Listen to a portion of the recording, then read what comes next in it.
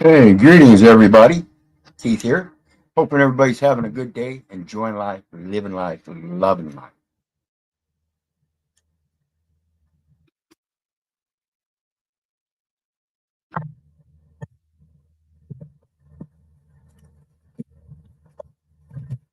Coming at you today with some material on equity. I think it's one of the most important topics in the modern times as it relates to every numbering system out there that bonds that number to some style of a name or title. Some of you have heard me speaking lately about the public education system, one of the most abhorred systems that we have, in my opinion. And I'm going to start out by explaining that when it comes to equity, I spoke to our brother Brian O'Shea. Now, this man is doing what I think is a good job trying to improve himself. And one of the things he is delving into is the equity aspect of things. And we were speaking on his panel the other morning. And I want to make it clear that when it comes to equity, it doesn't take literacy. See, this entire system that we're working on, this language system and numbering system, is based on a talent that we're technically not even supposed to have according to certain scriptures. And I'll mention Book of Enoch, chapter 69, verses 8 through 11. Book of Enoch, chapter 69, verses 8 through 11. And so let's take a look at those real quick. I didn't intend on doing this, but it seems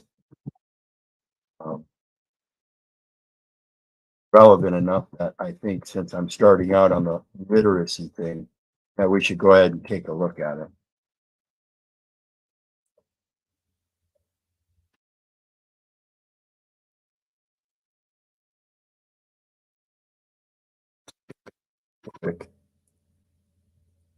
At the Book of Enoch,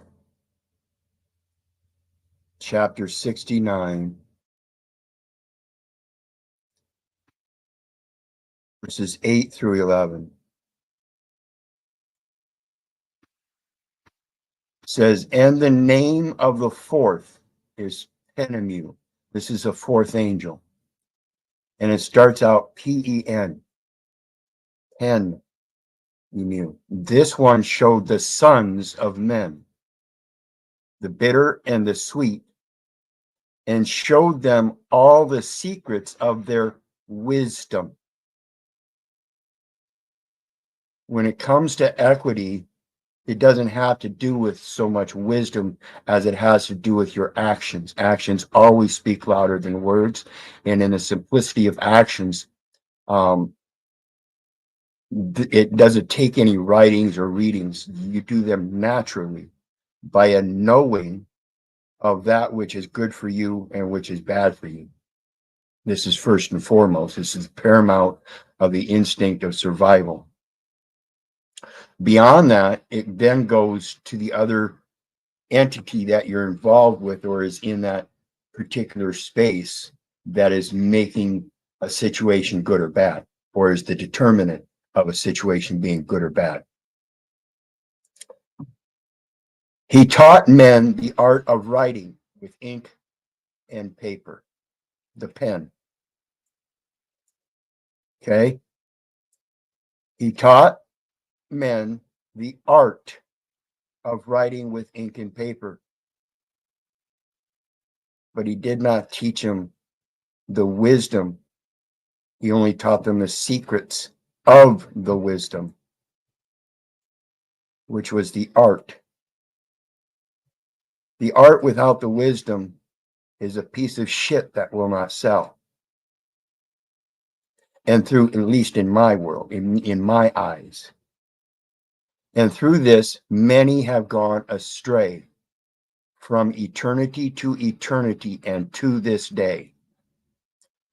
For men were not created for this. that they should confirm their faith like this. Titus 3:8. These are faithful sayings that I will that thou constantly affirm, that he who believed in God be careful to maintain good works. These are good and profitable unto men. Your actions will always speak louder than words, and those are the things you have to make good. You have to be careful to maintain good works with pen and ink. For men were not created for this, that they should confirm their faith like this with pen and ink. You're not meant to have to write things down to confirm things. Your actions confirm things. For men were created no differently from the angels, so that they might remain righteous and pure. And death, which destroys everything, would not have touched them. But through this knowledge of theirs, they are being destroyed, and through this power, death consumes them. So let's talk about the teachings when you go to school at 5 years of age and you're already being taught to read and write and enumerate things by putting them down in pen. If you don't know these scriptures, and granted, most people are bound by the 66 books in the King James Version of the Bible, which is what these laws purport to use in the Americas and most English societies.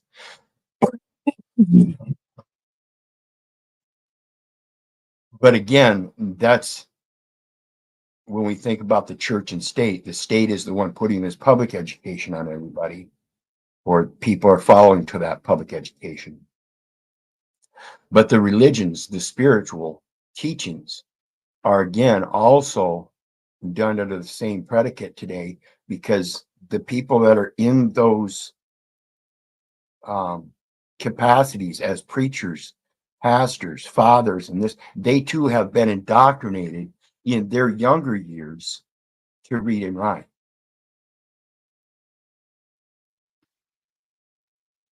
So a true man of equity doesn't need scriptures. This is why I say you don't get away with calling me a Christian. I'm not a Christian. I'm a child of God, as that term is known. And in my eyes, that term, going back to the origin, means source of life. So I'm a child of the source of life, which we all are. That can't be denied. That's the portion of equity that people relate to being equal. But as we grow and develop, we advance along our own arts and talents, and we become unequal. But that is a characteristic of keeping things in balance. Without that, we wouldn't recognize anything being in balance or out of balance, or any kind of reality at all. And that's part of the system. They placate that you should be comfortable and things should be convenient for you. But if you're choosing a comfortable life, you're giving up the tests that you're supposed to go through that make you strong, that make you honorable, loyal, trusty, able to maintain good works. Have you ever seen a blind and deaf man or woman? Helen Keller, one of the greatest people in the history of mankind. She didn't see or hear. Everything was by an action, a touching. That's the form of equity that we're looking for. And while we're looking for it, we find out those are the very kind of people that we're classifying as not equal. They have some kind of disability. Where I urge that the illiteracy opens up a world that is far beyond the abilities that everybody else claims to have that are so great. This art of writing and penmanship, that it really isn't such a benefit. if you look at things in equity and reality. So let's get on with it. And remember, folks, hit that like, share, and subscribe button. There's PayPal links down below for anybody who wants to share some love. We're going to be going at this all day long, possibly even tomorrow. There's a lot of material here to cover, but we're going to start going over the 20 equities of maxims, or maxims of equity, excuse me. And this is going to be from Vail Law. Now, I haven't researched Vail Law that itself. There's information that you can look up to find out who they are and what exactly they do. But again, we're not worried about the messenger. We're worried about the message. So we're going to take a look at what they put up in regards to the 20 maxims of equity. And the link is down there for anybody that wants to come up and join the panel. It should be pinned. Before we get on, I want to welcome everybody. Shah Ya Shalom. Greetings, sister. Good to see you again. Been a long time. Norm Longstaff from up there in Canada, producer Moose. The link is there for anybody who wants to come up. And I hope that other people will come up and put their subjective, objective complaints, concerns, comments, and compliments up as we go along. So let's get into Vail Law.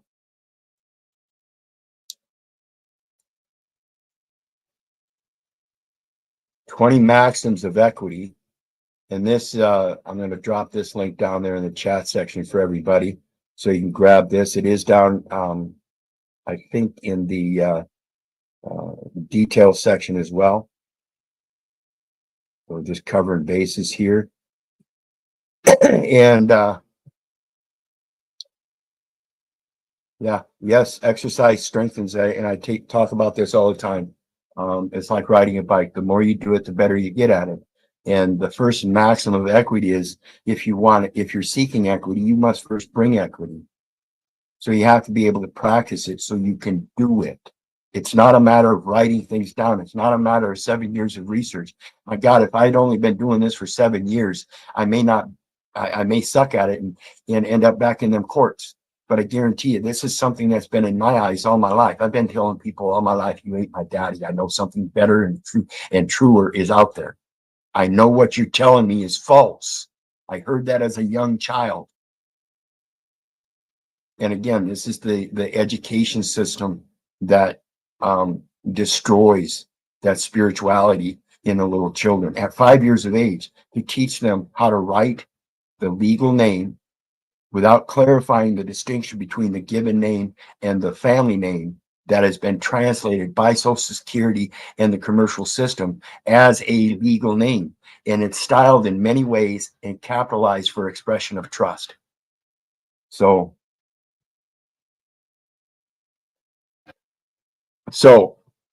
the first maxim of equity, as we see here, is what I just said. One who seeks equity must do equity. And to establish that, it says here, equity is an ancient judicial system. So when I urge people to get out of that administrative court, please pay attention. It's a matter of correcting that which is wrong by making that right. It is not bad or good. It is not good or evil. It is right and wrong. There is definitely something wrong. The record must reflect accurately. That means we need to correct it so it reflects rightly. This is righteousness. This is the right of birth, the birthright. RITE. RIGHTEOUS, righteous. That is that is deemed by its actions of right and wrong. Originating, and so it's a judicial system, it's a value system, and the values are rights and wrongs. Is it really wrong and really going to weigh it down, or is it just slightly wrong and needs a little correction? Is that scale of justice tilted so much that it slams down and dents the weighing bowl? We really got to think about these kind of concepts, because that's what's happening in our lives. And this is why You're not putting your original value into things. You're placating to a value system of somebody else through a pen. That is the eye of a needle. And it is the ink that flows through the eye of the needle that is sucking up your life that says you can't pass through that gate. The only gate. There is no back door. And it is like trying to shove a camel through the eye of a needle. You got way too many problems that are going to stop you in equity if you can't learn how to do equity first. That means you have to be able to put down the paperwork and let your yay be yay and your nay be nay, and just give them directives on what they're supposed to write down for their record. He has his own record, and I am in that book of life. Originating in England, by which courts apply principles of general fairness in situations where application of the common law. We're not talking common law. That's the Constitution. I am exclusive, not common. Yet at the same time, in the image and likeness, that exclusivity is common to all. We all recognize that source of life. Would bring about injustice. Article 3 of the U.S. Constitution. See, and it says where application of common law would bring about injustice. So I'm not going to bring about common law because that brings the injustice, saying that I have to follow under the pen of the Constitution as it is written. The Ninth Amendment clarifies there are other rights exceeding those enumerated by the Constitution. Express them. Get out of that administration. That does not add, that is an administering. And thou shalt not add unto nor take away from not one jot, not one tittle. And in fact, Shah Shalom will agree it is originally Yud, not one Yud or tittle. I believe. Feel free to join the panel if you would. Let's see here. Let's switch over.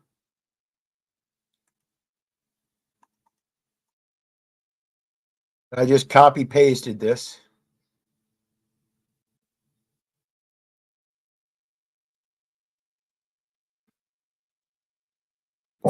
And so, and I copy pasted over here because I added on to it, because later on we're going to talk about the Child Protective Acts and stuff in the laws. Because again, that's where it starts when you're a child.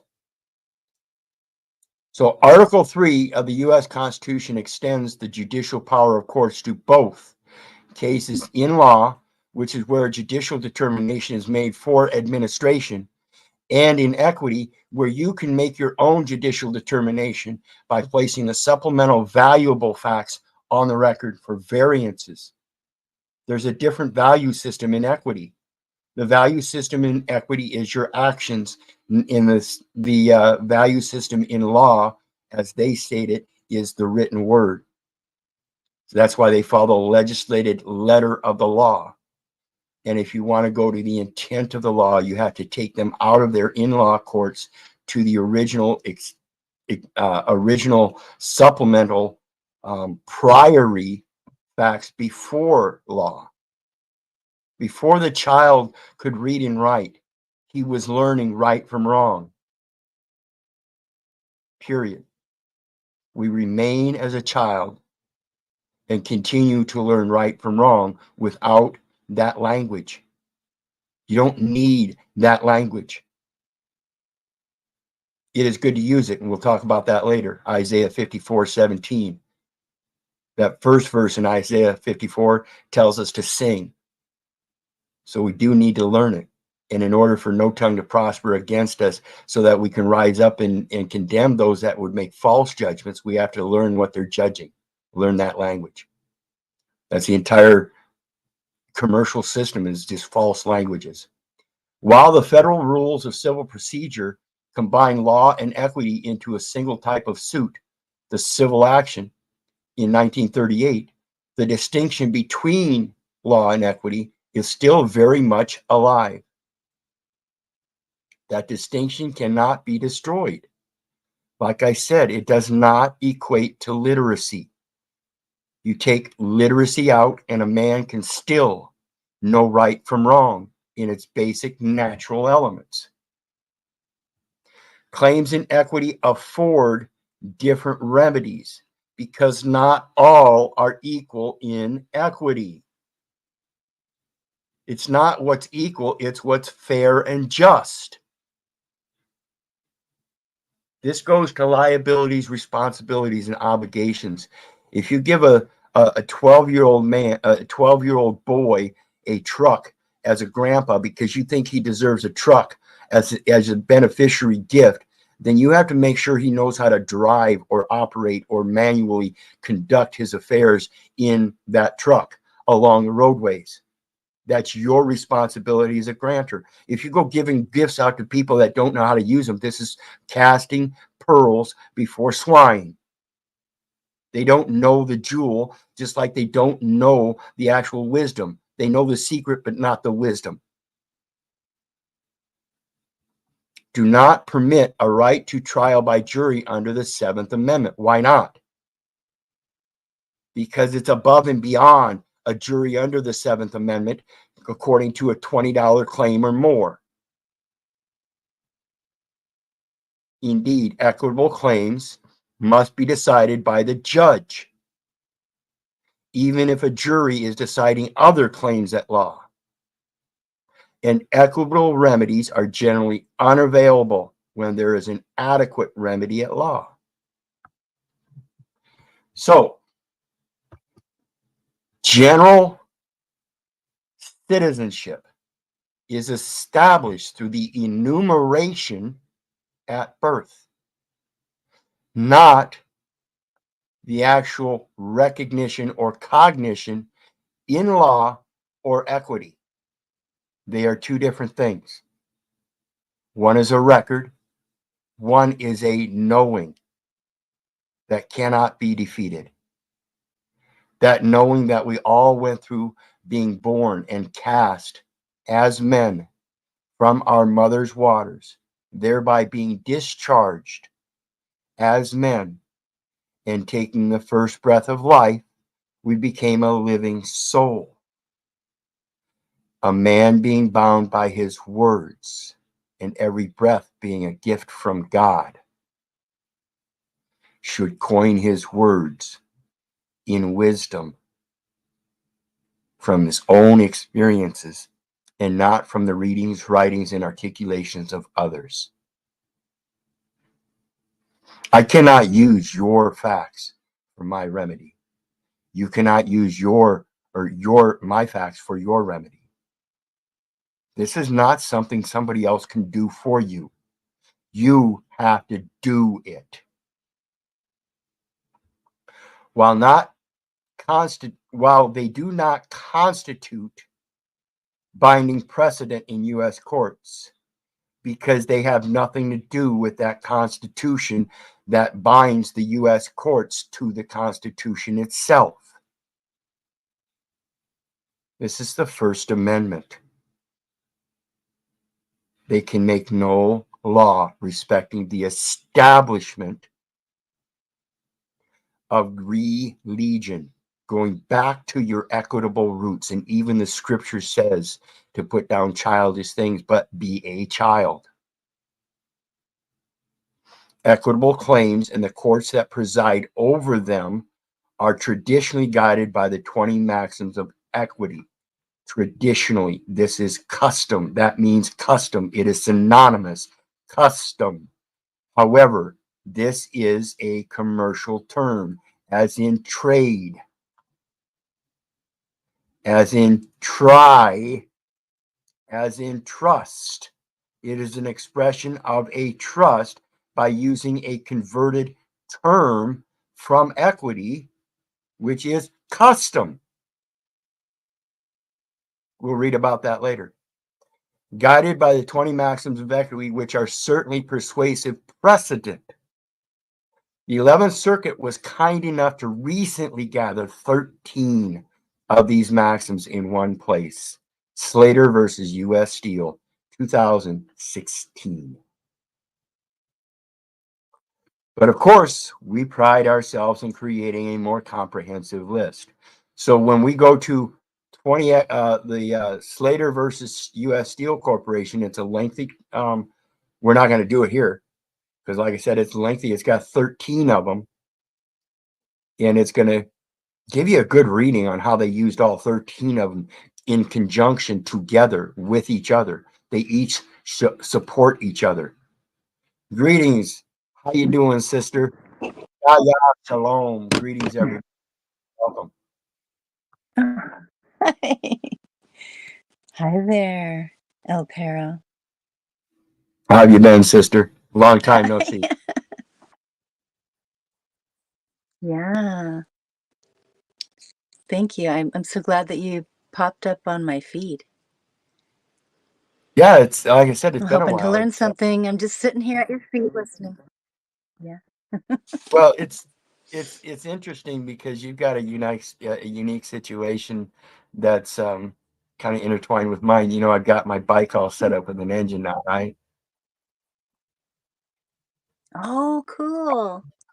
Yeah. So, you know, it's one of those, we won't talk about it here, but sister and I's story kind of intertwines in a unique way. And so I just want to speak about that. That's part of that equity thing. We find our unique solutions and share those with others that have unique situations kind of similar. And so that kind of solution works. And that's what we're talking about with equity. So I appreciate you coming up today. Like I said, it's been a long time, and I think people will be able to learn from you too.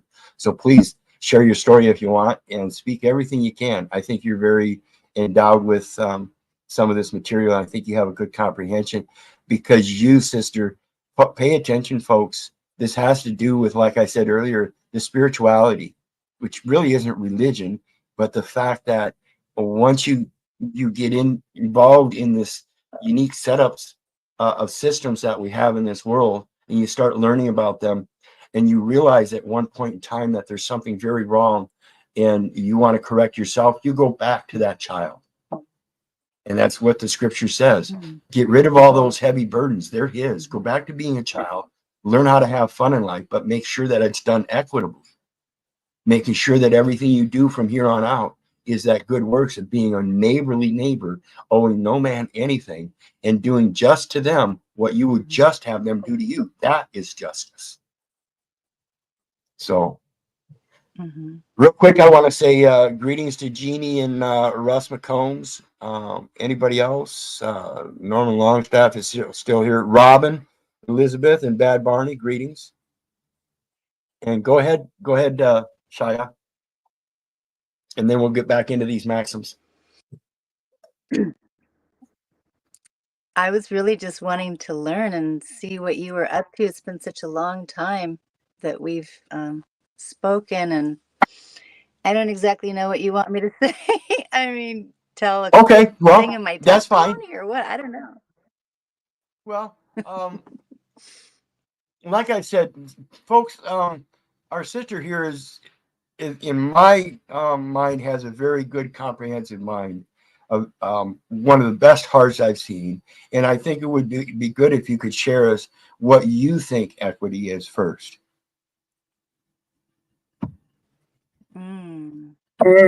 Well, like I often think of this image of the wheat that has a lot of heaviness, a lot of substance. And then there's the weeds that are really tall and they don't have any substance, but they stand up really tall. And so it's kind of like Catching that attention. the wheat is so heavy with so much substance that it bows low. It bows down low. And when the weeds stand up, it's like the angel can come with a sickle and just whack those weeds right out. And we want to have the kabod, the heaviness, the richness, the food, the wealth. We want to have that in us, inside of us, because, you know, our bodies are just the vessels, like our little vehicle, that house our spirit and our soul. Our soul is what we put into it, all of our experiences and our education or what have you. And then our spirit is what comes from Yahuwah. And the name that I have appropriated, I'm not Jewish, just to let people know. I'm not in any religion, just to let people know.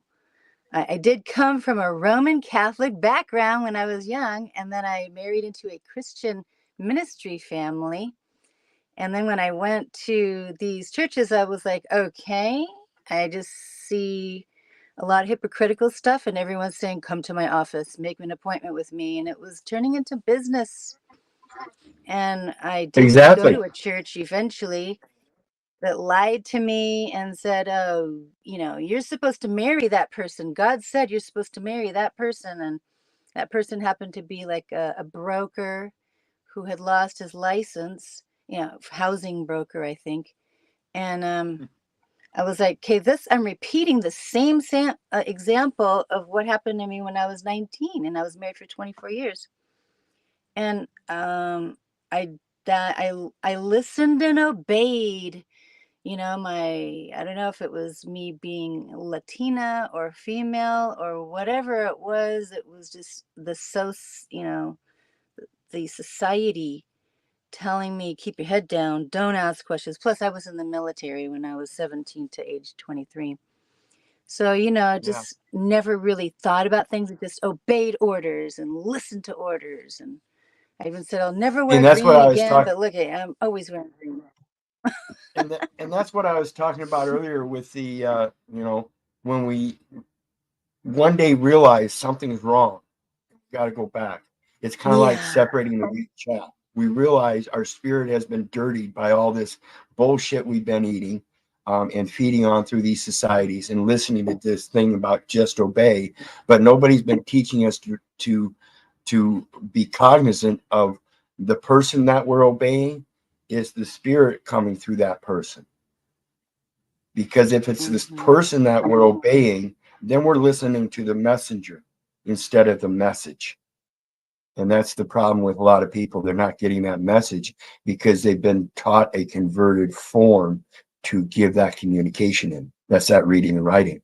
Whereas that message is truly a spiritual message, then you don't need the written or spoken language. Mm-hmm. So, And when we know these truths that are evident, it it it's a heaviness, not so much depression or nothing like that. It's just that when you're carrying a lot of weight or you have a lot of richness or holdings, it it might cause you to not be standing up so tall. Like confidence men, they're always standing up really tall, but blah, blah, blah, blah, say all these things and promises, empty promises, not delivering. And the problem is they don't have any substance. There's no substance. It's just all chaff. And when we have yep. that And that's, heavy kabod, it makes you to bow down low, and you're just like laying down low yep. And because I'm always you giving know glory the to truth. God and praising God, and that's one of the things that does, um, it doesn't weigh me down, but it sits in the back of my mind because I know I've been doing this for 7 years and people are starting to scream and holler, well, what are your results? And people just have so little patience and they think that this is something that can be resolved overnight and that somebody else can just give you a piece of paperwork and that will be good enough. And, it makes me question a lot of things about the intent in their heart as well. So at the same time, it's in the back of my mind. I'm not weighed down because it's a matter of me working with him, not trying to prove something to other people. That's I'm never going to do anything different anymore. All my life I've spent proving to other people if I've really been listening to their rules and regulations. I don't care about your rules and regulations. Mm. I really don't. What I care about is the fairness, and that if it really applies, then I should be confident and sound mind enough to determine that for myself. I shouldn't need 10 other people to tell me, hey, you did something wrong, and then look at it and say, well, what's wrong with going 40 in a 35 when nobody's around, as opposed to doing 35 strictly, and you got no witnesses except some camera. You know, what it's it's like I went into Walmart one time and I bought a phone. Now, if we have the experience in some of these big outlet centers, we know that when we buy electronic devices, a lot of times they have a mechanism on there that will automatically buzz you at the door when you're walking out so that they will double check the receipt. Okay, it's just a double check system. And so I walked out, even though I'd already paid for the phone, I knew the alarm was going to go off because I bought a phone. And it's one of those devices like a flat top screen, a laptop or a flat screen TV. It will sound a buzzer when you walk out unless one of the employees ships it out the back door for you. So I walked out to go have a cigarette because I'm going to wait on the bus, right? The alarm went off. The guy tried to accost me. I told him, no thanks. I'm going outside to have a cigarette. If you really think it's worth calling the police, you call the police because I'm coming right back in while I wait for the bus. It's wintertime. It's cold out. I'm just going out to have a cigarette. I'm coming back in. So he left me alone. But the damnedest thing is that when I walked back in, I went in the indoor and it set off that alarm again. And at the same time I was going in, there were about 6 or 7 people going out. Now, the insanity is as this man that when I went out tried to check me, now he's got a choice. Which one? First and foremost, he has to decide by a false alarm who he's going to assault by telling him he needs to check their receipt. So how true is this tracking system? And how can it possibly portray the truth when I can defeat it that simply? It will never stand in a court of law if somebody came up and said, well, he had a right to accost him. No, there is physical evidence that somebody could actually rig it and start making insurance claims by standing there going in and out of the indoor while people are going out, and they constantly assault people all day, getting lawsuit after lawsuit. How soon do you think somebody could shut something like that down? By playing a little insurance game like that, knowing the system is rigged and playing the rigged system like Trump. Trump told us the system is rigged in his debate with Clinton. Well, how do you know? Because I play the system. So what if somebody stood there with the phone and just kept walking in and watched these and had somebody else sitting there with a video camera watching them assault people unlawfully, violating their rights all day long, and then took them to court? Is that repeated practice? I mean, it's a practiced abuse. You have the right to make such journal in public. You have the right to video them in public. You have the right to use their system against them. Anything you say or do can and will be used against you in a court of law. And those contracts tell us what they can or can't do by what they say or don't say. Use them against them. Stay out of them and learn how to use those contracts against them. Really want to learn equity? Shove it down their throat. You're making a mistake, and here's how. I can record you all day long, repeatedly. And you tell the public that it only happens once in a while. Bullshit. You're stealing and accosting from the public more than the public is stealing from you, that you use as an excuse for higher insurance rates and higher prices and inflation. Really want to be involved in that greed and gluttony system, keep going out and buying them flat screen TVs and have them accost you, even though they know and you know you already bought and paid for it. It's screwy. So let's get back to these maxims.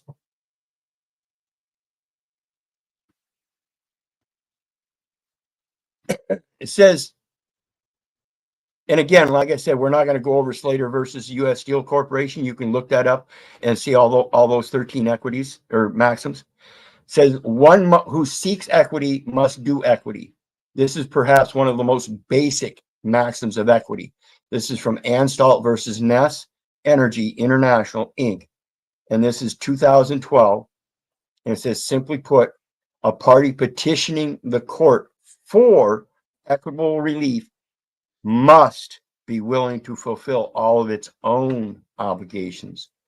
So if you make the only obligation is to correct the record, then all you're going to do is bring forth the record. That's all you're going to do.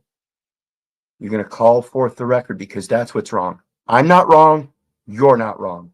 We have consistently together, equally made mistakes on both sides. And that's it. So we're just looking for equal fairness so that all parties are whole. I'm here to fulfill my obligations. I understand you've been fulfilling your obligation as a public servant. And as my errors of entering data elements into your public record, I didn't know I was not supposed to be doing. I repent for that and can no longer do that because of the impossibilities. I am not a public servant. I serve God. And in that, my service to the public is to each one of my brothers and sisters to owe no man anything, but to love one another. For to love one another is to fulfill the law. That is the only thing I know. Now they're kind of stuck and bound because every one of their jurisdictions, every one of their laws poses some kind of debt or obligation. Sorry, my ultimate priority obligation is to my God, who gives every breath I breathe as an act of his. But I must be careful to maintain good works and those clean hands. That's absolution. That's absolving yourself of the errors while absolving them. That's forgiveness on both sides, repentance. That is truly what equity is.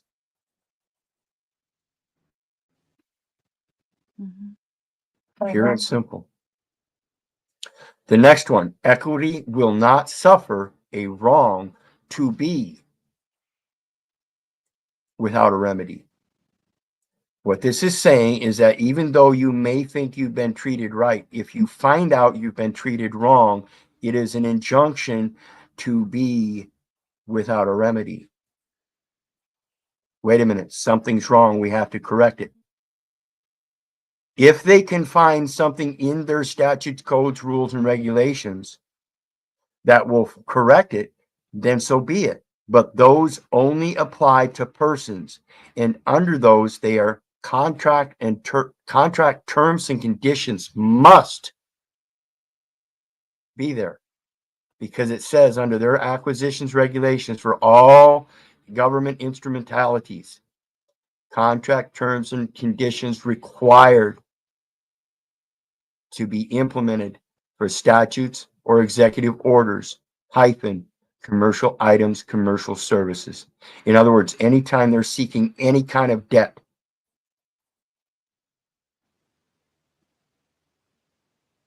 it has to be a remedy in the contract. There has to be a quid pro quo. It has to be equal consideration. Without that, there is no contract. So if there's no contract, then there's no remedy. So you have to go outside of the contract to create the remedy. What's outside of the contract? The trust. Every word of God is pure. It is a shield unto he who put their trust in God. You can literally, folks, stand there in front of a court and tell them what's in your heart, what's on your mind. You do not have to go into those courts with documentation. If you know what you're doing, your yea is your yea, your nay is your nay, and you stick to the scriptural word. That's the message. You're the messenger, and is supposed to pass unto the others the spirituality of the living soul, that they are all the same children of that source of life. You give your breath equally for theirs. Coin your words or purse your lips. When you learn to do that, you can learn to speak boldly as you ought to. Ought to, AUGHTTWO, as in a weight of 2 witnesses. Can I get a hallelujah, sister? Hallelujah. Amen. Thank you. So the equitable power of court is not bound by cast iron rules. Why is it? Because the equitable power can't be bound. It supersedes the cast iron rules of the administration in those courts. The cast iron rules are the words that are cast like iron in ink on paper, that they follow the letter of the law, but exists to do fairness and is flexible and adaptable to particular exigencies, so that relief will be granted when, in view of all the circumstances, which nobody could know but yourself. You're the one that's been entering all the data elements into all of these records. However, you do have someone on your side, the county registrar. There is one record that was entered in on your behalf prior to your existence, which is a prenatal record, which is a general journal. And the record that the county registrar has is a conversion of that general journal to a general ledger.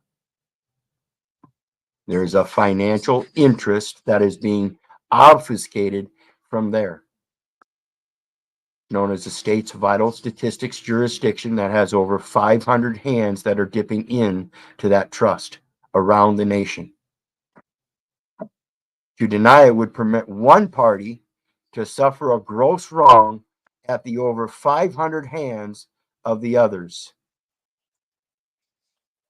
You're suffering a wrong by being implied as a member of that society when in fact you are not, and it is an impossibility. I've spoken on this before. The American Bar Association has it on their site that there is no birth registration in the United States.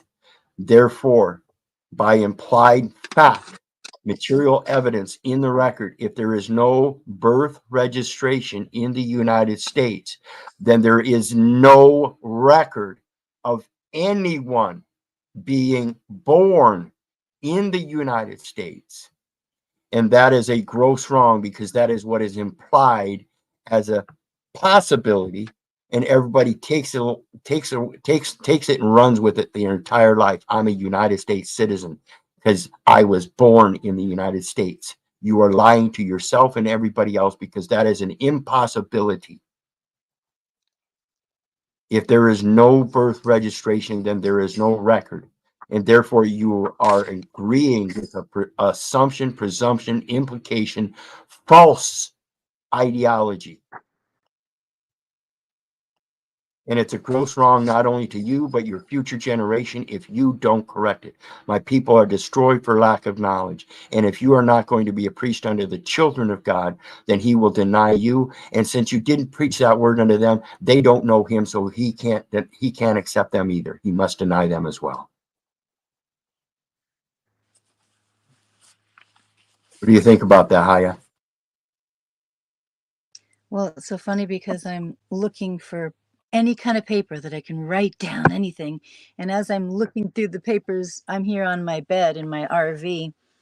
I am just like, well, okay, there's a stack of papers right there. I looked at it, and that was like a patriarchal letter to the churches. And then the other one was a research paper I did on Egypt and how it influences the world. And then the next one, I'm like, oh shoot, where's paper? I just need to have some paper here. And then I'm looking at the different pieces of paper that art is powerful to get the message through. I'm looking through all my whole entire life just to find a piece of paper to write down what you're saying. And I'm just like going, this whole time I've been trying to express the truth, but nobody wants to listen. Nobody wants to listen. Everybody's influenced by what we've been indoctrinated into and learned. And we have to want to see the truth. We have to want to have our apocalypto, the veil lifted off of our eyes. Yep. Absolutely. And I'm gonna to explain that. I'm gonna explain something to everybody watching here right now. What our sister is trying to help everybody talk about is that indoctrination. And did you know that indoctrination happens when you were born, and it's known as a spell of illness? This is 42 US code 1395X. This is Social Security. And so upon mom going to the hospital and registering to give birth, the spell of illness, the very first definition in this section of definitions, it is a definition of spell of illness. The term spell of illness with respect to any individual, which is further defined in 5 USC 552A, means a period of consecutive days. So it's a time period, and it begins with the first day not included in a previous spell of illness on which such individual is furnished inpatient hospital services, inpatient critical access hospital services, or extended care services, and which occurs in a month for which he is entitled to benefits under Part A. That is a military hospital. These are military benefits. You're going into that hospital, and you're going in, and they're registering you as a spell of illness when mothers and fathers, you are bearing labor pains of doing his good works. That is not an illness. That is not an illness. This is illicit. The term illicit being broken up as you see it in chat. I see it. Do you? It's a spell of illness, and the whole thing is illicit. It is a wrong. It is a wrong against your spirituality for anybody to sit there and claim that you have to have a social security number to have a job. You have to have a social security number to do this. You have to have an education to do this. No, you don't. That is all false. And if you read the scriptures and comprehend the maxims of equity as they pose, you will see that it's all illicit. Sing. Isaiah 54, verse 17. Sing, because then no tongue can prosper against you, and you can rise up and condemn anybody that makes those false judgments. And this is the inheritance of the servants of the Lord, and their righteousness is of the Lord. So do it faithfully, knowing that he wills that you constantly affirm the good works that he who have believed in God are supposed to be careful to maintain with each other, recognizing that we are all children of God, no matter what religion you think you follow. Like my sister Haya, I don't follow any religion. I recognize the simple source of life and that we all come from it. If I wanted to follow a religion, I'd probably follow one of a tree of some sort because they seem much more peaceful. They don't act out in war. No, I mean, that's the sense of a child. I remember wishing I could be a tree because they were so peaceful, just swaying in the wind. Like you mentioned earlier, the wheat and the weeds. You know, I wanted to be a tree because it stood so tall and it swayed in the wind and really accepted that breath of life. And when God wanted it to do its duty, it would blow heavily so that all the pollen and everything would go all over the place, spreading the spirit of life. That's what we're supposed to be doing. So anyway, let's get back to the maxims, because that definitely is a gross wrong. And that is from PCS Nitrogen Inc. versus Ross Development Corporation, 2015, and it's quoting Hooper versus Ebenezer Senior Services or whatever it is and Rehab, 2009. So that's the case you would look for this quote. Equity regards as done what ought be done. Now, most people think that because I place something on the record, then that record has to stand, and that's not what this is saying. As we see later on, it says equity doesn't fulfill an imperfect gift, and so any errors are supposed to be corrected. What ought be done regards as done is the same. Read it backwards. So equity regards as done what ought be done. And the record generally is supposed to reflect accurately, and supposedly it reflects the good deeds of men. Does today's record report those activities? Look at today's news. Who knows who received the last Nobel Prize? Or has it been shadowed and overshadowed by all the war and everything that creates a possibility that somebody should even strive for a Nobel Prize?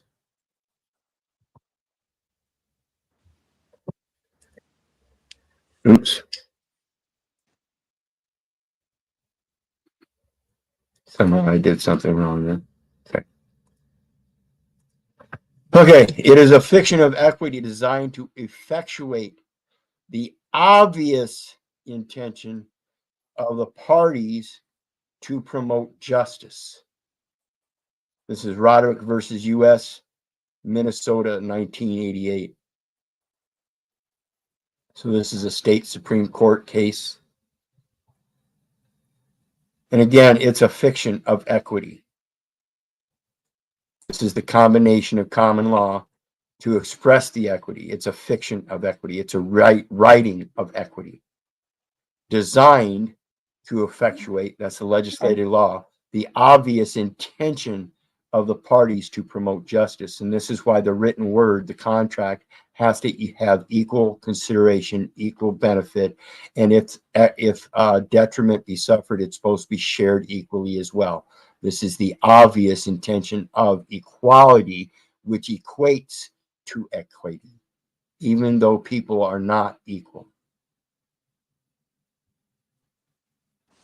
So it's merely saying, if you're going to play football, you don't invite a 5-year-old child. That's not a part of a contract. You cannot do that. So when we indoctrinate our children into a military education, you're not supposed to be doing that, moms and dads.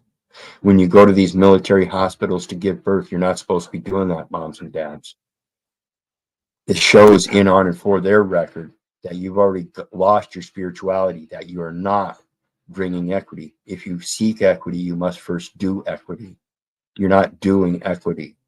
You're not doing things by your nature. You're following some legislated word of literacy that says you comprehend what the written law says, and therefore you're following that law instead of your true nature, having a home birth in a bathtub or pool or something, letting that baby swim around maybe even a half an hour without taking a breath while that umbilical and placenta empty into that baby the final nutrients it's supposed to have to open the third eye in its spirituality before it even sees the light of day in clear sight, because it's underwater and it still has that.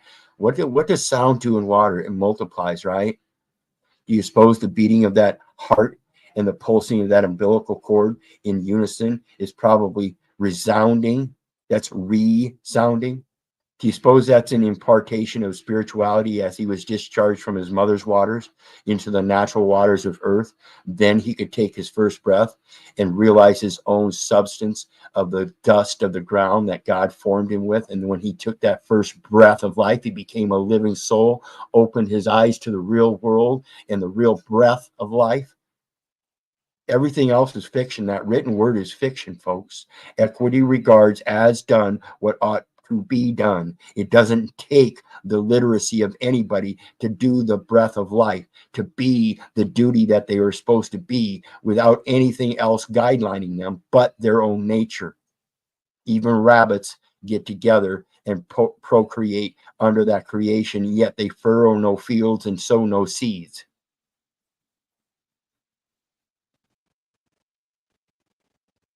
Equity regards as done what ought be done naturally, not fictionally. Does that make sense, Haya? You got anything on that?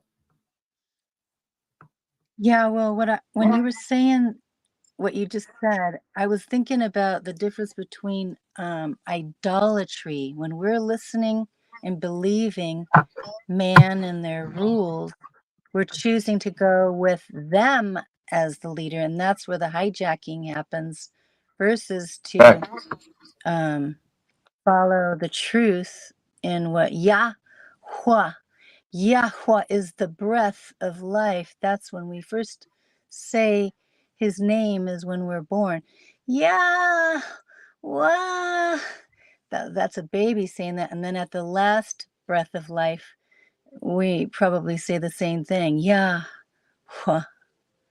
Exactly. He's coming It's amazing, isn't inside it? of us. And real quick here, I got to interrupt. Mhm. Shira, it says your device is not connected.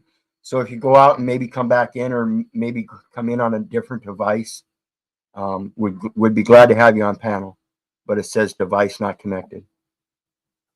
And it's interesting too, Haya. You mentioned that breath of life, Yahweh, and when we talk about the literacy and the language and all that, I want to point something out that some ways you will see that it's spelled with vowels, some ways you will see that it is not spelled with vowels.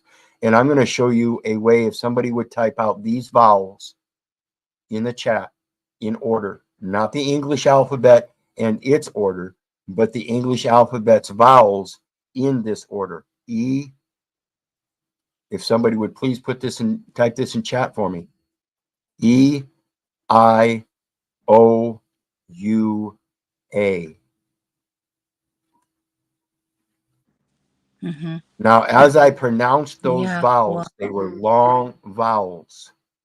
E, I, O, U, A. Very pronounced.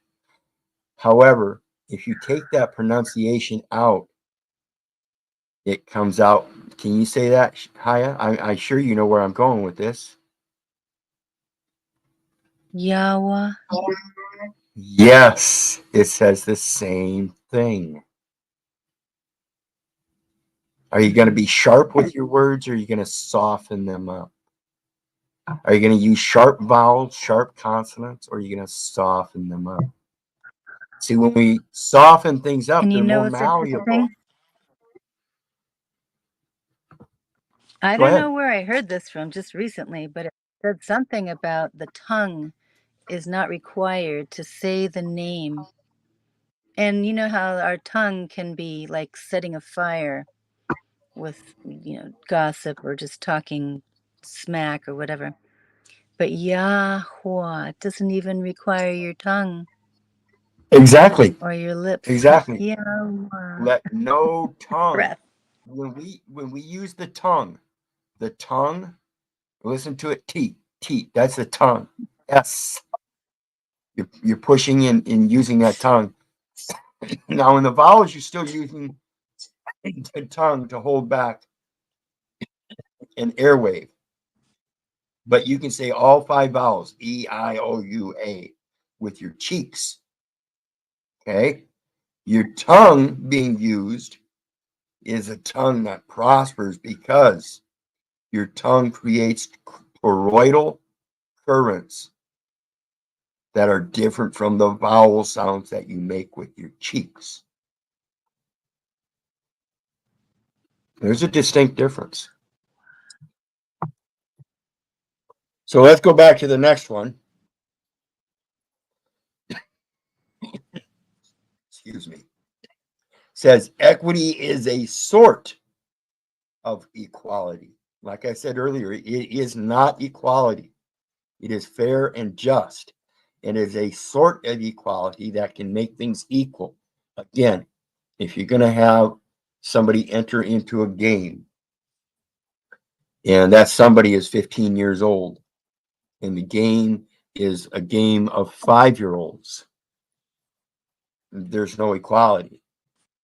You can't do that on either side. There has to be some sort of equality. The closer you get, it comes closer to inequality. So you can have, say, we take that, split it in half. 10-year-olds playing against 10-year-olds. Now you've got equality. But in that 10-year-old, you might have somebody that's possibly 11 or 12. Yet again, you might even possibly have somebody that's only 8 or 9. So therefore, justly, you might have somebody that's an 8-year-old playing against a 12-year-old, but that isn't quite as equal.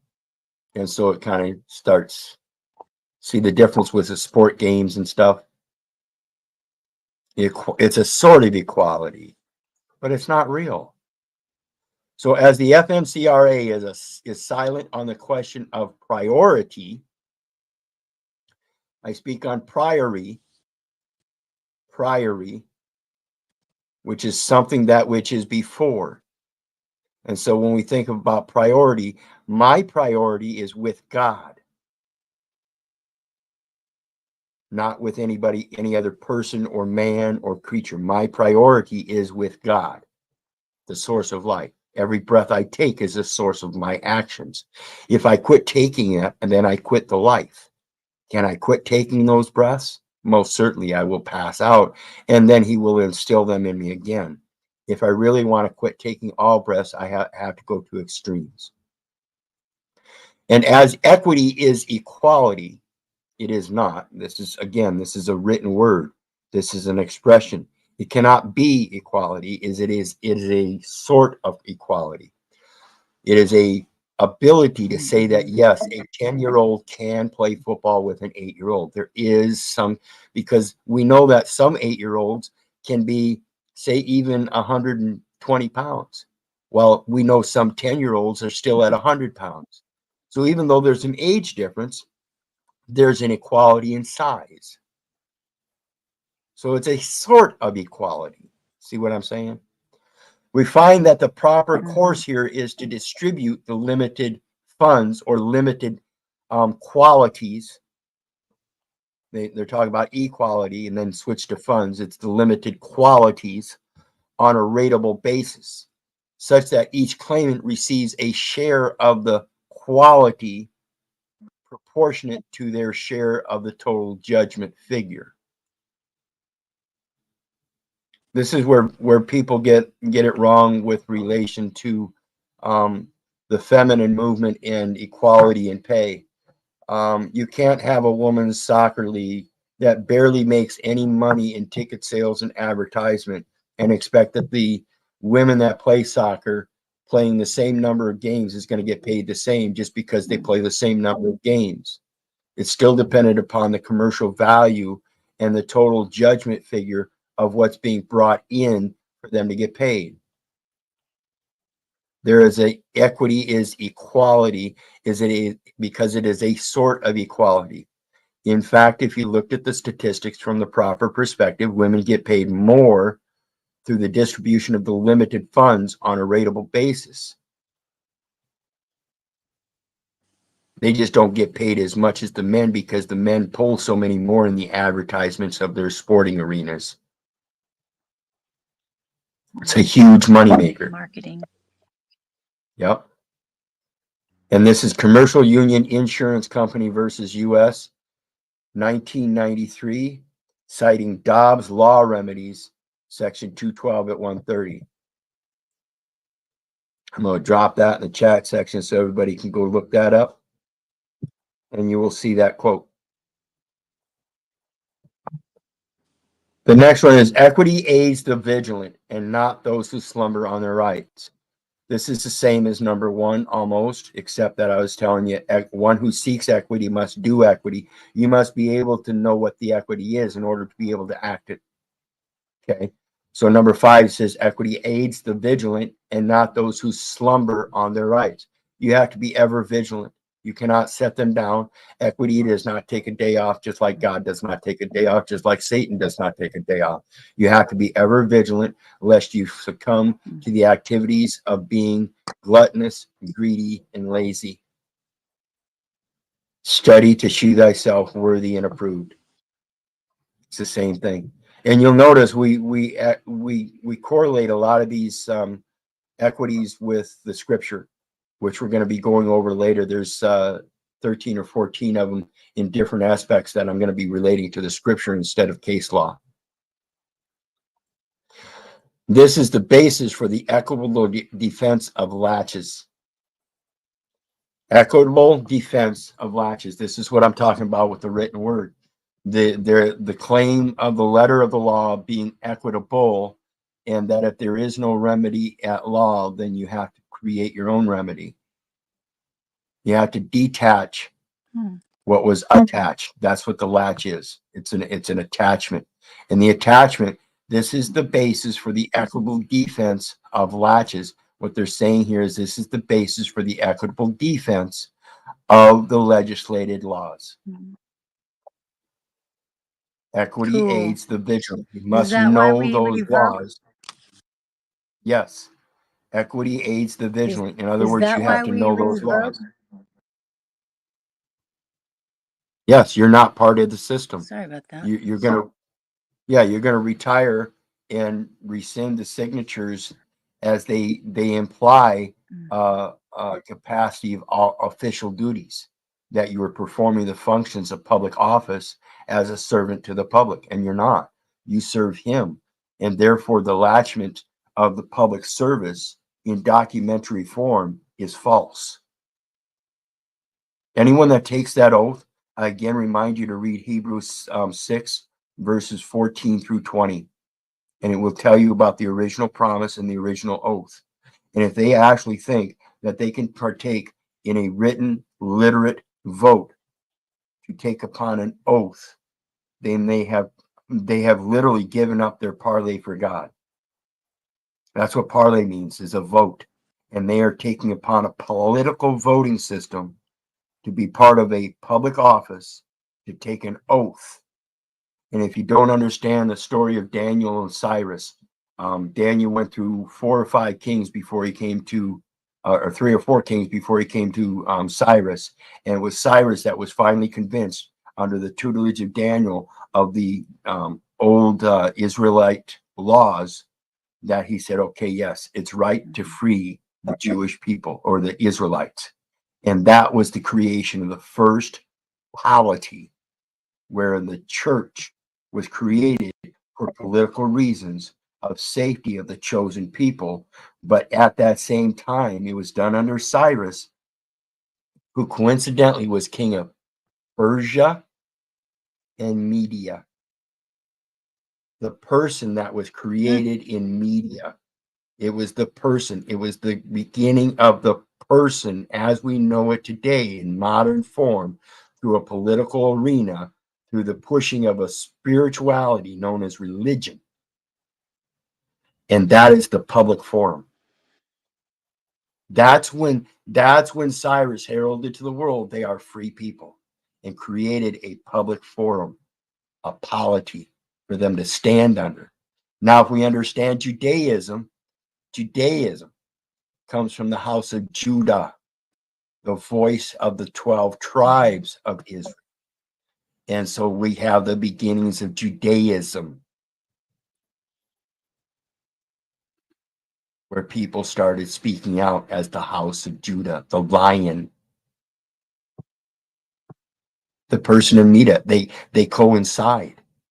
But you do not, again, need the scripture, nor do you need literacy, nor readings and writings, nor do you need the spoken word.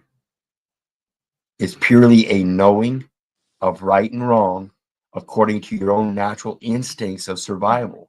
Do I really want to treat as a 50-year-old this 15-year-old that is twice my size, as I'm only 135 pounds, and I'm looking at a 15-year-old that's 270 pounds?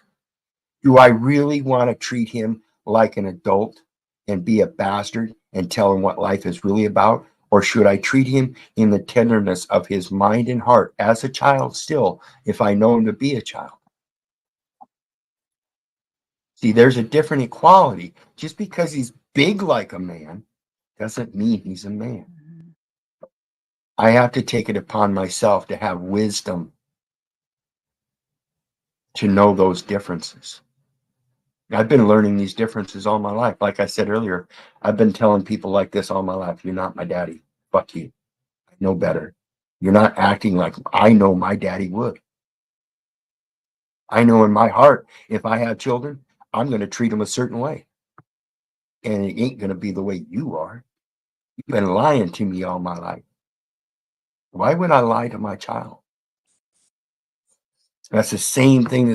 This whole system does that. It's all fiction. It's a lie. Technically, there's truth in it, and it is real, but you have to comprehend the reality of that system and what it's doing and why it's there. We have to have a commercial system.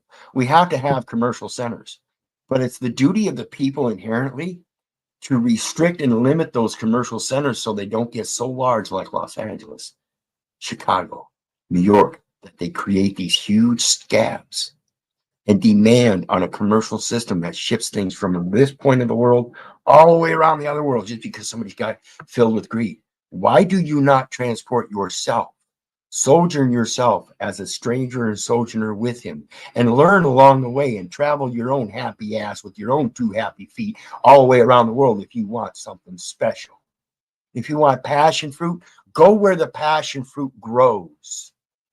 Grab that passion fruit and be a Johnny Appleseed and plant some fruit along your way. You know, Johnny Appleseed planted seeds not because he was out there just planting seeds. Johnny Appleseed planted seeds because he was a shiner.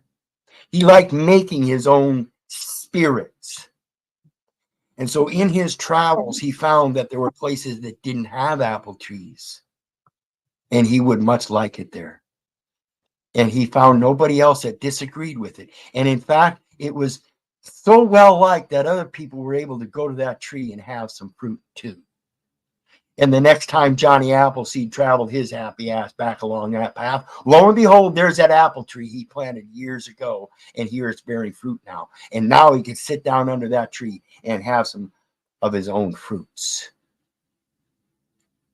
If you guys don't understand the stories that are put before you and realize there's a purpose in them, even though they are fiction, they're causing you to think and reflect. And if you don't think and reflect back on them in your own retrospective and get rid of all the bullshit that everybody else is trying to shove down your throat, you're never going to get anywhere because you keep believing in everybody else's bullshit. It's not about belief. It's about experience, knowing, and wisdom. And you have to develop that chain of title to entitle yourself to bear those fruits. That's what your entitlement is. You entitle yourself. But in that title, the fruits truly go out to everybody else. And that's showing how your cup welleth over. Even a mustard seed. Johnny Appleseed used apple seeds. All you got to do is find the seed. What do you want to plant? What do you want to bear as your fruit? And if you're truly going to be bearing children as your fruit, then don't lie to them. Don't try to tell them they're a pear when they're an apple. Don't let them believe that they're an orange if they're an apple. This transgender shit is just fucking lunacy, people. You ought to be ashamed of yourself. You think about that? That's wow. I was thinking It about stuns when me. I was 17 years old and in the Roman Catholic Church, we had a song. It was about, Lord, make me a means of your peace. Where there's hatred grown, let me sow your love. In this world's despair, give me hope in you to share. Lord, make me a means of your peace. And it was a song probably written by a priest or something. And I used to sing, and I have that still inside of me. So the thing is that when we meet people along the way, they might have a chip on their shoulder or might have an edginess about them, but it's the accumulation of events that happen to each of us that make us who we are today. And if someone can take the time to unravel the tangles that are in their thinking, like I'm a hairdresser and I have curly hair. Believe it or not, it's curly, but this wind makes it a little straight.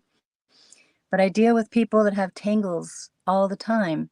And so when I train my people that come to me how to not get tangles anymore, and what to do to keep from getting tangled up. It's the same thing with our ideologies.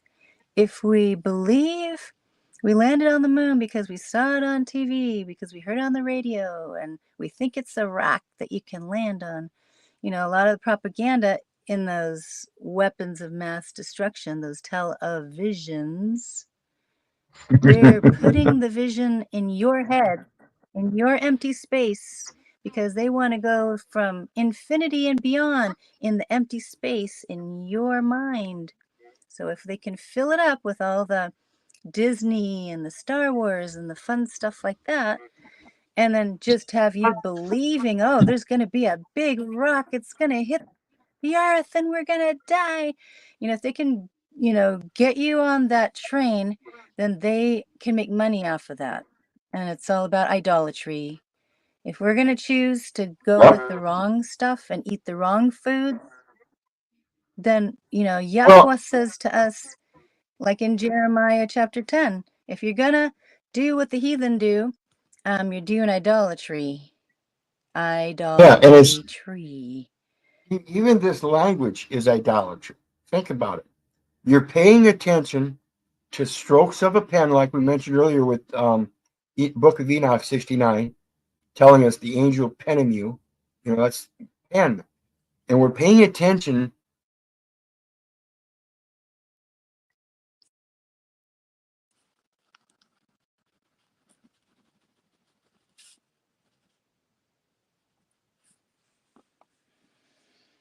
Each stroke of the pen, sorry about that, folks.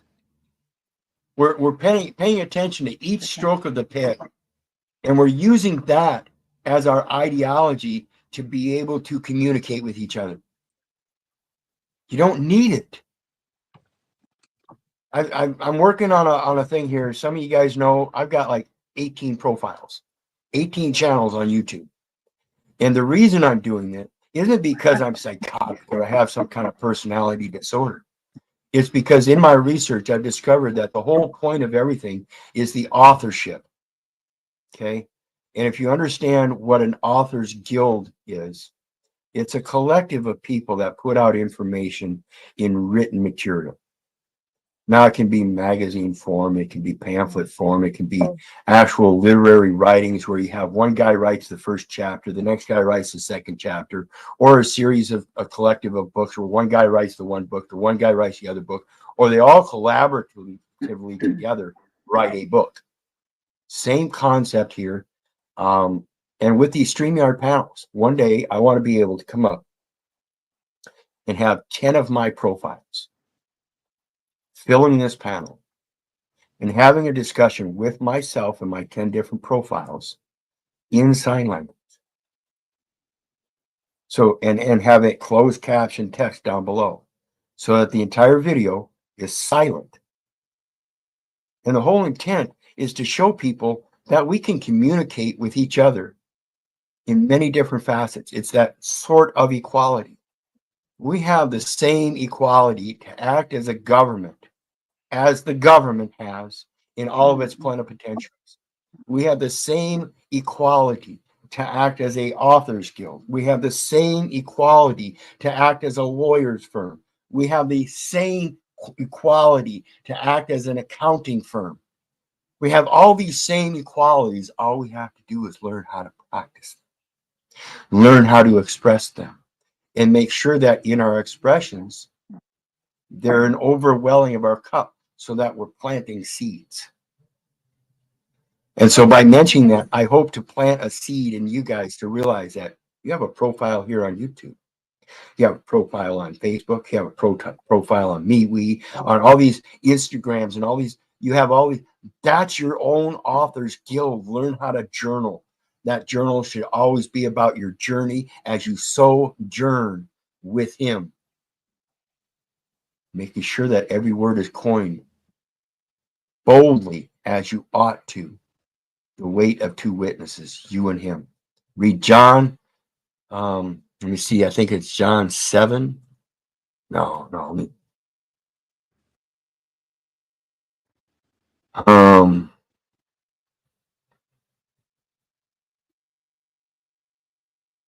John 8. There it is. John 8, 14 through 20. Show you guys something here.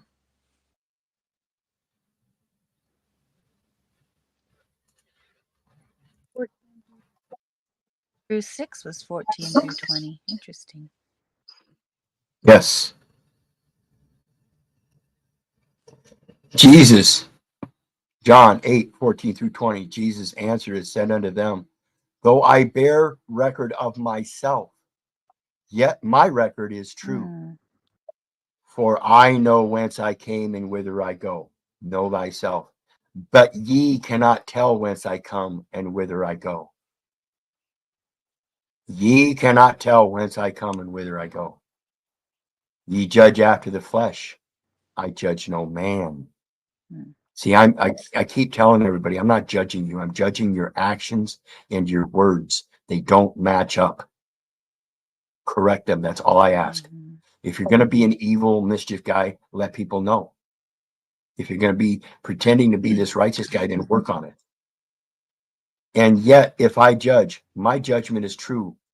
For I am not alone, but I and the Father that sent me. Always use his word. Always. Ought to. Boldly speaking as you ought to. It is written in your law that the testimony of two men is true. I am one that bear witness of myself, and the Father that sent me beareth witness of me.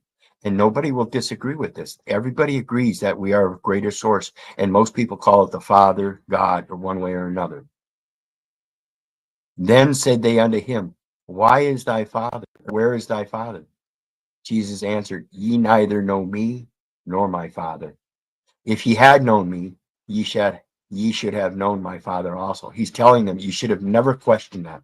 You should have never asked that. Because if you knew your Father, like I know my Father, you would know it's the same Father, and he is not seen. So why would you ask, where is my Father? When you know it sojourns with me as a stranger across all of his lands, granting redemption to the land and to those who have sold off of their things. Because I am his kin. I am his neighbor. I am the one that owes no man anything but love. And in that love is the redemption.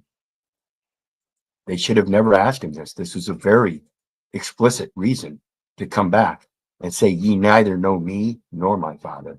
If ye had known me, ye should have known my Father also. These words spake Jesus in the treasury as he taught in the temple. And no man laid hands on him, for his hour was not yet come. This is when he was talking to Pilate.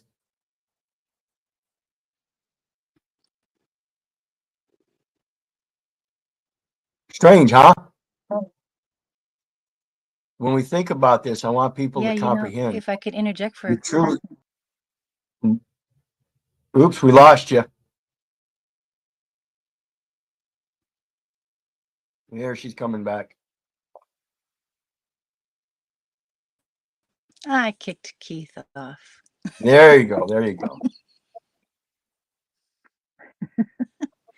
Remember when Yahusha, that's what I call Jesus, because hey, Zeus, I don't believe that he had a hard J name at that time because it's an English letter. I call him Yahusha. And when he had gone to, I think it was Peter, he said he was called Simon, son of Jonah, Bar Jonah. And he said to him, who do men say that I am? And he answered and said, well, some think that you're a prophet, some think that you're John the Baptist. He goes, well, who do you say that I am? And he says, well, you're the Christ, the Son of the living God. And Yahusha said to him, I'm changing your name right here. Changing your name from Simon Bar Jonah to Peter, to the rock. Because that rock of revelation that he received from the Father. He said, no man has told you that, what you just said, but the Father in heaven revealed it to you. And I'm changing your name. Your name is Peter, the rock. It's that rock of revelation that comes straight from the Father to him. And the thing is that the religious system went and like kind of, what do they call it, bogarted on that, saying, oh, okay, so we're going to claim to be from Peter because he's the first pope, and we're going to, put a whole bunch of people in secession here to say that we came from Peter, and therefore we are validated as your authority. We're going to change all the, take the Hebrew out, Yeah. and take the calendar out, and change the calendar and the times and the days and all that stuff. But I Yeah. And think what's interesting is that, go ahead. well, that's when they built the What do you Vatican guys say? on St. Peter's Basilica. And that the Vatican, folks, whether you like to believe it or not, is the commercial center of the world. And they built it on top of St. Peter's Basilica, and that is the obfuscation of the very rock of redemption. Exactly. People think they got to buy their redemption. The Vatican, in the Unum Sanctum, claims the lives of the souls of all living men. Gosh, that seems like blasphemy against the book of Isaiah, specifically 43:1, where it says, I fear not, for I have been redeemed. He has called me by thy name. I am his. Those are haves. I have been redeemed. He has called me by thy name. I am his. So 44:5 says, one shall call himself, or one shall say he is the Lord's. One shall call himself by the name Jacob, and another shall subscribe with his hand unto the Lord and surname himself by the name Israel. Yeah, goodness gracious. That's that renaming of the new name. Jacob renamed Israel. Abram renamed Abraham. Sarah renamed Sarah. When he takes And upon in the the book new of name. Revelation, it talks about, I don't know exactly which chapter it is in the book of Revelation. Maybe you could Google it or look it up or do your little thing there. Talks about when we get that new name. He says something about a white stone. And I immediately think of when you're dead, they give you a gravestone, a white stone. But Absolutely. something about maybe when we die to ourselves, we get that new name too. And that new name, Well, yeah. only he reveals it to us. Well, and there's with the given name, the way that I interpret that was set up is you have the first given name. Now that first given name is something that everybody in the public generally learns. That's a public name. But the family themselves has a second given name that generally they call them. So Billy Bob is known as Billy in the community, but most people in the family generally called him Bob. Okay, because that was the private side. Then we became age of majority. It was up to him to take upon a new name or continue using Billy with the last name. It was up to him to now cast out a white stone, a white piece of paper, and start using that adult legal name. Would he use Billy Little or Bob Little? Would he keep his family separate and out of his business, or would he make his family part of his business? Now, the further separation as scripture goes is that you just rename yourself. This is the new name in their courts. It's all scriptural and it's all equal. It all matches. They get it from the scripture. That's why they say you can rename, you can create a new name. Samuel Clemens, Mark Twain, Tom Sawyer. Samuel Clemens is the man, as he was known in private. And then he created a new public name of which he authored things for his authorship. Everything else was the correlation of his stories in his life that showed the equity. If you read Tom Sawyer, it's a very equitable story. Go ahead, sister. Okay, so I went to this church that was in the high desert over here in California by a military base, by the way, but it had nothing to do with military or anything like that. It just so happened that this particular man, he was teaching us about, in Hebrew, it's a different type of ideology. Like we have a Western mindset, and over there's a different type of mindset. Like, for instance, there's this saying that says, I think, therefore I am. That's Greek. But the other one is, I am, therefore I think. So it's totally different. Almost like how they teach us heliocentricity, that we're a globe and we spin around the sun and go into the universes, whatever. That's heliocentricity. That's a religion. That's a theory. Then there's geocentricity, which is what is displayed in the Bible. It says that the earth is still, and the sun and the moon, they go around us. The circle of the earth is the circuit, excuse me, of the stars that are in the heavens. So I want you to think about this on the word name. In English, or in our Americanese, or whatever you want to call it, our Western society, our names don't really mean a whole lot.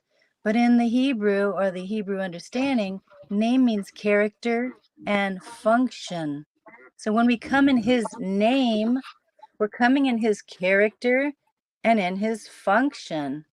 So a lot of people like to say those, magic words at the end of their prayer, in Jesus' name, Yeah, but they're and not really sometimes operating in.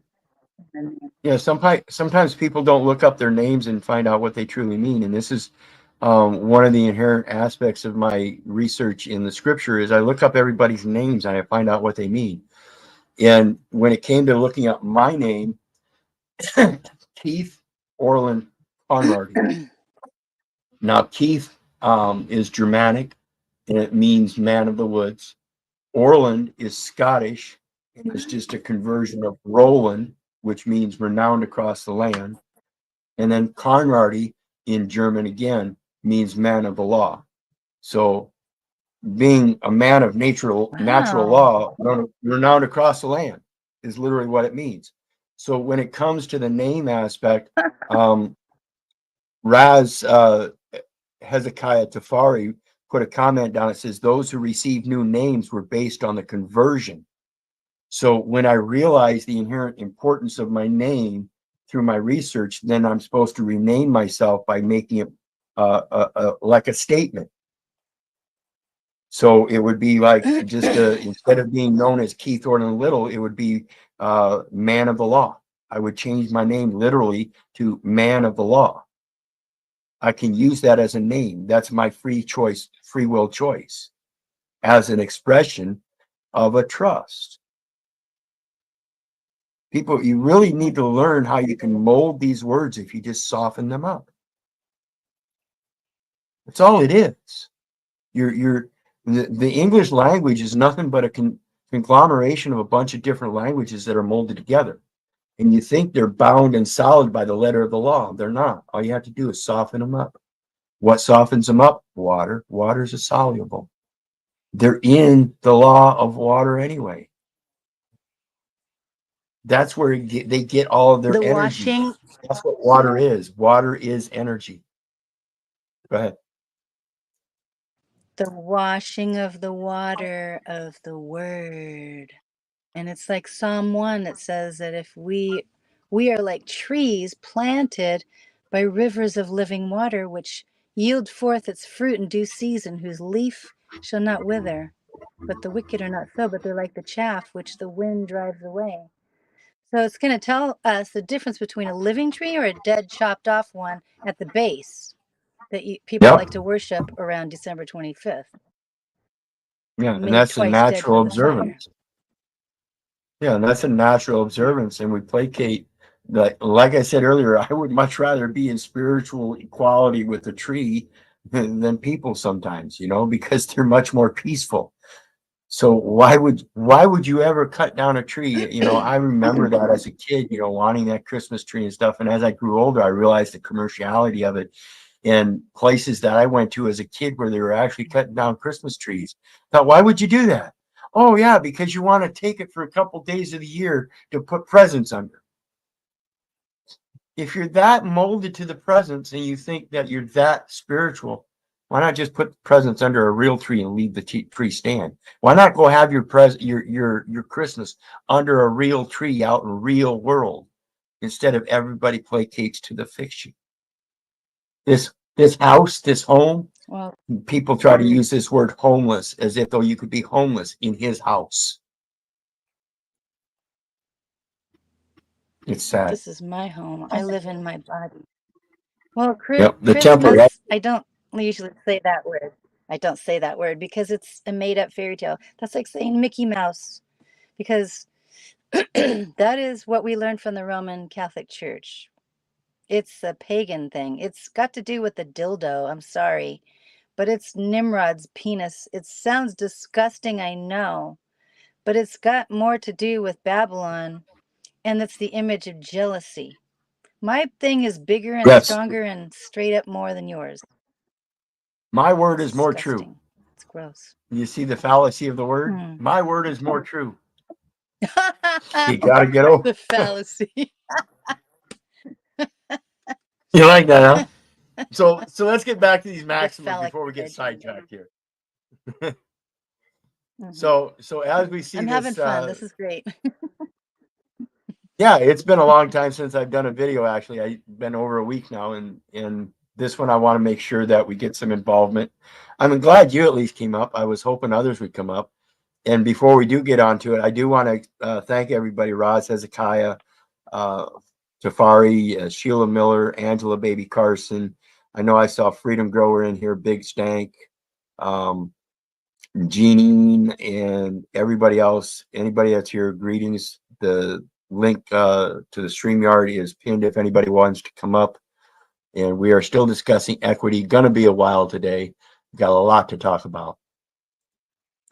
So the next one here, or before we go on, let's mention the cases because we stopped at Latches. It says, see Eason versus Whitmer, and you can look that up. That's September 9th, 2020, just a couple, 3 years ago. And then it's quoting Hayes versus Port of Seattle, 1920. So this case here referred to this case where they used the quote to impute something they were saying in this case. So there's got to be some like verbiage in this case that's going to relate to the quote right here, or the equity. Equity aids the vigilant and not those who slumber on their rights. I've been doing this research for 7 years. I'm never going to stop. I urge others not to stop. I find it saddening that our younger generations, I see a lot of them walk out the doors of that high school, that indoctrination encampment, and never pick up another book, thinking that they've learned enough to live in this world, and they don't. That's a serious wrong. Mhm. So the next one is equity imputes an intent to fulfill an obligation. And I'll remind everybody that is a military obligation of the education system under the General Education Provisions Act. It is a military obligation. Equity imputes an intent to fulfill an obligation. Did they fulfill the obligation of educating your children in a qualified manner that they could then go forth and operate in contract or trust based on their own discernment, knowing the differences therein? No, they were indoctrinated into learning the legal name construct without the actual concise English grammar, which is what the Amish will tell you. Go to any Amish center and write your name down for them, and they'll laugh. That's the legal name. Write your name. And if you know wealth better enough, you'll write down Jacob Israel with a colon or a semicolon. Near performance of a general obligation is sufficient unless the law requires perfect performance. In their legal laws of titles, you can operate without perfection. but the one that can perfect the title can remove it. There's only one person that can perfect the title. And the only way you can perfect the title is show its fallacy of the words. Sorry, I'm not a resident. I'm not a U.S. citizen. Those are impossibilities. This is Union Trust Company of Maryland versus Townsend, Fourth Circuit, 1939. This is shortly after they recognized and merged equity with common law. This one was before equity and common law, but it stated a quote,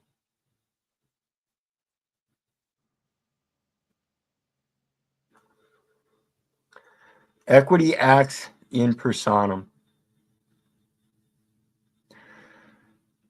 This one I have a hard time with because it says equity acts in personam. And I have a hard time with it because it says it acts in personam when actually it is only recognized in personam when required. I have a hard time. It says equity acts in personam when actually equity requires no personam. It requires no literacy, which is the only place the person resides, exists. Legacy is not something that is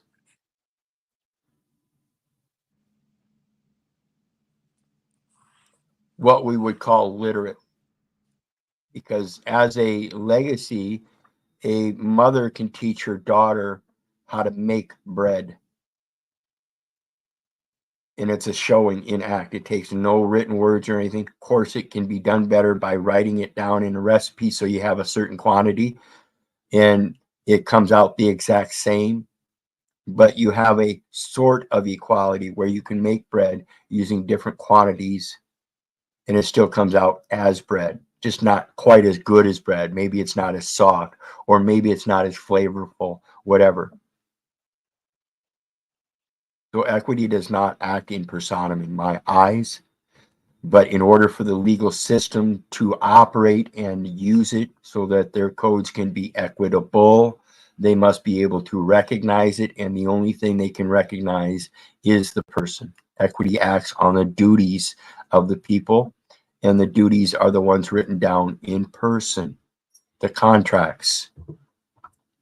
So again, the trust itself, even recognized as that of being a messenger of a message that is inherently already there, prior, which is the truth. I don't need documentation to express the truth. I don't need words to express the truth. I don't need to speak to express the truth. The truth needs no defense. It just is. Do I have a duty to appear in that court? No. That is the duty of the person. So the person must be presented. So all I have to do is mail them something with words on it that would act in equity. I do not have to appear myself, not objects. It is the subject, not the object. And you cannot object, or you cannot use me as the object and make me subject. Or equity acts in persona, not in rem. See, equity says that they can't come get you and force you to appear in these courts. It only acts in the record. It acts in the observance or cognition of the record, the paperwork. And again, I reiterate, it's the individual's name and number that identify the record under 20 CFR 402.20 or 103.103. That's benefits, employee benefits.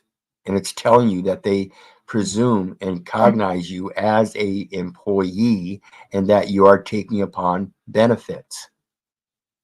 Therefore, you have a duty to pay back a benefit equally to them.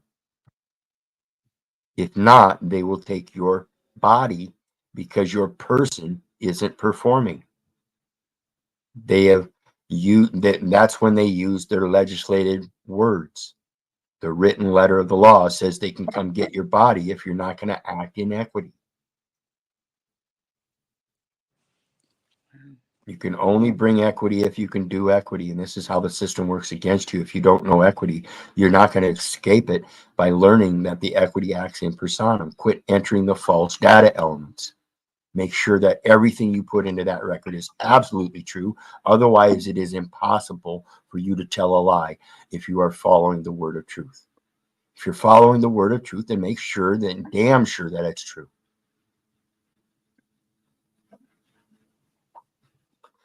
Today, the term people includes legal entities like corporations because it's a body corporate that has a board of directors to hire an attorney. So it takes more than just the attorney. It's a body greater than the attorney. And they all have to support each other through the names and numbers of the records that say they are a part of the same corporation or the same body entity. That's a people. Just like the people of a nation. These are peoples of corporations, and they operate in personam. You know that difference, don't you, Haya?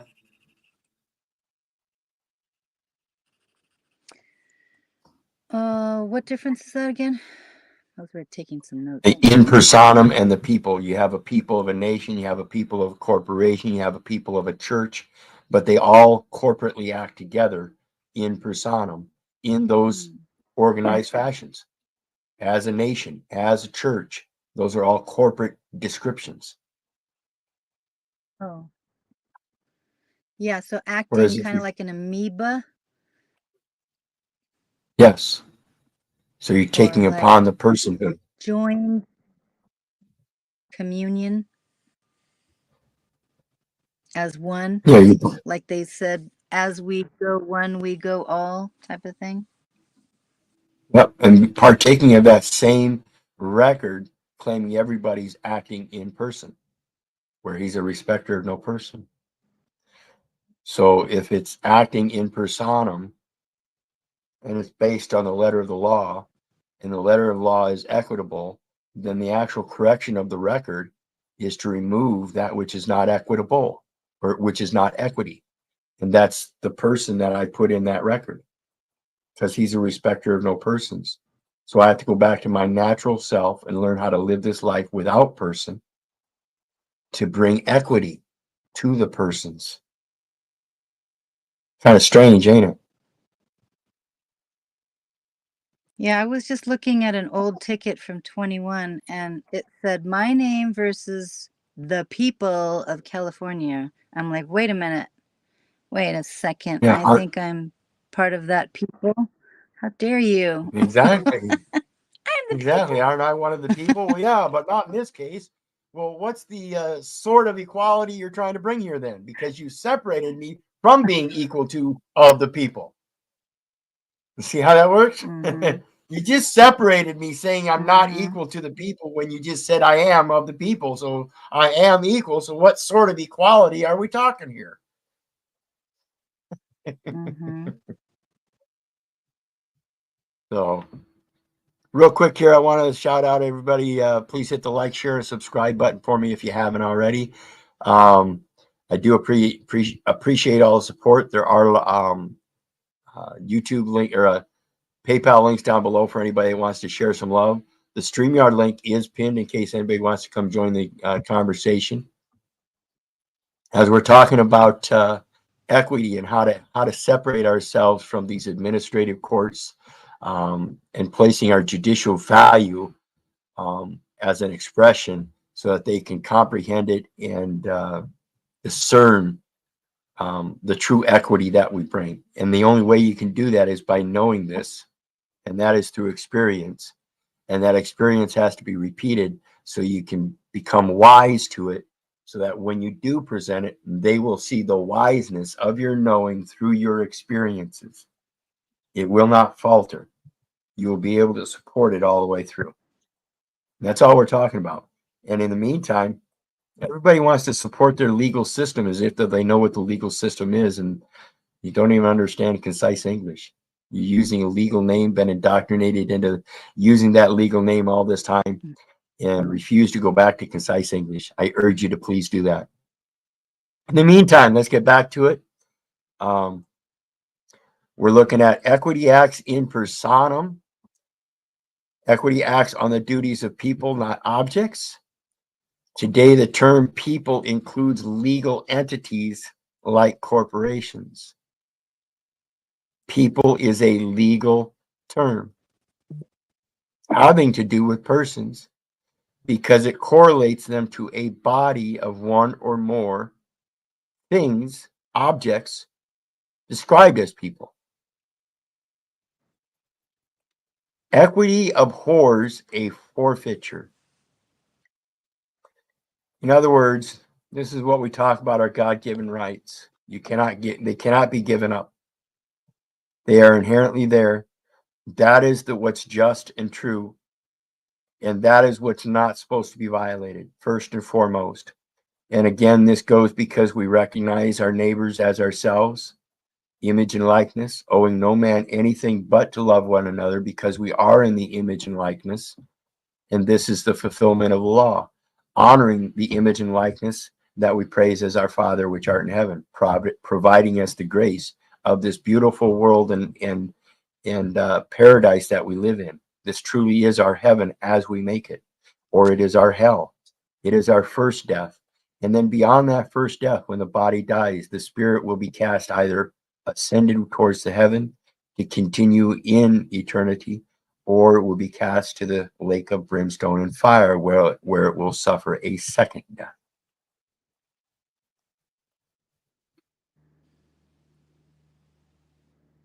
Learn what's truly rightfully yours and demand it.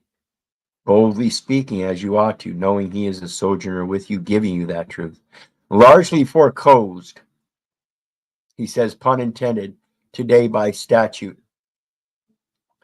And he says this, I think, because the statutes today are merely acquisitions. So it's not something that you're actually forfeiting. It's something that you're actually contracting as an acquisition. That's what those statutes are doing. Those are contracts. So it's not seen as a forfeiture. When you recognize that you were the one that forfeited your right to act without person and be able to live your life eternally in equity and not to live iniquity by and through person, and realizing that you are the Lord's and you are supposed to call yourself by the name Jacob and subscribe by the surname of Israel, then somebody negated to teach you, and that was your mom and dad. My people are destroyed for lack of knowledge. Mom and dad learned from the same public education system.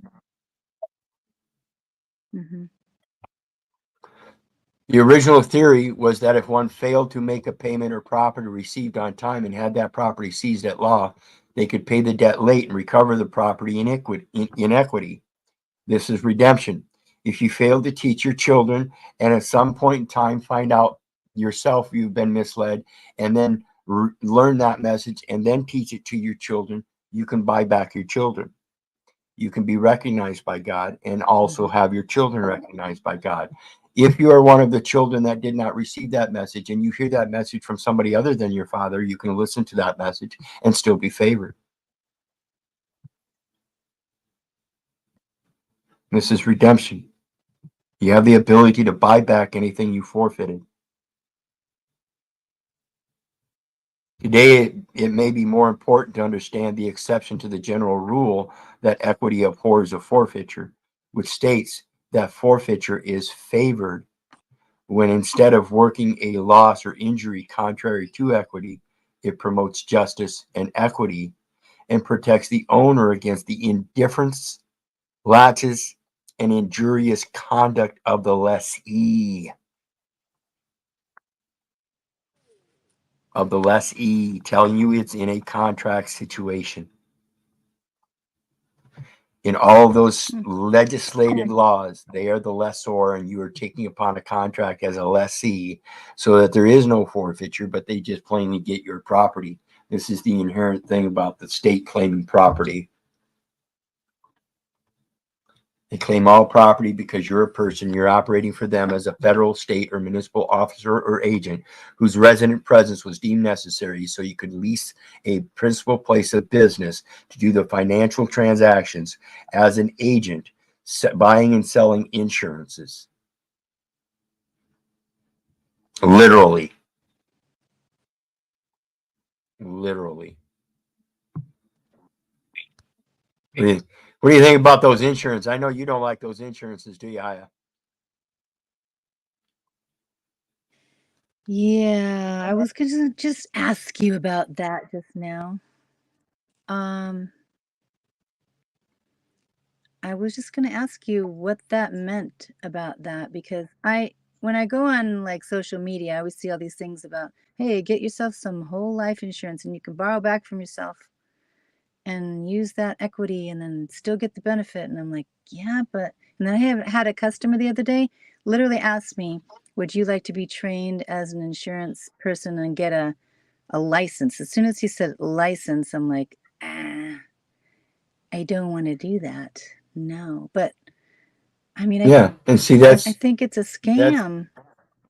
it is. It is. Read the Postal Service Reform Act of 2022, and you'll find out that 90% of it is about buying and selling insurance. And again, all of these administrative courts are posting their accounting of the events as recorded in their files. You see how that worked? All of these administrative courts, Mm-hmm. that's all they're doing, administer, they're adding onto, and that's why they have to record something extra than what already is patent and observable. Why would you want that? So what they're doing, and another thing, folks, when we're dealing with these courts, if you understand the term judicial officer department, which I've stated many times, that is a neutral and independent forum within the United States Postal Service. Again, the administrative courts are doing nothing but posting the accounting of the events as they are recorded in their files. And the judicial officer department is a neutral and independent forum within the United States Postal Service comprising of the judicial officer, the administrative law judge, and the Postal Service Board of Contract Appeals, telling us it is nothing but the contracts. And if you sign your name on a document, as it says in trust law in the trust code in Iowa, it's an instrument. An instrument is a signed document, and that means it's an instrument of trust. And therefore, if you're going to sign an instrument that is being utilized by the government as a utility, then you need to know the correct capacity in which to sign it. Benefactor, full colon, stop. Keith, full colon, stop. Nothing else. Because if you put that last name on there, you're using a legal name. You're using a latch above and beyond yourself. You're using a family name, whereas yourself is nothing but Keith.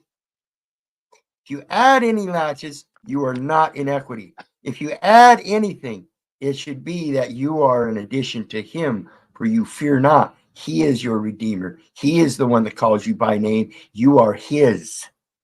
Do you understand us?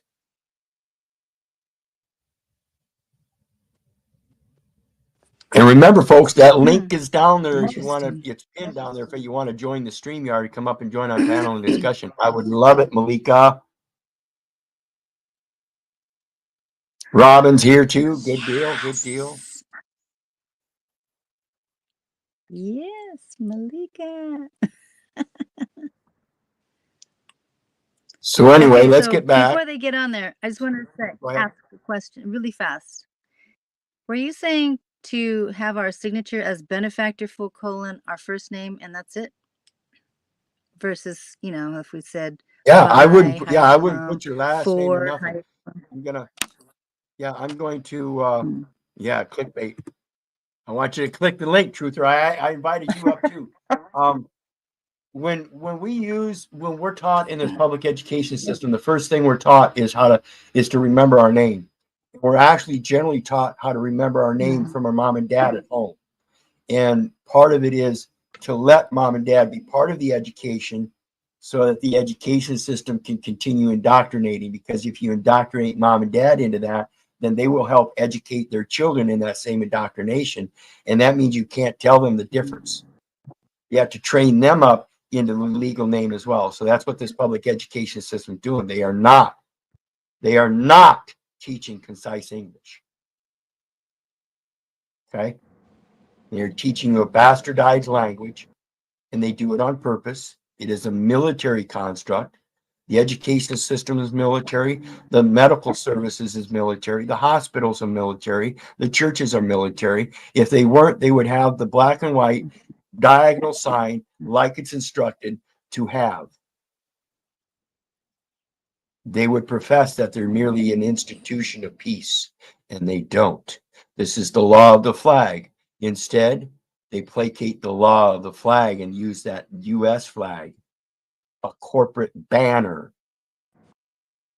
that uses forms, paperwork, known as Battle of the Forms. Malika, the link is there if you want to. I just dropped it down. It's also pinned at the top. But these are known as Battle of the Forms. Last name first is military. That's the admiralty side. If you see anything that says little comma Keith, whether it's uppercase and lowercase or all uppercase, it's military. It's the admiralty side. If it's maritime, it's going to be the first name and last name, and it too can be uppercase and lowercase or all uppercase. It can use a initial, both admiralty or maritime, whatever. The middle initial, middle name really means nothing.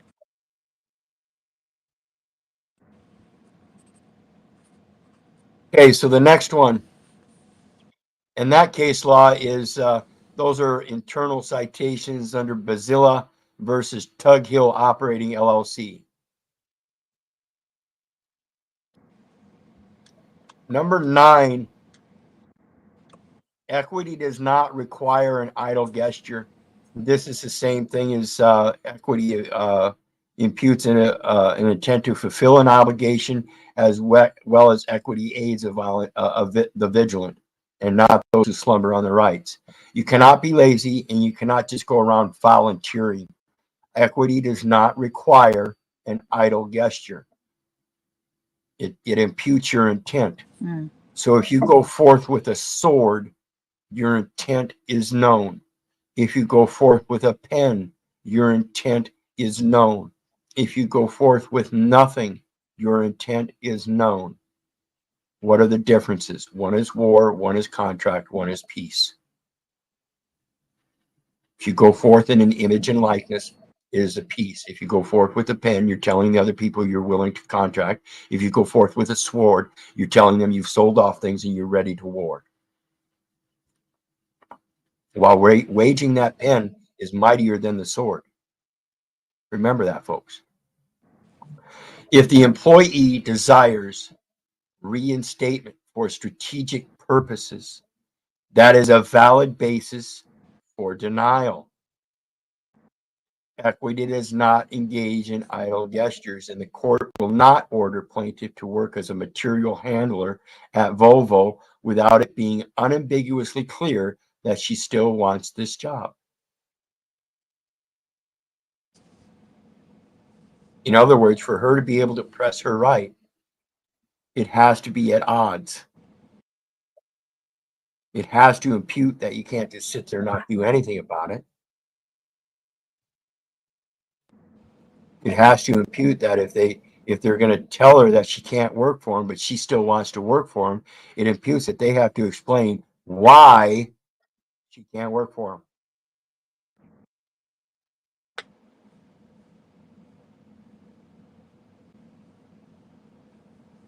He who comes into equity must come with clean hands. This is the repentance factor. We're going to speak on this a little bit.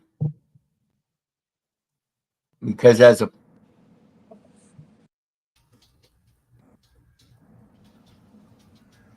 your guest, Truth or Cop, is on Android, so please be aware of echo. Truth or Cop, please, I know you're respectful. I have no problem with you being on, but make sure you keep your mic muted when you're not speaking, otherwise we get echo. We have been warned. You have been warned. Welcome, brothers and sisters. How's it going? Yeah, hopefully it's not too bad. I don't know. It was bad yesterday. Yeah, you're good there. Maybe turn your volume up, I think is all.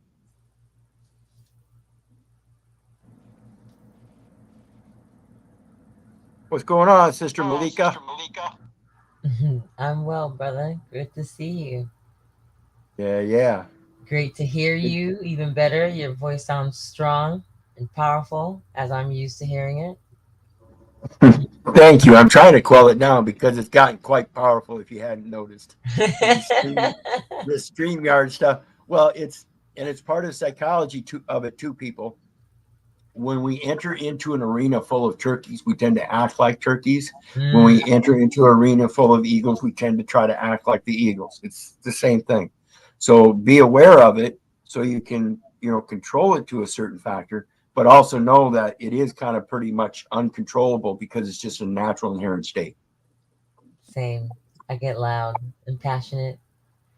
Yeah, and that's all I pose it is my passion. I want to be as true as true and faithful as possible, and that's got to be shown. It's got to be shown. So the next one, we're talking about repentance here. Like I said, the clean hands doctrine is important here as to be able to do equity. If you don't repent by recognizing what you've done first and realizing it's your own fault or where the fault is so you can correct the fault, then you cannot attain equity. You have to fix yourself first. This is the part about know thyself I mentioned earlier. You cannot recognize an image and likeness until you know thyself. And when we go around acting as these mischievous people that we do, and I want to let you understand, this is my recognition. I was the mischievous one. I was the fucking fool. I was the bitch ass slave. Think about it. I'm the one with 93 fucking cases.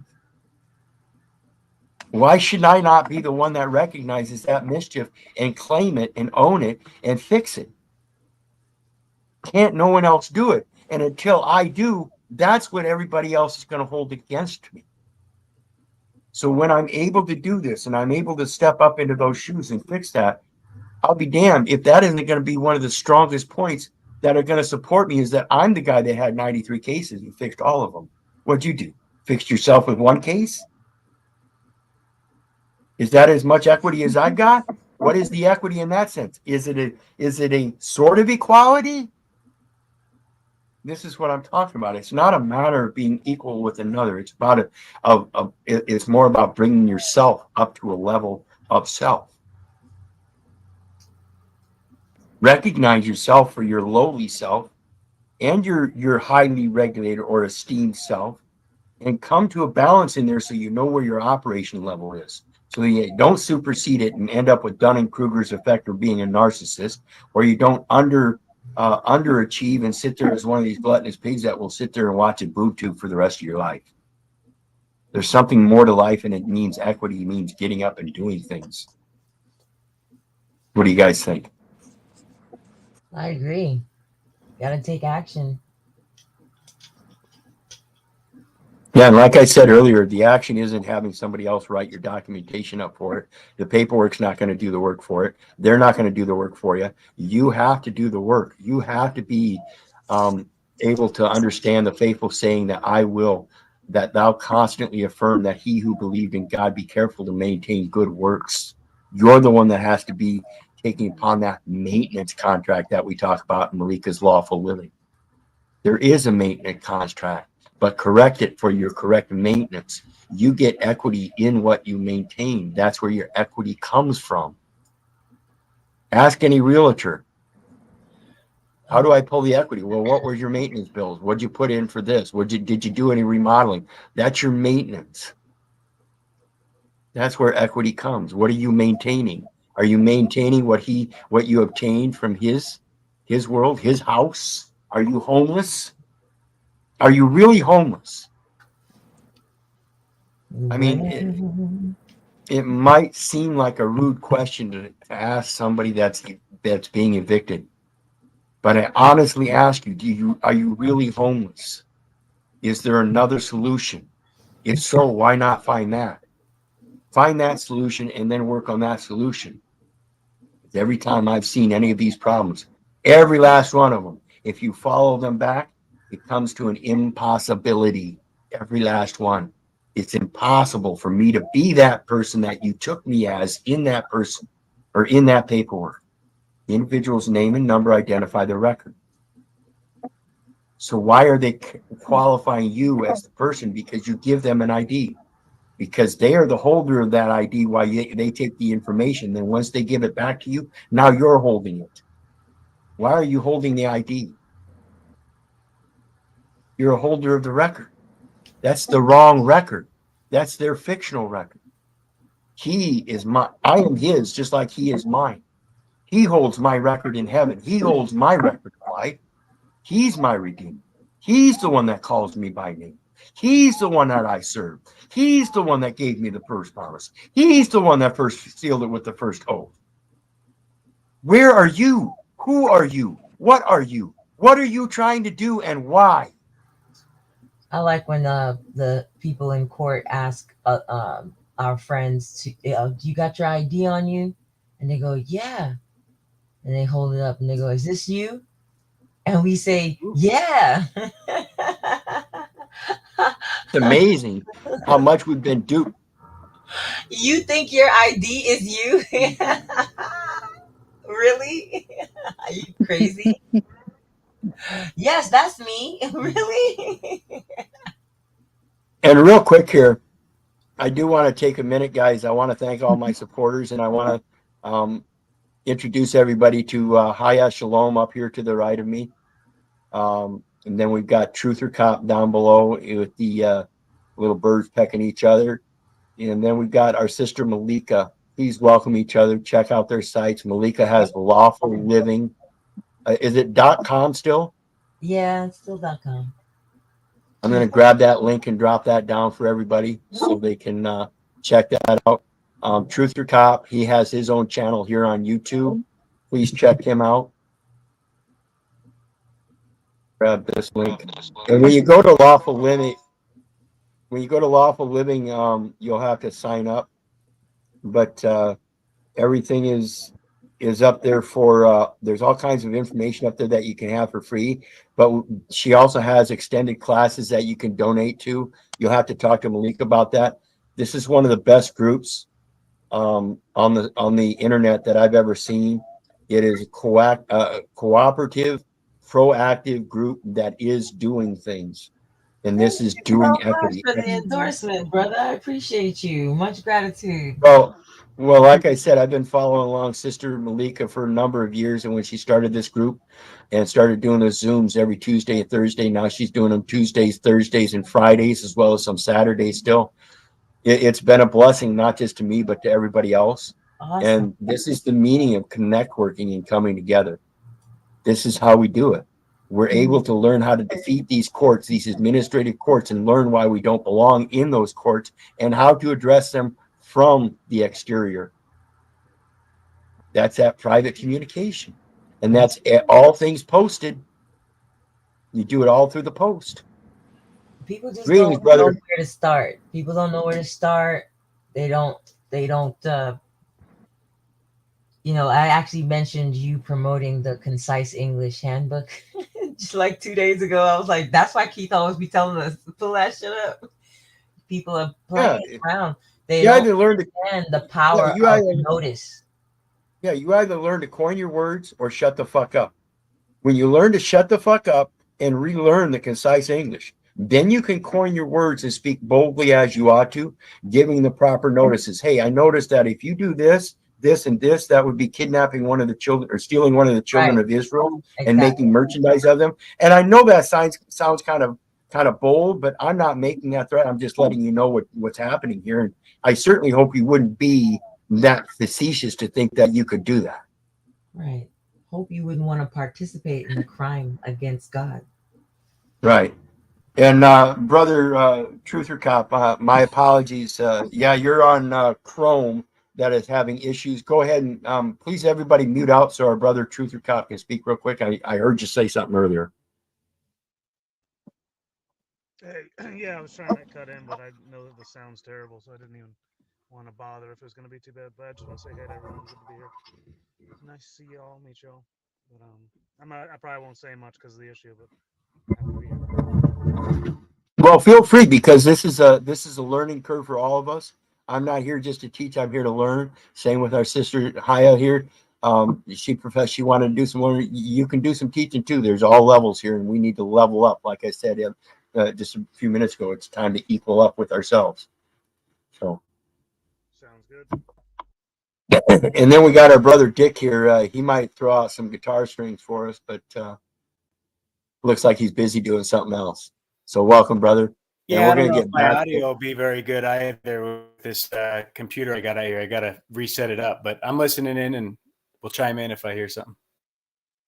Awesome. Glad to have you here, brother. So let's get back to the equities then, because the next one here, like I said, he who comes into equity must come with clean hands. And that's that repentance. And when we find out the reality of the repentance is realizing our own redemption, and the power in that is that now we can move forward and redeem others. So again, it goes to Hosea 4:6. My people are destroyed for lack of knowledge. The true benefit, folks, is knowledge. And the true benefit of the knowledge is through experience. And the forthcoming of that experience is the wisdom.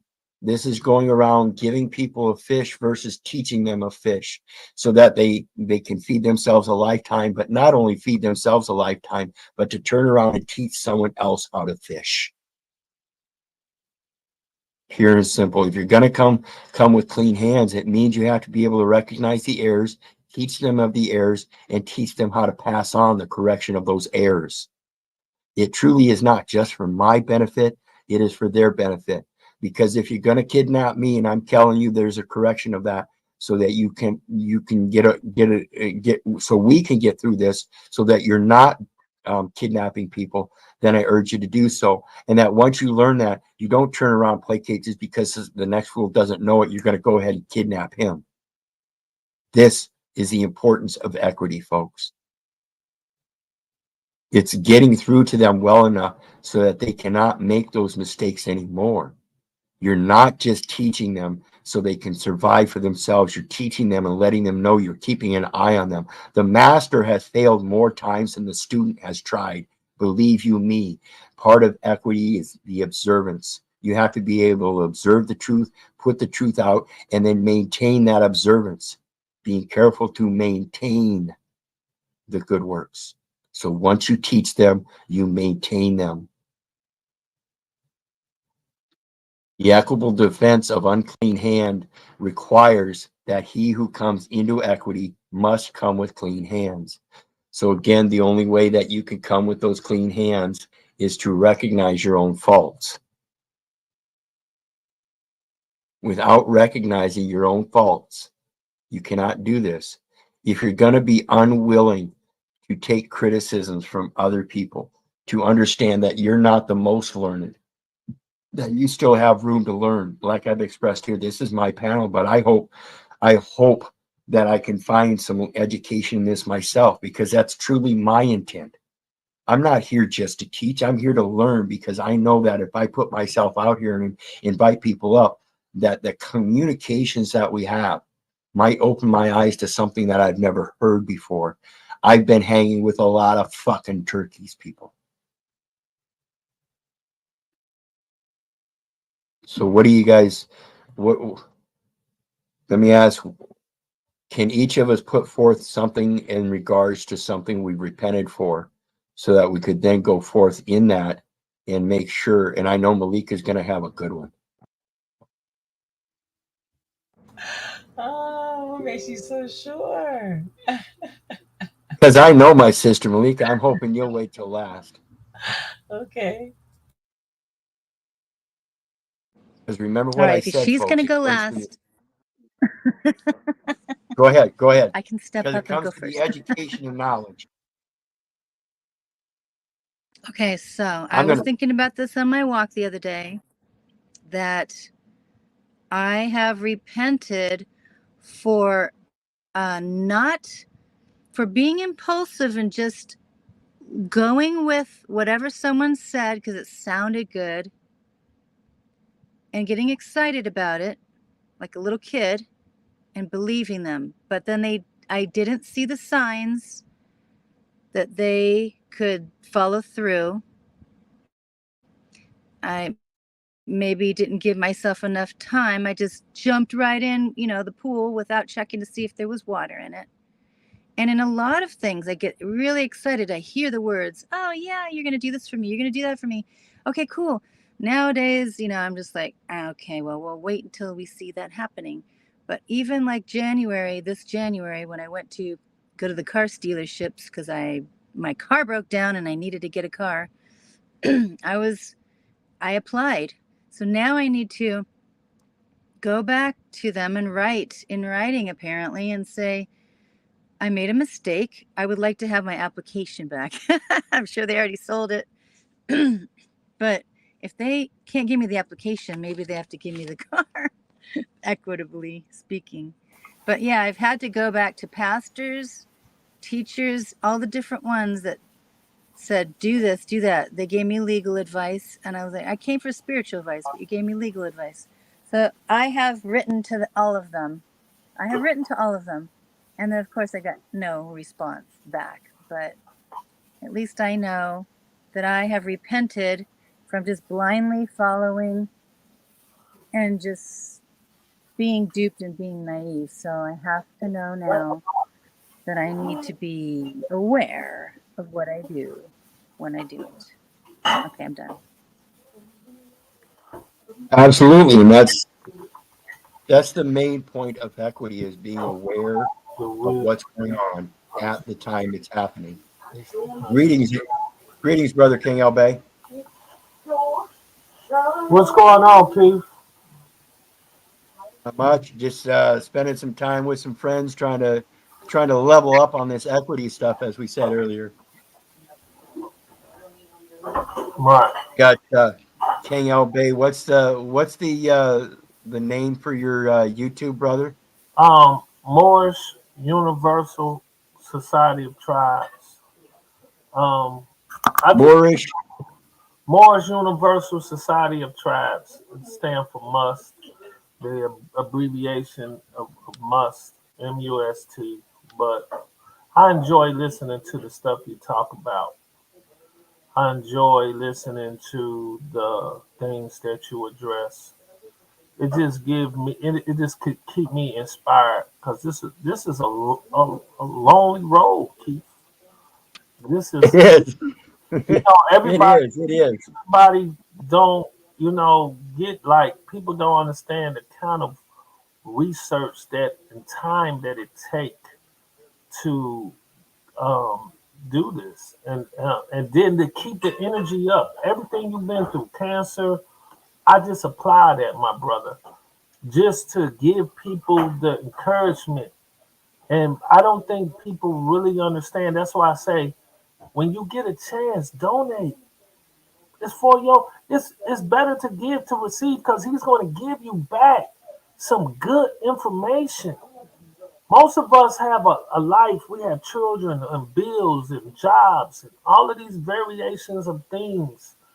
And for him to do the amount of work and research, to talk to the people, to give them hope and inspiration, to give people drive, to give them vitality through a source of information is priceless.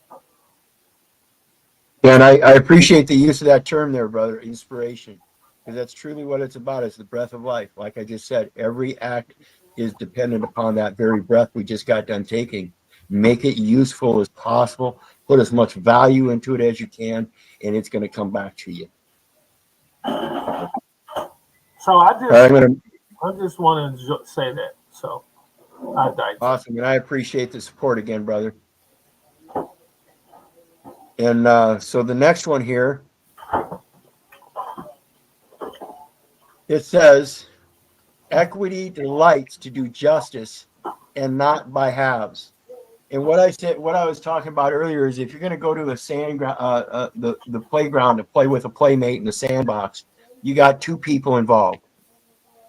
So equity acts in personam as those two people interact. As those interactions go, there's a recording, a record, an observance, and a foretelling or an aftertelling. So at the remedy stage, a violation having been established, it may be appropriate to resolve marginal doubts against the wrongdoers. So, say Tommy is down at the playground with Johnny, and they're playing in the sandbox, and they got their diggers, and somehow Johnny splashes sand in Tommy's eye, and Tommy thinks it's so bad and terrible, and he wants vengeance, and he's mad and he's upset. But Mom's standing by and has to explain to him in equity that, Tommy, Johnny didn't mean to do that. You don't get to throw sand back in his eye. That's not equity. That is a sort of equality, but it is not equity. See where that comes in? Equity delights to do justice and not by halves. This is where we get our thing that two rights or two wrongs don't make a right. Okay?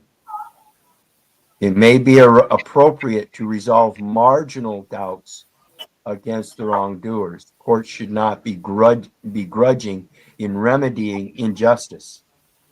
Equity delights to do justice and not by halves.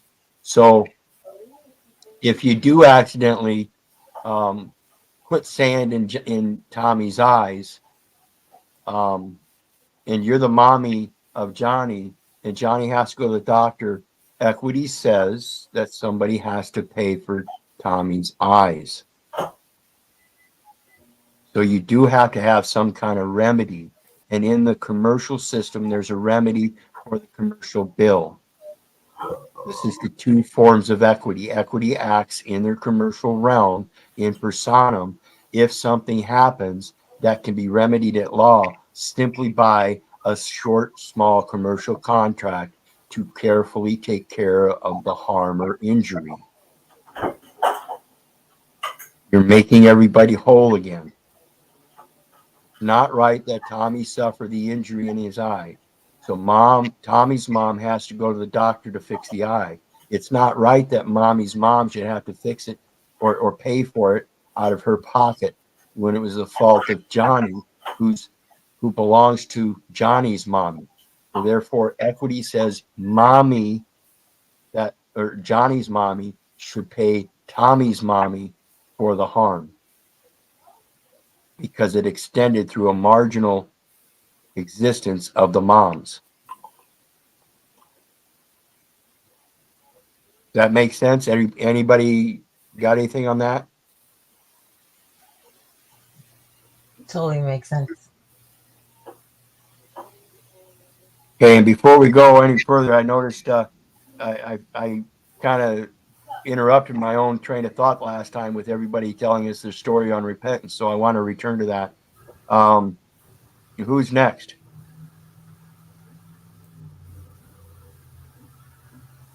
I'm gonna go grab my mic. I'll let somebody else go so my audio comes through better. All right.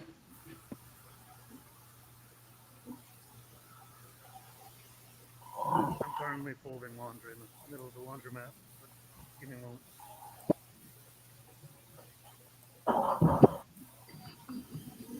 All right. Well, tell you what, before we get on to Malika, then I'll tell you mine was you know, the first thing on my record was a second-degree robbery back when I was young and 18 and thought I was had the world by the tail. You know, I'd been spent all my life telling people, "Fuck you, you ain't my daddy," and here I am now. I'm age of majority. Now I can go do my own thing, right?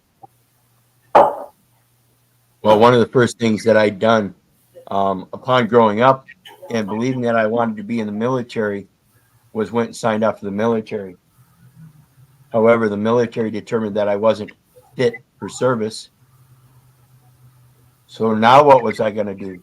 That kind of destroyed all my plans. So now I was bored and I got myself into what I call mischief and started doing things that I shouldn't have been doing. And I got caught up in a second-degree robbery. Part of my repentance was pretty forthcoming right at the time, because what happened was it should have just been a fifth-degree theft. I just simply snatched a money bag and ran off. There was no assault. There was no weapon. There couldn't have been any real fear, but yet that's what was posed in the court, and that's what was used against me.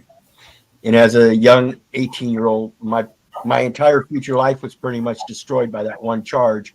But that was because of my own idiocy and not knowing what equity was and not acting in equity. So I have to accept that. And so in my repentance, I realized one of the things I needed to start learning was the language of these courts. And part of the language of these courts is that English language that I was learning that still wasn't the concise English. I didn't learn this until many years later. But the repentance I had in my heart was that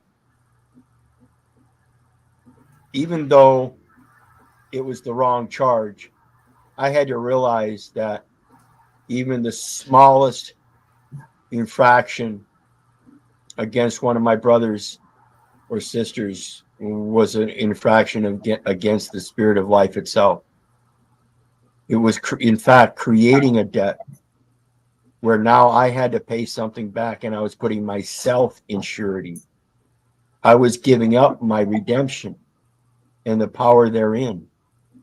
And again, it took me many years to learn this, but that's my true my true repentance now, is realizing I'd given up my power of redeeming others by being the very example I was supposed to be to begin with. And I knew all along. For crying out loud, I grew up a Boy Scout. Again, not to placate that something holier than thou or anything, but the morals that they put in there is based on merits, and that's why they call them merit badges. And merits literally means spiritual credit, but yet Boy Scouts is a military construct. So, what about you, Dick? What do you got for a repentance story? And then we're going to go on to Malika. So, about 15 years ago, I had really bad digestion, and I had to repent from gluttony with food. And interestingly, that spiraled into me learning how to discipline myself in a bunch of other areas in my life. So it was a real blessing that opened up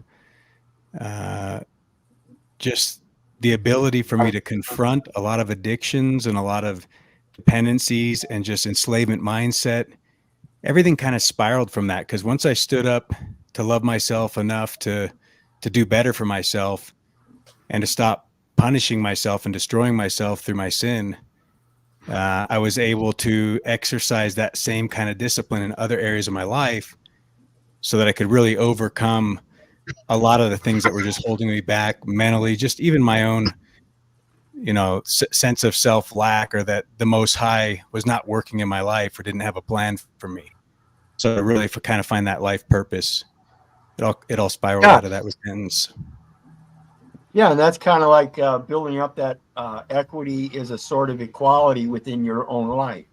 It's a sort of equality of being able to equate this aspect of your life with this aspect of life, and being able to level up in both, and then being able to compare them with other aspects of your life so you can level up in them. It's all about leveling up so that your cup can overwhelm with your wisdom of doing the things that you know you repeatedly do over and over again with success.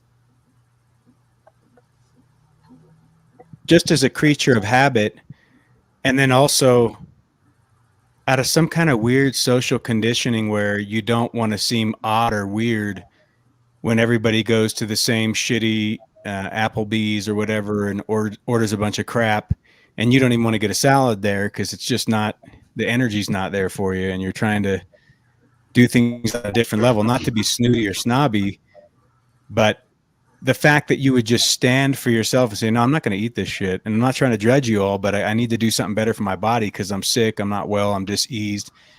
And at that point, I didn't realize there was other components. I thought it was just the food. Now I realize that was probably 30%. It was more probably mental and just my own like lack of ability to deal with stress. Yeah, But absolutely. And that but- again, though, comes down to your chemical balance, though, because Yeah. that will deal Oh, with definitely. your physiology and psychology. Oh yeah, 100%. No, you're right. Just like one domino affects the next, and all of a sudden you start seeing the chain reaction of how all these things are affecting you, and how you can be autonomous and take accountability for it. Yeah, and that's heal thyself. See, everybody thinks they're healthy. No, it's heal thyself. If you have a healthy self, then you know thyself. And to know thyself, you know what's good for thyself and what's bad for thyself. You know what's right for thyself. You know what's wrong for thyself. Period. Truth or cop? What do you got? You got anything for repentance?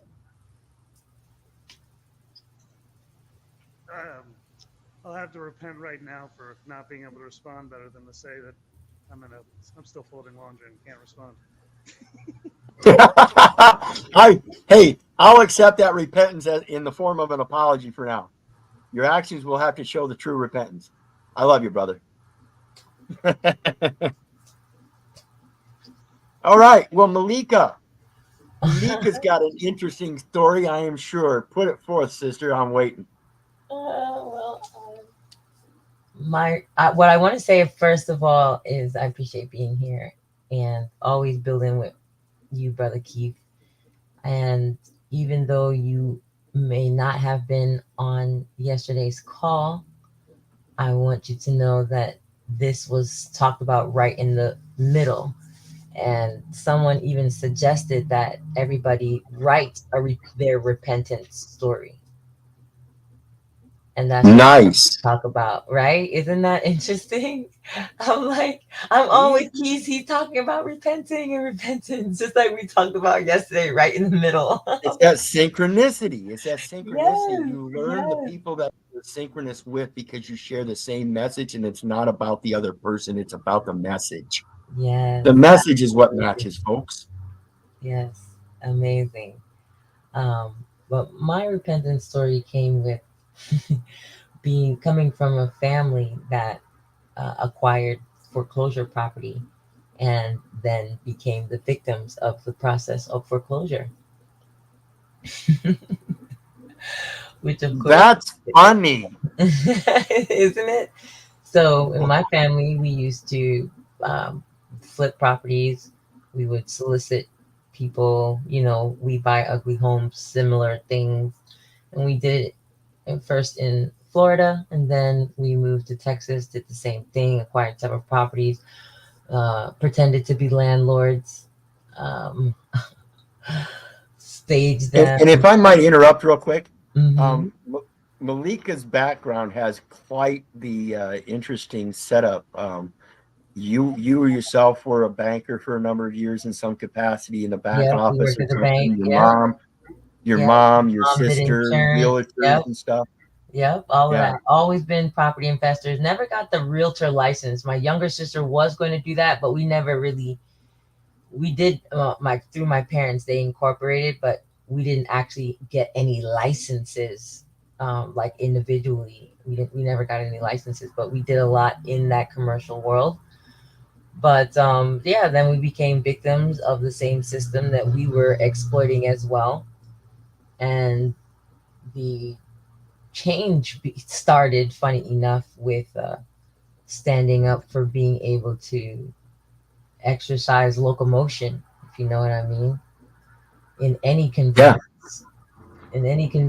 land, sea, air. And of course, since then, being around 2013, yeah, it was about 10 years ago. One of the first things we did was get some license plates from our friend-in-law, Trent Goodbody. And Yeah, there's an interesting thing real quick. I want to interrupt again, Malika. yeah, James Trent Goodbody used to do IDs and um, travel plates and stuff, and he sold it out, and Malika now owns that, and she is doing all of that. Another great aspect of lawful living, like I said, connect working and the synchronicity of actual remedy that is being used. How long have you been using those plates, Malika? 10 years. I actually There opened you go. I Hallelujah. actually opened my email for the first time on a live to show when I ordered from Trent. I never actually opened it until this year. Yeah, and I Because remember that. so, I remember yeah, that I post. opened it up and I think I was order number 50 total. Yep, flexing them in that white shirt, and looking with that huge ass smile. Yeah, yeah.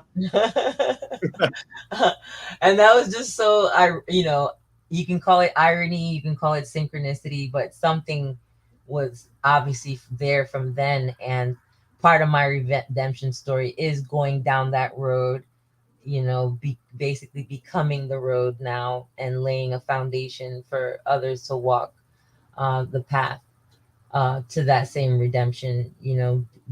My job in the family business, if you will, was marketing. And so I not only did it for, my parents' business, but I did it for myself and of course other people as well. And then, I just started learning that I too have not been reading the things I was signing. Yep. And that's what led me from just the traffic stuff and conveyancing and things like that to being like, wait a minute, once you understand the principles, you start to comprehend that this is what underlies all things. So I just went from the um, the the Lord shall protect thy goings out and comings in, and just Yeah. expanded it to like everything else, including, the retail installment agreements for cars and the alleged mortgages for homes and things like that. And you start to see that it's all just based in our imagination of how we think Yeah. the The world entrance works in and and out of the jurisdiction. how Yeah, the words entrance in. work. Yeah, the entrance in and out of the jurisdictions and stuff. And real quick here, I also want to point out, folks, this is the sister I always talk about with the world passport and the redress number. They gave her a redress number to use in all future instances of what misidentification. Yeah, yeah. And that's exactly what we're talking about. It's a misidentification, not just by them, but by you. Once you realize that you have to know thyself, Yeah. then you can heal thyself. And the healing is in the words. They Yes. are so very important. Yes. And that's why I connected with Keith as well when, just focusing on the words and the terminology and getting rid of the misconceptions of what you think those things mean. Yeah, and when it goes real quick here again, you mentioned the Lord shall preserve thy going out and thy coming in from this time forth and even forevermore. And that's that world passport. Mm-hmm. That's the entrance and exiting into each and all of those different jurisdictions. You do not need it. The Lord shall preserve thy going out and thy coming in. Just know what you're going into before you get into it. Yes. So redeeming begins with taking responsibility for getting ourselves into these situations in the first place and not always looking to say they tricked me because they didn't give me disclosures. And you realize that even when you got those disclosures, did you read them? And if you did read them, did you comprehend them to the point where you can recite them? Or were you just thinking it was a formality and just signed on the line that said, I have read and comprehend the foregoing facts that are true and correct to the best of my knowledge. Blah, blah, blah. Did you just sign it or did you mean it? Exactly.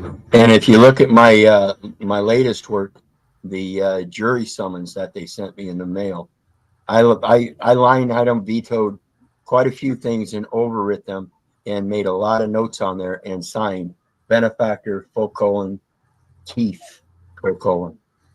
And I know exactly what I intended in all of those elements, and it is the initiation of removal for federal removal for federal question, diversity of citizenship to a court of equity for variances from categorical pretreatment determinations that are fundamentally different in nature. I am not the Why person. not do it as a writ of review of whatever this court, the law, or whatever they are said? Well, that's basically what it is. It's a writ of review for corrections. Right. Yeah, that's all we're doing is correcting the record. That's the only way you can do equity. You can't come into equity with clean hands and say that you're going to accuse somebody of committing a crime. That's not equity. That's not making all parties whole. Right. Can So, I add to that? A part of equity is being well informed. That's a part of right. it. When you come into court, you have the right to be well informed. So a lot of times when people go in there and you ask, people just not asking the right question. It's open sesame. Right. A lot Yeah, of and this is why I say it's important to learn how to form your questions. You have to be able to understand what you're looking for in order to form the right question to get it. This is yeah. imperative to know that it's my right to express the knowledge that I have, and it's just as important of your right to know. This is the most imperative right there is, the right to know. My people are destroyed for lack of knowledge. That's the simple basics of all equity, all benefits is knowledge. And when it comes to Dre Vasco's comment, it says the commingling we must be aware of. You commingle and they slap you back into their jurisdiction. And we're going to talk about that with the Child Citizenship Act here and after a bit, as well as 26 USC 1031. Malika will recognize that. That's that subsection H. Property in the Property in United the States United States, right? unlawful are not of like kind. Not of And that's like kind. not of like kind. We don't belong in these courts of law. We belong in a court of equity. Period. That's the commingling. As soon as you're born in that spell of illness, it's illicitly entering you into a court of law in personam. It's So let's get back to. it's not Go ahead. necessarily their jurisdiction versus our jurisdiction. All is ours. It's really Correct. about standing in an equitable jurisdiction versus any other kind, for example, commercial, maritime, admiralty. You know, all of it is all the courts are ours, and a lot of, in some states, or most that I've seen, the courts of equity are not distinguished from other courts. It's all about the pleadings. Are Right. you coming with equity? Then they'll put on their equity hat.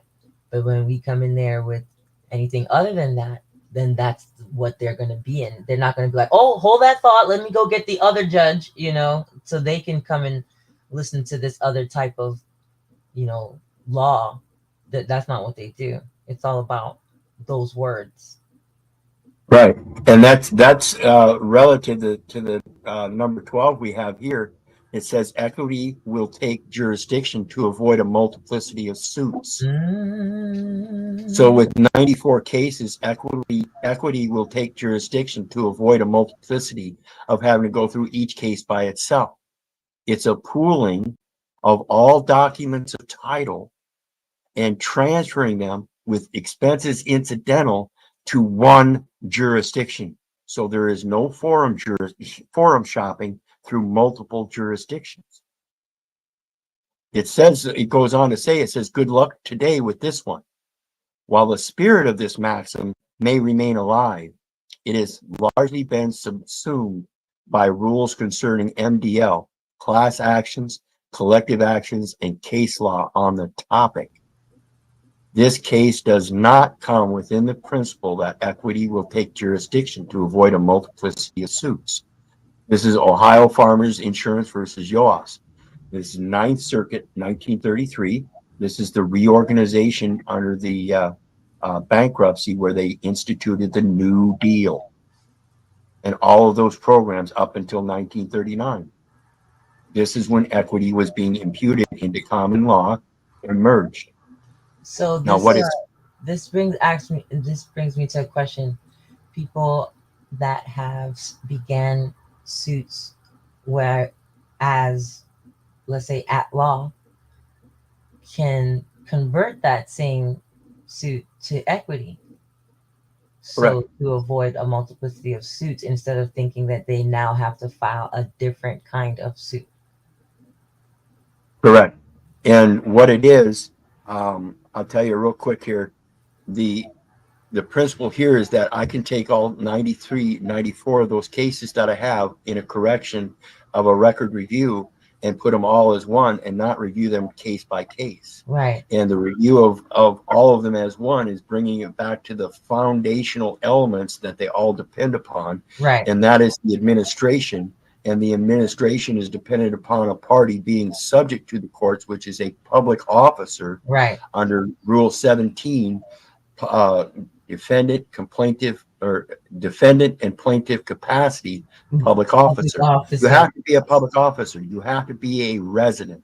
That one term, along with the United States citizenship being impossible, creates an impossibility for all of them. Thus, they must be put together for that one element because they're all impossible.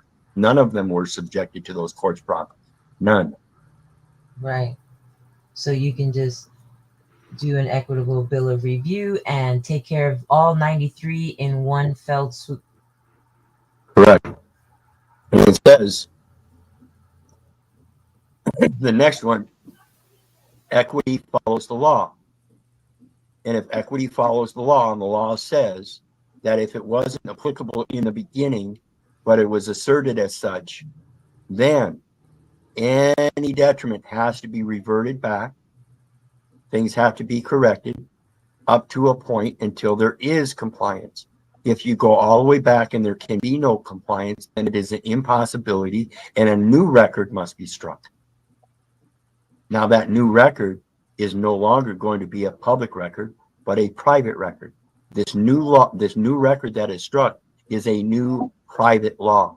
You each have the ability to extend your own message, your own way, your own word, as long as it is equity, as long as you come with clean hands, as long as you come with a pure intent to make sure the words are true. That's it. Where a rule of statute law is direct and governs the case with all its circumstances or their particular point, a court of equity is as much bound by it as a court of law. What this is actually saying is that in a court of law, everything that is bound there is also bound in equity. This is why I tell you, their laws come from the scriptures. The scriptures come from the observances of what was just and fair by the very people that wrote them. They stand to this day as reasonable and logical factors of equity because it is naturally inherent that we owe no man anything and we should justly and rightly treat each other fairly and equally. Again, like I said earlier, if I want to go out and play football, I better make sure I'm playing football with people that are about my own size, my own capabilities. Otherwise, it's not equal and there is no sort of equality. I cannot act in equity. This is the fallacy of having these men, these transgender women,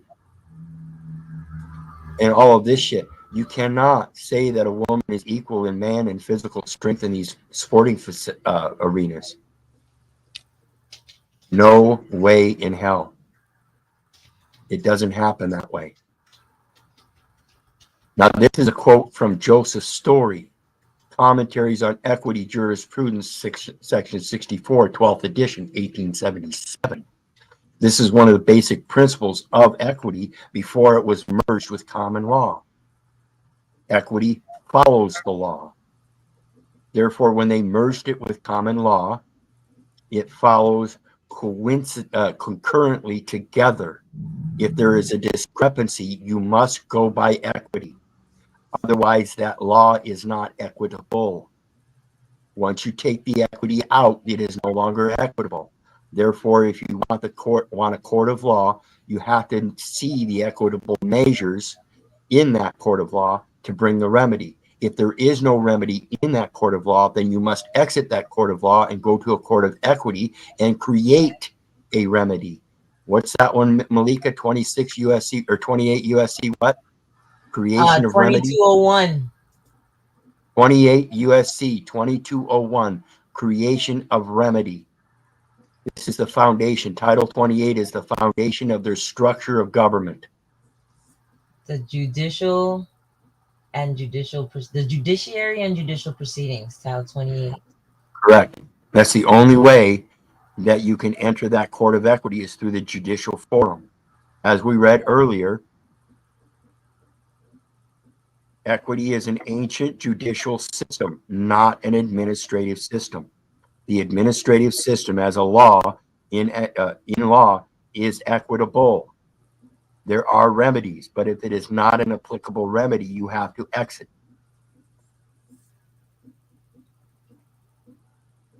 So let's go on to the next one. This is relative to idle gestures. Equity will not assist a volunteer. You cannot make volunteer gestures. It cannot be idle. You have to put equal consideration into it. An unjust enrichment claim will not lie. However, if the benefit is conferred by a volunteer or intermeddler, so what we've been doing is we've been volunteering and intermeddling with their public record as private people, not knowing we are private people because we have been indoctrinated in personam to believe we are the person Keith Little in the legal name constructed form. It's a fiction. That's why they don't hear you. That's why they don't see you, because you're acting in personam without bringing the equity side. You don't know that there's in personam an equitable remedy, and therefore they're bringing an offense, and you're standing up as in defense. When all you need to do is, again, truth needs no defense. So all you have to do is stand in truth and bring the supplemental facts to the record that are exculpatory and beneficial to the quote defendant, to bring him back into beneficiary capacity, making all parties whole. It abhors the equity, it abhors a forfeiture, and it does not require an idle gesture. You have to do it yourself. You have to bring the redemption. You have to be the vigilant one. You have to know what the redemption is. You have to know where your repentance has to be. You have to do all this. No one else can do it for you. In the meantime, that unjust enrichment is what's coming from it by you being that intermeddler. You go back and correct the record and show that all those fines, fees, and penalties that were assessed against you that were not assessed appropriately. Where was that appropriation? Equity delights to do justice. It may be appropriate to resolve marginal doubts against the wrongdoers. That's all we're doing. We're appropriating marginal doubts, not just against ourselves, but against other wrongdoers. And they were only wrongdoers because we were intermeddling. They wouldn't have entered the information and converted it if we'd have known the difference and just said, no, my nay is my nay, is my yay. My stop signing is the final thing I wanted to add to my repentance. Thanks to you, Brother Keith. Just stop. Yeah, whenever somebody comes to me and they're like, is there a way that I can sign this and that in order to get this remedy or to stop this from happening? It's like, no, there's no special way to sign it. You just have to realize you're not even supposed to be doing that. Yeah, it's a matter of knowing right from wrong.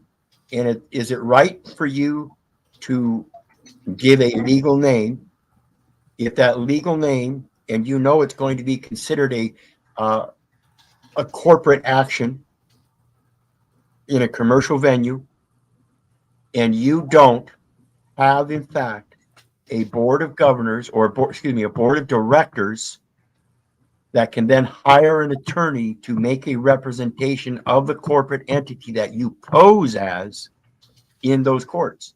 If you can't do that, and you know you can't do that, and you know that's what's required, then you shouldn't be doing that. And that's what we need to start teaching people. Those courts only administrate corporate entities.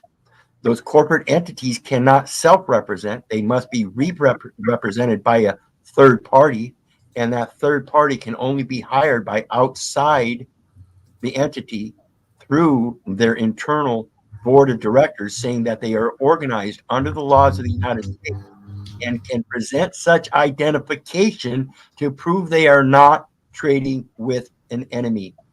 Again, a military construct. They can't give away their proprietary secrets. You're involving yourself in that documentation and in changing those proprietary secret needs. You're pushing the supply and demand of the legislated word. I urge you to quit doing that, and that the best way to do that is stop signing. They have no law that requires you to sign any documents. They have no law that says you are required to provide ID. If there is no law that says you do not, there's no law that says you must sign, and there's no law that says you must have an ID. And while we're on the subject, if they have a law that says animal includes man, it creates an inconsistency, an ambiguity, an obfuscation of the very term man. And again, I'm going to correlate it with scripture in Genesis 2:7, where it says man was formed, God formed man of the dust of the ground. And when he breathed the breath of life into his nostrils, man became a living soul. So are you a living soul, a man, or an animal? You decide. That's your discernment. The words are clear and they are very distinctly different. Go back to the Maxims. Al Saba versus World Bus Lenders LLC. And conversely, in restitution claims, equity will not create a quasi-contract as if to a promisee if no consideration was provided. A volunteer in 18th century English, if no consideration was provided. This is where we're going to talk about that county register and that real property created outside of the United States under 26 USC 1031 exchanges, where the birth clerk registered the documentation in the hospital and then exchanged it with the county registrar for consideration for its administrative record that it created under its obligation with the federal government for acquisitions of property through the legal entity. Equity will not complete an imperfect gift. So what happens here is that enumeration at birth, wherein the United States citizenship is established, wherein no person was in fact born in the United States because there is no record of anybody born in the United States because there is no registration of birth in the United States, clearly stated by the American Bar Association themselves. So the implication that the United States conferred a nationality of United States citizenship is an imperfect gift through that very enumeration at birth. And therefore that record must be struck, and it can be proven to be struck because in the enumeration at birth, that registration at the hospital where mom signed up for a spell of illness as an illicit establishment of a trust through a legal name that was a translation that wasn't known about for a military script is imperfect because there was no consideration.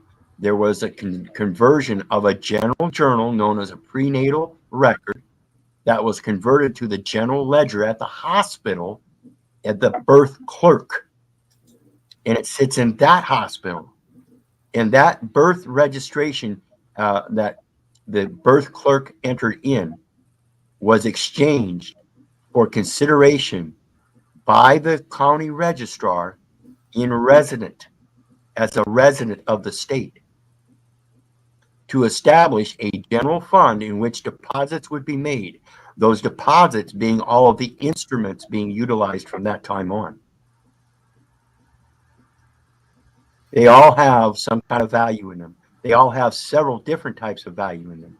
All of them have a historical value as based upon the vital statistics.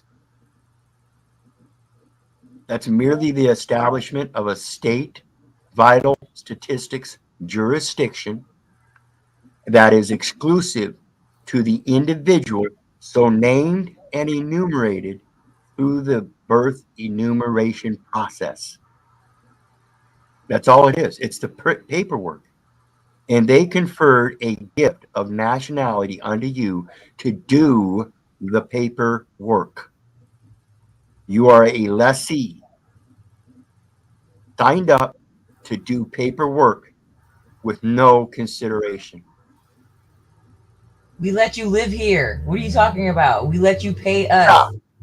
Yeah.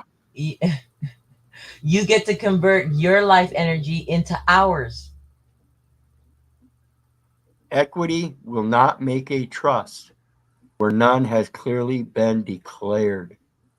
Ooh. A defective or imperfect gift will not be converted into a trust. So I want to ask everybody, in these courts of equity, or these, administrative courts, if it's an administrative court that is dependent upon the fact that there is no living will to administrate the estate of a person who is in fact alive, is that accepted by the courts as a gift?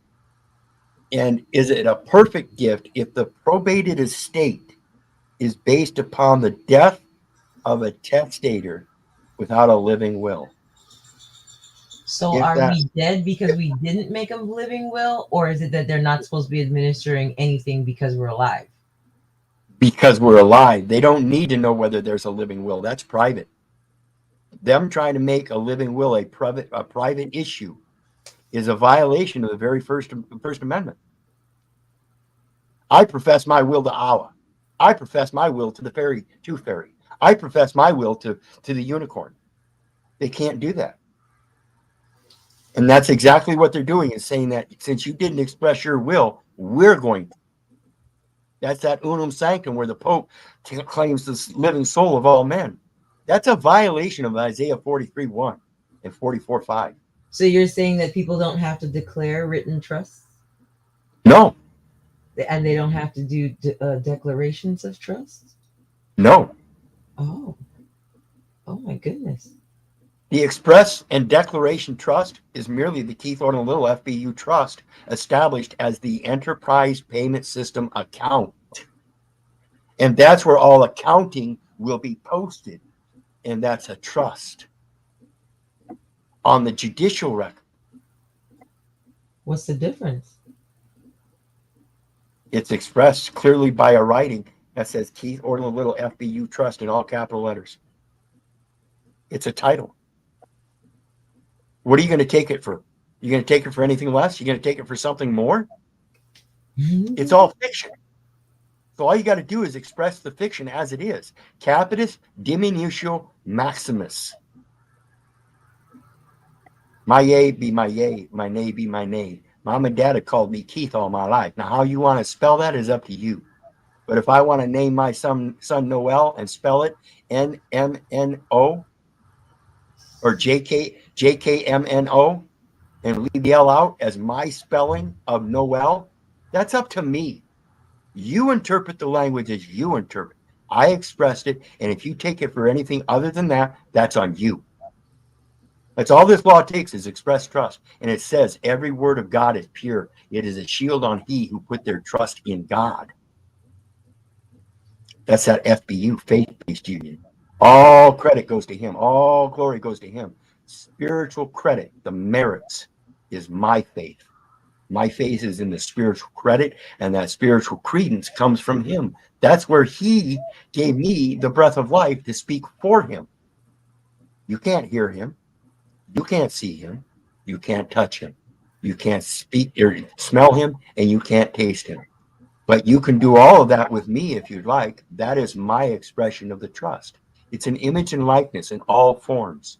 And if I wish to do that in the written form, I'll do it as close as I can to the words he has written on my heart. Okay, Nothing else. hallelujah.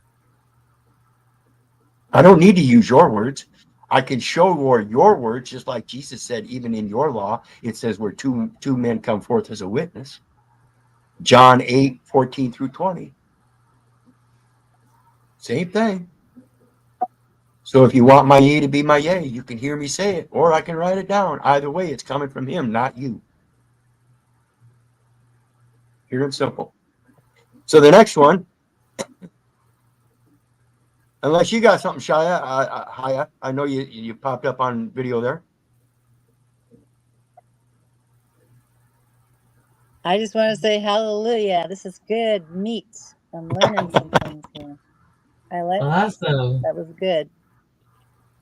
And so, like I mentioned before here, real quick, I want to also point out, as I mentioned before, the contracts prove that there's a trust. It has to be a trust somewhere if you're in a contract. Somewhere along the line, somewhere in history, said that you had to write things down in privacy between two people to make a contract. That is, in fact, an agreement through a third person to agree on the language in which you write that contract in. Remember, I've created my own text. If you want to make a contract with me and I want you to write it in my lettering, I can request that. And in requesting that, I can show you the key. I can show you the conversion. And that way we can show two languages that are in agreement. Those are two witnesses, two records that are in agreement. If in those records, the closest imputation that we can put is the word of God, I would recommend that most. That's the expression of a multilateral agreement by using the words of God in two different languages, showing that we come to a meeting of the minds through the creation of two different languages. One that I understand that I created, one that you think you understand because somebody created it, you learned it. If you understand it, it might be different. If you understand it or not, might be different, right, Malika? Yeah. I had a judge sit on that bench the last time I was in court 7 years ago for a particular offense. And he asked me, do you understand English? And I'll tell you, I was the kid that walked around with dictionaries, multiples, trying to learn all those words I could use. And when he asked me that, I thought, how could you not see me as a competent man of age that knew how to speak English? And I looked at him with this vile look and I said, yes. My apologies.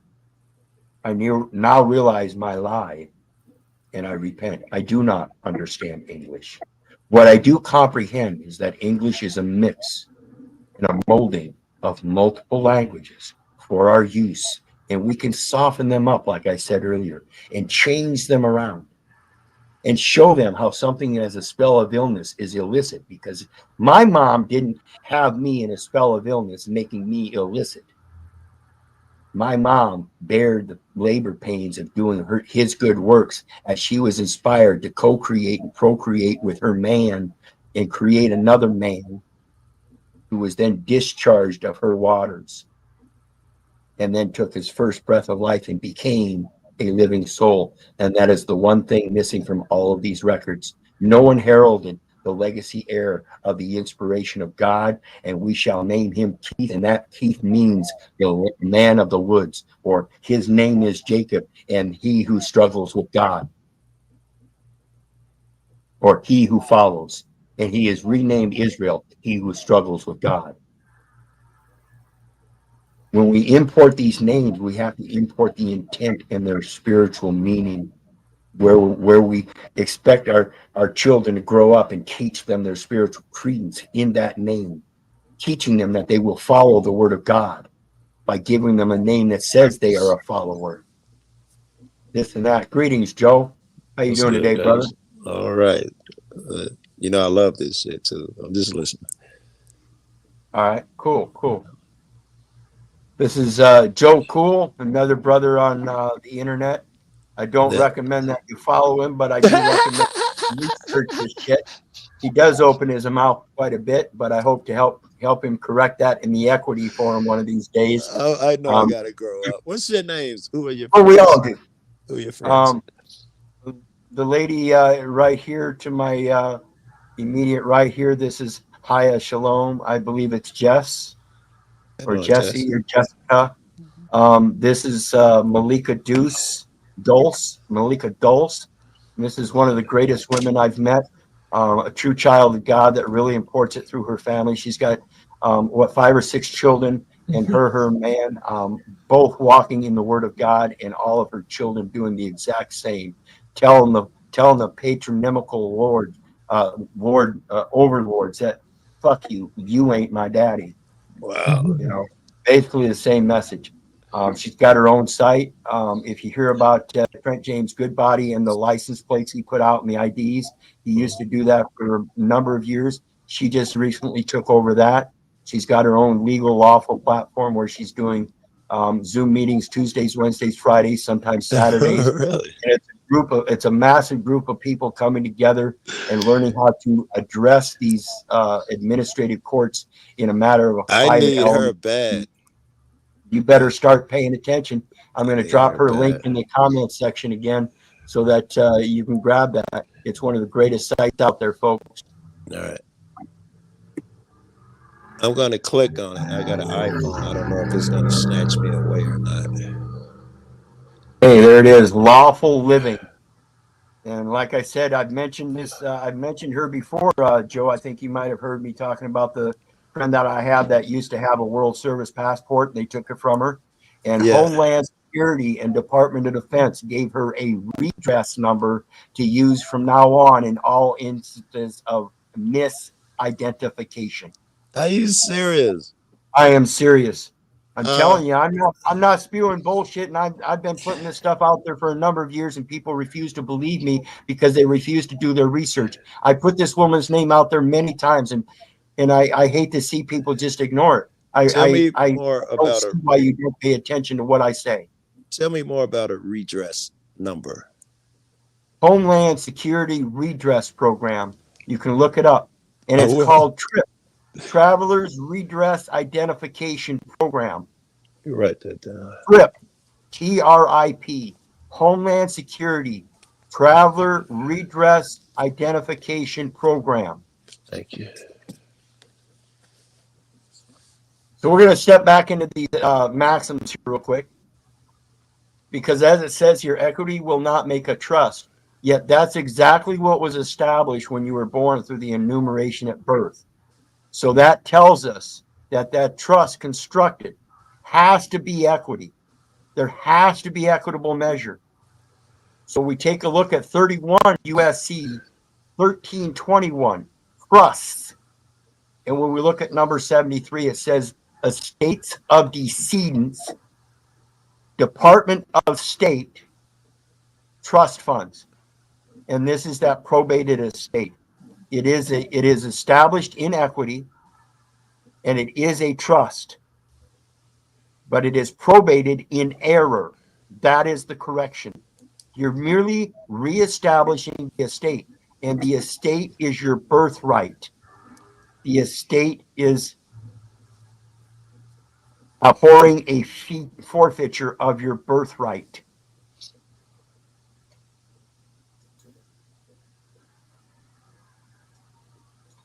Is the girl Where here? is, Can I talk to her? The girl with the trip number? yeah, Malika, go ahead. It's open. Malika? You can Huh? hear me? Malika, Yeah. can you tell me about the trip number? Is it a literal phone number or some other type of number? It's a number from the Department of Homeland Security that they made up when I did a tort claim for the people, the TSA and the airport police that took my lawful identification. And you can use that. In what instance would you use that number? Any instance that it might lead to misidentification, like you said. So I But I'm use not it. I'm not. I, He's way over my head. I'm not. I I use don't. it in any communication where people are trying to identify me as an agent. Very Of good. I follow the police and film the police. If you get stopped by a cop, you'd use that number. I use it for any interaction, whether What they. Yeah. happened?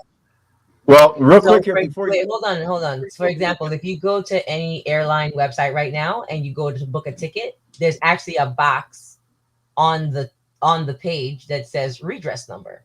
So you would put your redress number in there. So if you were trying to get an Amtrak ticket or something Gotcha. like that, they All have a right, I box. think I understand. Most people don't see it because most people Yeah. don't have one, but it is there. And because I have one, whenever we're using any of those things, we would put the redress number there. Does it makes me think now though that it doesn't act fast. It wouldn't get you out of trouble immediately, right? Police is trying to ID me on the side of the road. I give them my Right. redress number. It Correct. wouldn't help then, but it would help Correct. eventually. All right, I Well, understand. not only does that, but what it gives me the opportunity to do now that would help me more immediately is get a bill of review or a declaratory judgment in a court where I would have an order that I can keep with me, laminated or not, and just have my declaratory judgment that I am immune from prosecution pursuant to the 11th So Amendment whenever I'm operating in my private capacity. I would Yeah, love to it's the test the foreign. limits and boundary of that because I'm Yeah, an inner. it's the foreign. It's the foreign sovereign immunity clause in equal consideration with their government immunity. It's basically saying, hey, your officers have made a mistake. I'm willing to forgo your immunity and pass things up.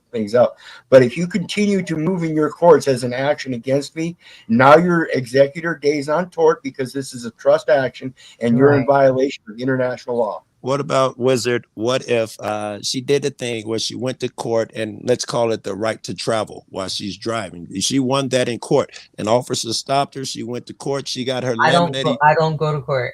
Okay, I don't but go you to got court. your They give laminated me piece of paper. Maybe they court give was the me wrong thing to say. they give a ticket, I take it, go home, I write a notice to their insurance department, and it's over. And the laminate, you could get something, an order from a court or something to tell them you can't stop me anymore because I now have this laminated piece of paper. They Is that a thing? eventually, because what happens, Yeah, because it is real, it does happen, especially for people who have taken them on and they recognize your car. So they won't stop you because they're like, okay, that guy already took us to court, or that woman already I understand. put in administrative paperwork. We stopped her one time before. Now they know, okay, that's just Sally or John or whoever going about their way. So if you're a local right. local, it will work.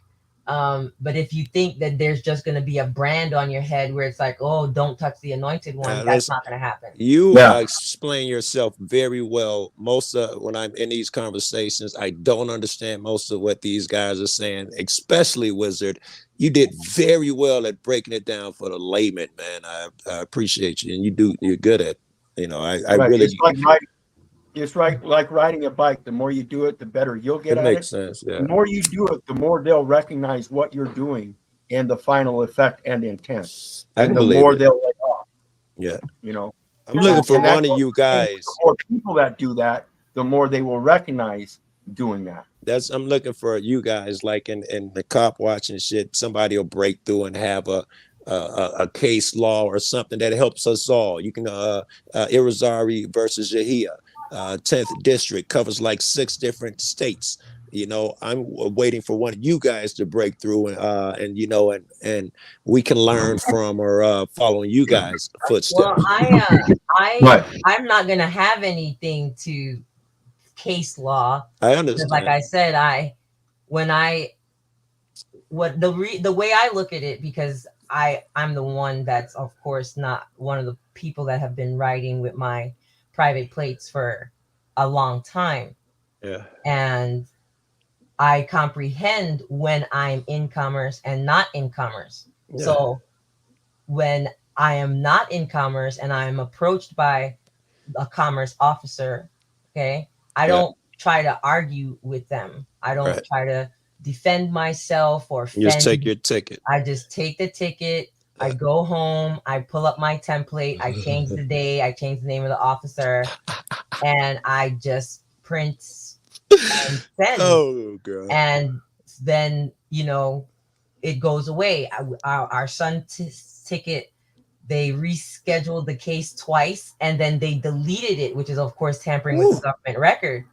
So you're not going to be able to see my son's name. You probably might only be able to see his ticket because I have the physical original printout.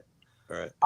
Then I've taken screenshots and I put them online. But if you put those numbers in the government system here where it says it's printed, you're not going to see my son's name. You're not going to see the case number. Wow. Because there wasn't anything that happened in court even. So there's not going to be like a XYZ county versus Malika's son that you can just pull up and see that there was this argument, and then that's not. I got a theory, and you're making me think it may be true, that whenever someone goes in there with a good argument that can help us in the direction you cats are doing, they bail out. They don't want to give you a court victory. Yeah, my husband was like, well, I can't find the case number. And I was like, well, just put his name in. He's like, his name's not in there. And then I was like, well, put your name in to see if it's still in there. He's like, my name's still in there. Of course, I was laughing because they don't want no parts. They don't want you to set precedent for a cat like me. The first case that I did, and I sent in a 1-page notice to dismiss and a 30-page memorandum of law. And they wrote me back saying, well, what do you want us to do? Yes. Put it on this form here. And I just sent them back the same form. Like, I already told you what to do.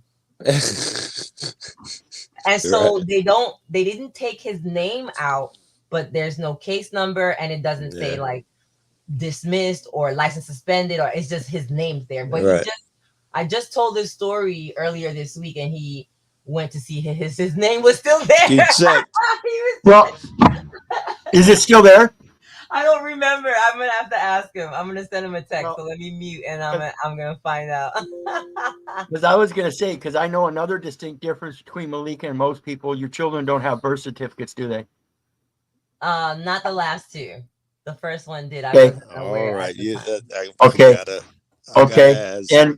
And your man slave does. And yeah, he does have a birth certificate, but our kids work without getting taxes taken out of their checks as well. I gotta ask when Wizard's done. And it's not just myself. Keith hangs out with Rima, and she's another one that's gotten it. And you know, these things, it just comes from comprehension of what the law says. And we have one of our 6-figure earner friends, because of course people say, oh well, because your sons work at restaurants at a mom and pop, you know, that's why they were gonna do it. But we just got one of our 6-figure friends. I have proof in the email. I've shown it. I've redacted the notice so people don't see the company. That they sent him back. We're gonna refund you all your taxes for the year. You know, those things are happening in real life. I know a guy that got all of his child support back. He got all of his student loan payments back.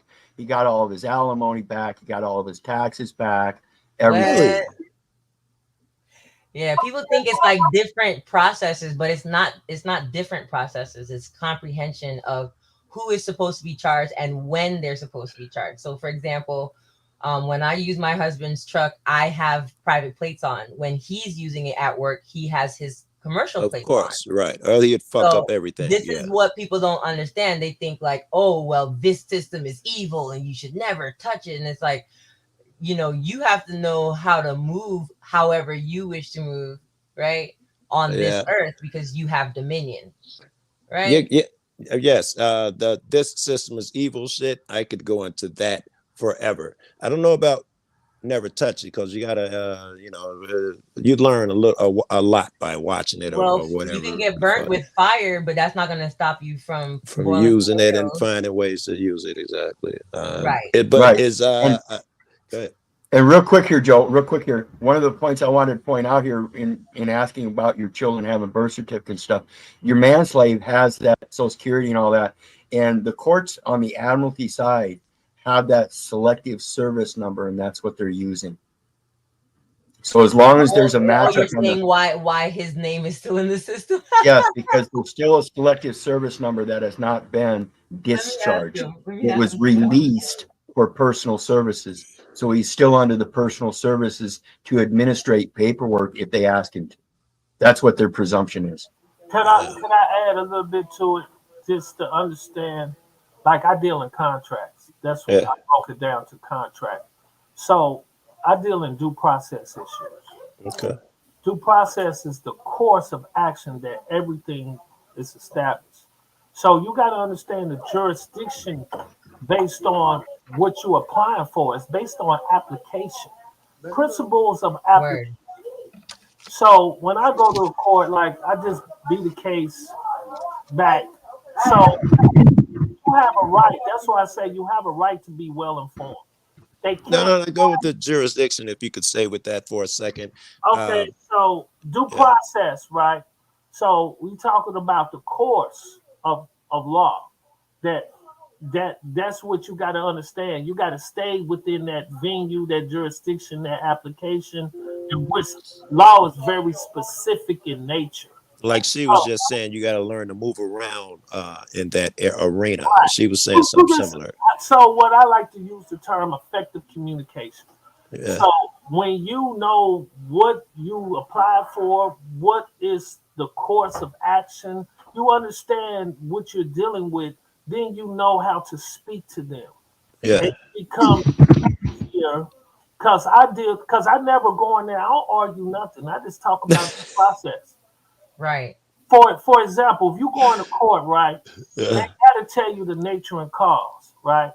So is what jurisdiction if they apply for it? Like a lot of times they'll say you in traffic court and they'll hit you with that. This is a traffic offense. No, I need to know the nature and cause. So they will not explain to you the nature and the cause. So I just hit them with a notice to this a motion to dismiss or a notice to tell them, okay, since y'all don't want to tell me the jurisdiction we're under, you fail to state a claim. You ain't got a claim. Why Right. won't they? Right, not won't only they that, tell but they feel jurisdiction? Why wouldn't they say whatever their jurisdiction is? Why they won't say it? Because they don't want you to know. So What is it? and because you're dealing with contract. Yeah, when you if they tell you that you have to be I get it. transporting passengers or cargo for pay, if they Yeah. tell you that, what are you gonna say? I Well, wasn't doing that. I'm under no. Exactly. I was not doing it. Oh, that's great that that's the jurisdiction you have, because what documentary evidence, what admissible evidence do you have that I was operating in that capacity? The answer is going to be Yes. none. We just told you that we wanted you to come here so we could grab you by your ankles, turn you upside down, and shake the money out your pocket. Agreed. Yeah. And then the second step is you always want to ask the prosecutor for his bond. It's not that you got to attack the judge, because if he come in under a false claim, you can come back and hit the bond information, and now you can talk to the insurance people and you say, hey, he brought in a claim, right? It was false. That's why I should write That's this why we shit skip the down. court.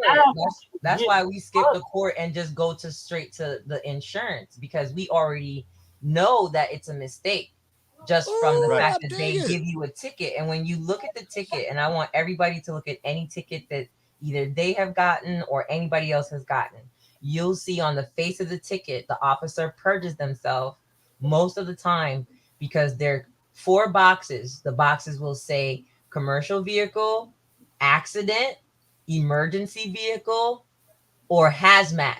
And they will check no, no, no, no, which means they had no jurisdiction. Wow. If Right. the only 4 boxes are on there for you to check, like what applied to this situation, was it a commercial vehicle, I and you dig check it. no, was I it dig it. involving an accident, and you check no, was it involving, it's like you check no. If you check no for everything, Yes. then what did you do the ticket for?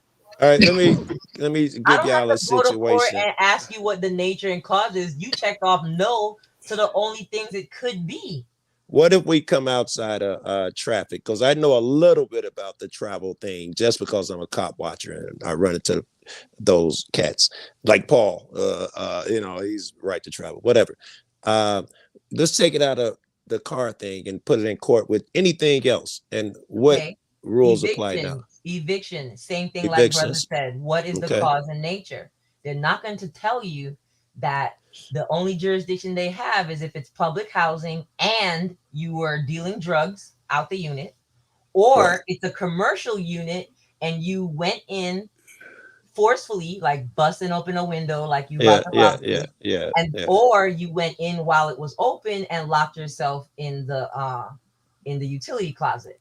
They're not going to tell you that those are the only two reasons that they can remove you from a building. They're not going to tell you that, because You meaning the police or the owner of the sheriff property? is not going to tell you, or they don't know. The Right, judge is right. not going to tell you, or they're going to pretend like they don't know. Right. The Right. prosecuting So attorney who on gets the you other out? side. Who gets you out if I stop paying rent? What happens?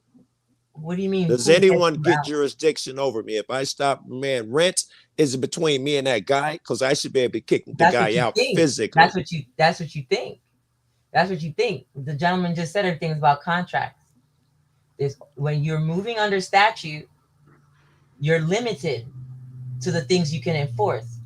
It's And the not to say way that I you can can't enforce move them. someone out your house by going and, if someone actually did bust It's in and not it's part of not the your house. contract. But that's not what's happening.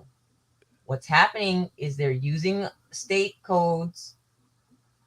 You know what I'm saying? Same thing with the drugs, right? Same thing with the When it drugs. comes to eviction, they're using state codes that only Well, are they're using applicable if it's public housing and the offense is dealing drugs I understand. I think I or understand you. forcefully Yeah. harming people. And then they usually remove people from their own living shelter using something that is only applicable to commercial spaces like the courthouse or Yeah. a strip mall or something Yeah. like that. And they Yeah. can't afford to tell you the nature and cause, because you're going to be like, oh, so that means you can't tell me to go nowhere. You can't Right. make me homeless, because you also have anti-homeless laws. They are anti-homeless laws. So when they use these commercial codes that are only applicable to either commercial property or government-sponsored public housing, what are they doing? They're breaching the public trust. They're violating public policy by It's doing not even. just what the equity laws say cannot be done, which is equity will not allow a statute to be used as a cloak for fraud. And that's how you Equity. pierce the veil. And that's how you pierce the veil, is right from the beginning. You let them know you're not a corporate entity and that their corporate actions require you to hire an attorney to represent yourself in that court. That means you have to have a corporate body, which Right. means you have to have a board of directors that can then hire an attorney, because And you that's can't why you hire an have attorney no directly yourself. adequate remedy at law, and equity is the only thing left. Whoa, I didn't understand what you said. That why can't I go out and hire an attorney? What stops me? Because in order to hire an attorney in a corporate court, you have to have a corporate body.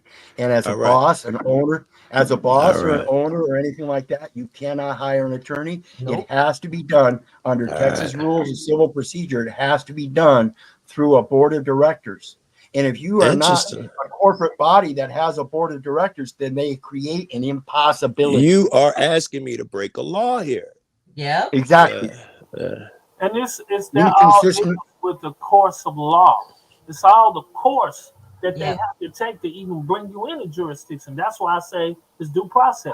If they fail to follow their own laws, then they can't break the law to enforce it. You know what I'm saying? That's what they try to promote, though. Bad boys, what you gonna do? Yes. You see what I'm saying? So I deal in due process issues. When I go to court, I just Yeah. unravel the due process. So when the court or the prosecutor failed to state what he needs to state, then I know that he's hiding information, and that's a part of due process. He have to inform you, or the case he can't state a claim in which he can get relief under a statute. Word. He can't. Law is very specific. He And can't state the claim if he didn't divulge everything. Is that what you're saying? He that, needs to. okay, The he case is needs, not stated. It's not actually stated. You did Yeah. not state anything because you didn't state what the nature. That's the beginning. That's like starting a sentence by What? putting a period. With a period, Yeah. means What they fail is the personal jurisdiction. That's the nature. Right. It has to be of the same nature. Right. So if a corporate body is coming after me, I have to be able to act in a corporate fashion. Defense. That Yeah. corporate fashion means that I have to have a board of directors to hire an Yeah. attorney. Right. Otherwise, I'm falsely entering into that Okay. Does jurisdiction. that argument hold? Because all these things are incorporated. Does that argument hold? Anytime the police fuck with me and they have incorporated in 1983 on the car? Absolutely. Absolutely. Title 48 of the Code of Federal Regulations. Contract terms and conditions Oh, required to to implement, enforce not statutes. enforce, but to implement Right. statutes or executive orders. requires you to implement Yeah. things Requires a contract. And in Yes. order to contract and hire No, an attorney, yeah. you have to have a corporate body to contract. How can That I? itself is a It's an violation of impossibility. right. That it's a violation of your unlimited power of contracting as a single man. Right on. Right on. Right on. Dope. Dope. Dope. All of it. Oh, you went in and out. Whoever tried to speak. All right, well, let's get back to the next max. Can't hear you if that's you, Wizard. If you're talking, we can't hear you. Okay. And the last one, it says Oh. equity will not complete an imperfect gift, expressing that everything is a trust. All those contracts we're talking about, in fact, a trust, and they're displacing you in that trust, and that's what needs to be corrected. You are not a corporate body. You are a benefactor. The next one says where equities are equal, the law will prevail. This is what penetrates that corporate veil again. If you're not that corporate entity, then there are no equals in equity. The There's law no cannot equity. Yeah, let me screenshot that shit. That is good. Yeah. Go ahead. So in this situation, the equities are not equal because my equity supersedes. Well, how do we know my equity supersedes? Because if we go back here to equity delights to do justice and not buy halves. Okay, in other words, they cannot be a detriment. Their law cannot be a detriment to you while they sustain an emolument. They cannot retain unjust enrichment. Equity will not assist a volunteer.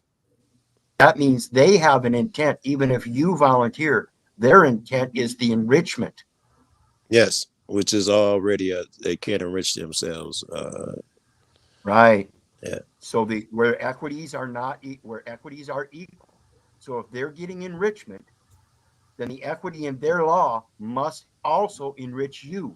This is contract, equal consideration, equal benefit. If there is detriment, the detriment must be shared equally. Again, Dope. equity delights to do justice and not by halves. All what are must you suffer. reading from? This is 20 equities of law, or maxims of law, maxims of equity, and it's put out by Vail Law. I guess I didn't put it on here. It's put out by Vail Law. I'll have to put it up here, folks. But it's in the section below. It's 20 maxims of law, or maxims of equity. Where equities are equal, the law will prevail. This is why we have to have equal grammar. If the grammar changes up, it changes the law. Therefore, it changes the equality. Therefore, it changes the equitability. Is it as equitable as you can make it, or is their equity greater than what you can provide? If so, you should follow the law. If not, then they need to follow you, and you need to learn how to express it as priority, as superior, as supplemental, as the declaration. This is that legal fiction. It's a presumption of the facts presented to the court until properly rebutted.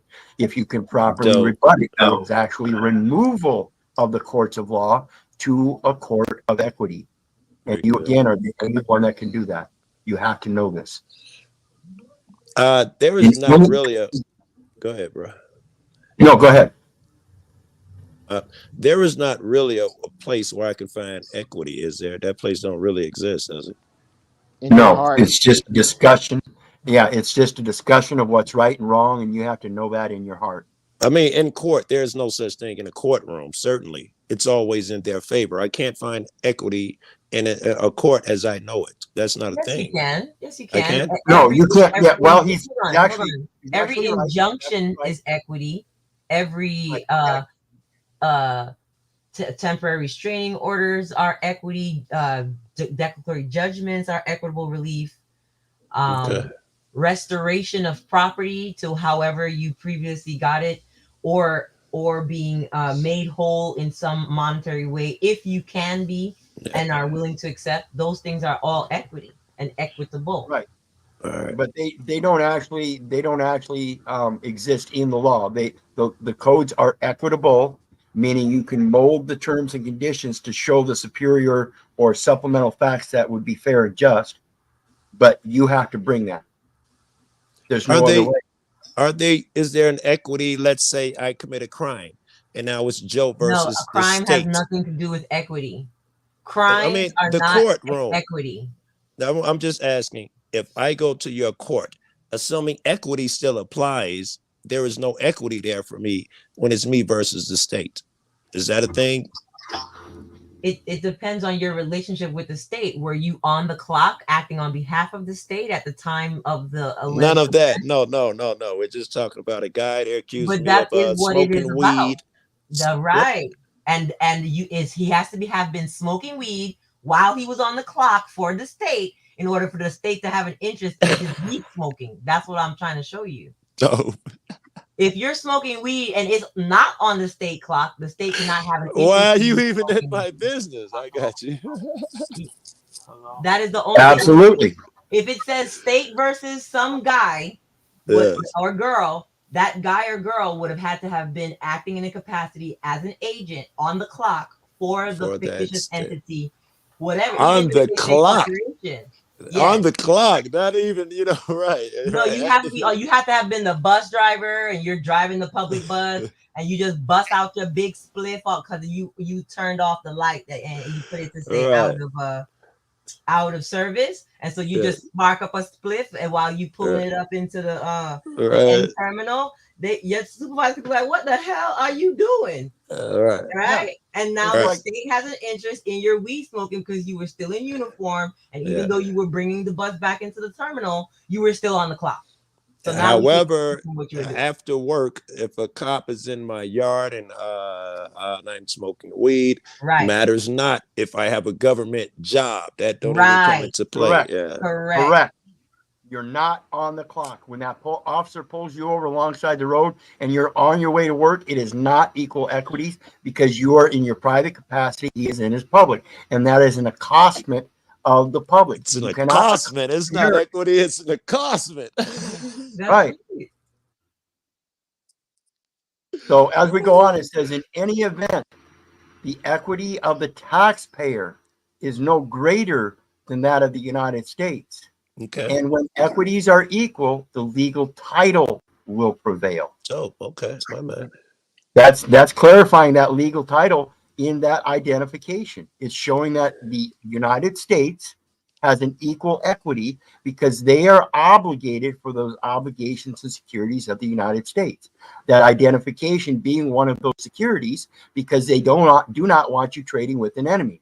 So as a member of their organization, you are supposed to require ID from those that you're trading and making exchanges with so that you're making sure you're not trading with an enemy. That's dope. Most people present a public ID instead of a private credential. All right. So this is now what you're making me think that and this is probably why they don't allow you a whole lot of chance to speak, especially a guy like me who doesn't know what you guys do. You don't get a chance to speak. And I see why. If given a chance to present these arguments, suddenly they're destroyed. Yes, they're probably destroyed if they follow their own laws. But at the very least, what they were going to do in a day now takes 50 or 180. You know what I'm saying? Or they just give up at the expense of the state's budget to help sustain the state's budget. You're better off just letting go and letting be, because this is going to cost you a lot more than both you and me together. Could you hear me, Keith? Yeah, we got you. Okay, it's a misappropriation of law. It's a dereliction.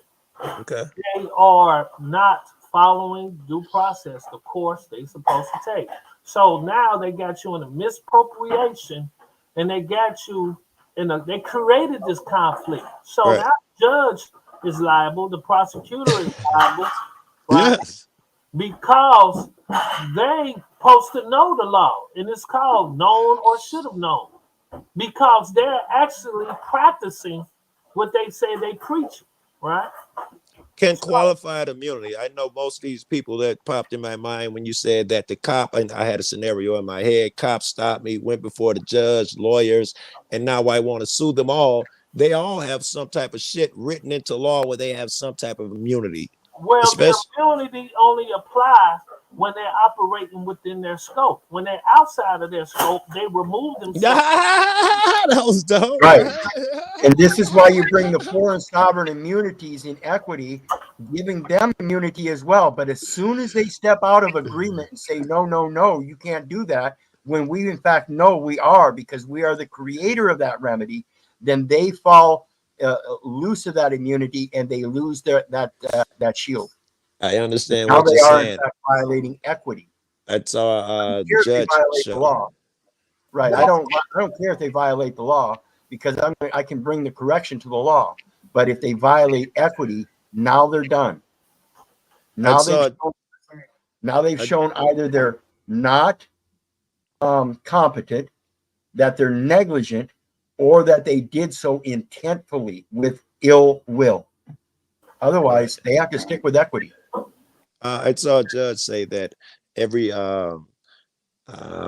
contract that comes before them, or that for it to be legitimate, there must be a meeting of the minds. If that is true, all of this is trickery, and by contract alone, it's null and void. Correct. That's why Malika and I'm saying you have to have an oath of office. You have to be on the clock. You have to know. That's why I said, and when they create this situation where you are not informed of rights, right? That's a due process issue. Now, when they start trying to bring you into a jurisdiction that they know you don't supposed to be in, that is gross negligence. at least, if not something worse, right? Because they don't.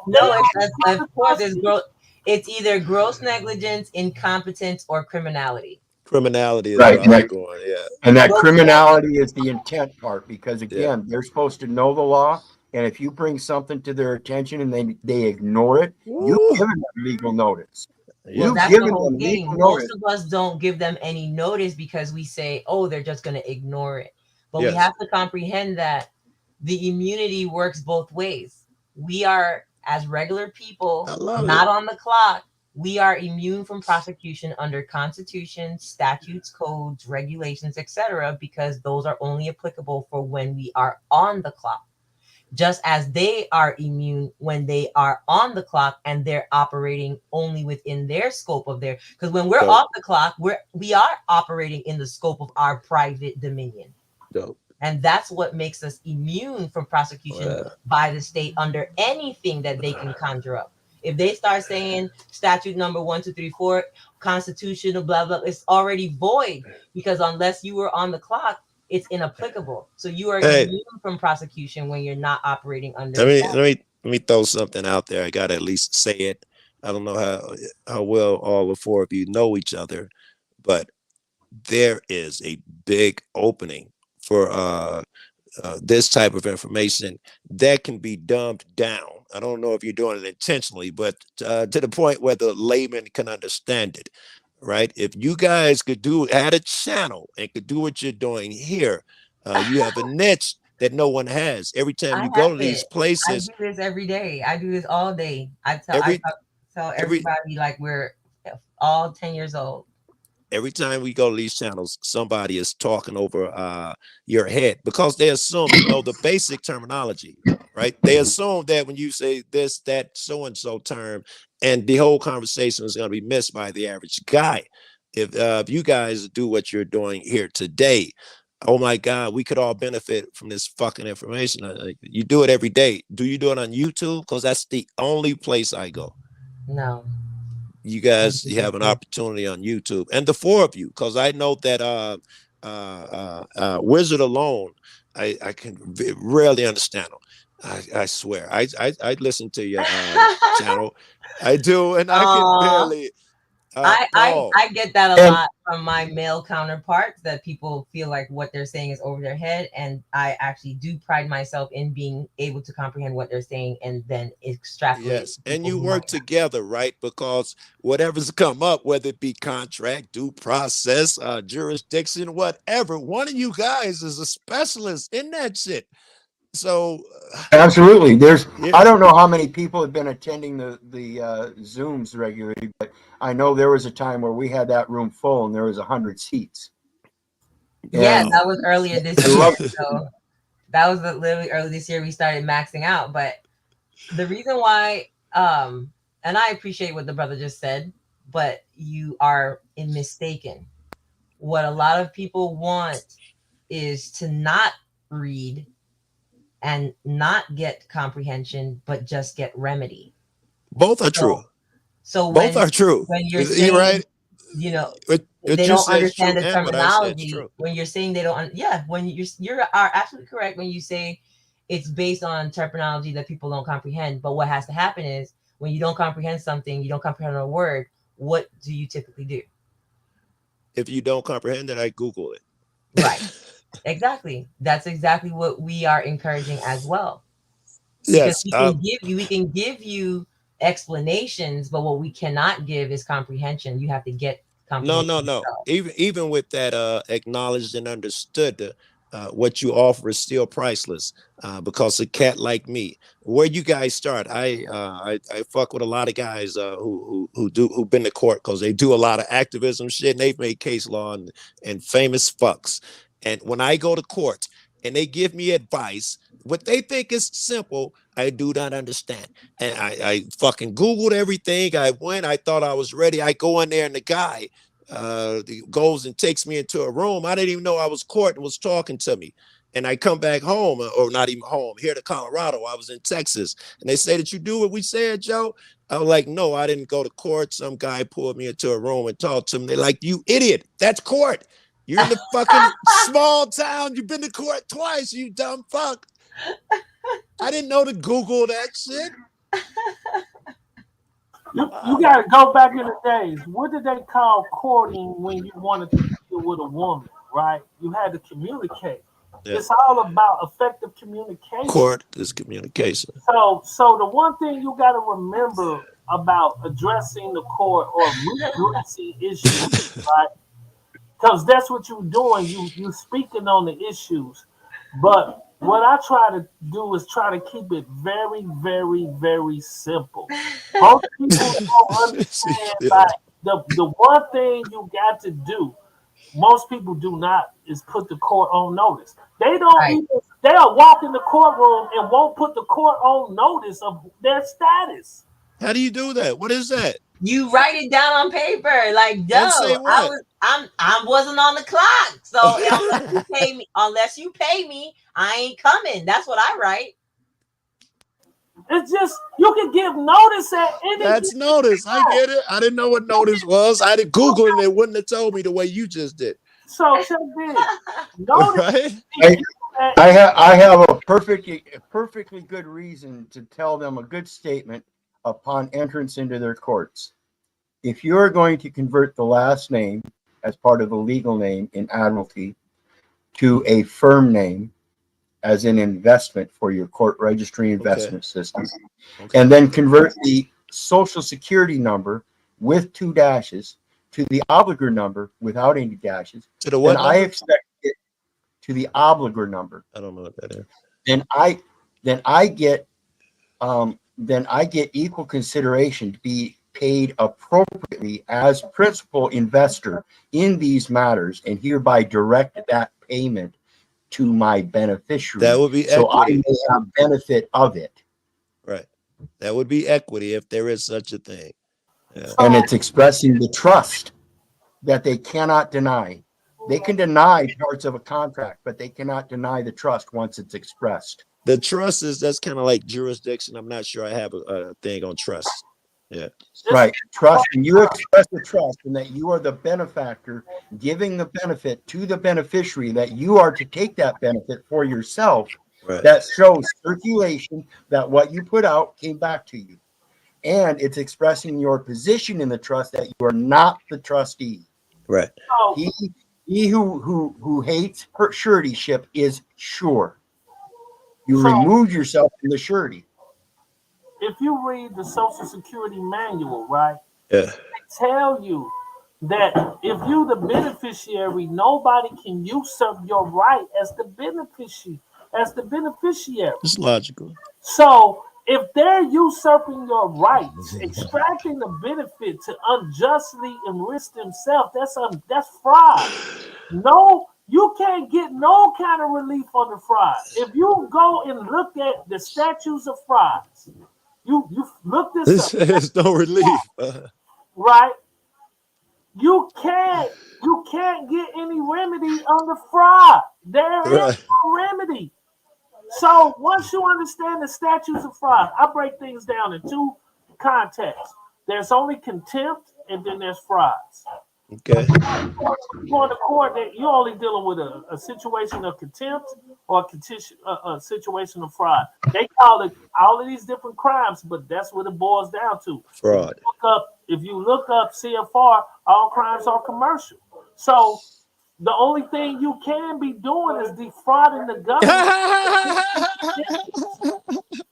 or you under clock, like they said, or you in contempt, either legislative contempt. You're not following a direct order by the legislature.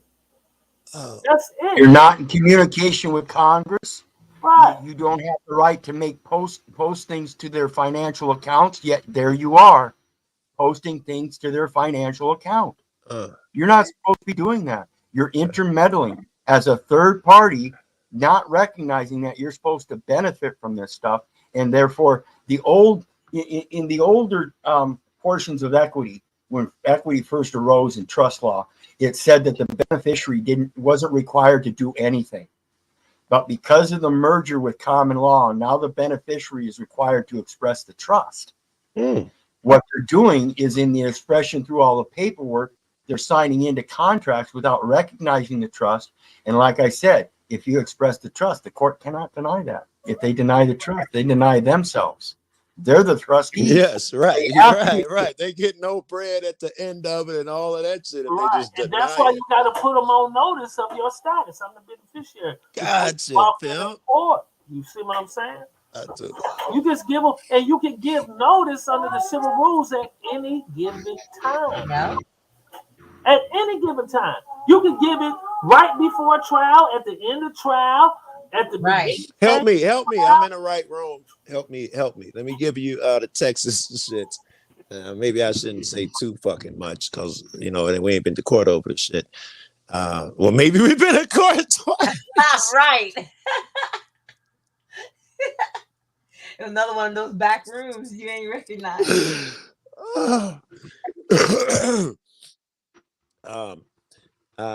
The short version is I may or may not been in Texas after hitting a bunch of dispensaries, and the cop searched my car, and all of that shit, 3-4 dispensaries disappeared, and I got charged with a bowl, paraphernalia, a weed pipe, failure to signal, which is a lie. That was his excuse for pulling me over, and no insurance, which I have and had. He wouldn't let me get it in the glove compartment. He said it was. You're not getting it. Wait, here's the question. You're not getting it. Here's the question. As I've already fucked up and blah blah. If it's not too late, what advice can I say? can I state my cause or whatever? Can I do all of that shit now, or is it fucked up because I've got a foot in it? You can give notice at any given time. Notice a mistake. Notice a What do mistake. I say Review to of give record. notice, bro? Notice How of do I do it? mistake. Review of record. False entry. I repent from my errors. I should never have entered those data elements. So The truth is, and again, it's a matter of repentance. I repent from my errors. The truth is, I should have never entered those data elements. What is true is that I am a child of God, and somebody is attempting to steal me or my person and make merchandise of them. Your law calls this kidnapping. now suddenly that's notice. Or yeah. You can send them notice, and the judge have to take notice. He cannot. This is the beautiful thing about notice. He can't deny notice. He can't Right. motion denied. You see what I'm saying? Once notice is given, right now they're Right. on notice. That's Right. the first thing that's a part of due process. You gotta before you start dealing with anybody. If you're a trustee in a contract, if they say you're the grantor, you give them notice. I'm the grantor. So what did the grantor? He created the contract for the right for the beneficiary. So if you got trustees that's not doing a job, what you can do? You can give them notice of removal of trustees. Give them all types of notice. You're the grantor. You're the one that gave them the reservation of the grant. Right. So it's just I think once you study as much as Keith, Malika, myself, and a lot of other people, I just simplified it. I just gonna put everybody on notice. I'm gonna put you through the gate. You just start throwing out notices. Yes, they gave our son a ticket. I sent 7 notices. I got one back from the city clerk that says, "I have received your notice," and I forwarded it to the city prosecutor. I was like, "Wonderful." What'd your Sarah, notice look like? because I sent one to the prosecutor too. Now he got double notice. Thank you. Very good. What did your notices look like? They didn't say "Son of God" stuff, or did they? Why not? I'm Your just notice- assuming you guys are two Once different you people, know- and yours said something different. Once you know, they can only prosecute you under constitutions, codes, statutes, or whatever. Yeah. When you are on the clock, if ever, on behalf of whoever the plaintiff is, your notice can say anything reflecting that Your of that. Your notice, I'm assuming, said something like, "I wasn't even working for you at the time. I have no idea what you're talking about." Is that Something to that effect? Yes. So I got a notice that I sometimes use when I ask them about the nature of cause, right? Yeah. The Constitution only grant 3 jurisdictions: common law, equity, amity, maritime. So Okay. if which one is they operating on? Right. So when you ask that question, the prosecutor, if he don't, a lot of times they don't know. Right. You see what I'm saying? By him not knowing, automatically he disqualifies himself. Right. How you even in the game? Right. Right. So checkmate. So when you go into court, you put everybody on notice. You tell the judge, and then you let them know how you gonna give them notice, how you gonna appear. You just talk to them. Then now you created a record of communication. Once Right. the prosecutor say, "Hey," because he gonna come and say, "Well, I'm coming under criminal," right? Right. The Constitution only grants 2 jurisdictions under criminal, common law, and under Admiralty. admiralty. So if he failed to tell you if it's admiralty and it's dealing with a contract, under common law, you can be dealing with a contract. If he failed to state which one, he failed to state a claim. Right. He's Right. missing elements. He's missing elements. You don't allege what agreement, I contract, hear you. whatever that you're coming under. What exactly are you standing on? My belief that you could charge me. That's it. Right. Now you ask him to put his credentials up. You want to know his his information, buy information, insurance information. Why? So he brought falsehood into a courtroom. He committed what they call fraud upon the court. Yeah. Now, And don't forget the That's contempt. prosecutor over there. He also is in trouble for he don't even know his what jurisdiction he's in. So I got some type of claim against that nigga too, as long as I'm throwing in claims and shit. but I'm talking about the prosecutor. I ain't even talking about the judge. If the judge start conspiring against my rights with the prosecutor, now he's working in concert. That's conspiracy against rights. It's Under, one that I know from cop watching, right, section 18, 242, title 18, section 242, deprivation and conspiracy. They're right next to each other, in fact. Correct. 241 and 242. Yeah. Yeah. now And conspiracy so against rights. you asked about notice. This is how I give notice. Malika Okay. loves my notices because I don't even bother opening the damn envelope. I'll put I it right see on where it say, envelope. I want a corporate artificial person deceased. Yeah. Corporate artificial person deceased under fiduciary assignment of U.S. Department of State pursuant to 31 U.S.C. 1321 73. I'd That's hate the you estate too. of a decedent. Right. I gotta And they're ask, trying, how is the they're guy deceased? That you're assuming the deceased person is the name that they've given you. He's deceased because you've gotten rid of him. Is that how that goes?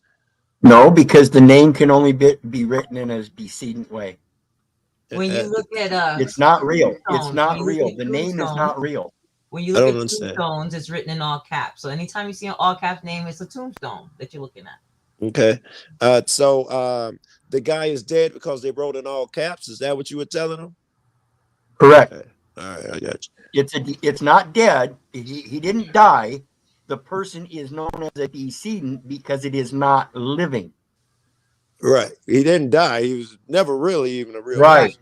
Yeah. And when it comes to estates, the probation of an estate cannot be had until the testator passes away, until the testator is deceased. I hate to say I'm I don't know still what a alive, testator and is. I'm giving the word. I'm giving the living testimony and the living Ah, word in these testator. courts. Okay. Yeah.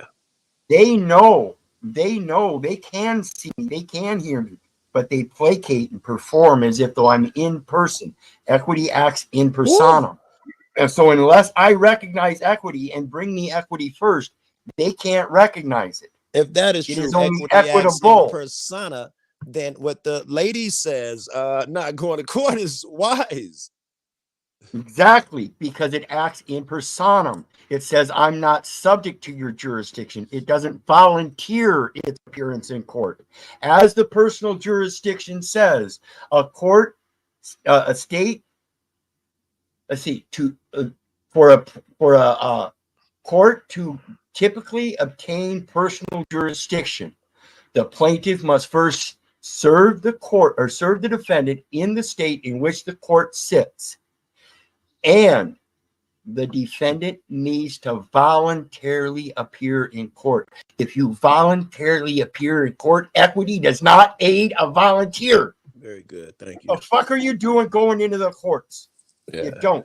Equity is private, therefore you give them private notice, private channels, and keep it private. Not only that, but if the state or a derivative thereof, the county, the city, is the alleged plaintiff, then it is in fact a eminent domain action when you are commanded to come to court. And what are the rules for eminent domain? The state must take it over, not must, but the country or whatever has a reason to take over. How is this applicable to eminent domain? Hold on. Yeah. For the public interest. For the public interest. Hold on. One, yes, it has to be for the public interest, but what are they supposed to do to acquire that property for eminent domain? Pay you. First. Yeah. Pay you when?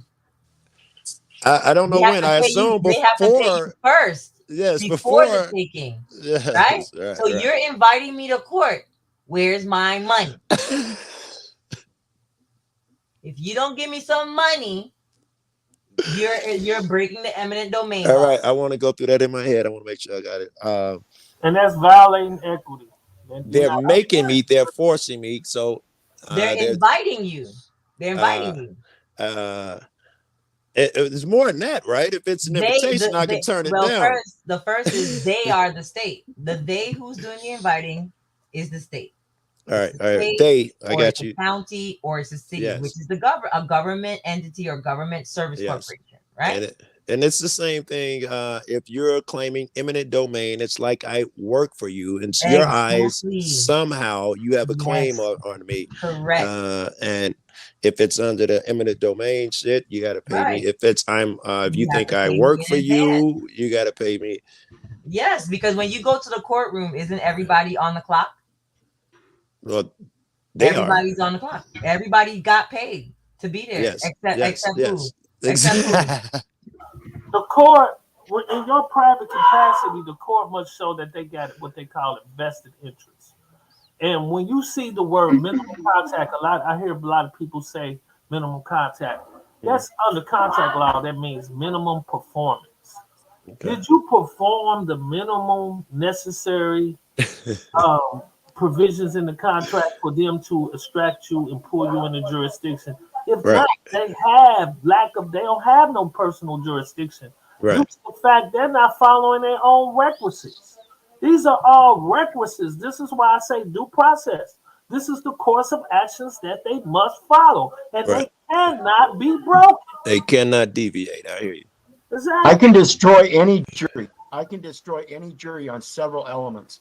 Let's talk about the first element. They claim to be a resident of the state, whereas the general or the federal definition of resident is no person shall reside within the zone except federal, state, or municipal officers or agents whose resident presence is deemed necessary by the board. Therefore, it's not a volunteer action. Therefore, it is in equity.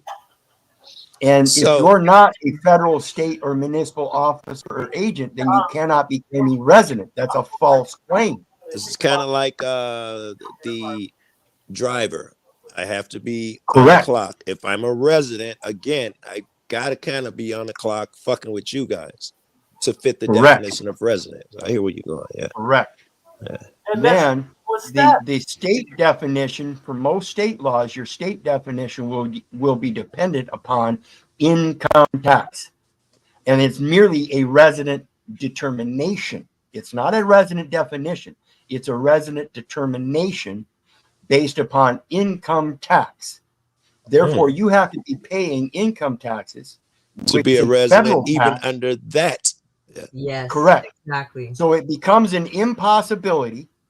And then the second impossibility is the United States citizen, which is a conference of a nationality, a gift of a nationality. And remember, equity does not complete an imperfect gift.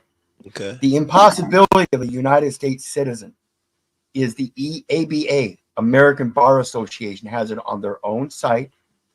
There is no registration for births in the United States. Therefore, the record does not reflect that anyone was born in the United States except by a presumption.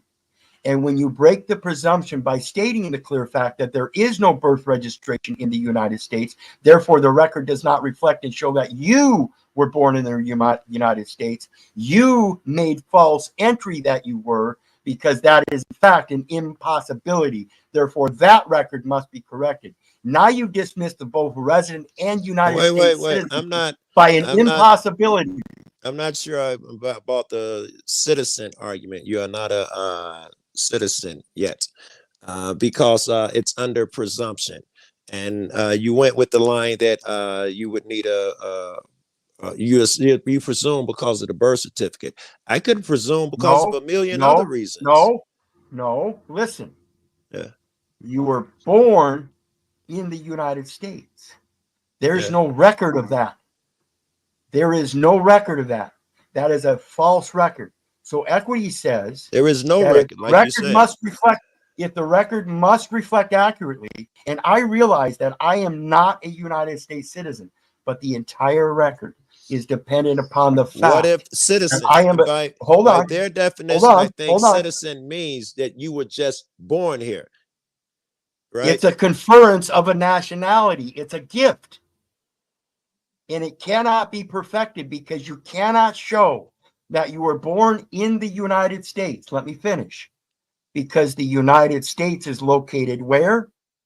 In Washington, D.C. Now, if it's located in Washington, D.C., then it is only the record. You cannot be born into the record. You can All only right. be Now birthed. explain to me why the United States is only DC. I'm sure you're right, but explain it to me. 9 UCC 9-307 says location of debtor, and the United States is known to be the debtor under 18 USC 8, obligations and other securities of the United States, wherein they put forth the Federal Reserve Note, which is the obligation and legal tender for all debts, public and private. They are the debtor. So they say They are location of located debtor is under DC. 8. Yes. I'm not sure that clears you. If I say it doesn't say the United location States of the debtor, code it says the location United of the States. debtor up here. Then under H, it says the United States is located in Washington, D.C. In Washington, D.C. It actually says the United States located in Washington, D.C. verbatim in the code. Exactly. All right. All right. Now that, is a better argument. Right. Law is So now we have this. So now we have this other thing that comes to fallacy, and that's the organization under the laws of the United States. In order to be able to operate within that United States citizenship, which is the conference, the gift. Technically, you got to be in DC. Is that where you're going? Yes, and it cannot be completed because you're not organized under the laws of the United States to have a board of directors that can then hire an attorney to represent you in those United States courts. Yeah.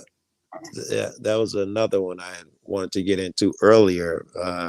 If they were trying to make some equity, when they have to provide equal lawyers, I think their attempt is one will be provided for you, but that is still not equity, man. I seek counsel in my Father to right the words that are wrong. What is it? He is a light unto my. He is a lamp unto my feet. Okay. In order for it to be equitable, if they assign you a public defender, you have to be a public agent. Duh, they're called. The defendant has to be a public servant, public agent on the clock at the time of the alleged offense or omission. That's true. What we already been over. They would have to give me a private lawyer. They can't give you a private lawyer. There's no such thing. They'd have to pay for mine. Give me the money to pay for a lawyer. You first have to. No, you're not organized under the laws of the United States. The United States laws do not apply to you. Neither does the Constitution. No, I agree. I was just trying to talk about the equity in the courtroom of the. How do they achieve that?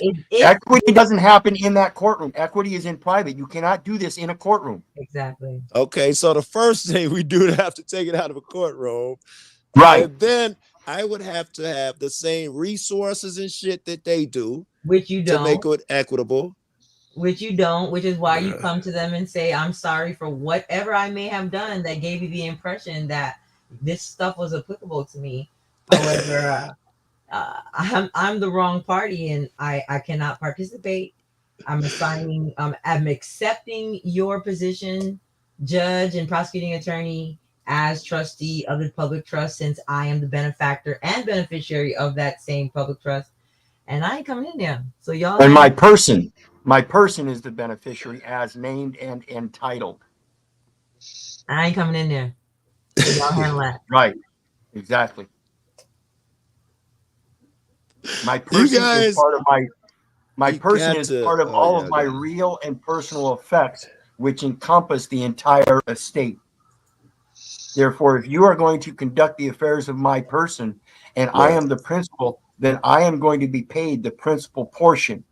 So divvy it up. I'm going to take you're a trustee, which means I have a higher position. I'm going to take the authoritative position also if this is right and settle these matters.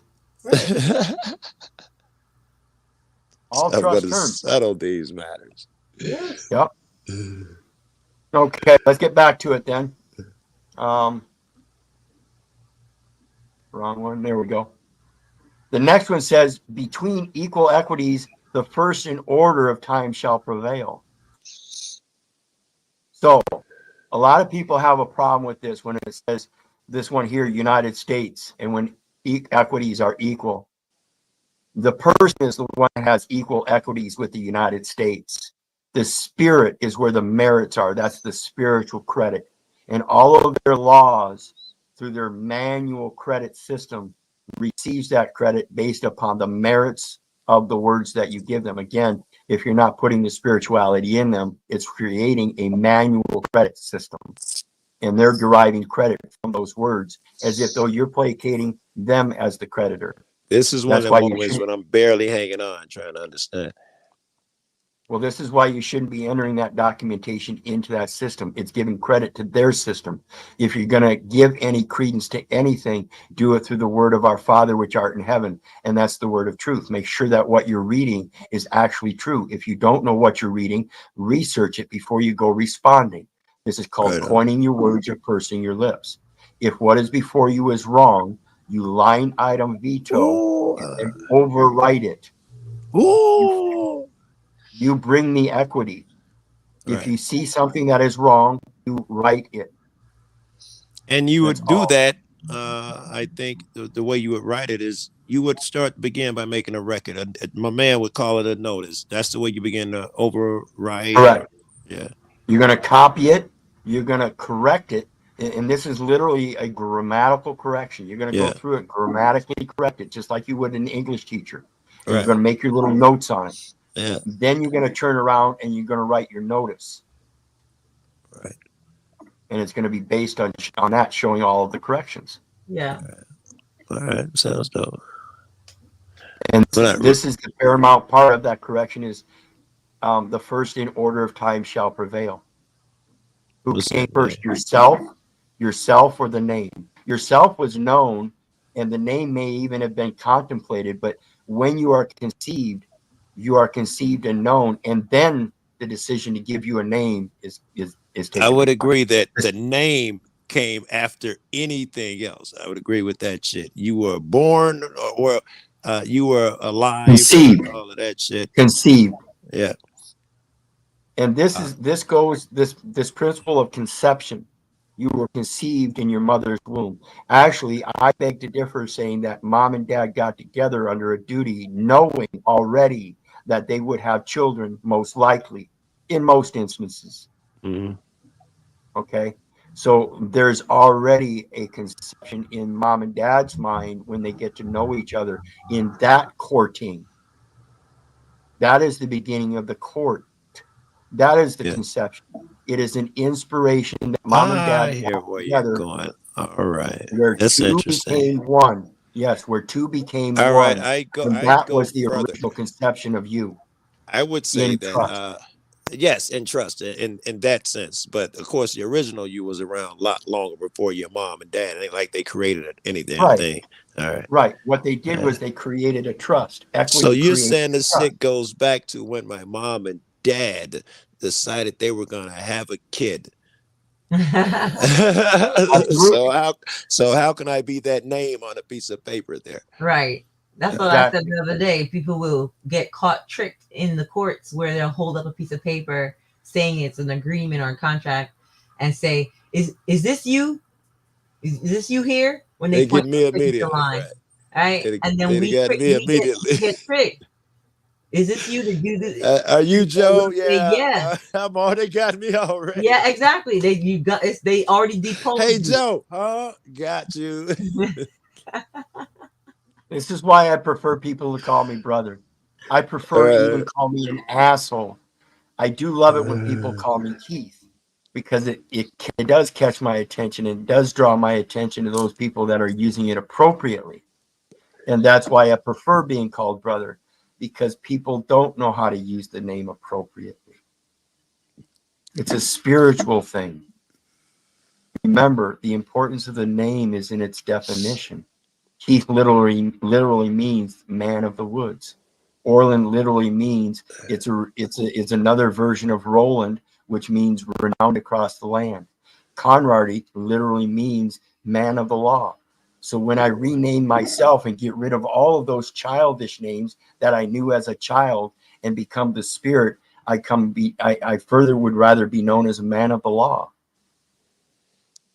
In order for you to do this whole line seems to be based on right and wrong, which leads me to believe that anyone's doing this would have to believe in God, creator, because you'd have to believe. It Well, not seems even like that, not even that really, but rather the creation. And that is the creation gave us equalities. Joe, if I saw you across the field and I come up and I popped up out of this long wheatgrass and I looked at you and I got these feathers around my hair and I got this band around my head and I got this makeup on my face and I got this spear in my hand and I got the bow and arrows and stuff, you're going to think I'm a peaceful guy? no, probably I not. don't know. It depends on whether you recognize how I'm dressed. If we both appeared in our pure nakedness and had no semblance of culture whatsoever, in our natural nakedness, our natural beauty, and we recognize that image and likeness, we would know each other different from a dog or a bear or this. And that recognition in image and likeness automatically puts us in an inequality that doesn't exist between me and a dog, me and a bear. Okay. See what I'm saying? That's the basis of equity. Recognition in our observances of what is like and what we can do to each other. It's logical. It just makes it seem like I can never find equity in the state versus Joe Cool. It seems like the more you speak like this, I can never find equity in the courtroom, period, as you guys say, and right. Blah blah blah. Right, because when you strip it all down, that's where you find equity. When you added all this shit to it and all that confusion and obfuscation and ambiguity, you destroy make equity very difficult to achieve. It becomes philosophical at that point, hypothetical, theoretical, right? That's that key of knowledge. When Eve ate from the fruit of the tree of the knowledge, she took it right from the tree instead of letting it ripen and fall to the ground. That's the message there. Okay? But since she picked it from the tree instead of from the ground, after it ripened, this is the equity doctrine of ripeness. You have to let things come about. This is patience in the season. So you don't want to go throwing things at the wall in these courts hoping something will work.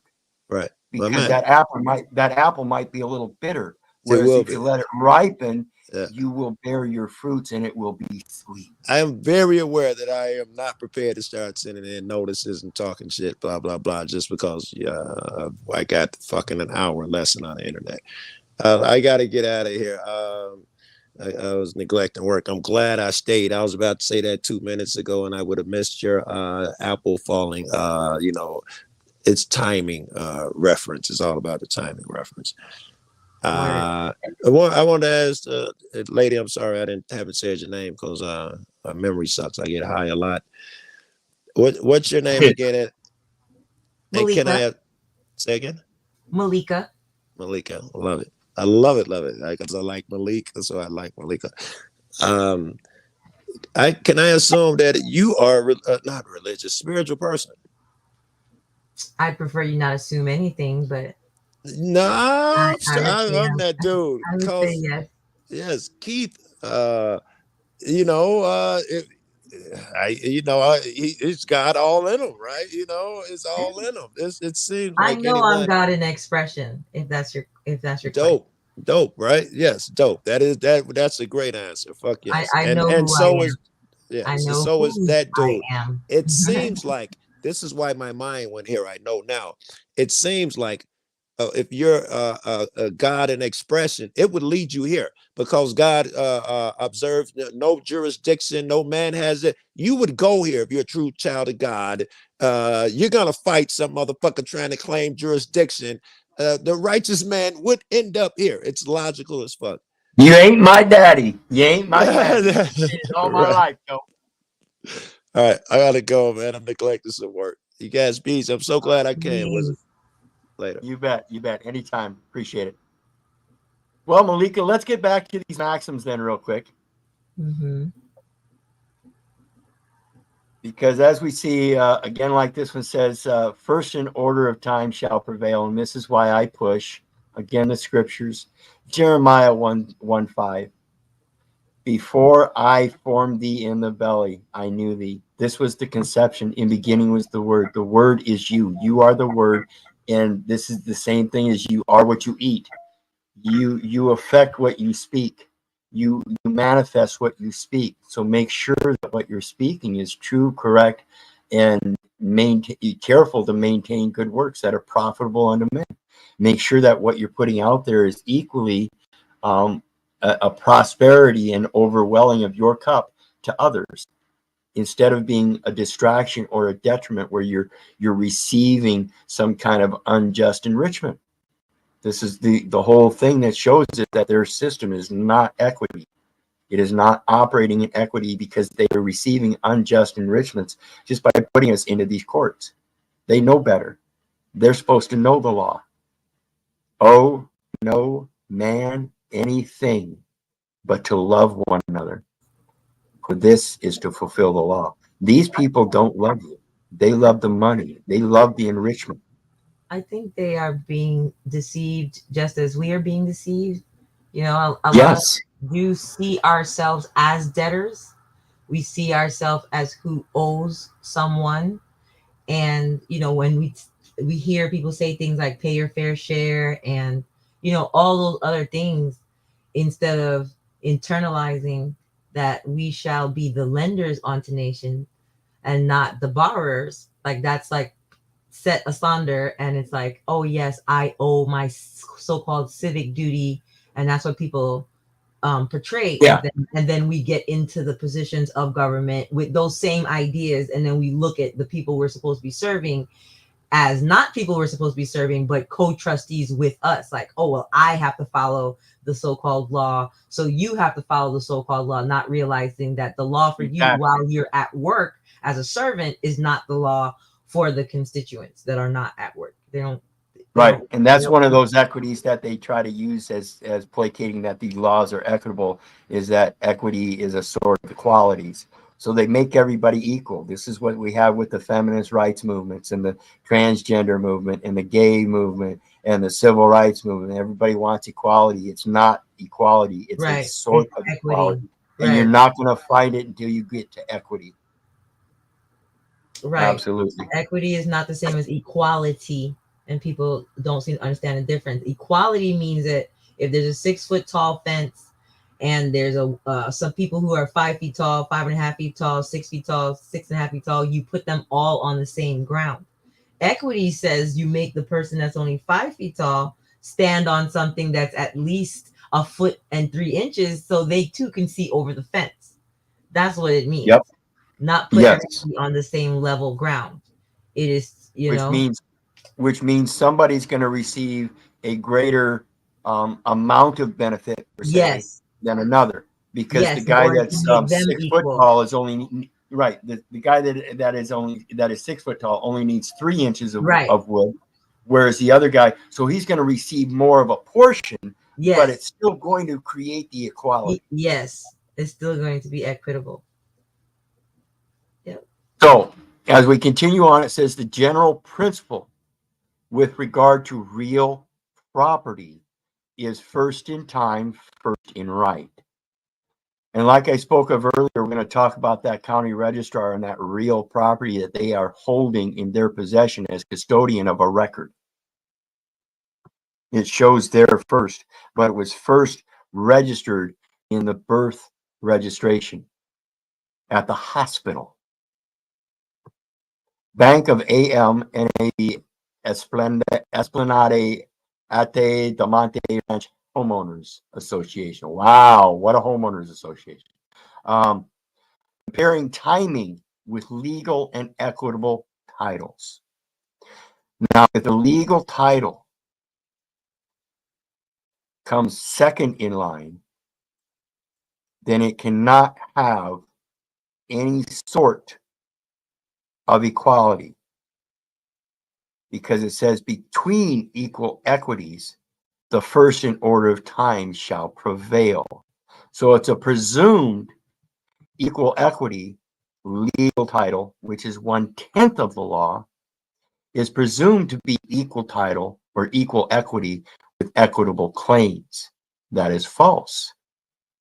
How can it be equal if the first in order of time shall prevail? Prevail. What is a veil? Is it something that covers you? Are you not already covered by the full armor of God, and even in all of your nakedness? This is why I talked to Joe about this. This is where we get our prevalence. This is how we break the corporate veil, because what prevails is priory, what came first, what was before. In beginning was the Word, and before I formed thee in the belly, I knew thee. I wrote my word on your heart before you were discharged from your mother's waters as a man. And when you first took your first breath of life, you became a living soul, activating the very heart as an act of God in and of its own now. Ye are gods. We should be treating our own children as gods, training them up in the way of a God so that they can coin their words and speak boldly as they ought to. Instead, we're raising up transgenders, teaching them how to scream and holler because somebody else doesn't like them dressing up in a dress as a man and going into a bathroom and showing off his pee-pee. It's sick. Strange and deranged. As comparing timing with legal and equitable titles. You were born as a fucking man. You were born as a fucking female. Once you leave that, you leave all equitable claims, period. Your civil rights, your feminist rights, your gay rights, your transgender rights, those are not what's right. He's a respecter of no persons. They are all ad hominems to disposition you from your true capacity as standing in life. He commanded and it was done. He spake and it stood fast. That is what you're supposed to stand instead of his word. You're supposed to pass his word. That is the truth. In my eyes, of course. In my opinion, of course. Under the common law, an earlier claim had priority. It came before, over a later claim if both claims were legal claims. The same was true if both claims were equitable. Order and time only mattered under the common law where one party had a legal claim and competing earlier claim to the property was made purely equitable. This is the right to legacy, right to inheritance, the first son. However, if the first son dies, then the equity claim goes to the second son. Happens there be a third, fourth, and fifth, and so on. If there be no son, it goes to the female, who then marries and professes a dowry. Equal consideration. If the female comes forth with property, then the man must equal that property. That is his portion of the dowry. This is the known claim in Christian society, that the man come forth with a dowry and to lay claim on the woman. It started out, here, I'll give you a calf for your third daughter. It was pure equitable claim between one man and another, a private claim to carry on the law of his nations as a matrimony, a wedlock, to combine two nations, two becoming one. This is just like north and south of North Egypt and southern Egypt coming together as one. This is the claim to my name, El Hotep Second Pero. Hotep Second meaning peace between the two. El meaning the God and Pero meaning temple. The God that lives within this temple has come to peace with its body. It knows the spirit is the director of the manual progression and motivation. It puts forth this body as a sacrifice in equity. Property, purely equitable. If you're not going to be careful to maintain the good works that are profitable unto man, your body, your temple, your property that you claim as your sovereign thing that ain't nobody else can own, then you're probably not administrating it right. Your God probably is not in agreement with its body. Any thoughts on that, Malika? Yeah, well, I absolutely agree. People have to come into that oneness. It's like what you were talking about earlier with the heal thyself, healthy self. Yeah, you got to know yourself and what's good for yourself before you can think you can tell somebody else what's good for them. I've been doing that kind of stupid shit all my life, telling people this, telling people that. Come to find out, I've been doing it all fucking wrong. Yeah, that's that all about that repentance and redemption, right?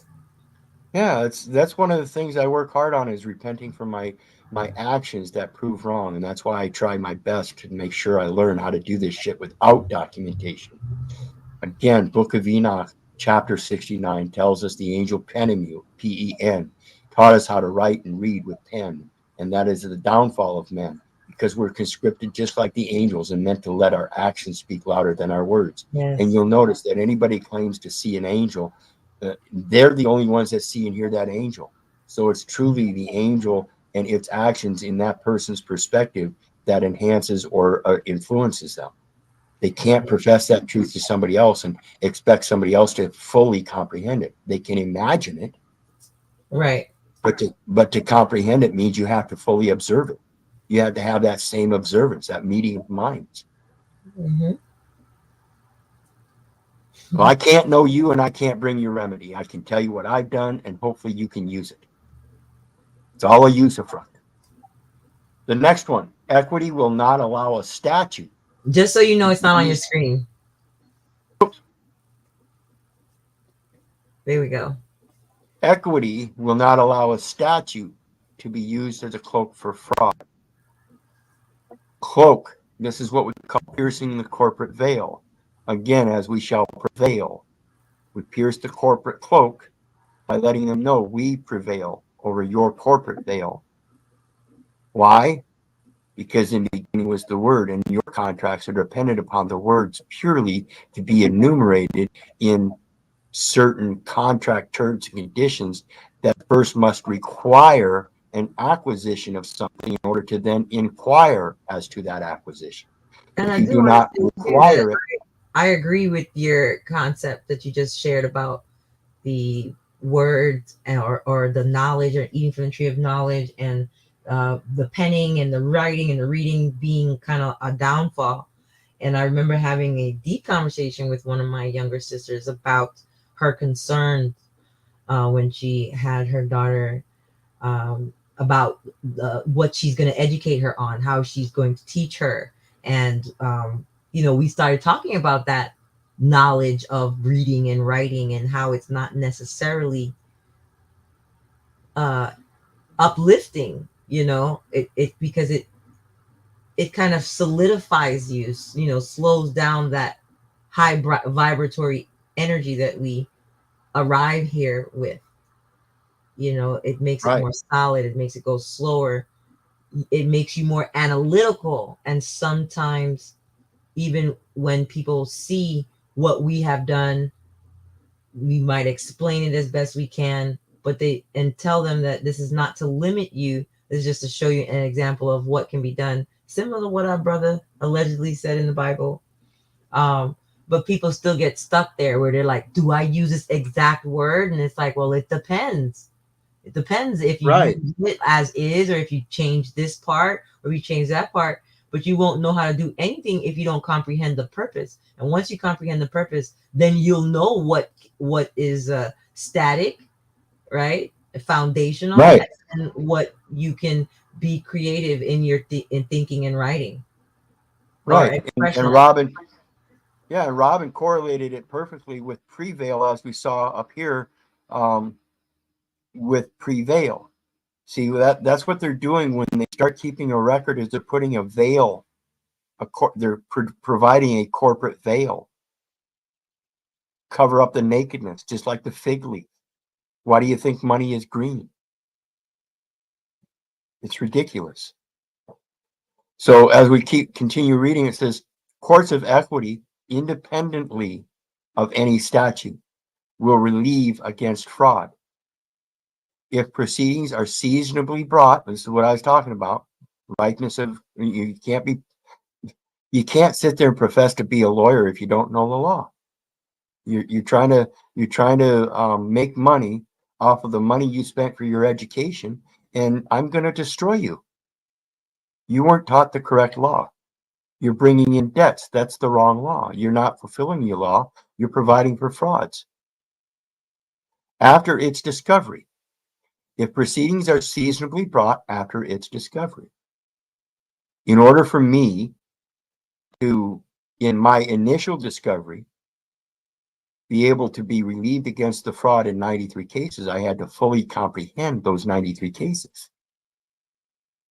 Now that I fully comprehend those 93 cases, now I can bring the remedy of all 93 cases. In order to receive equity, you must first come with equity. Equity, again, is the correction, pure and simple. So once I see one error, I need to review the entire record, make those corrections, and then I can present that for ratification. I'm sorry, I made some errors in entry, and I gave you these data elements here, here, here, here, here, here, here. I recognize the difference between here, here, here, here, and here, and they are inconsistent, and these inconsistencies prove an impossibility. My counsel is in the Lord. I accepted his promises and his oath, and I found that by accepting the patronymical promise of the obligations and securities of the United States by the very conference and gifting of a nationality known as United States citizenship without realizing fully what it was, it's an impossibility. Now we must correct the records. Now, if the record can stand with corrections, then so be it. I'll be damned. I am a United States citizen. But there's a lot of corrections, and I don't think there's many of them that can actually be had. I mean, you already placated that I was a resident upon enumeration at birth. You already placated that I was born a resident in the United States. You already implied, and I accepted the presumption under the assumption, or accepted the assumption under the presumption that, yeah, I understood what income tax meant. Now that I discovered what income tax really means, I never truly made a valuable investment on which I got a return. It never happened. The record will reflect this. It needs to be corrected. All of them taxes I paid in as if though I made an investment. Sorry, show me the investment. If you can't, then I want the taxes back. I guarantee you they're going to give you the nominal portion of taxes back rather than show you what the true investment was as a principal. You will get your taxes back. Right. They're gonna just add up your $100 a month over 10 years and go, oh, here you go. Yeah. And most people are gonna say, and what about the income that it made when it was wherever you were holding it? Yeah, exactly. That's why I'm pointing out, and we're going to talk about it here shortly, the court registrar and the real property known as a document of title that they're holding. And why are they holding it? Because the beneficiary hasn't stepped forward and made a claim. When you come forth and make that claim, you take possession of the legal title, thereby combining it with equitable title and collapsing the trust. Now you can merge everything through the correction of the record, and any remainder credits, now they can be reverted to a new name in a merger, the express private trust. That's how you fund your private trust. You take all that credit that they've established through unearned income and insurance credits, all the child support payments, the taxes you paid in, all these fines, fees, and penalties that you weren't really subject to begin with, those should revert back. What you put in should come back. You don't really deserve any profit, so just accept what's supposed to come back. I agree totally. Don't get greedy about it. I hate these fucking $10 million suits and shit. But it's Indeed. also funny because they never get it. Exactly. If you're truly a creditor to the nation, then why do you need a specific amount? Why don't you just give them credit of 15 billion? But don't you have enough credit? I mean, where does that credit come from, guys? Just magically appears out of thin air. This is why I say coin your words or purse your lips. This is where credit comes from. It's establishing a record. It says, indeed, to use the language of Lord Cottenham, a court of equity will rest property fraudulently acquired not only from the perpetrator of the fraud, but from his children and his children's children. And Malika and I have talked about this before. We have fun with it. Yeah, we're going to take your children and your children's children's and your children's children's children, you know, however long it takes to be made whole. Or as was said in another English case, from any person to whom he may have parceled out the fruits of his fraud. So in other words, all participants. This is why with any claim in those courts, you should be naming anonymous defendants if you're going to be playing in those courts. That way you can enjoin everybody who has parceled out his fruits to him. That you know, some lawyer sits there and parcels out his fruits to the judge and the clerk and all of the people that invest in that court record.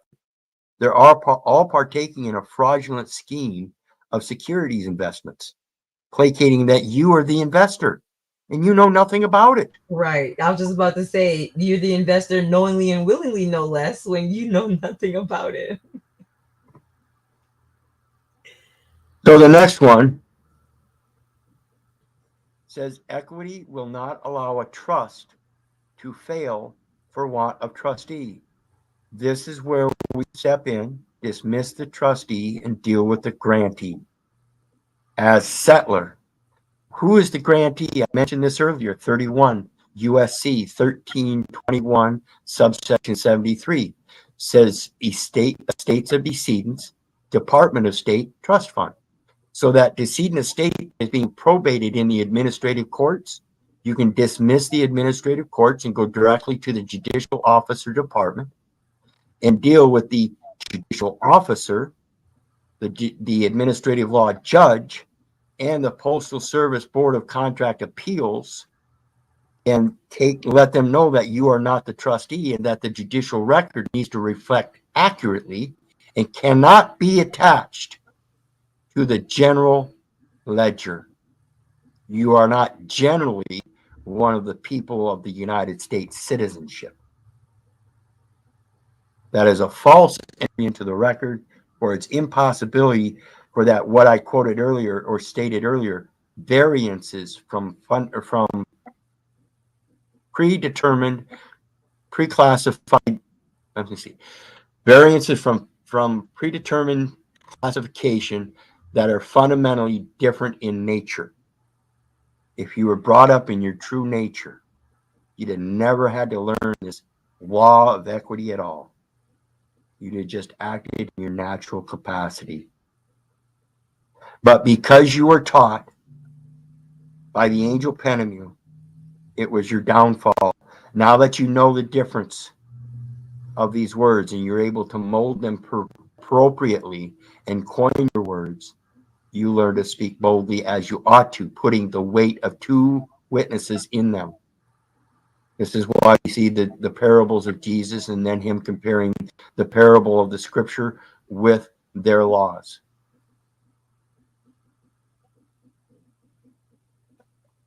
Even if a trustee dies before the creation of a testamentary trust, for example, or if the trustee is incompetent at the time she accepts the position, notice it's she here.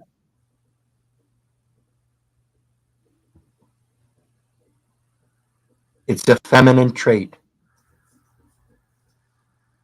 Our Father, which art in heaven, hallowed be thy name, is the grantor. The earth that provides us everything as our benefit is the trustor. We are the benefactors to what we observe in that trust, as we trust that she will provide as he's instructed through the seasons of the stars in their positions, telling us when things will be ripe, as we transition and transit strangers and sojourners with him across his lands. Accepts the position. This is an assignment and an acceptance. Acceptance means a contract in trust. That's why I say all contracts is as an acceptance of contract, offer and acceptance in formation of contract. It's a contract that develops in a trust, and you have to know the trust in order to be able to discern whether those contract terms and conditions are in alignment with that trust. These failures would not cause the creation of the trust to fail. This is why I say those statutes, the legislated law, the written letter of the law is equitable, because it's formed in a trust. All you have to do is correct the trust. They're expressing a trust in commercial form that comes from the express trust already expressed in the scriptures. Every word of God is pure, innocent. It does not take a monetary system that needs a verbal description of letters or numbers that we write down with pens. It's not required. Even if a trustee dies before the creation of a testamentary trust,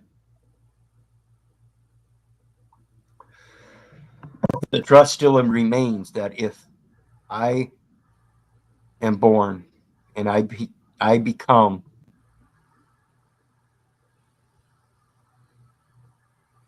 as a benefactor, age of majority, now a trustee,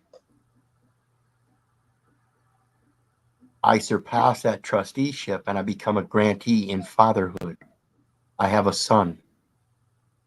Now there's a creation of a trust, because now a springing trust, because of the trust that existed before, and I'm moving up that line of trust. Now a grantee, grantor, and have granted the life of a benefactor, benefactor, who will one day be assigned and accept my offer to take upon my ideologies. He can either do that or not. But that trust of my ideologies does not fail if he does not grow into trusteeship and passes on before he dies and before he becomes a trustee. Just as it says if a trustee dies before the creation of a testamentary trust.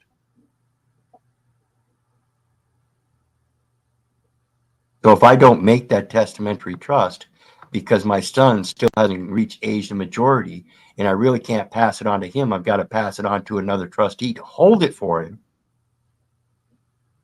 These are all very important elements in understanding the trust and how it works in your real life. I could have made a trust as soon as my son was born and expressed it in a documentary form and claimed all my property over to him. But if he ended up losing me in his life, that estate would automatically be transferred over to somebody in a probate situation. So my real option and best option is to create a trust and assign a trustee that could take care of the trust until he becomes a trustee if either one of us passes away. That way that trustee is able to pass it on to a generation skipping trust to a further trustee, or a subset trustee like a sister or another brother, a second son. All the same concepts: first person, second person, third person, if you're expressing a literal trust in writing. Otherwise, that intent is missed, and people that don't understand trust law will take it and administrate it as if though it's their own and give it to their own beneficiaries. This is unjust enrichment. You must understand trust law in order to be able to operate in trust law, to be able to express the equity that comes with trust. The only way. For example, if a trustee is incompetent at the time she accepts the position, the SS5. So this is where a state will step in and say, well, you're evidently not competent, so we're going to let this guy over here as a appointed attorney and assigned to you because you're incompetent, act as the trustee of this trust.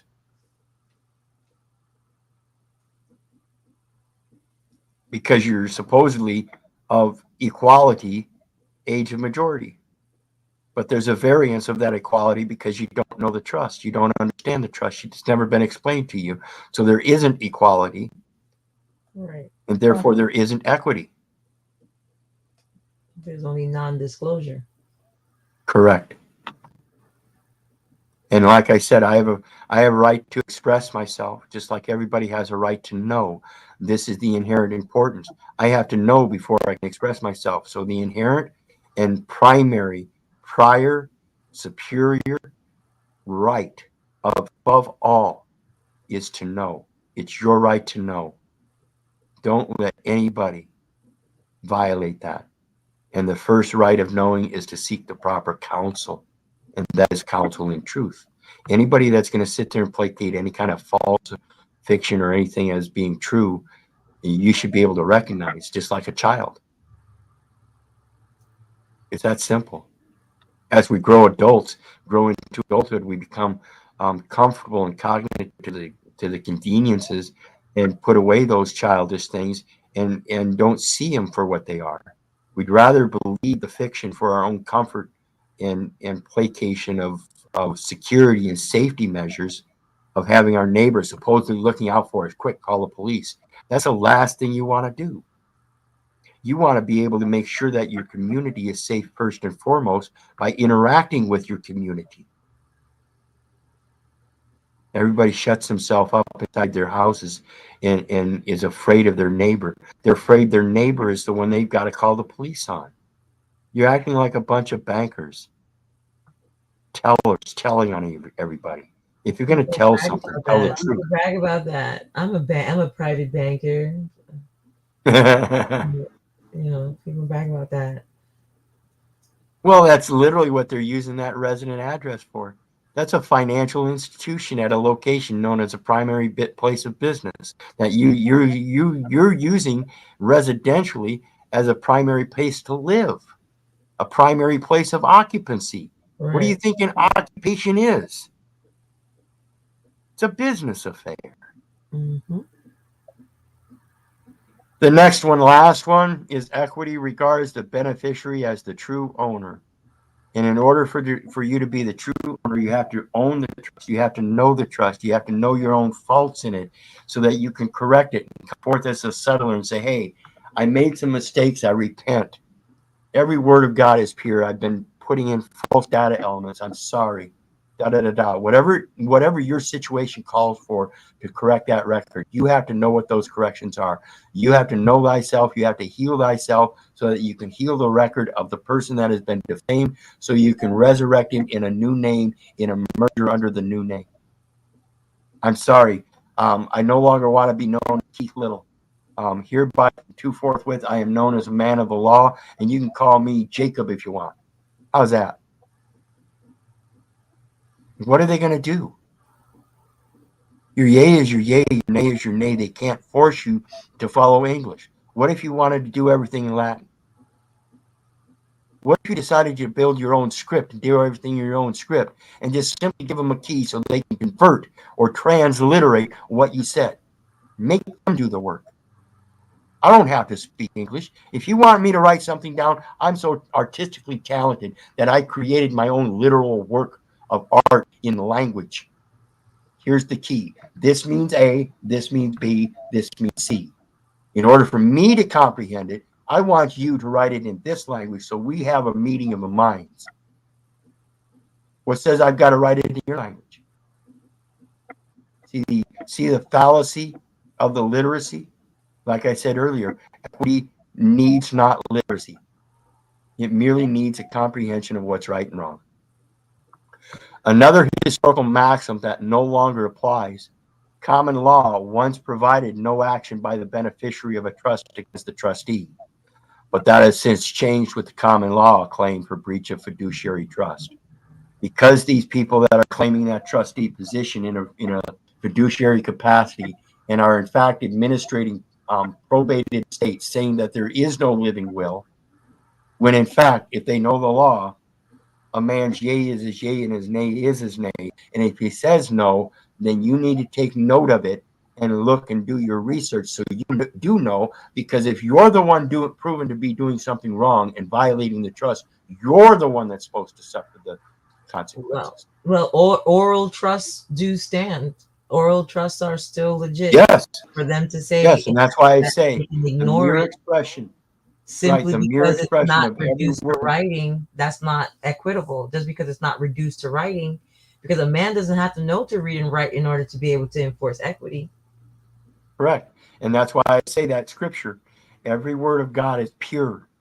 It is a shield, veil, unto he who put their trust as set in God. And I tell you what, I fear not, for he has redeemed me. He has called me by thy name. I am his. As set, he commanded, and it was done. He spake, and it stood fast. What is done is what ought be done. There is nothing new under the sun. When you learn these scriptures, you can let them roll off your, and that is the expression of the trust. You don't need their literal trust laws. I hereby assign the beneficiary. It's already done. What is done is what ought be done. We are all beneficiaries of the trust, of the original promise, of his original oath. Why are you placating this legal oath with a legal promise? It's false. So, how does it all start? We're going to talk this Child Citizenship Act, which is in addition to the naturalization process. See, this is the conference of a nationality of a United States citizenship. It's called the Child Citizenship Act. They're creating a citizenship capacity where you have to be able to perform the functions of public office as a federal, state, or municipal officer or agent whose resident presence is deemed necessary because you were first a United States citizen born in the United States that then moved outside of the United States as an outside salesman, a franchise of the sales organization known as the United States, and resided into one of the states of the Union. Don't you feel like a total unit?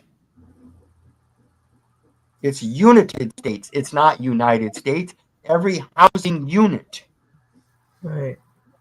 every postal unit, that's a postal unit. And you're operating as a trustee performing the functions of public office in a principal place of occupancy, a principal place of business as a financial institution, telling bullshit because they sent you something in the mail. That's improper service. You are not properly in receivership.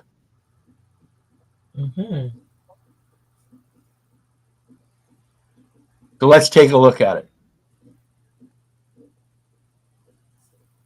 U.S. Embassy and Consulate. This is in the Netherlands. Why is it in the Netherlands?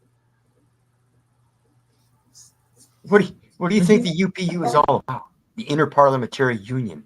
It's an international forum, and it's got one construct in the Netherlands. You got Switzerland, which is the Coinbase, gold weights and measures. You've got the UPU, which is Bern, Switzerland. That's the scales for those weights and measures. Did you know the Swiss Confederation? Oh, wait a minute. I remember. Isn't that the Confederate documents with the Declaration of Independence and the Constitution? Did you know there's an international construct of the same thing? You have the Law of Nations. The literary protection of all artistic and literary works is the Treaty of Bern. And then, of course, you've got the Swiss Confederation and the Federal Chancellor. Where do we hear Chancellor in? Is that equity? Are we dealing with a value system that is placed on the children through a Child Citizenship Act by enumeration at birth that calls them a resident and a United States citizen for an evaluation system and then puts them in a public education school to grade them for evaluation to see if they're fit for service?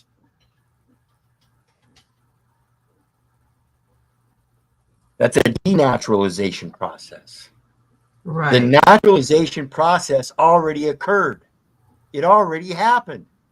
Mom discharged a young man, male or female, male, Male and female created he them and called their name Adam. You were created as an atom. And then you were rendered in a womb, formed from the dust to the ground, the atom, and then mixed with mother's waters, and then discharged as a man. And when you took your first breath of life, you became a living soul. Why isn't that naturalization process already declared? That's the thing that's missing. You're declaring a naturalization process of establishing a legal corporate fictional entity that one day will be a United States citizen. Because if it becomes a United States citizen, then there will be a record that it was born, birthed, hyphen, or excuse me, slash, where you can substitute one for the other, birth for born. The record bears the information. Now you know your bearings. Your Second Amendment isn't your right to bear arms, it's your armorial bearing.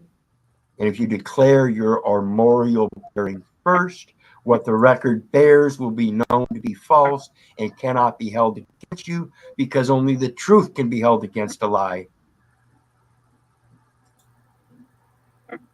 What do you think, Malika? I totally agree. You know me. I mean, this is the See foundation. how that works, folks? So, Truth needs no defense, does it? no, no, that's why we don't defend ourselves. Absolutely.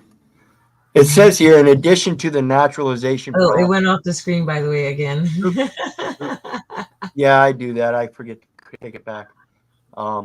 It says here, in addition to the naturalization process, the United States recognizes the U.S. citizenship of individuals, not the U.S. citizen, but the U.S. citizenship of individuals.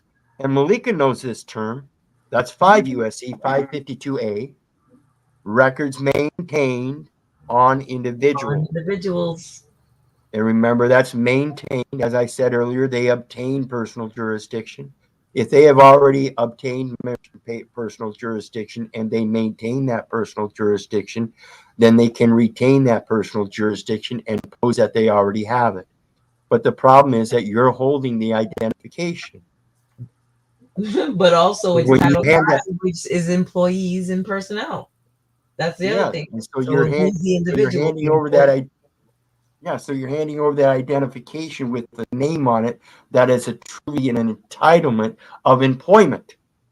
Look at the title on the top of it. It says State of Iowa. Then it says Little Keith Orland.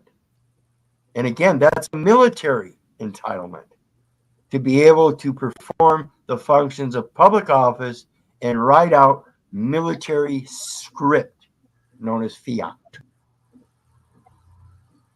And it says, according to two fundamental principles, jus soli, right of birthplace, and jus sanguinis, right of blood.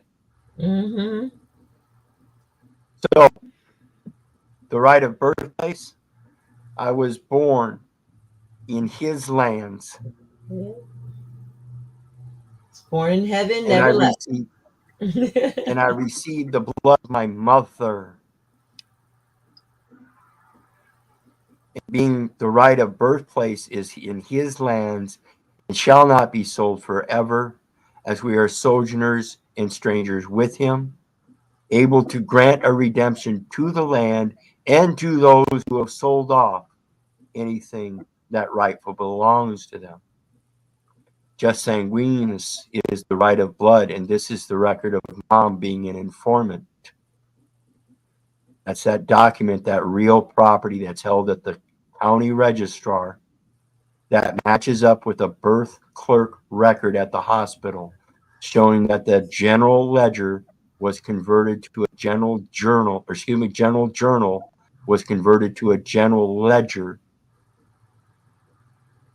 And therefore, somebody stole one of the children of Israel and made merchandise of his person. Mm-hmm. You're not supposed to be going into those hospitals.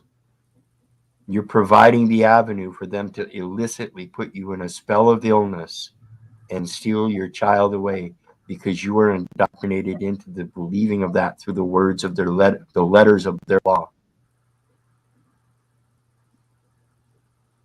Again, equity does not take literacy.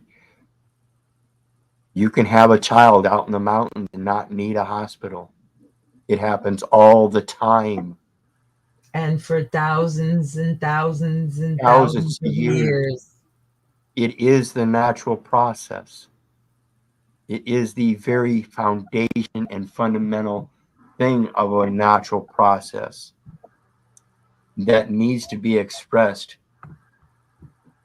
as powerfully as you can, as powerfully as you know.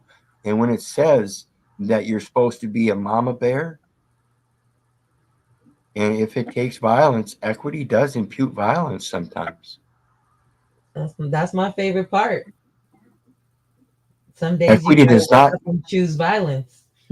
equity does not aid a volunteer that will just hand their child over to Moloch. Mm. Got to quit it. Absolutely. So as we go on, let's go back here. That's just information. This is on lawful living, like I said. If you guys want to sign up there, otherwise, you should be able to just search up these things in your own search engines and find these links. The next one I want to talk about, this is one of the ones that we have a giggle over, Malika. Because when you're born in the hospital, like I said, UCC 9-307 says location of debtor. Under subsection H, it says the United States as a debtor is located in Washington, D.C. So Yep. when you're born in a hospital that is located outside of the United States, and that hospital clerk exchanges real property held for productive use or investment, that's what's being done. They're placating it. They're part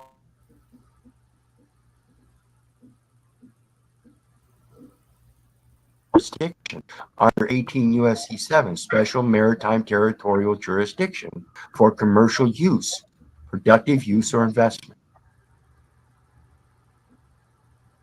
And that's for United States or United vessels of the United States under 18 U.S.C. 9 for the very obligations and securities of the United States under 18 U.S.C. 8. That is the entirety of their corporate veil. It stems from that statement of live birth that mom signed as an informant that the birth clerk entered into the record by exchanging it with the clerk of a county registrar as for productive use and investment for medical society, the state vital statistics bureau. It creates a state vital statistic jurisdiction for the health records of that individual. That's it. Under subsection H, it clearly says special rules. Special rules for foreign real property. Now, if you're not part of the system, you're not named as an agent and required to sign a document. You are otherwise listed as what? An informant. Mm. And what do we know, Malika? Anything deposited in a financial institution is what? A foreign deposit. Absolutely. It can't be nothing else because they're all foreign banks and banking under Title 12, regulating foreign trade and commerce under Title 15. And so a hospital having a birth clerk implies that they are conducting financial banking operations. Banking. Real property located in the Right. United States and real property located outside the United States are not Of property like of kind. like kind.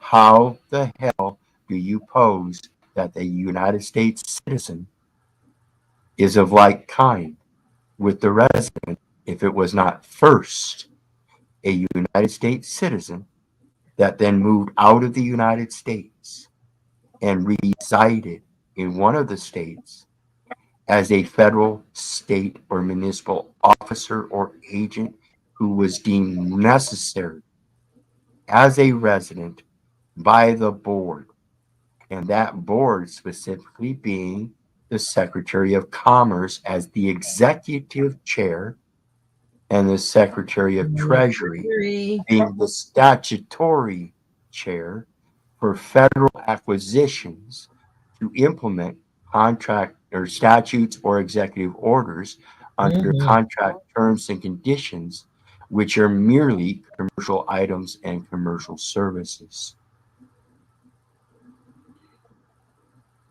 Again, that's that Deuteronomy 24:7. They stole one of the children of Israel and made merchandise of their person. Always. Or they just, what they're doing to not be guilty of the stealing is enticing. Yes, inducing, enticing, and I did it again. Just so you know, let me go back. Yes. So it's 26 USC 1031, exchange of real property held for productive use or investment. And like I said, income tax purposes is the residency determination at the state levels, which you will find in your state trust codes, most likely. I'm not saying that's where you will find them. That's where I find most of them. And that is Title 26, which is the income tax code. So it's imperative, again, to learn how to correlate, again, that everything is uniform throughout all jurisdictions and that they actually extend from the jurisdiction. That's the jurisdiction you need to learn. However you learn it, whether you be a Muslim, Jew or Christian, or some other Hindu, Buddhism, whatever it is, they all obtain equity. You don't need religion. You don't need literacy. It's inherently in all of us, in knowing that we're in the image and likeness of the other, and that somehow, if I do something bad to you, you might do something bad to me. Why would I want to do that to myself?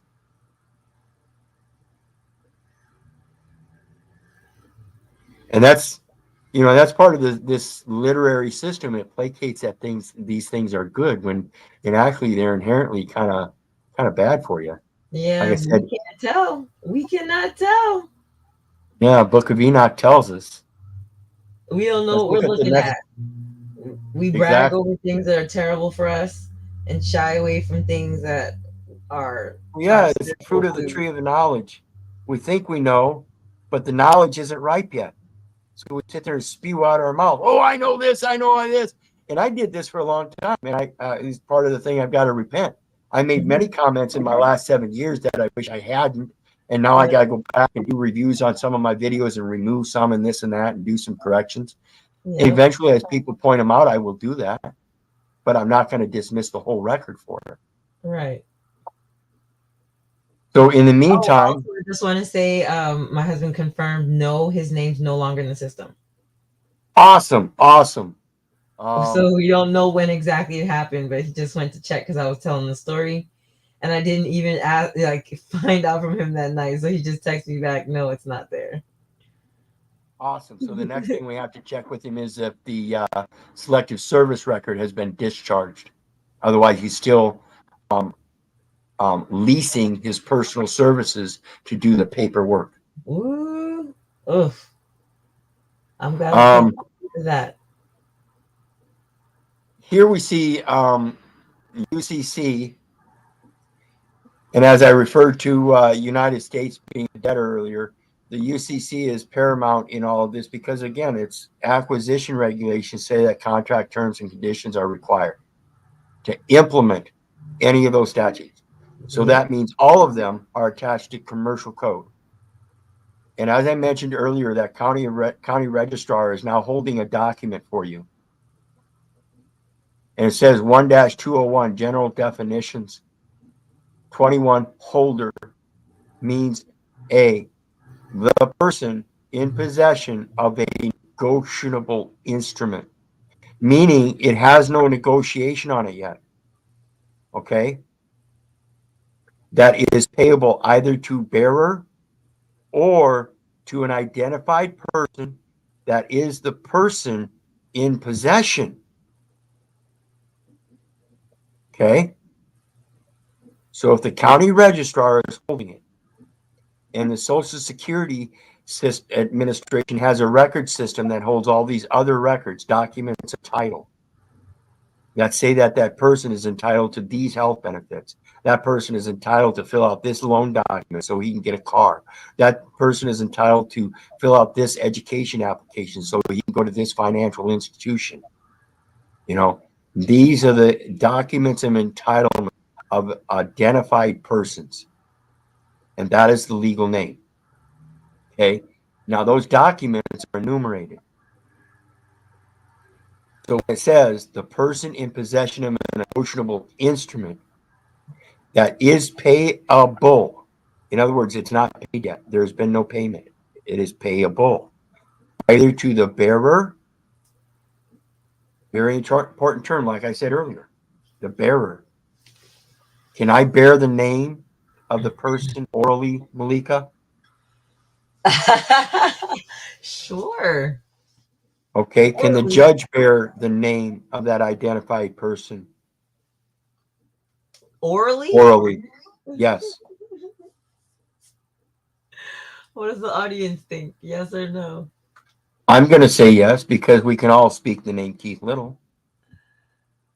Well, they might not know what you mean by that. That's why I said orally. Can they know my mom and dad and their inspiration in where that name came from?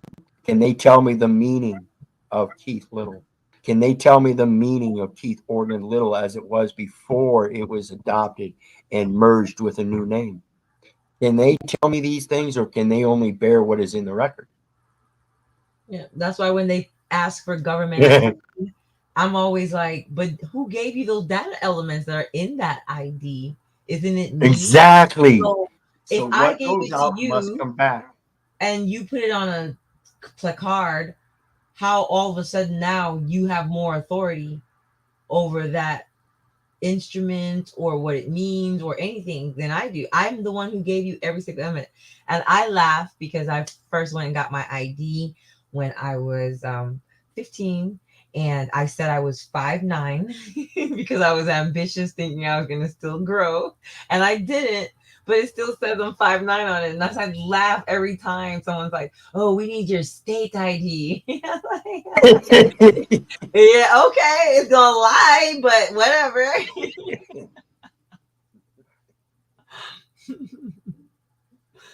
So it's just hilarious. Yes, excuse me, I take a break. let me get it right here. Just for your knowledge. Again, remember, Book of Enoch, chapter 69, the angel Enemu, and the name that you write down in pen. Either way you look at it, it is still a pen name. Whether you want to call it a legal name or what, they're all pen names. So Samuel Clemens was still a pen name, though he described and created his own pen name that he created. So mom and dad created the pen name Samuel Clemens. Right. Samuel Clemens, which was the first person, and then Samuel Clemens created the second pen name, Mark Twain. Oh, Mark Twain, that's right. And through that second name, he created third persons known as the characters in his book. Right. Or books. But we got to think about that. The name means nothing except for a possessory of who created it. He who creates controls. This is just the naming of things. In order to rightly know a thing, you must first inquire into its their name. names.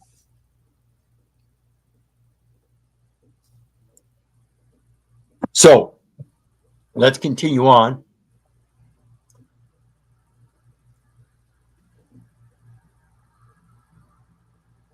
Because the next one says, or the person in possession of a document of title. Again, look at that ID. That's got a title on it. It's evidence of a document of title. Now it's got you is as last name, first name, entitled to that person in a military fashion. That means admiralty. That means you get to bring the terms of the contract if you wish to contract. They cannot deny this. Okay? This is the importance of that selective service number. If the goods are deliverable either to bearer or to the other order of the person in possession, all property again is vested in the state. And if it's vested in the state, it must only be required in eminent domain, like Malika was talking earlier. So let's talk about that, Malika. Okay. Eminent domain is for the public interest. And the only way the United States can obtain property is for the interest of the public. Right. To take it from the public in the interest of the public is just fucking insane, as they say. Well, the state or the people of Virginia against Keith Orland Little. Am I not one of the people of the state? Is there some kind of equality there? Yeah, but we're going to dismiss that equality. No, we're going to prosecute you for when you were acting as one of the agents of the people of the states. That's what. Right. That's the only thing that could make that coherent. That's the only thing that would make that not an impossibility. It has to be the state or the people of the state against one of the agents of the people of the state. Right. And they have to do it. And the thing that they're prosecuting you for has to be for when you were working on their behalf. You were working on behalf of right. And they have to identify the person so much that to a certainty that it can't be confused with any other. So what they do, look at your driver's license, look at your ID. It says Little, comma, Keith.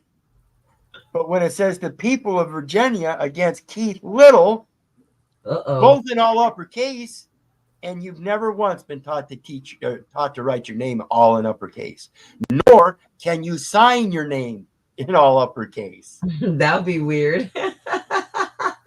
So we see a conversion of the language right away. They know it's soft and moldable, so they molded it right before your eyes. You don't recognize it.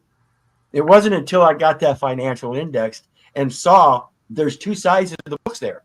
One side says Little Keith Orland in all uppercase. The other one says Keith O. Little, Keith Little, Keith Orland Little. It has various, but it's always Keith Little, and then possibly the initials or middle name.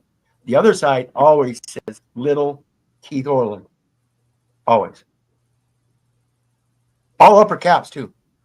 So we have to realize that they're using multiple languages in these contracts and in these forums and stuff, and just be able to point that out. I'm sorry. I can't serve two masters. Right. People are just confused as to how to express themselves, like the gentleman that was on earlier. You know, they don't know that they can express themselves, that they should express themselves, and then how to properly express themselves.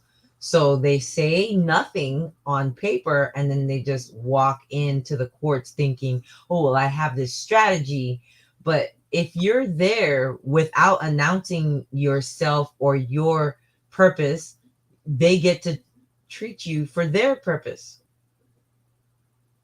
They're thinking they're on general appearance, and if you knew any better, you would at least gave them some paperwork instead of trying to be an apparition and appearing. Right. You would send in some paperwork and let them know, if you do see me, it's only because I'm there to assure, and make sure that the trustee respects my beneficial interest in the subject property as the benefactor and beneficiary.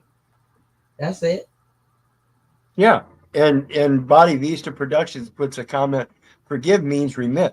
Perhaps remit the debt on one side of the ledger and only seek usufruct of resources for household goods. This is the same thing when we go into a medical clinic and want to seek help for a virus or something forbid we get sick and think we need to placate to that false god. If we go into that, if we want to bring equity, then we recognize the usufruct and hand the person over to them, knowing that it's a person, and directing them how to use the person so it's not used against you. You're not here to perform criminal acts. You're here to act civilly and not as an enemy, but to make sure that the record reflects accurate. Right. That's the only reason that you're there. And that's what you tell them in advance so they can't claim some other thing when you are there. And again, because we don't know that we should, that we can, or how, we just Right. do like, Yeah, well-meaning people we're will just- say, go in there and then invoke the common law. Right. We're just using the person as benefactor and handing it over to you in a usufruct so you can commit to your financial transactions and electronic record keeping through the beneficiary so that the benefit actually applies to that who it's granted to without detriment. That's all we're doing. But the whole system as it's taught to us is so obfuscated and ambiguous. It's because it mirrors the commercial. It mirrors the commercial, so we think it's merged with the commercial. Right. And I think that was the actual intent of all these barristers when they did that, merging equity with law or with common law. I think that was one of the intents and purposes, because when you merge things, then it's just like the English language. You get to mold it more and more. It just becomes more malleable. And therefore the law, as we seek it in equity, is more malleable.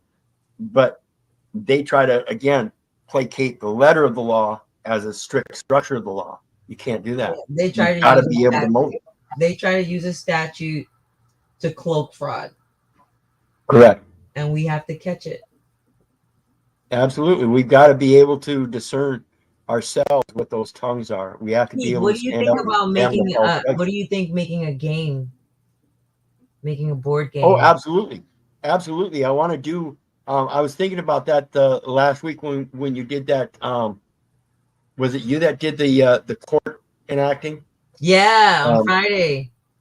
And I think that would be a good game to develop. And there's a company that you can use that will build the game for you and produce it. All you got to do is give them the outline, just like landlords game Monopoly.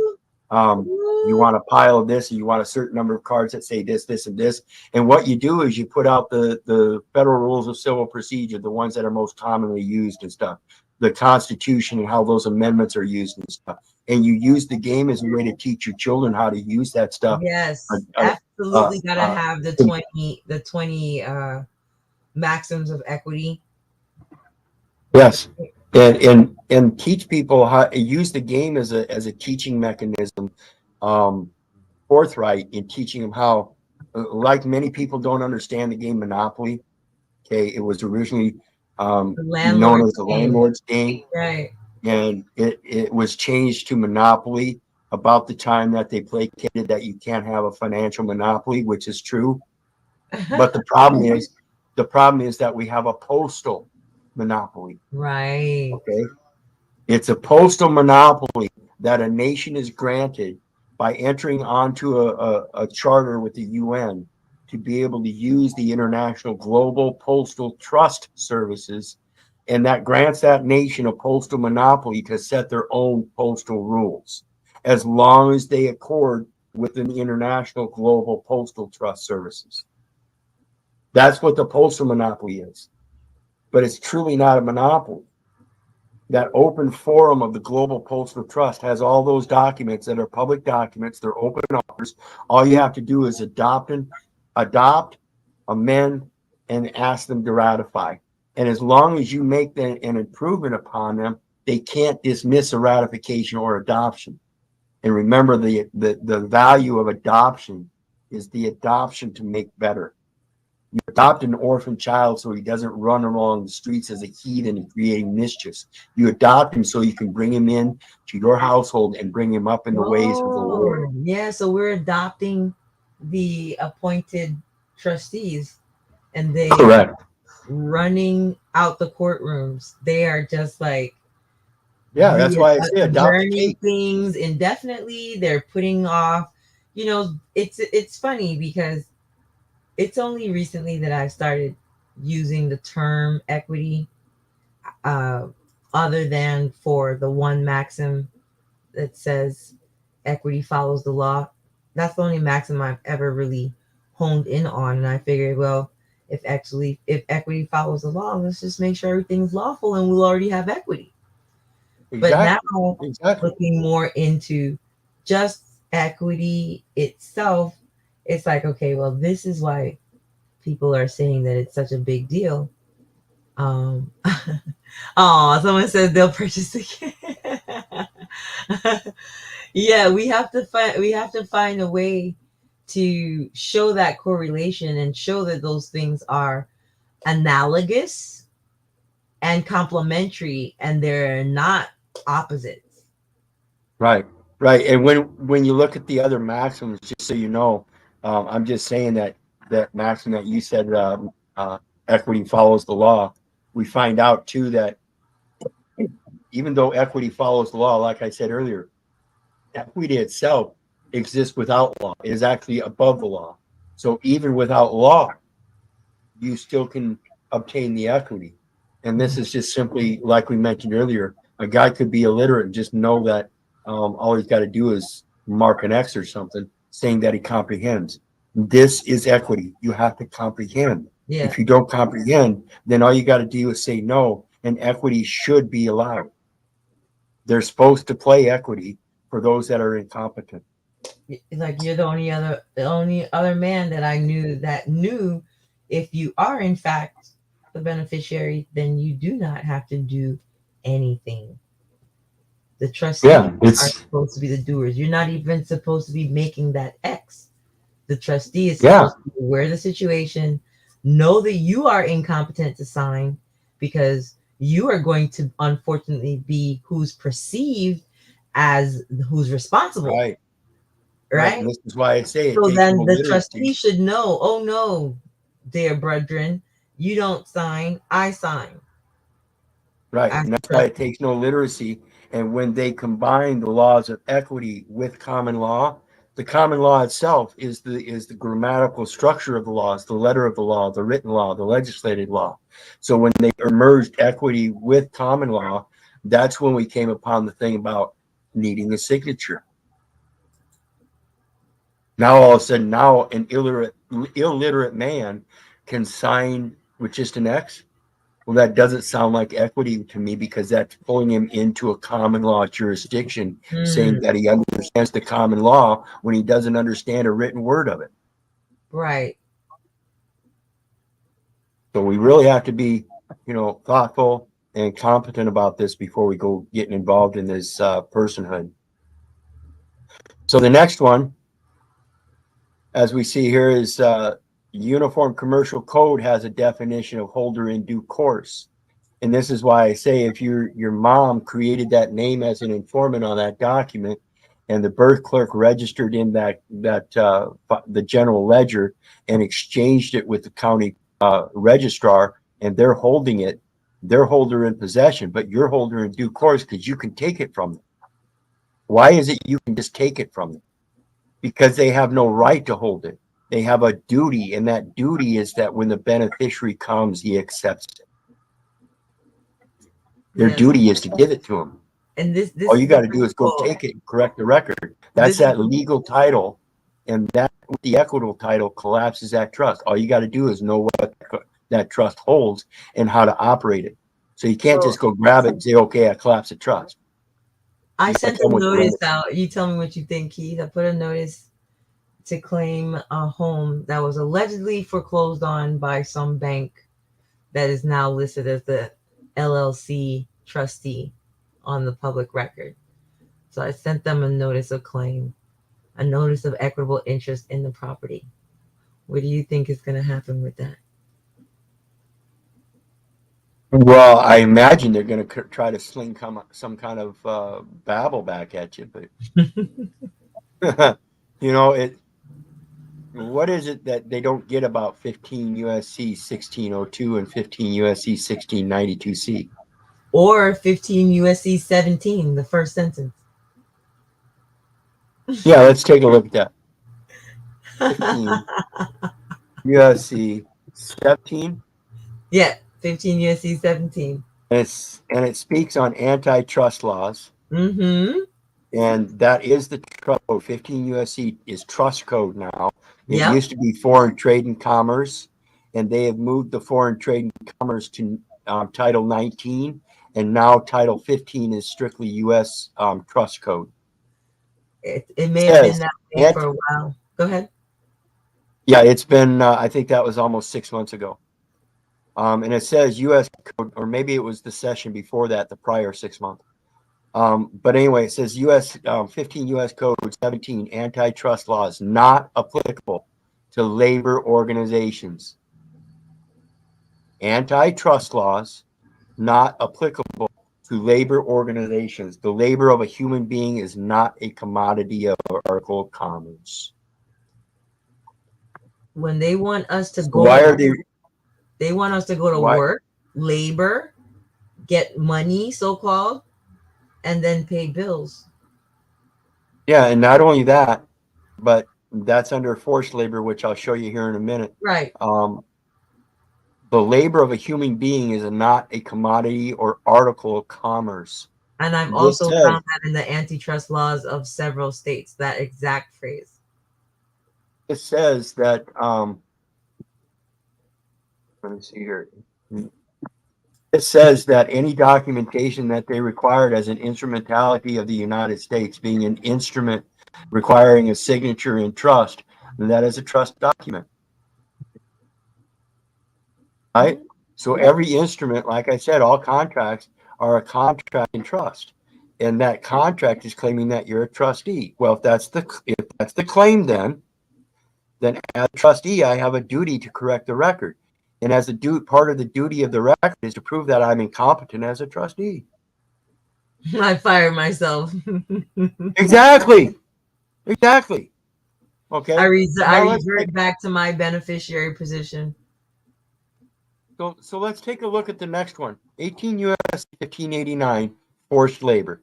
Why are we talking about forced labor, Malika? Because they ain't supposed to be talking to us. Yeah, that's difficult for a lot of people to embrace. Let's look at C. It's not on Well, screen. let's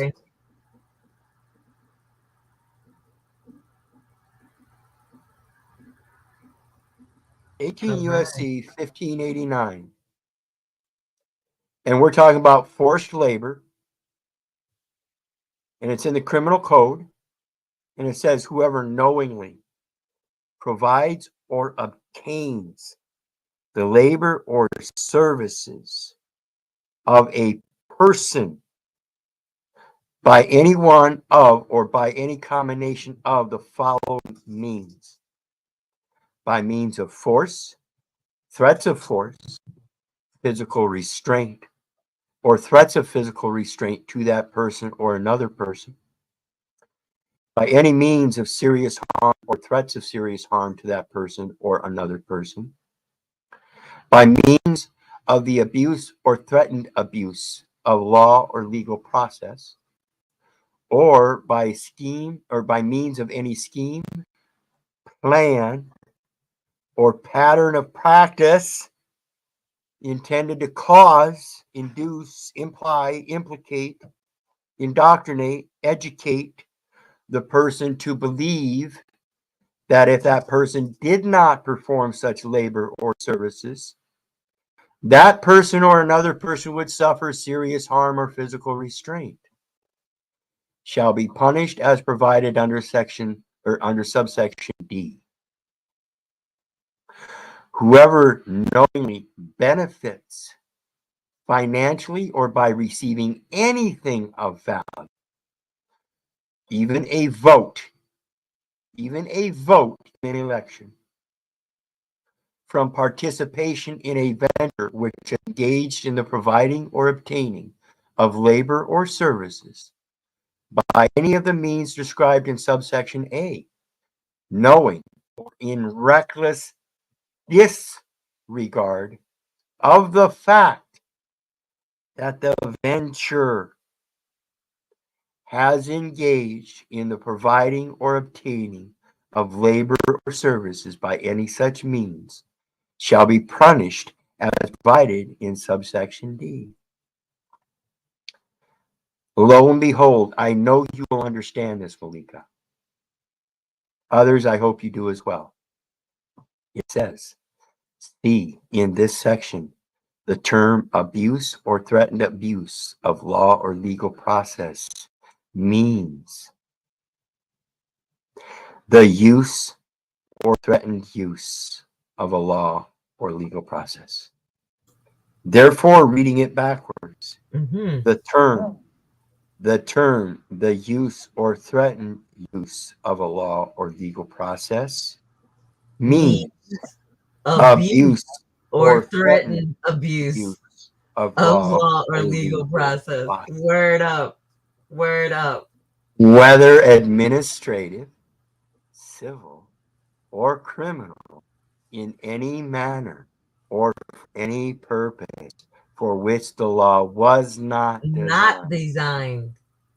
That's all of them. In any manner. And it is my man that must write the words. It is my man that Yes. must speak the words. So Word. in any manner or for any purpose for which the law was not designed, Word. legislated, the letter of the law, in All order to legislation will exert say commercial, in commerce, for hire, on the clock, at work, on person. behalf of the public, public interest, public service, public places, and we'll just be like, oh, my private stuff's in there too. Exactly. And it's all designed in order to exert pressure on another person, to cause that person to take some action or refrain from taking some action. Right, How do but we first know you this, got to be the Malika? purpose. First you got to be the person acting in commerce, doing the thing that is regulated under Commerce Clause in places that are also regulated under the Commerce Clause. And they And cannot if you say you're not, what do they do? what do they do or what they're supposed to do? They threaten to use the Oh yeah, the legal legal process. process, right. They ain't Which is the supposed to be forced talking to labor. us, folks. Exactly. Damn. That's not the proper communication. The proper communication is diplomatic channels of service. In order to notice somebody of a variance at law or an objection or an error, you notice them in private. You don't go making a false accusation that they're in error by making it a public accusation, because then you might be caught lying by adding unto or taking away of the word from law. Ooh. You want I to be suggest doing you that just shut Matthew the 18? fuck. I suggest you just shut the fuck up. So the next one,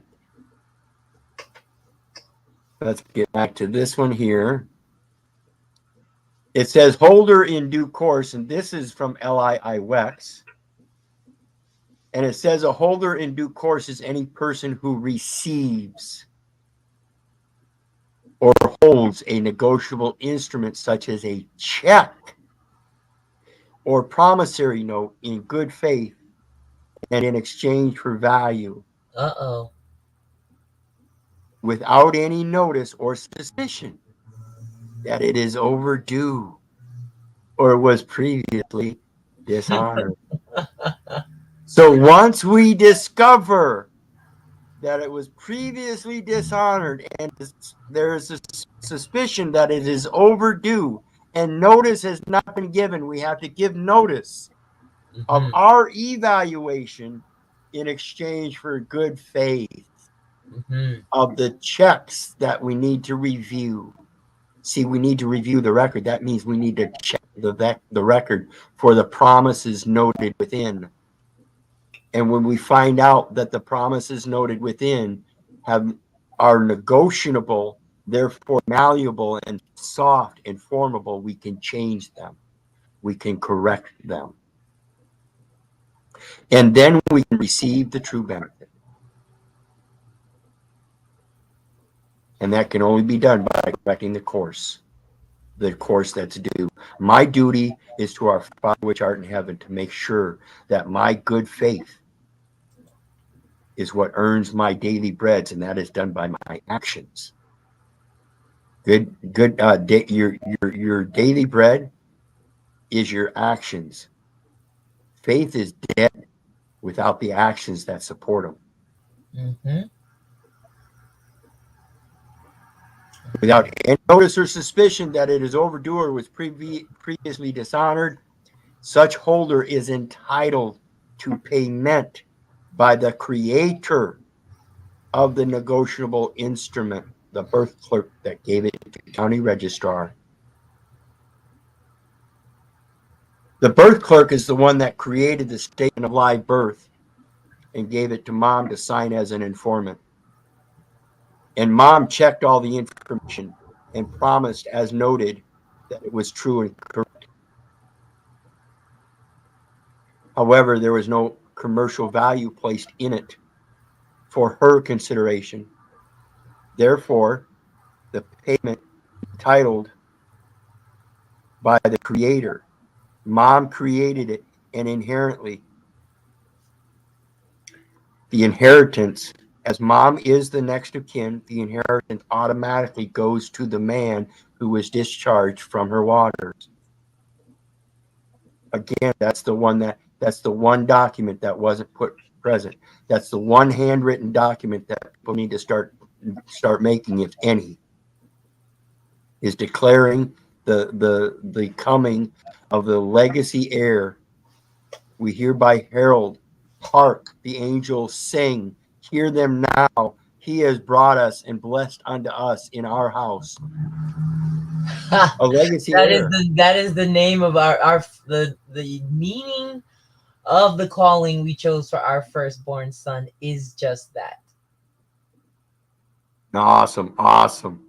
That is the meaning. If I ever have the chance to have a child again, I'm going to name them Noel. Oh, yeah. Yeah. But are you going to spell it? I'm going to spell it out for everybody in the chat. Believe you me, that is how you will spell Noel if you want to know my son or daughter. If I have that opportunity, it will be Noel, and it will be spelled with.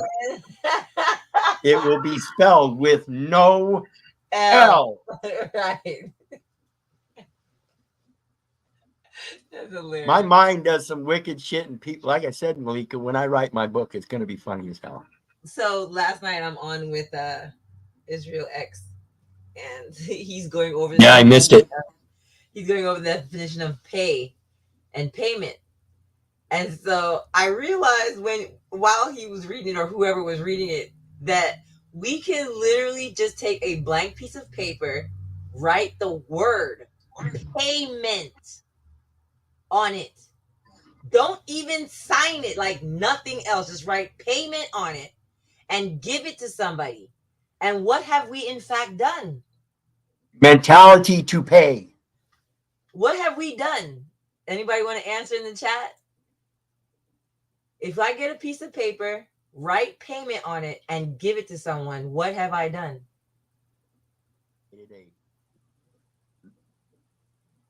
Have I not, in fact, given them payment?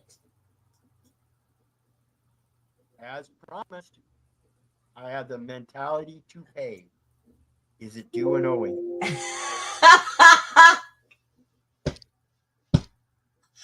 It just made me burst out laughing, like, pay up. I could just write payment. And you can't say I didn't give you payment. Yeah, I'm sorry I missed it. I really wanted to, but I had other things going, and it's Israel X is top of the line. He's top of the line. So I was like, anyway, it would be me and Israel laughing at this, but this is funny shit to me. Go ahead. So the next one is, like I've been telling you, the county registrar is the holder of the estate. Okay, That's the documentation. That's the real property. All real and personal effects shall encompass the entire estate. So you are a real and personal effect of mom. So you encompass mom's estate. That document that she signed as an informant is a personal effect. It is real and it is property. And therefore, all you have to do is merge you as a real and personal effect in equity with a real and personal effect in law, known as a legal title. And you claim that name, resurrect it through a salvation. It's a salvation process. It's a salvage of a vessel. And you're going to christen it in a new name. Why? Because it entered this world unknowing of a father. There is one Father, but which art in heaven. And this is, again, the thing that is not placed on the record. So when we placate to this false paternity paper, saying that there's no father, and these hospitals that are known as foundling hospitals, because dad is too scared to step up to the plate and catch his own heirs with his own hands, he gives that duty to somebody else, or even a midwife, or even just relaxing in a tub or a pool and letting it happen. I don't know anything that says that any wild creature out there had to have a male or female, or have the male partner help it in its birth. It was usually dependent upon the mom. And fathers, if you're going to be there for mom support, be there for the support in the natural environment and not the military environment where they're going to claim that they found your child. Act like the Papa Bear. Because everything's entered in a document of a title. It's an entitlement. And if you feel entitled, keep going to that hospital, entering into a spiritual illness and creating illicit children. Because that's the real and personal effect that it has. You might be good men. You might be good people, but you're making shitty persons. That is still held in abeyance. And again, it's a military operation. They're only holding it until the rightful claim comes forth and takes it, until the legacy heir receives it. It is a matter of a settlement of a probated estate. This is why they always put you on probation. They're telling you the estate has been probated and you're not enforcing the will of your father. You're not constantly affirming the will of your father. You're not being careful to maintain the good works that are profitable to men. So, declaration in equity of benefactor for the variances from categorical pretreatment, predetermination standards that are fundamentally different in nature. This is what I was trying to reiterate earlier. There are variances from categorical pretreatment, predetermination standards. How do we know this? Because of the written word. It's telling you you have to follow by the letter of the law. But there's a variance for natural law. Natural law says if a man is illiterate, he only has to sign an X, whereas that X was only placated after the merger of equity with common law. Whereas one of the equities says equity follows the law, but also equity exists without the law. Even without law, there is equity. We have to come to understand this stuff, people. The fundamental difference in nature is that they took your given name and a family name on that statement of my birth and created a legal name. No one's ever disclosing this. And then teaching everybody at 5 years of age to remember their name and address so that they can use them concurrently together, while our sister Malik has a redress number saying she's supposed to use that number in lieu of the name and address. Again, concurring again with their law, 19 CFR 149.3, data elements, wherein anybody buying or selling or receivership, the ship to party, the end of the line, the last mile, the ship to party guy, somebody buys a gift present and He's going to send it through the mail. So you got a trustee that's going to send it to the benefactor or beneficiary. He's going to receive it. It's going to go from point A to point B. All of those people, if you're supposed to receive something, if you bought something or sold something, every last one of those parties can use a number in lieu of a name and address. So why have they never taught us this? Instead, they teach us to use the legal name. They don't teach us the number in lieu of a name and address. They teach us the legal name, and they teach us to use the legal name with an address. And not once does anyone explain any of it or its purpose. It's amazing that it's taken this long for me to figure this out. And it's only because everybody else before me was indoctrinated into it. So when we see that equity merging with common law, priority recognizes equity before the common law. Equity was established in ancient judicial system. Equity, it was established as the ancient judicial system before there was an administrative system that perpetrated the common law. Greetings, brother Truther.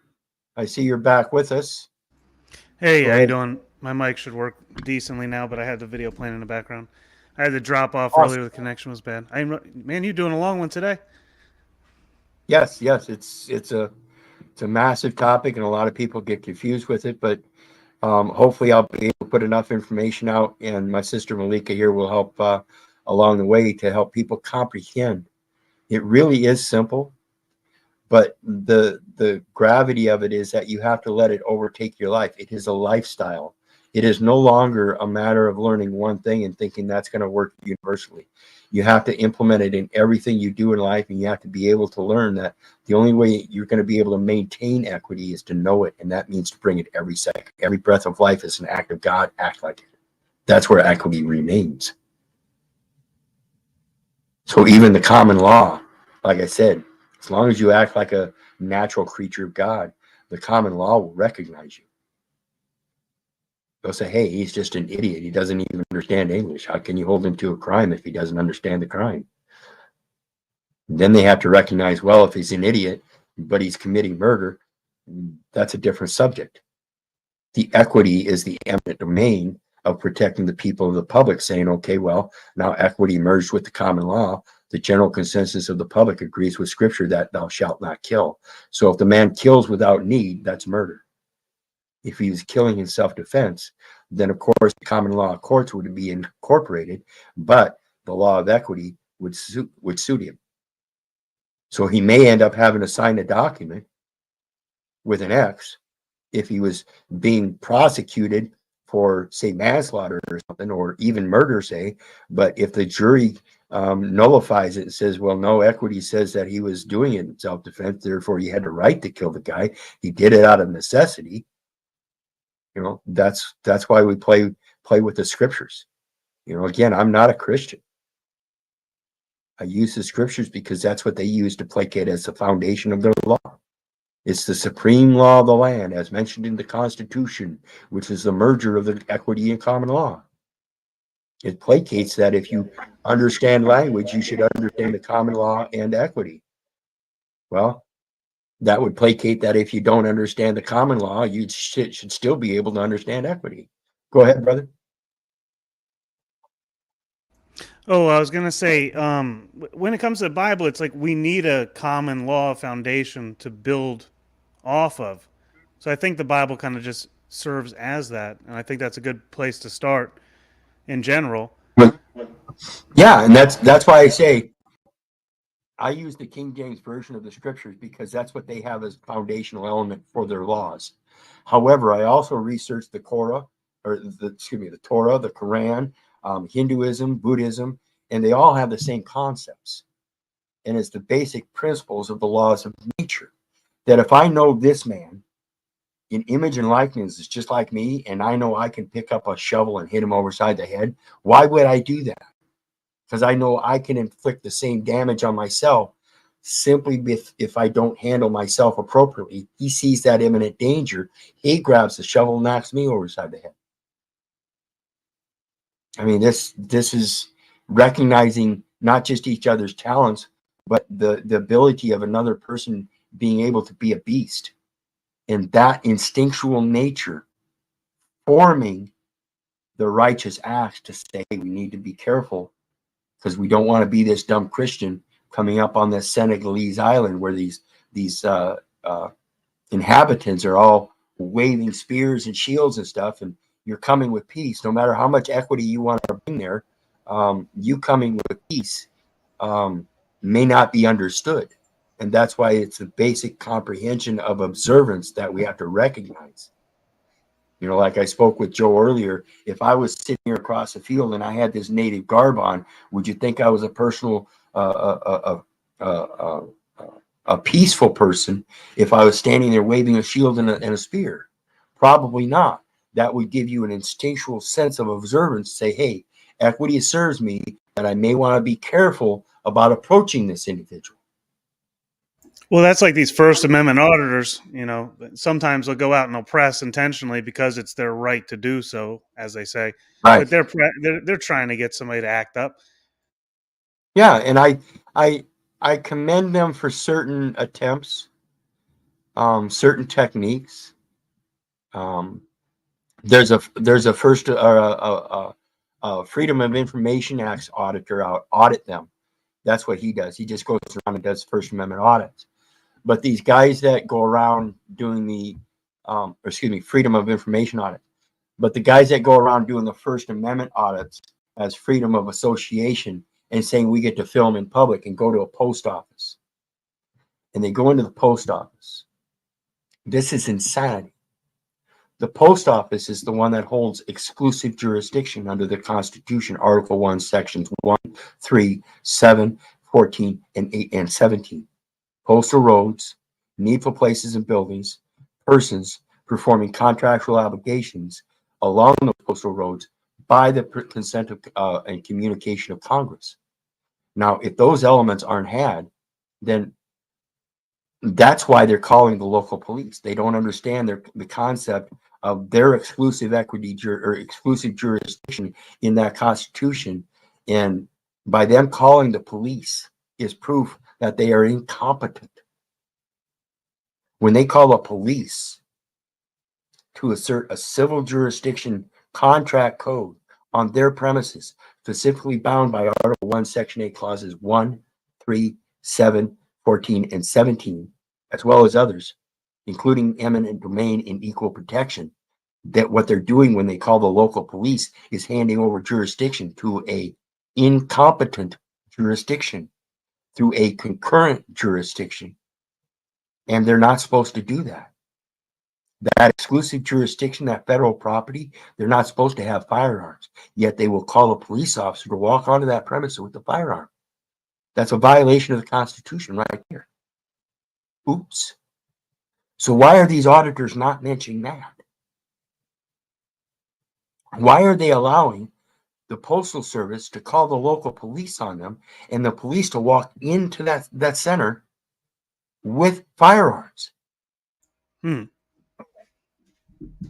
Well, yeah, because they're supposed to be local, state, whatever, and that's a federal building. They shouldn't be doing that. Yeah, exactly. So even though they're a federal building, needful place and building along a federal postal road, conducting federal commercial business through persons and regulated through Congress, where did Congress give the local police authority to perform commercially with firearms? They didn't. They're not supposed to. That's a standing army. That's in violation of the 4th and 5th Amendments. Article 1, Article 10 of the Labor Code, however, tells us we're in martial law, soft martial law, because Article 10 of the Labor Code says the martial law chiefly affects the police and the collection of public revenue and taxes by the invading forces or the expelled army or government for its army for its uses, its safety, and the safety of its operations.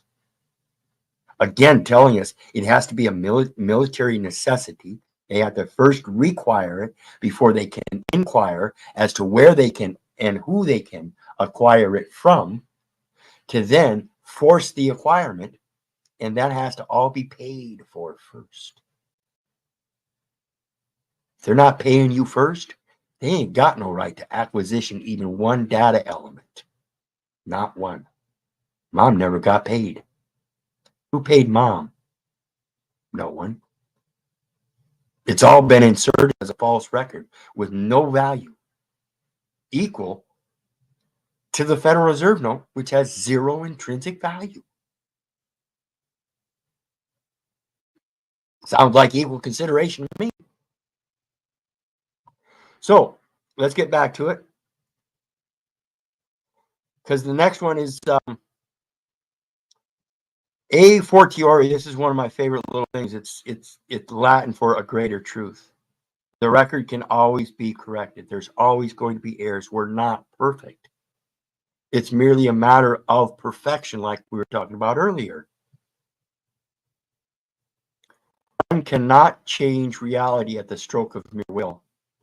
One must know that even as children of God, we are not perfect ourselves and will forever be faulty in our own realities as we struggle to separate our will from His.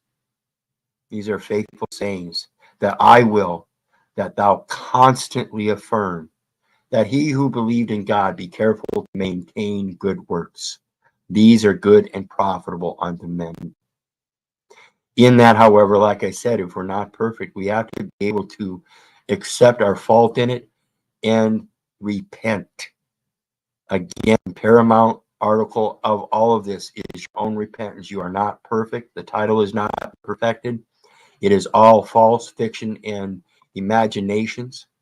And it's merely a matter of coming out of there and placing truth on the record. It is not my will that I speak. It is His. It's His will that I speak truth. Therefore, I have to come out of the lies. Here's a lie, here's a lie, here's a lie, here's a lie. I'm sorry I lied. I repent. I will not do it again. I recognize I am not supposed to be making these false entries, and therefore I will never do it again. I will give a number in lieu of a name and address for all misidentifications. Right, Malika? The next one says, or the next part says, this indicates that even in equity, one must be prepared for future repentance that might come about from our past acts or even ones we make as we go. Again, folks, I'm not perfect. I can't tell you every error in that record, but I do know that I've gone through all of those records. I've come to find out that there's certain errors that are committed in all of them. And if we correct those, we will find out that there is an impossibility that record needs to be changed. Automatic and mandatory declassification so that the proper record can be put forth.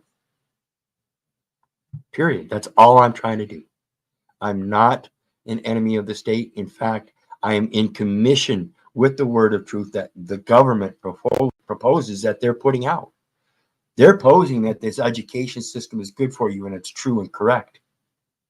It is. It's real. It is true. It is correct. It does its job perfectly. It could use more help from outside.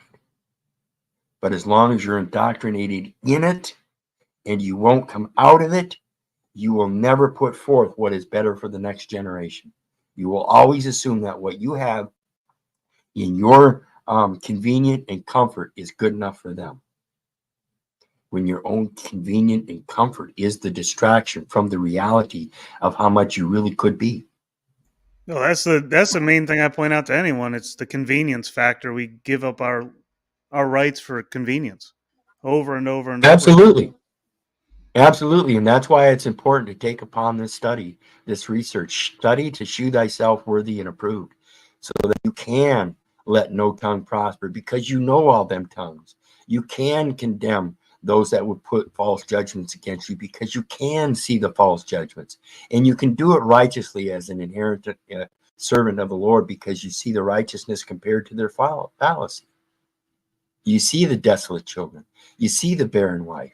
You sing for their praise so that they can receive the benefit of a cup overwhelming. This is what men are truly supposed to do.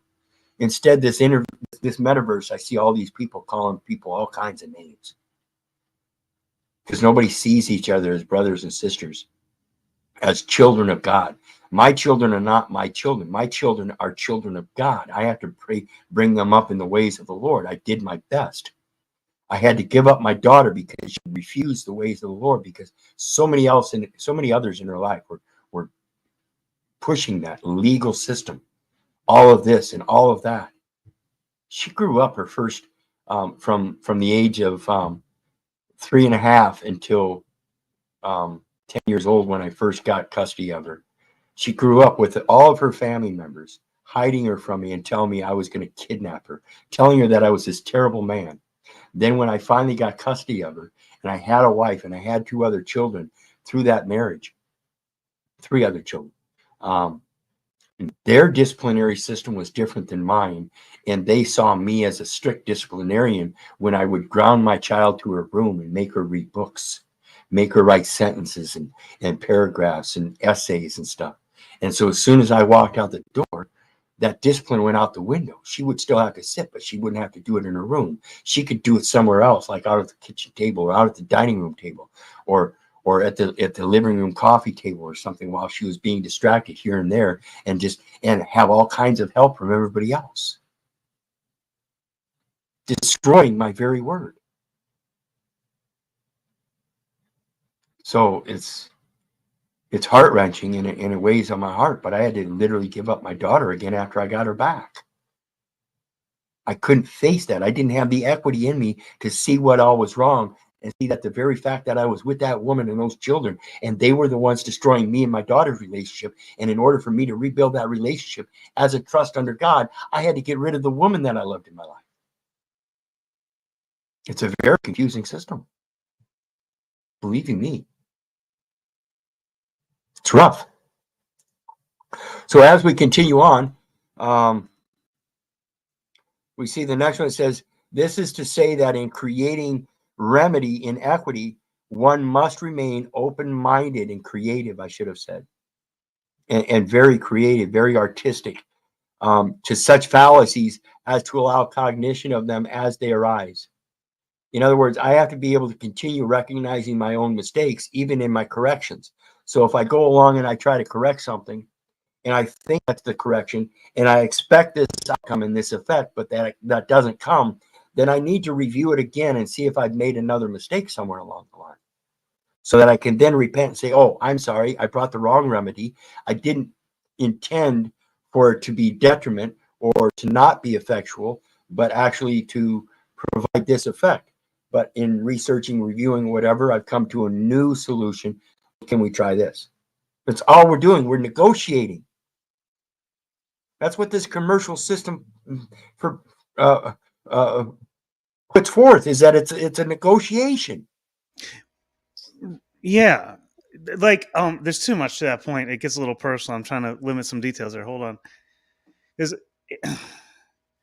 yeah, people see things as transactional, certain people, because they always see the money, the financial aspect of things, and they'll do anything to negotiate within that. When you really know people that are in that framework of like business, it takes over their lives. They'll do anything to for another Capitalize. dollar over Yeah, and they'll over do and over. anything to they'll do anything to capitalize on the dollar that they want to receive.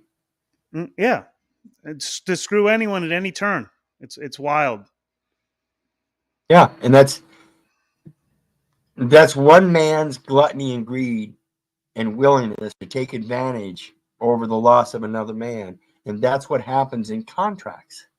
So why would you want a contract? Wouldn't you much rather just declare your position in trust? Well, build trust as in the word we share together and giving it value by carrying through on it. Correct. And that's the only way we can. Again, if you wish to have equity, you must first do equity. You've got to be the one to bring it in all cases. So let's go back. And it says, as they arise, either by myself or when called upon by others. And this is the problem that most of us have. And I am not innocent of this. You know, there's a time in my life where I took criticism very poorly, and I wasn't able to recognize my own criticism because I wasn't willing to criticize myself. So now that I've learned how to take upon criticism from other people and learned that some of those sources of criticism were done with equity in mind, or fairness in mind, or justness in mind, and not as a put down or a detriment or a defamation or anything, I learned the important value of it is that it's building my own value. I am the value. If that Federal Reserve note has zero intrinsic value and I'm the one putting it in it and I'm not getting it back, then it's because I'm not putting the value in it myself, because I don't have value myself. So the more value I structure in myself, the more that Federal Reserve note value will be, and that Federal Reserve note is extended from the contracts. Therefore, the contracts will have that value in them.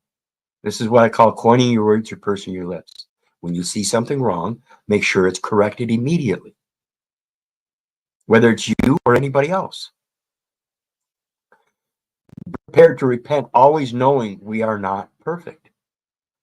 Why would you placate to know so much and be perfect in the eyes of somebody else, and not be willing to accept that their idea might be different, but it might be better? Granted, there are a lot of times that somebody might make a suggestion that you've already viewed, and therefore you might get snippy with them.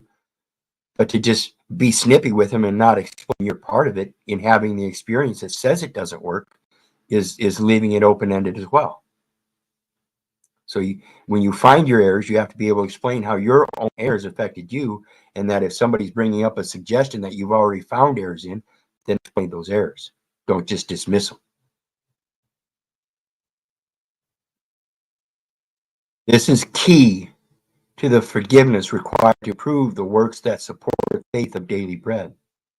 Again, faith without works is dead. Period. And it's the key of faith that you repent for the actions that you've been wrong in, and so you can change those actions and be careful to maintain the good works, because you recognize you've been detrimental, not only to other men, but unto your own person. You're the one that's defaming your person by entering it into that commercial construct.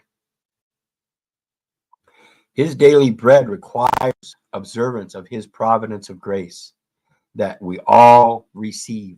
We all receive the providence of his grace, and that is the breath of life.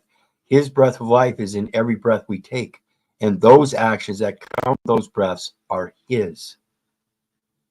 Be loyal to that truth, and one's will is overtaken in spirit. This is what's the inspiration. When we start living in the Word of God, that is the inspiration. That is what passes through us, and other people will be inspired through that. It is not about me. It is not about my son. It is not about anything but the message. It's not about a name. It's not about a number. It's about what is done is what ought to be done. There is nothing new under the sun. Pay attention, son. That's what you pay. Pay at tent. Intent at tent. In law at law. Intention, attention. That is the inspiration. Live to inspire others and not blame or disposition by vehement language. Now, you guys, and I've admitted this in these StreamYards, you see me throwing all kinds of language out there. But you got to remember, if you want equity, you must first come with equity. And those that I throw vehement language at aren't coming with equity, and there's no sense throwing pearl before the swine. So when I go on those panels and I do those triggers, and everybody thinks I'm doing it because I'm angry, mad, you might want to think again. Yeah, I've been accused of being angry a few times this week. I'm definitely not angry. Yeah, I'm passionate. I'm Yeah. passionate, and I can perform accordingly so that somebody might think that I am, and it becomes so easy for me that slinging words is just as easy as me taking a shovel from somebody and hitting them back with it. Well, yeah, it's Throw me- it's slinging dirt, throwing, right? yeah, throw me your words, I'll throw them back at you. Throw me your Yeah. dirt, I'll throw it back at you. I learned how to do this physically by taking a shovel that was raised up against me and threatened to be used against me, and did exactly what he posed.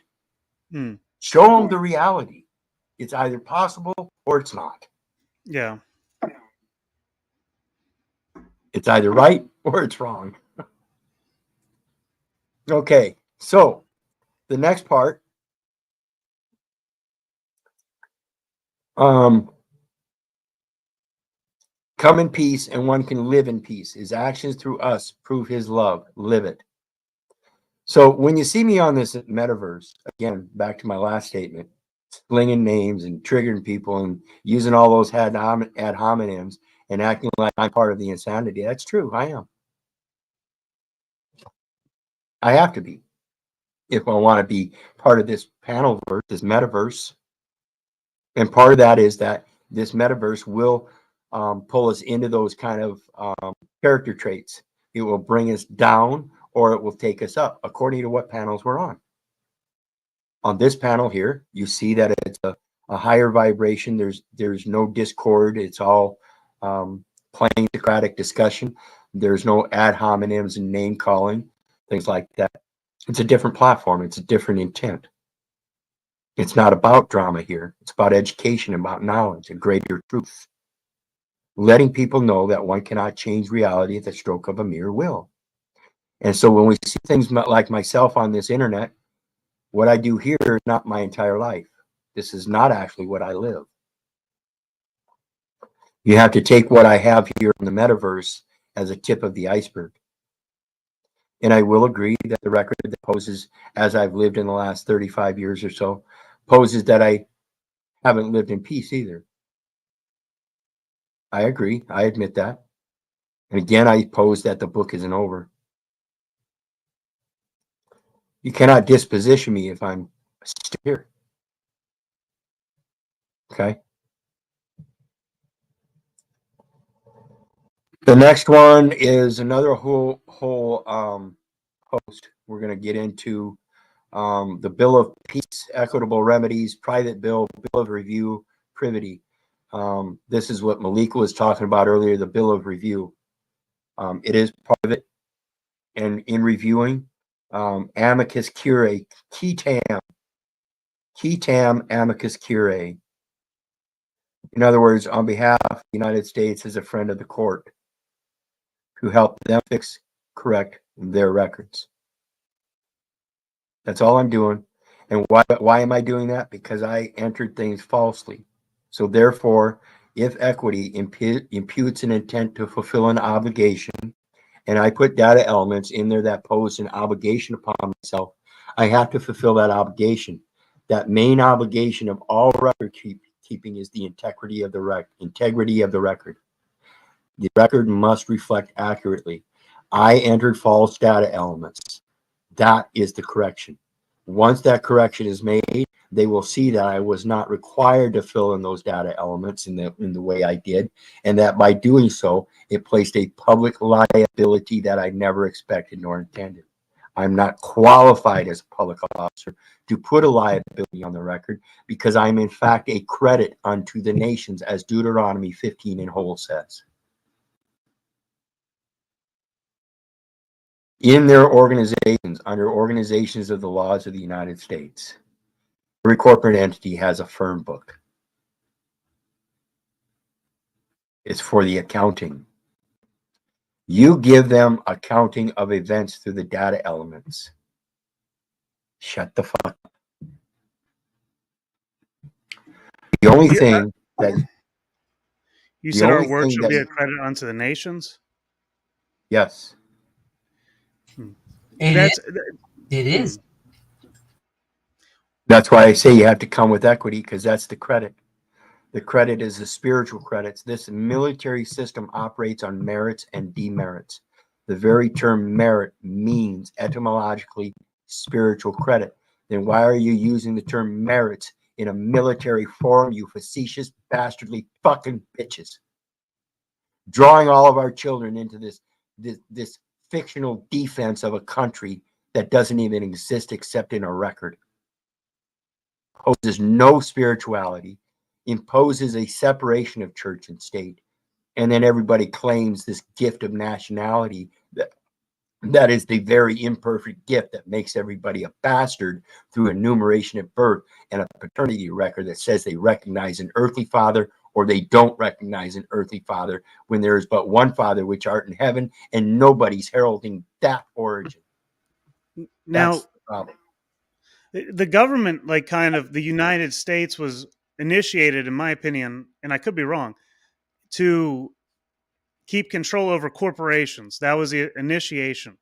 But then the corporations, through their money, financed lobbying and all this type of change to make it reflect back onto the people and control them instead, to do what is profitable to them.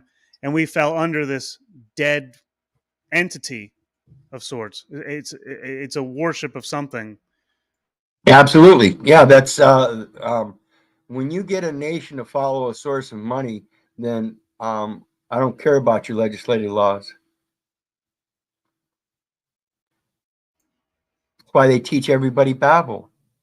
If you follow the legislative laws, this is the principle of banking, that you don't know how to bank, and therefore you hand over the responsibility of your financial affairs to somebody else. Oops. Because if you knew how to bank, you would never do that. Ever. Why would you hand over your property to somebody else that's going to invest it? And goodness gracious, if he invests it and loses it all, what are you going to get out of him? Why would you do that? Because my uncle did, and my cousin did, and my big sister did, or my big brother did, or my mom did, or my dad did, or my grandma. And this is what I was just going to say, and that's why we have this thing about redemption in Leviticus 25, verse 25. If your brother have sold off his belongings and become waxen and wane, and one of his kin come along to redeem him, he shall buy back his brother's debt. Yeah, That's what we're supposed I to be think we doing. should just be Q-tamming everybody's case. Just go to the courthouse every once in a while, pull up a couple cases, 3, 4, 5, and just Q-tam them all. Yeah, like a pooled investment. Yeah, why not? That's literally what you're doing, is you're taking the pooled investments back and saying that the principals are here. The beneficiary has come to claim his legal title. Yep, he's right over there. I contacted him last week. He said, "Yeah, send whatever they have for me. Here I am in his stead, on his behalf, as my brother's keeper, the redeemer. Let's do this." Yep. And this is where we're going to get into the shut the fuck up or coin your words or purse your lips, because it's 5 USC 552A again, folks. That's that records maintained on individuals. And remember, 20 CFR 422.103. I misquoted it earlier. I said 402.103. It is actually 422.103. Employee benefits, and it says the individual's name and number identify the record. So when you give a name and address, and that address is the name, and it's the name and number identify the record, are you identifying a judicial record?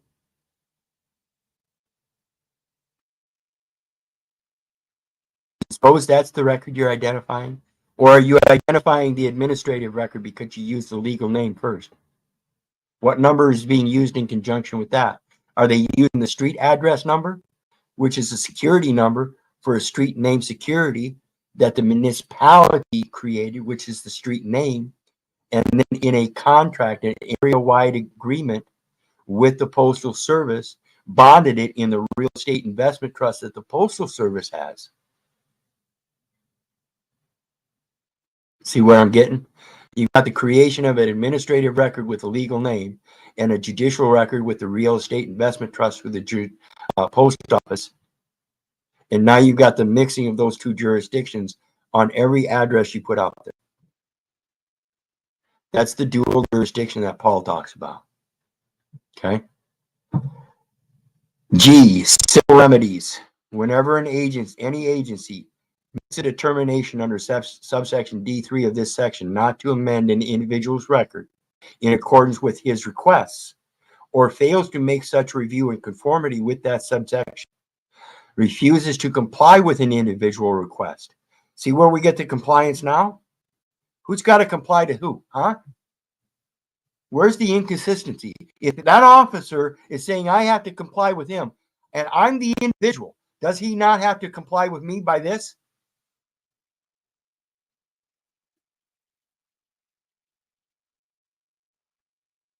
Fails to maintain any record concerning any individual with such accuracy, relevance, timeliness, and completeness.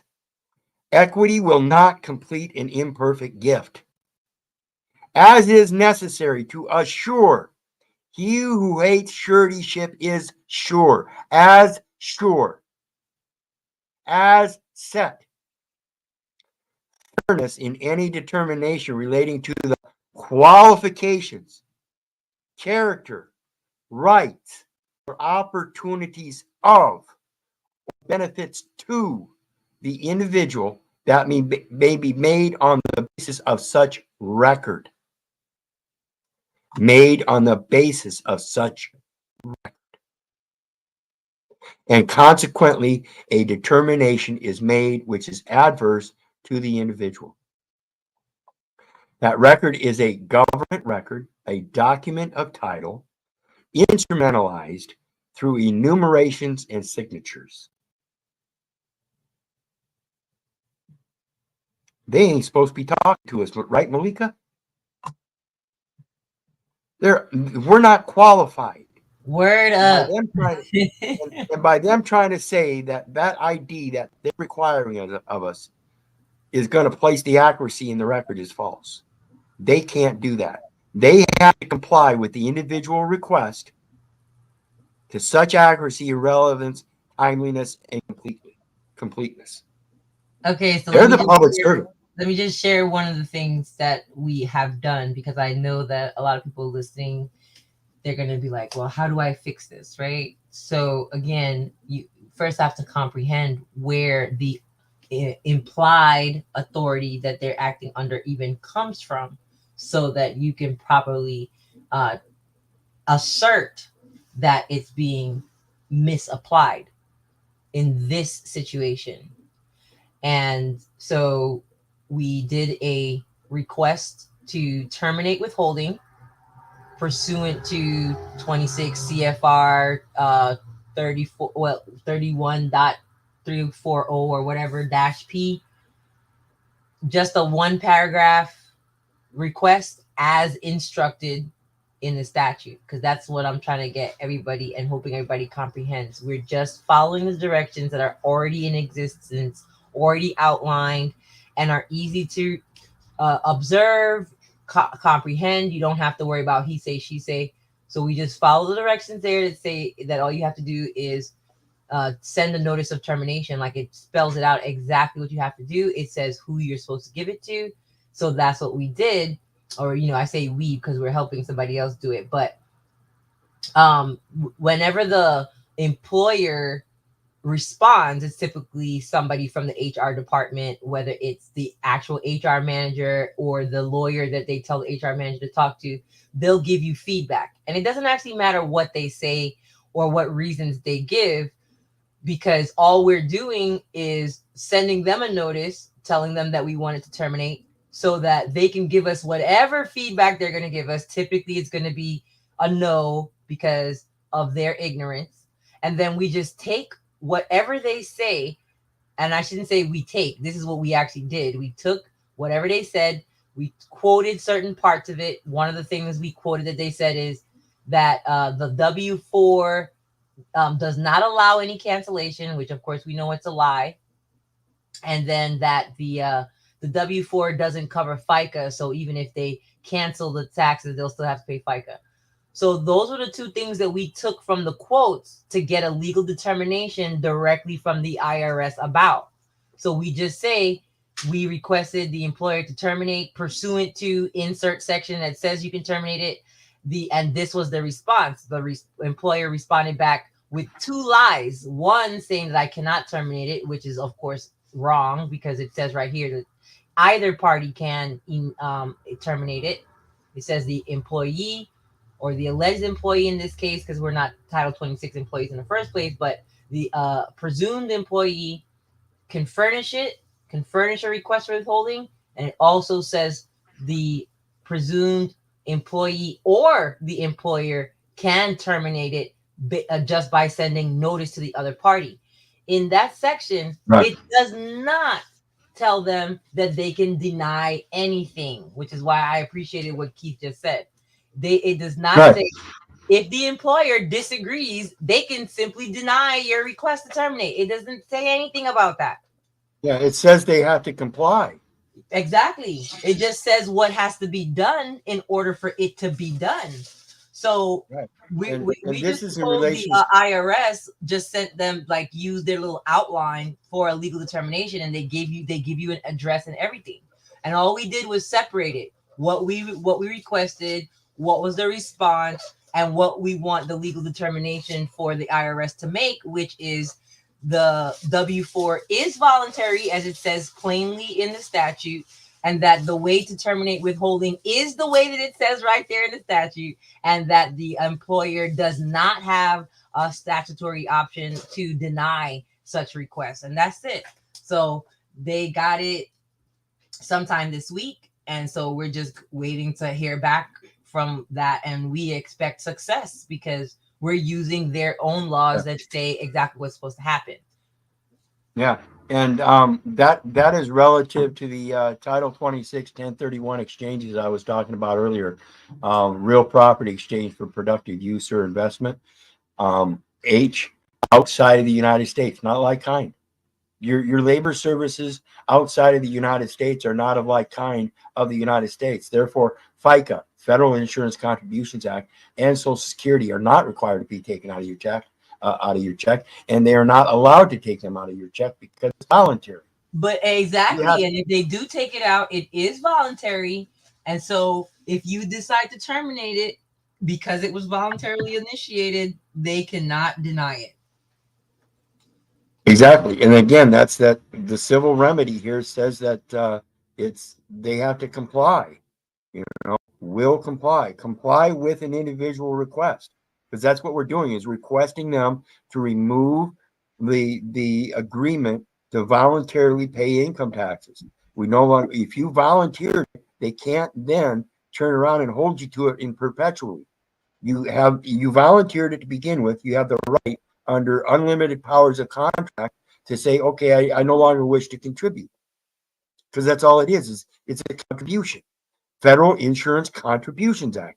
You cannot call it a contribution and then say you're required to pay it. That's not a contribution then. So the next one says, fails to maintain any record concerning any individual with such accuracy. Oops, we already read this, didn't we?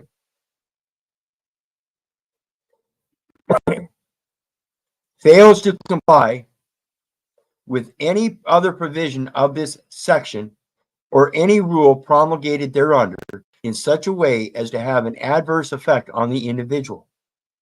The individual may bring a civil action against the agency, and the district courts of the United States shall have the jurisdiction in the matters under the provision of this subsection. This is telling you the concurrent jurisdiction and the original jurisdiction. Fails to comply any provision of this section or any rule promulgated thereunder in such a way as to have an adverse effect on the individual. So anybody in whatever jurisdiction that has an adverse effect on the individual, that is the original jurisdiction. It has to be maintained in that jurisdiction to show the adverse effect on the individual from that jurisdiction. The United States has concurrent jurisdiction with that jurisdiction, and that is the original court of jurisdiction, because that's where the original cause extends from. Does that make sense, Malika? Did I make that clear? I got you. All right. Because again, we're talking about two separate jurisdictions. and you can't go mixing them. Now, the next part, I've got some scriptures up here that I'm going to read. This is from 1 Corinthians 12, 12 through 27. And when we look at Corinthians, Corinthians is the psychological books. It will tell you about your psychology. For as the body is one and hath many members, and all the members of that one body, being many, are one body, also is Christ. For by one Spirit are we all baptized into one body, whether we be Jews or Gentiles, whether we be bond or free, and have been all made to drink into one Spirit. For the body is not one member, but many. The foot shall say, because I am not the hand, I am not of the body. Is it therefore not of the body? This is what they're not recognizing. We are all children of God, first and foremost. Can I get an amen? Hallelujah. That'll work. Amen. Sorry, I had to find the mute. Awesome. So, like I said earlier, I would prefer that you just call me brother or sister, friend, asshole, enemy even. The names kind of throw things out. Whereas if the one I'm communicating with calls me an asshole straight up front, I know the context and his intent. If he calls me a brother, I know his intent. If he calls me a sister, plainly seeing that I'm a male, I know his intent. If he calls me a name, it might be because I told him something about myself, which would be my name. And therefore, he's calling me by my name. And even that, in my own disillusion and my own subjectivity, I might come up with my own interpretation of what he's addressing. So again, I prefer you just call me brother. Anyway, the next one, it says, and if the ear shall say, because I am not the eye, I am not of the body, is it therefore not of the body? Can you see things with your ears? I ask Helen Keller, I guess, is one of the people I might wish I could have asked. But how would I ask her? How would I ask Helen Keller? Can I get along with Helen Keller if I can see and hear, but she can't? Is there a way to come to some sort of equality in communication? If the whole body were an eye, where were the hearing? Where were the hearing? If the whole were hearing, where were the smelling?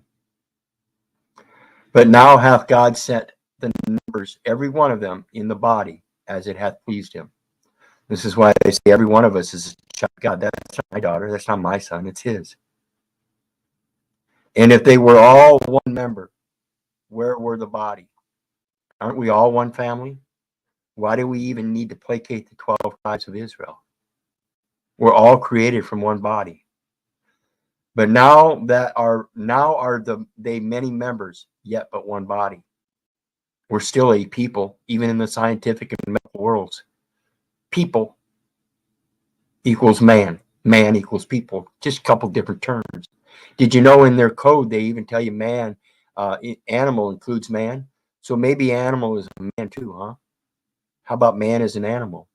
Many of us think of that, and this is the scripture saying you shall be a beast. For if a beast come and kill you, how are you ought to put that beast out if you can't kill that beast yourself? Therefore, you must be a beast yourself. You have to be meek, and you have to be a beast. You have to be able to see what you observe and act as an act of God everywhere. And God has destroyed, God has created.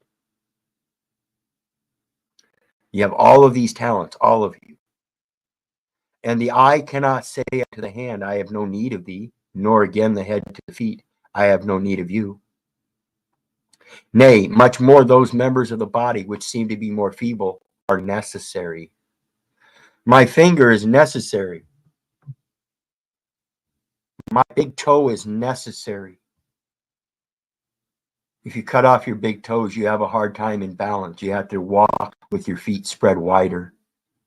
Whereas if you walk like a man and your feet line in a straight path, one in front of the other, maintain your balance, even though your hips are out of place as you move forward and back, side to side, whatever.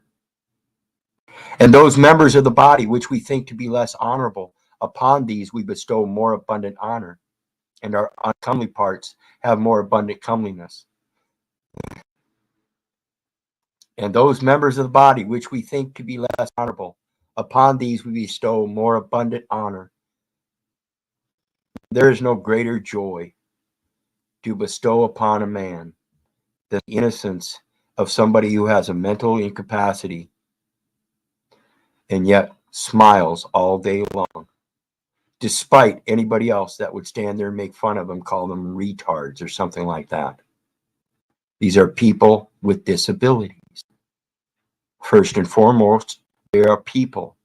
And to say they are retards is an ad hominem, a derogatory one. For our comely parts have no need, but God hath tempered the body together, hath given more abundant honor to that part which lacked. There that should be no schism in the body, but that the members should have the same care for one another. And whether one member suffer, all the members suffer with it. This is empathy. This is empathy. Or one member be honored, all the members rejoice with it. Now ye are the body of Christ, and members in particular. See, this particular verse actually has to do with being able to learn your empathy in being part of a whole. Greetings, the Talk Lounge. How are you today? Hey, what's up? I just came across your channel, and what I have been doing, if I share my screen with you, I've been collecting everyone's data here. You could see that if you could show it as evidence-wise. I've been collecting all your data, everything that has been going through your channel. I got your personal informations, everything. So what do you have to say about that? What are you going to do with it? Is it going to hurt me? It could literally, you got all your information, your data, everything. So whatever you Who's holding it? Me, I'm holding it. And what are you going to do with it? Well, I'm gonna sell it off, and gives away your personal details, not including your personal. And what are they going to do? They're going to Everybody drag me that into is on commerce? StreamYards. If you look here, I've been. Oh shit! Hold on. If you look here, I got this from StreamYards. This is someone's image. If you could see it, I've been tracking your logs and everything, and I've been you guys in it. You get me? And you know the FCC keeps track of all this. This is a .com site. Yeah. So basically, yeah, so FCC has your URL too. FCC has your IP address too. FCC has your information too. Do you know what this is? I've been doing this for a long time. I don't give a fuck what it is. Cybersecurity, bro. I know. And what are you gonna do with it? What are you gonna do with it? Are you making a threat? Are you making a threat? Are you making a threat? Are you making a threat? Hold on. All I have to do is save this image. Are you making a threat? No. See, the Talk Lounge has a YouTube channel as well, right? Yeah. The Talk Lounge has a YouTube channel as well, correct? Correct. All right. And so while you're on here, what you're doing, I wondering how I got this image. Brother, what you're doing while you're on here is letting the FCC know that you are violating cybersecurity laws. I'm joking. Do you know this is a prank? This is just press control. If you're using Chrome, well, that's why I said, what are you going to do with it? You can't do anything with this information anyway, whether it's a joke or not, brother. Yeah, this information is nothing. It's bogus. It's for web development. Well, yeah, and so what was your intent in coming up here? Were you trying to throw me off position? Trolling news? Yeah, see? You come in the wrong venue. See how that works, folks? Oh shit, that's where the image came from. Your logo at the top. So Yeah. what? And so yeah, it's just part of Chrome. What can I say? I didn't hack you. Yeah, and see this is the deal, folks. I'm gonna set you in back real quick. You're still there, but I'm just gonna put you in back because see this is the deal, folks.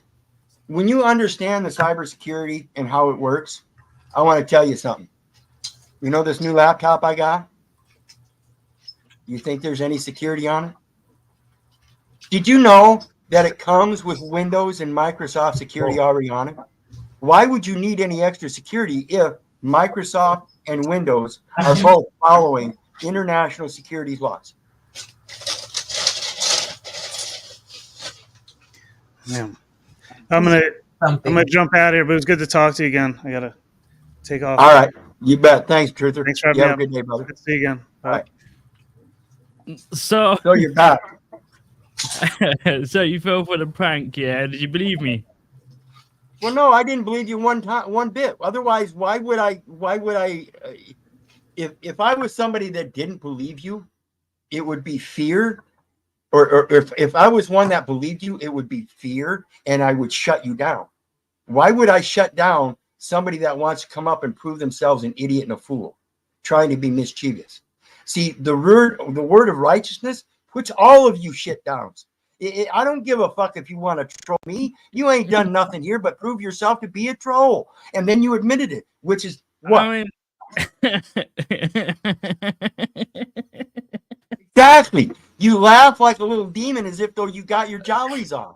someone did that to me for an hour straight. What's that called? Yeah.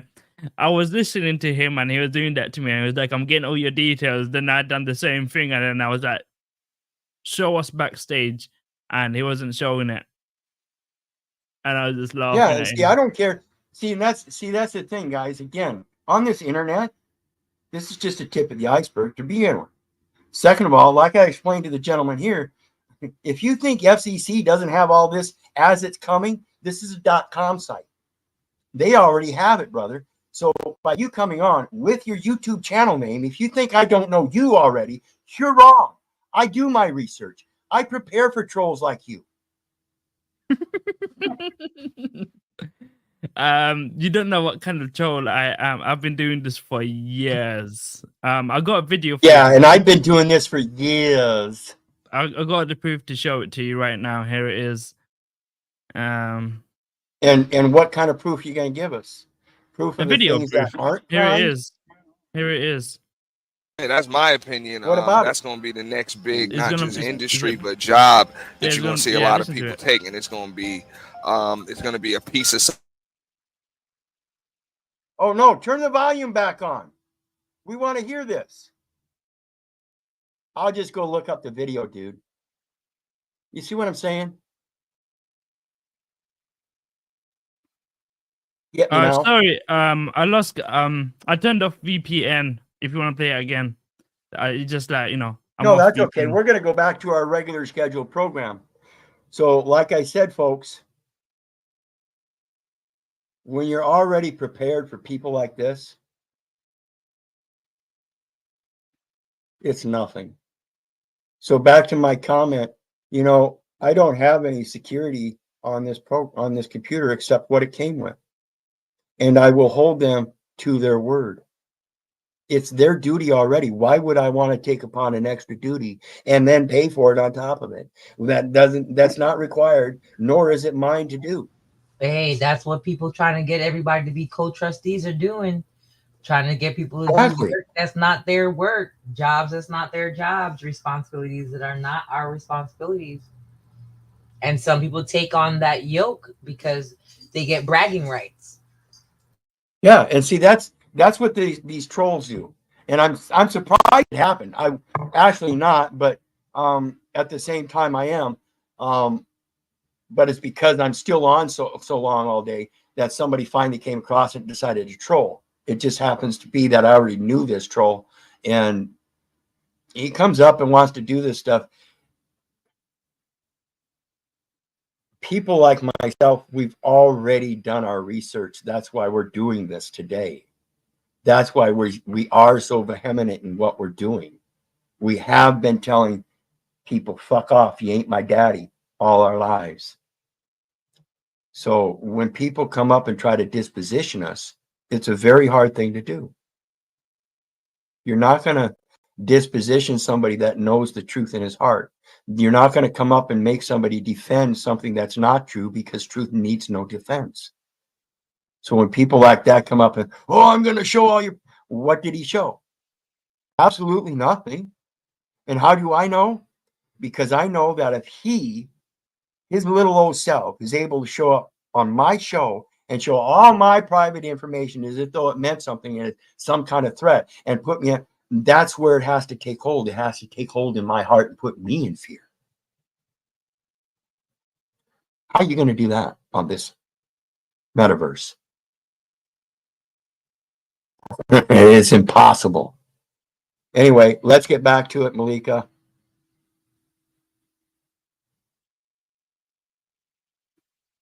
What do we got here? There we go. Okay. Where are we at? Establish principles of moral states of the importance of the name. This is what we spoke of earlier. Ad rect docinum oporte primum inquire nomina qui rerum cognito a nam in busserum dependent. In order to be and I know I squashed that. I demolished that. I'm sorry. Yeah, that was so terrible. In order rightly to comprehend a thing, inquire first into the name, for a right knowledge of things depends upon their names. Caesar non supra grammaticus. Caesar has no authority over the grammarians. In other words, political power is limited. It does not include power over grammar. They cannot tell you, you have to follow this language. And that is specifically what they're doing when they incorporate the scriptures as the of the 1611 King James Version scriptures as the foundation of the supreme law of the land, as it's written in that grammar. Again, holds no equity if you have to use some kind of grammar. Cum mortis in lingua morta, with the dead in a dead language. Debuc rhypoticina par principium esta. Debuc, where I was born, the principle. Debuc, principle. I was born in the principle. Funny how that works out. The principal part of everything is in the beginning. That's my favorite. The principal part of everything is in the beginning. In the beginning, because in the beginning was the Word, and the Word was with God, and the Word was God. And God wrote that word with the index finger of his right hand on your heart before he formed you in the belly, because he knew you. And Word. when he did that, he sanctified you and ordained you as a prophet unto the nations, so that when you were discharged of your mother's waters as a man, you would be able to rightly make things new. Word. Calamus gladio fortior. The pen is mightier than the sword. This is the same kind of thing as the a fortiori. There's a greater fact. There are greater truths. The pen is mightier than the sword. And if you put down the sword, learn the word, you can learn how to veto, line item veto the words and overwrite what their false words are. That's the power of the word. Capus D, capable of receiving God. Carondeo, in the presence of God. Crescimus in Leo or illo per omnia. May we grow in him through all things. And these are things that we're supposed to be heralding as the legacy heir is born. Crescat sentia vita escalator. Let knowledge grow, let life be enriched. Mens eo ipso image Imago de esta que es capaz est. Again, I know I'm murdering this stuff. Mind is the image of God, in that it is capable of him and can be partaker of him. In other words, I ask, did God create us or did we create God? Ooh. Capus infinity. Yeah. Capus infinity, holding the infinite capability of achieving goals by force of many instead of a single individual. In Christendom. Caritas Christi, the love of Christ, to love as Christ loved. Cruci dum spiro fido, while I live, I trust the cross. I trust in the cross. While I trust in the cross, I have life. This is called bearing your cross, knowing that life is a test and that you must pass that test. That's what bearing your cross is. It's taking up the criticism and learning that you are fallible, that you do make mistakes, and that in those mistakes, instead of continuing on and doing the same thing over and over again and getting the same results of detriment and falseness and harm and injury, you're supposed to learn from those things so you can be growing. Caritas in veritate, charity in truth. And I'm going to quit with the Latin. I'm done with it. Let's just do the English. I'm murdering it. It's too much. I need a tutor. Whose the land is, all the way to the sky and to the underworld is his. This is scriptural.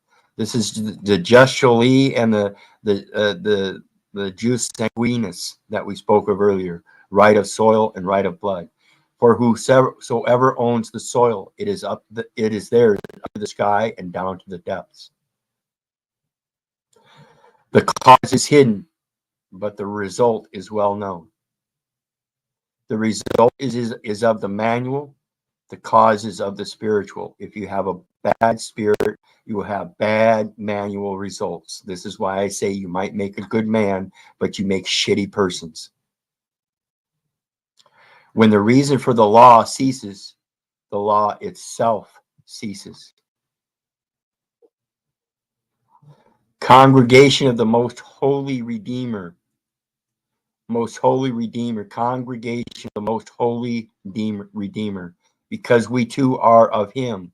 If we are images and likenesses of the most holy Redeemer, are we not too redeemers? If we are the image and likeness of God, are we not too ye are gods, as it says in the scripture? There is some sort of equality. Custom is held as law. Not tradition, as we spoke of earlier, traditionally, but custom. And this is why I say foreign commerce and trade is now a matter of custom law. And Title 15 is trust law now. Custom is held as law. Very simple statement. Custom is held as law. Now, it's not in law. It's as law. It's held. And the custom is the language. What is done is what ought be done. There is nothing new under the sun. Nothing. When it comes to the rules of law, we now see there are three components to the rules of law: the maxims, court case law, and most importantly, the Holy Scriptures of the Bible. Again, like I said earlier, the maxims of law that we went over, the 20 maxims of law, they hold the court case laws, and they are called maxims of law. But as the court case law shows, and their own public law, 97-280, again, 1611 version of the King James Bible as the foundation of their supreme law of the land, is correlated to those Holy Scriptures. So their case law depended on constitutional articles and bills, which form the maxims that they use in common law, as it is merged maxims, which are Holy Scriptures, are merged with common law. See, the maxims were the scriptures before they had administrative laws. They were judicially administrated through the Pharisees. The following are the 10 essential commercial maxims that are, and their applied scriptural references that the court maintains to explain everything that goes on in that venue. A workman is worthy of his wages. Luke 10, 7, 11. 2 Timothy 2, 6. Exodus 20, 15. Leviticus 19, 13. Matthew 10, 10. And it goes that equity is against, or excuse me, it is against equity for freemen not to have the ability to dispose of property. In other words, disposition it. In other words, to give it away to somebody else when they're done using it and it still has use in it, and therefore in a usufruct system, give it to somebody else in a pledge and have it not be held against them. This situation is further clarified by the Wages Protection Act of 1983. No deductions from wages except in accordance with Act, subject to S51 and 62, giving the employer written notice at least one pay period, or whichever is practicable, or they breach the statutory minimum employment contract. Employers shall, when any wages become payable to a worker, pay the entire amount of those wages to the worker without reduction. What? Without deduction. What about if I just elected to them to take some? So we see again, it concurs with exactly what Malika, our sister, was just talking about in regards to employment taxes and FICA and all that. They've already adjudicated this shit in the courts, folks. It's what is done is what ought be done. And by them placating that you have to do it is false. Anytime you hear somebody say you must do this, it is false. I guarantee you. Yeah, and then when you go to the section of the law that governs the transaction, and the section is literally called voluntary withholding agreement, and it uses terms like wish, desire, Yep. right? Will. May. They're using that instead of the word will, because then it's in order for the record. Hey, he expressed his will. But also they're saying that it's voluntary. That's why they're saying if you wish, right? If you desire it to be so, then it is. They're not using language that says it's mandatory. That's what the employers and other people who have not read it are interpreting it as. But if you're using words like wish and desire, and may, those are all optional. None of that is mandatory. And the employers and your coworkers, nobody's reading it. Everybody's just going off of a presumption. And that's why, we start to have compassion after we read it, because we realize that people are only saying what they're saying based on total ignorance. Yep.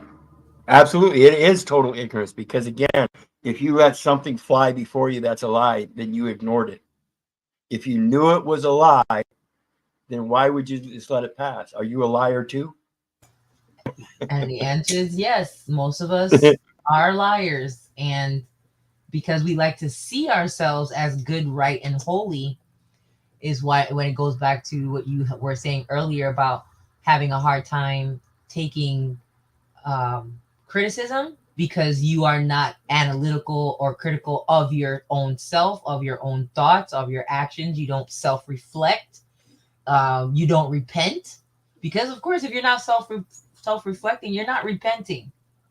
Absolutely. And that's why it's so imperative to learn how people are criticizing you by by removing yourself from that positional station of person and say, okay, if they're going to call a name first, let's pay attention to the message and leave the messenger out.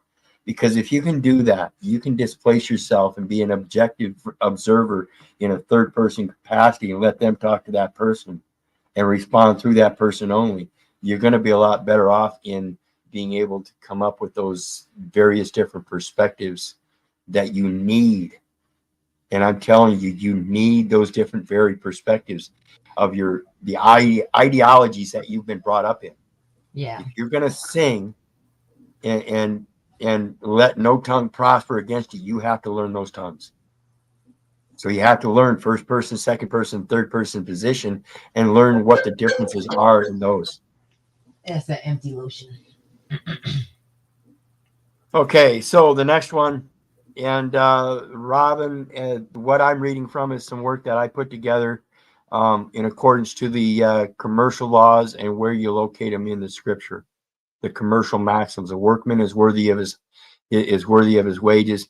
And I should have put, matter of fact, I'll do it later, but I should have put in this one here, Titus 3:8, as I've mentioned all along. One of my favorites is that these are faithful sayings that that thou constantly affirm, that he who believed in God be careful to maintain good works. These are good and profitable men. And that's what tells us a workman is worthy of his wages. And those wages are making sure that he's careful to maintain good works from step one to the final step. And that means if you're going to sign a contract to do those good works, you've got to make sure the words in that contract are true and correct. If you're not, and you're just waiting for that dollar at the end of it so you can go buy yourself a loaf of bread, then you're displacing, and it truly is a sin against yourself. You're displacing yourself. You're not recognizing your own value. The second one, all are equal under the law. Under the law, it is expressed in person, and that is a sort of equality. The record. The record is what must reflect accurately, and that's why you have to demand the equality in it. Period. No one is above the law. Under common law, both natural and moral laws are binding on everyone, and no one can escape it. And this is why they merged common law with equity, so that when somebody contracted, it would placate this presumption that if you're a contractor, then you know of equity, and therefore you would put equity in the contract. You would put the moral bindings in there. But because you know the common language, you use common language, and it gets further delineated by the common moral or common grammar, and everything gets twisted and turned. And as we go along in life, we just get so displaced because we don't recognize any of it. And we think that we do. Oh, I know how to read English. I can understand English. Well, yeah. Do you really understand what this escape is? Do you know what escape is? What is it? Is it S-cape? Because I see cape in there. When I see commerce, I see mercy. Is it with mercy? If it's with mercy, then why is it with mercy? Is somebody begging? Well, yeah, it's called a supply and demand. You're demanding it like a little birdie in a nest, chirping away. And mom's going to play mercy to you and shove it right down your throat. Enjoy. You ain't even got to chew. All you got to do is swallow. By the law of nations ought to be common and not to be converted into a monopoly for the gain of a few. So if all are equal, go ahead. My grandmother used to say something about that. You don't even have to chew; you just swallow. Yeah. That's what she used to And if, make jokes. She used to make jokes when sometimes you'd ask her for something and she didn't want to give you any. That was her compromise. She'd say, I chew and then you just swallow. Right? And of course, everybody knows if you're the one doing the chewing, the food is in your mouth, not mine. Right? I'll be just swallowing my saliva. Go ahead, continue. Your screen's off. well, I was just going to break off because converted to a monopoly for a gain of the. Remember, we were talking about the postal monopoly earlier, right? Yep. So if it's equal among the law, if we're all equal under the law, and they get to create a postal account, can I create my own postal account? Well, did you know this is called journaling? So they have a general journal out there, which is all of their literary documents, the Law of Nations, Treaty of Berne. They're all open to the public, open for view. You can view them publicly. As an open for view, that is a offer to be treated equally under the law. So Article 1 of the Constitution of the Universal Postal Union says that the freedom of transit is guaranteed throughout the entire territory of the Union. So what is territory of the Union? What's the territory and what's the unity? What is the unit? If I'm a unit, what unit am I? Am I a unit of one body of children of Christ or children of God as Christed beings? Is that what you're saying? Is that the union? See, then they use that communicators among people of the world, not persons.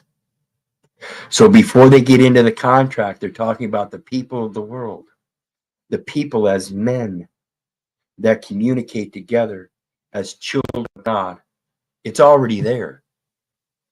Freedom of transit is guaranteed throughout the entire territory of the Union. Isn't that Psalms 121:8 that you talked about earlier, Malika? He shall preserve thy going out and thy coming in from this time forth and even forevermore. Yes, yes, yes. Oh my God. That is such a glorious agreement. Because you see, we have an agreement now. We have two writings that agree. The peace is already made. It's already stated by two witnesses. Why are you telling me I have to present a third witness by some kind of identification, whether it be state ID, driver's license, passport, or otherwise?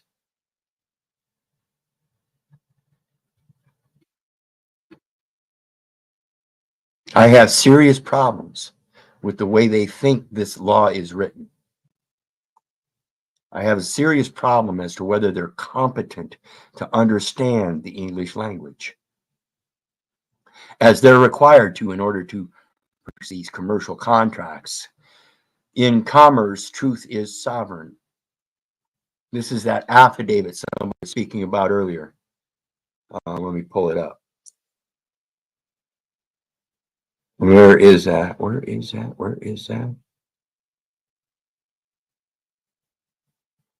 Oh, my. Maybe there it is. Recorded affidavits.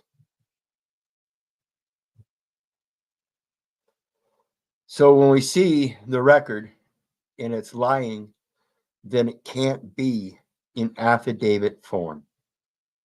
Ain't that right, Malika? Word. Sometimes they just The write affidavit. affidavit at the top, and all the stuff in the body of it is not affidavit. Yeah, it's all titles and entitlements. And like I said, if they placated that, it's the last name, comma, first name on that license. And then you go to court and you see it says the people of Virginia against Keith Little in all uppercase. You know they did something wrong. So let's stop them in their wrong by recognizing our wrong was giving them that identification to begin with.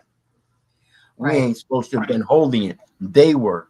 And they were supposed to be holding it for our benefit. And once we realized we were the beneficiary to go claim that, we were supposed to claim that legal title and merge it with equitable title, thereby collapsing the trust and establishing our foundation of power of authority, of power of attorney, whatever you want to say. My yea is my yea, my nay is nay. I'm an age of majority to spread the gospel of his word as it surges through me.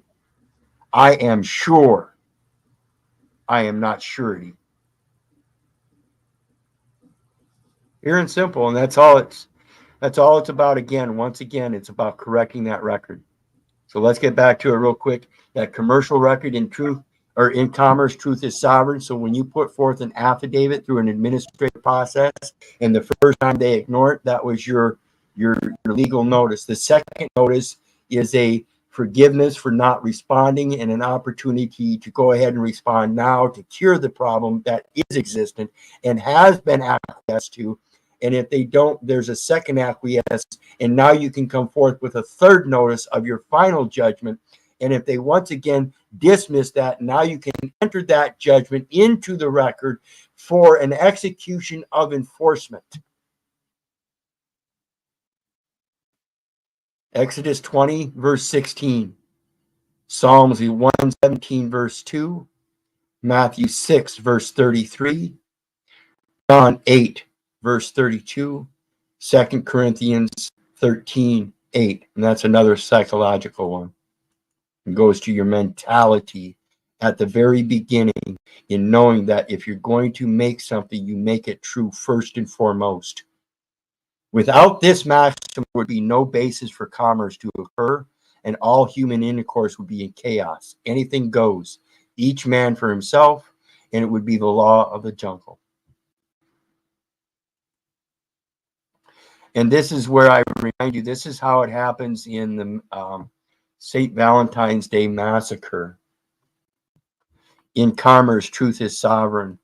And when there's no honor among thieves, they will use costumes and profess that they are men of honor to get those thieves. If you remember correctly, one gang dressed up as policemen and acted like they were going to arrest the gang members. And those gang members thought that the police had some greater authority, so they just gave it up to them, only to be slaughtered. Granted, it wasn't right. But if you think about that, that's exactly what's happening to you today. These people dress up in uniforms as if though they have some kind of authority over you, and you give up because you believe you are doing something wrong. Learn how to do things right.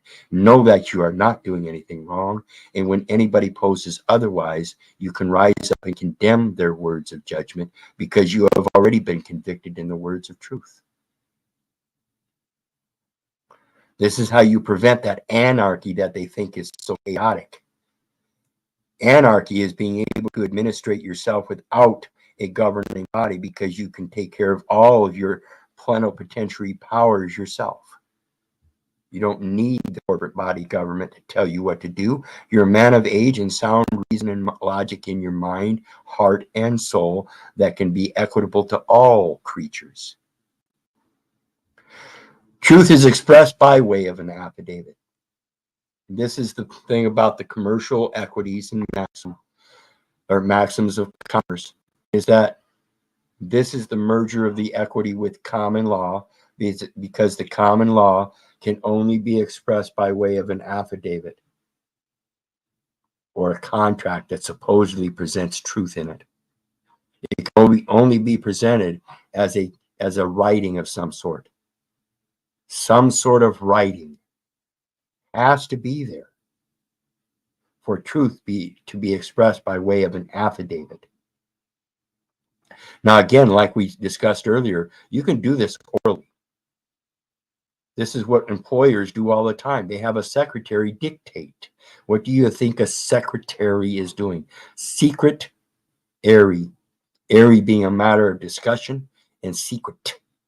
It's the minutes of the meeting. It's private.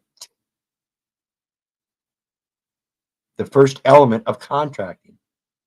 So truth is expressed by way of an affidavit. However, you are not forced to contract to prove equity.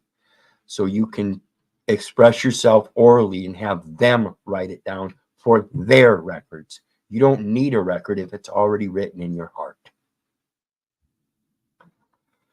So as we go on, Leviticus 5, verse 4 and 5, Leviticus 6, verses 3 through 5, Leviticus 19, verses 11 through 13, Numbers 3, verse 2, Matthews 5:33, and James 5:12. There can be no valid commercial transaction. In other words, they're taking the action of the man and transferring them, converting them somehow, without someone being prepared to risk a loss. It's For whatever reason. absolutely a conversion. They're converting our private dominion into regulable activity by simply calling it commerce. Correct. And that's outside of the United States. It's not of like kind. All of these identifications are United States citizens, state residents. They all play the same game. Come out of the person and know that you are not the person, that if you ever put that person down, it would be for a benefit. If you ever put the person down as a detriment, as a public liability, then people are taking upon liabilities. Whereas if you keep it clean and let them know it's only for benefit, you cannot place a liability on the record for this. It has to be a benefit to everybody. That means me too. You try to hold this record against me, then it's no longer to my benefit. Guess what? It's the very record that they hold against you as soon as you enter into it. You're not qualified, it doesn't apply. You have to be in the military. That has to be done after your age of 18. And if you have a child, he is not born in the military. He cannot take upon military duties yet. You have to raise him up in that ideology. And then when he becomes age of majority, even by your own military scripts, then he can contract. And it is his choice, not yours.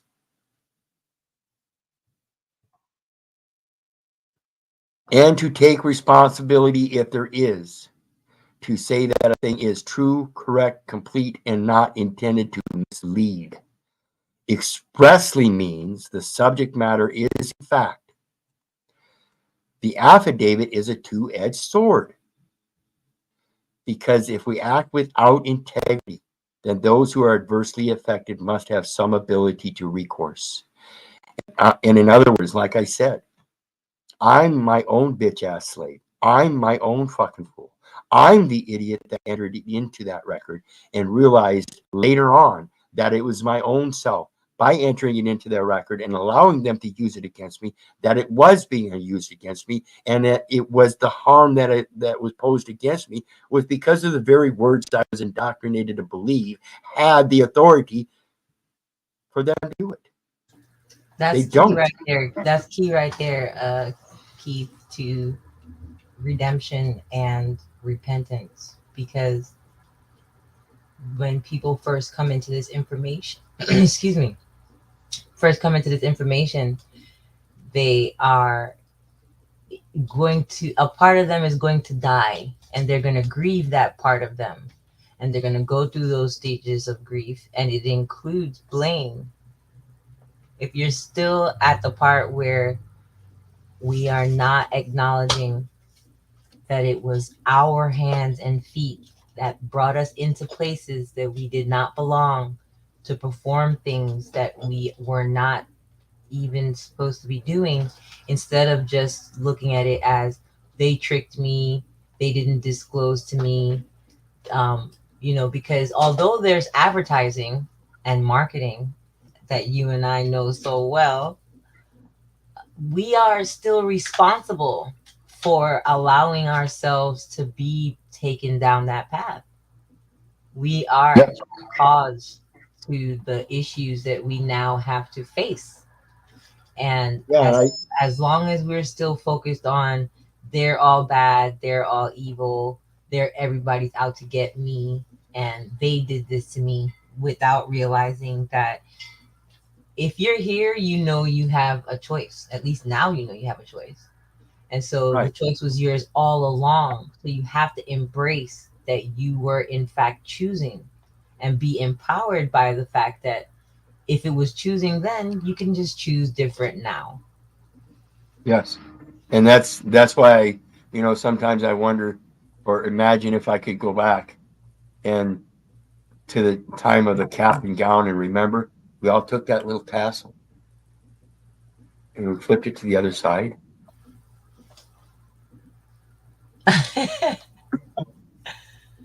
If we'd have recognized what that truly meant Mm-hmm. in the step of our life and becoming an adult, and the placating that means when we move that tassel, that we are now a full-grown man able to take upon the responsibilities of a full-grown man, when in fact we weren't. We were so deeply indoctrinated into a popularity contest to believe that people will like us, and we can now go forth and just do our best. And that if you want a better job, then you got to go through a higher education so you can get that better job. If you really want to keep doing better and better, then you got to do this. And I see so many young people today walk out of high school, never pick up another reading or anything, never learn anything else. They think when they walk out of high school that somehow they know enough to be a man, when that is total false. You've not been taught about trust law. You've not been taught about commerce. You've not been taught about civics. They're taking cursive out of school, I believe, all kinds of things. And it's just a matter of, again, that book of Enoch, chapter 69. We weren't even meant to be doing that.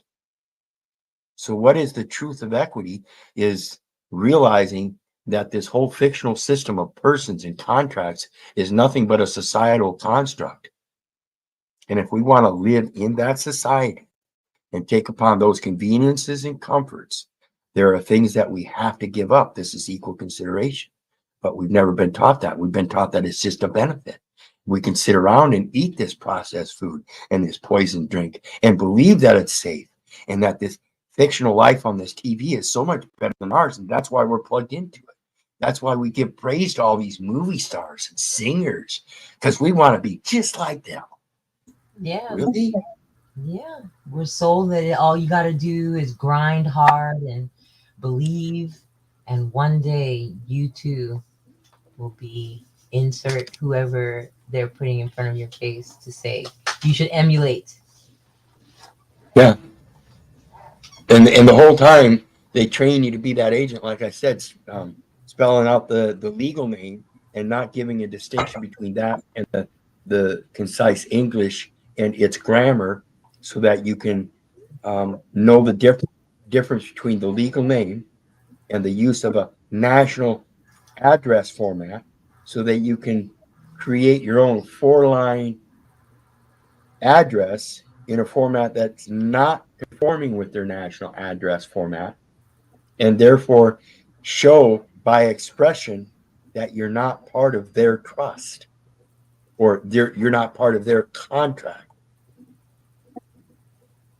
Pure and simple. The next one, truth is expressed by way of an affidavit. There can be no valid, it is true, correct, complete, must have ability to, must have some ability to recourse. This is that creation of remedy. You cannot have recourse in those courts. It is impossible. Unrebutted affidavit stands as truth in commerce. This is what I was talking about with the administrative process 1, 2, 3. 1 Peter 1, verse 25, Hebrews 6, verses 13 through 15. Now, this is part of what I was talking about earlier in regards to the witness and the original oath. Hebrews 6, 14 through 20. Let's go ahead and pull up Hebrews 6, 13 through 20.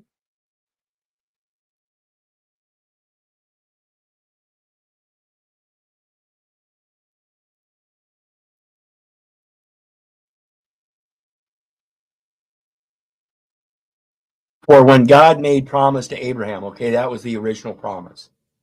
Remember, he renamed Abram Abraham. He also renamed Sarai Sarah. He also renamed Jacob Israel. There's also scripture that says when a man has repented and is redeemed, he renames him. He becomes a new man and is renamed. a new name. That's that cast on a white stone. Because he could swear by no greater, he swore by himself, saying, surely blessing I will bless thee, and multiplying I will multiply thee. And so after he had patiently endured, he obtained the promise. And verily swear by greater, and an oath for confirmation is to them an end of all strife. Where God willingly more abundantly to shew unto the heirs of promise the immutability of his counsel, confirmed it by an oath. The immutable, you cannot mute it. You cannot mute the word of truth, and the word of truth needs no defense. That by two immutable things in which it is impossible for God to lie, we might have a strong consolation. We have fled for refuge to hold upon the hope set before us, which we hope we have as an anchor of the soul, both sure and steadfast, and which entereth into that within the veil. There's that veil again. Whither the forerunner is for us entered, even Jesus, made an high priest forever after the order of Melchizedek. Forever. Within the forerunner, something that came before, priorly. This is post to post. Jeremiah 1:5.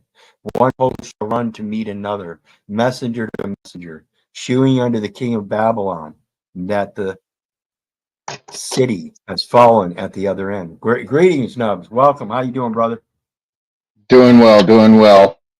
I'm not eating any of the GMO or anything like that. Today's going to be a good meal. Yeah. You grabbed some scraps from the garbage, huh? Absolutely, absolutely. From the garbage, from the lake, from the yard, it's all there. Okay. So as we continue on, it says claim made in an affidavit unreported or unrebutted point for point, we assumed as fact until proven otherwise. He who does not deny admits. This is acquiescence, tacit agreement. If you imply that you are not subject to the orders of the court and they don't deny it, they don't recognize it, they don't respond, then they admit it. So when you give them a private notice stating the prerequisites of jury duty is dependent upon voter registration, residency through an ID or a driver's license, and that you have none of then they have to admit it. So They then won't. you file a bill of peace, basically stating the memorandum of understanding that these things are not only true but now admitted. Well, that's what's going to come up. As we go through this, let me show you. Oh, am I jumping the gun? You know how I well, yeah, because when we finish the 10, we go to protection of welfare of Americans, their property. We go through that, and then it says specifically Department of State, protection of welfare, officers of foreign service. Remember, we talked about every deposit is foreign, and they are an officer of some sort of agency, federating, and we're going to talk about privity, bill of costs, bill of review, bill of peace, private bill. Fine law, bill of peace was an English court practice in the 17th and 18th century. We're on it, sister.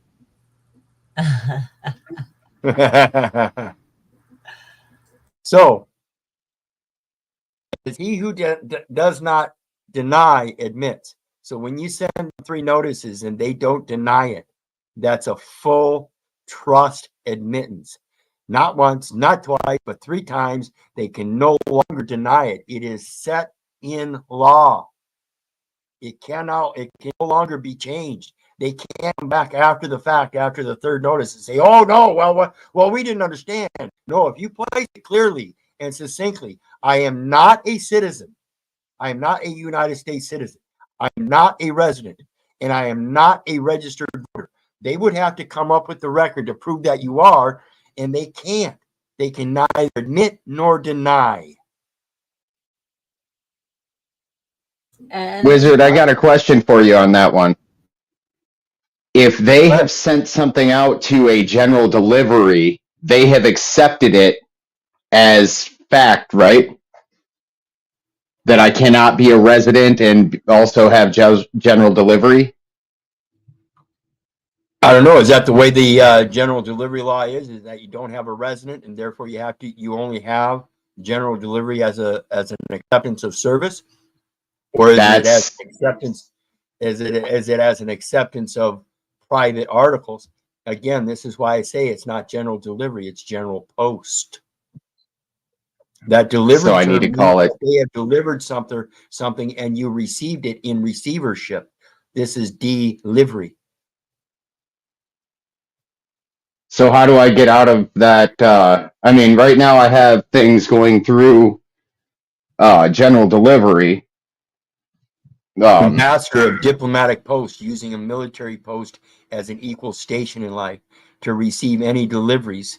And then if the delivery is not in accord or in balance with the general ledger, then it's the post office's duty to reconcile that ledger. If it doesn't pertain to my private journal, according to the diplomatic post of ambassador of God, then it has nothing to do with me or my person. They're trying to contract my person, and it should show on that judicial general ledger that that person is not fit for service. Okay.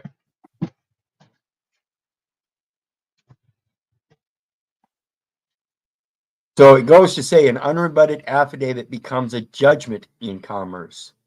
So when you get that 3 times, now you have your final judgment.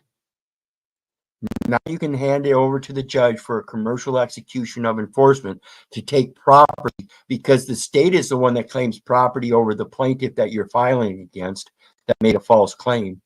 And therefore, they will take that property. They will allow that if you foreclose on a bank that falsely foreclosed on your home, and it's happened before. You remember an article that I put in the Lawful Living a couple of years ago, Malika, where a family went forward and evicted or foreclosed on the bank, and the bank didn't think they were being real about it. And lo and behold, they came up with an enforcement order ready to take their shit.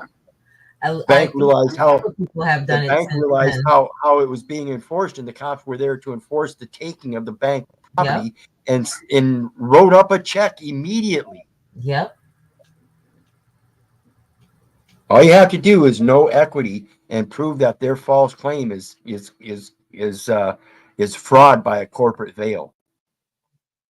Every last bit of it. So let's go on with the next continuation here.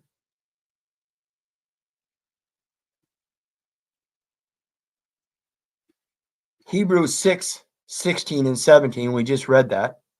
Due process of the law requires we be served some notice, usually 3, which if unanswered will remain as the only facts on which a financial or final decision will rest.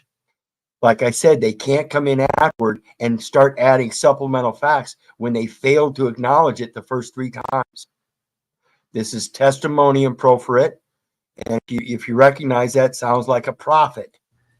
Yeah, but they Bring also get forth, equitable estoppel. They can't reverse their position. right. It's bring forth the record for contest. It's a subpoena ducis tecum.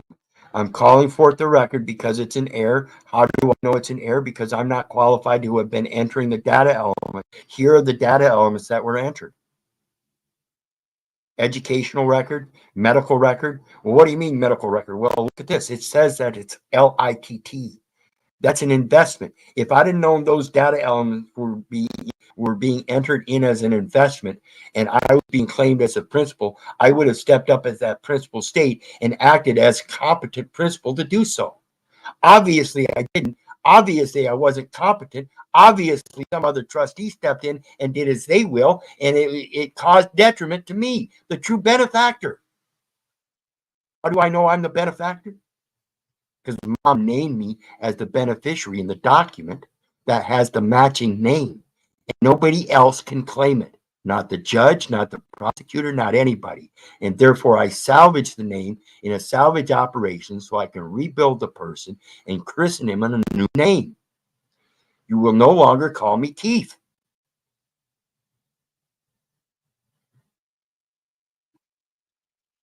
Seven, a matter must be expressed to be resolved.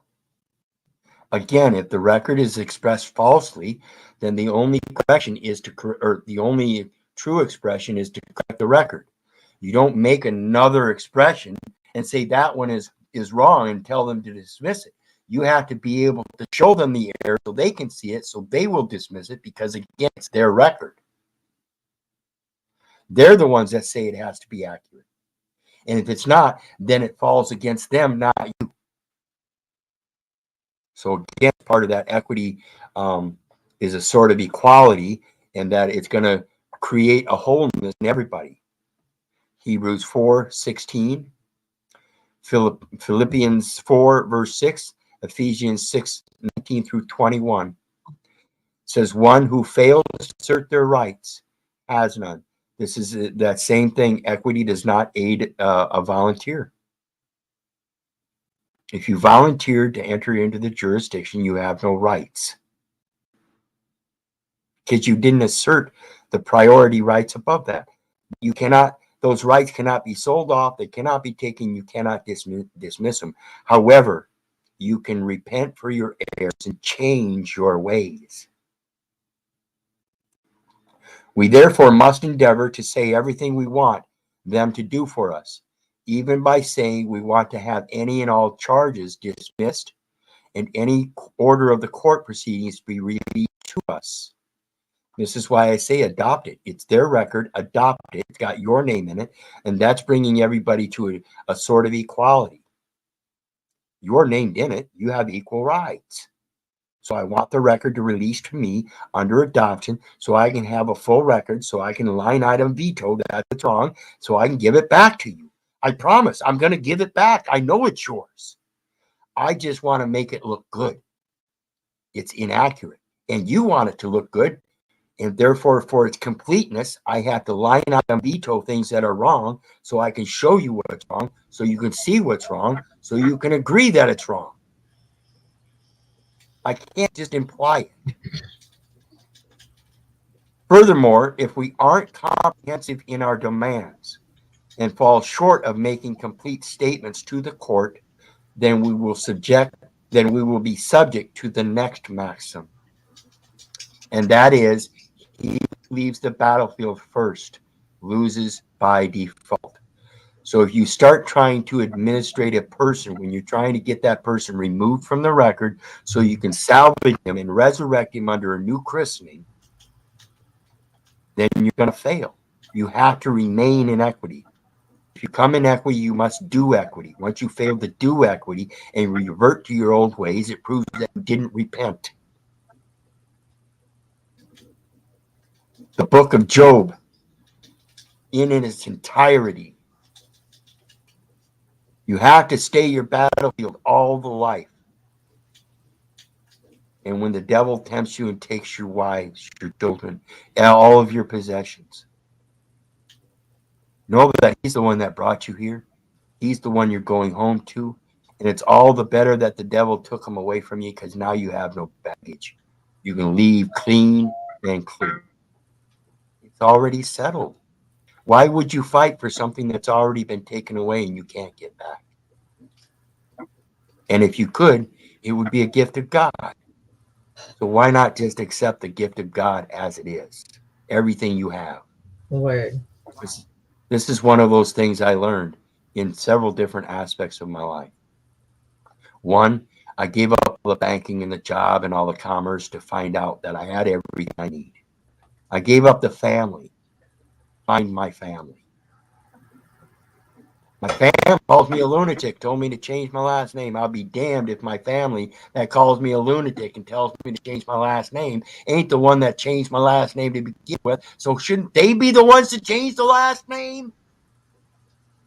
They It made just the blows me record. away. They made the Exactly. record, right? It blows Right. me away. I can't believe people don't understand this. If we leave the venue without completing the process of law, then we will still be subject to any residual power of the court. This is to say as well that if we want equity, we must come with equity, and that by going into courts, we lose that equity. We're not coming with the equity. Equity is not public, it is private. You have to do this in private. Next one, sacrifice is the measure of credibility.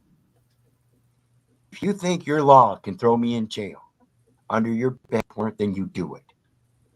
But as I see it, there's no finances, there's no charges, there's no wrong title, there's no cause, there's no citation.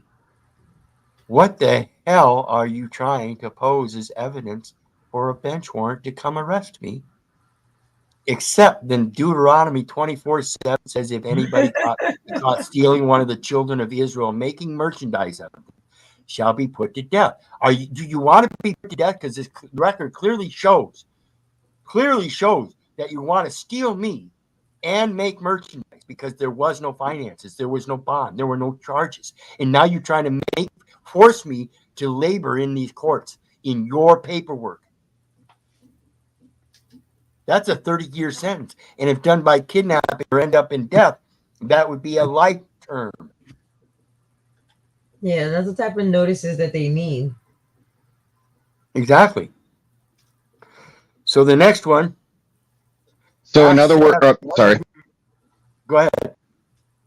So in other words, if they throw a bench warrant out there and you get kidnapped, on that bench warrant, they have the liability on that. Yep. They sure do. Absolutely. They're the ones that created the bond, not you, right?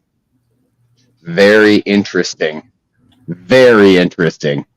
They just need your signature. They created the bond. They created the cause. They created the nature. They created the subject matter. And I'm illiterate.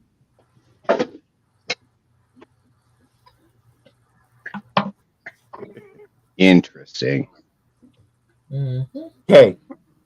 So as we continue on, it says again, here's one of my favorite terms, one who bears the burden should also derive the benefit. So if I bear the burden of proving that I'm the benefactor, then I get the benefit. Word. If you're going to bear the burden that you are the trustee, then you have to pay. That's what trustees do. But if you're going to bear the burden that should also drive the benefit, then you have to provide that you are the benefactor. You have to know that you are the one that gave those data elements. And in that giving, you gave them in error. You didn't mean to. Had you known what you were doing then and have discovered what's wrong now, you would never have done that. It's insane to think that you should be able to put a liability on the public record if that's not your intent. We cannot expect any potential gain without exposing ourselves to a potential loss. So, when it comes to these people and requiring me for ID, I have no problem showing them my bicycle driver license. I have no problem at all showing them the pen name. I have no problem at all showing them what it means. I have no problem at all putting forth the truth. And if they mistake that truth and want to throw me in jail, so be it. I cannot say I'm the legal name. I cannot claim the legal name. I know different now. And to do so would prove that I'm not repentive, that I'm still living in fear. And I fear not, for I have been redeemed. He has called me by thy name. I am his. And if you want to lock me up in that cell, I'm going to seek counsel with him every breath I take. And he might call me a son of a bitch. He might call me a bastard. He might call me Jacob. He might call me this. I don't know yet. I don't live my life on ifs. So you do what you're going to do. We'll see how it turns out for you. The next one, a lien or claim can only be settled. Look at this, folks. A lien or claim, this is a commercial maxim. A lien or claim can only be settled by rebuttal, counter affidavit, resolution by jury, or payment. Genesis 2, 3, and Matthew 4. A lien or claim can only be settled by rebuttal. You have to refuse that the patronymical name, the last name, is not your father. For there is but one Father which art in heaven. At least that's the way I would do it. That way you get to disclaim the last name. You don't need a last name to be recognized by your Father which art in heaven. If you need a last name, it would be the surname, and that would be Isaiah 44, verse 5. One shall say, I am the Lord. One shall call himself by the name Jacob. One shall subscribe with his hand unto the Lord and surname himself by the name of Israel. That would be the surname that you would use, in my opinion, again. So, this is all for the protection and welfare of Americans, their property and estates, as recognized in Title 22, Foreign Relations, Chapter 1, Department of State, that a state of decedent as a trust fund in the Department of State. Subchapter H, Protection and Welfare of Americans, their property and estates. Deaths and estates. Subgroup 3, Personal estates of deceased United States citizens and nationals. Well, I'm gonna pause here, brother. I'll see you. Take All care. right. Appreciate you coming, sister. Yes, I appreciate you having spending me. all day with me. I love you. Awesome. I love you too. Mwah. And so as we go on, death and estates. This is that 31 USC 1321, subsection 73 that I mentioned earlier. Estates of decedents, comma, Department of State, comma, trust funds. And it's the United States citizenship that is conferred as a nationality through the enumeration at birth that is wrong. It's placing deceased United States citizens and nationals as the estate. So the estate doesn't have a living will. And without a living will, it is in a probate condition. In other words, if there is any property that is recognized as belonging to the state or to the estate, and nobody comes forth with a living will to claim that property, then the state will distribute it according to its will and for its purposes. Release of personal estate to legal representative. Release of personal estate to legal representative. If a person or entity claiming to be a legal representative comes forward at any time prior to transmission of the decedent's personal estate to the Secretary of State, under 22 CFR 7225, the consular officer may release the personal estate in his or her custody to the legal representative provided. This is telling us that the consular officer is the one that has custody. Okay. County registrar, where it was registered, is a consular officer working with this Department of State, with the clerk of court for filing and recording of commercial records. May release the personal estate in his or her custody to the legal representative, provided that the legal representative presents satisfactory evidence of the legal representative's right to receive the estate. Nobody else can receive that estate except you, or if you are incompetent, your trustee, which would be like your mom and dad, or if you get taken from your parents' custody as a minor, it would be your foster care parents or something like that, and they would be in receivership as a temporary guardian of the person who has taken charge over the objection of the state or of the parents or the local parentis, because they are the holder of the incompetent child, minor, whatever you want to call it. The legal representative, and it therefore If there is no actual assignment of powers of attorney over the estate and it's only being held, then all you have to do is come forth with your legal rights and powers. Say, hey, that's mine. How do I know? It's got my name on it. How do I know you're holding it? The law tells me you're the one holding it. How do I know it's mine and it was supposed to be given to me? Because it's got my mommy's name on it.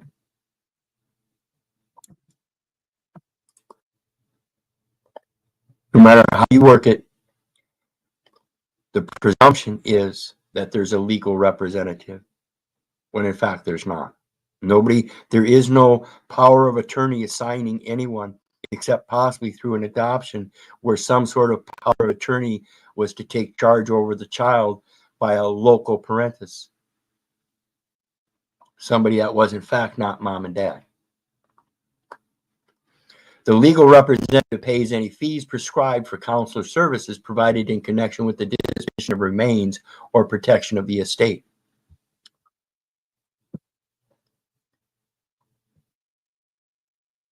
The legal representative pays any fees. Again, if you're the legal representative, you're the one as a representative of the person, or excuse me, representing the person from yourself. You are the benefactor. Why would you have to pay? Again, the beneficiary was not required to do anything. You are in fact the creditor to the nation, and the correction of the record will prove that you are not required to pay. And that by saying that the legal representative pays any fees prescribed for counselor service provided in connection with the disposition of remains or protection of the estate is false.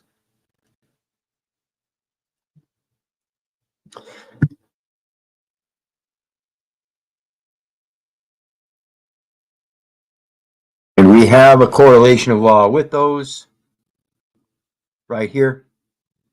49 CFR 24.106, expenses incidental to transfer title to the agency. There's also 42 U.S. something, expenses incidental to transfer title to the United States.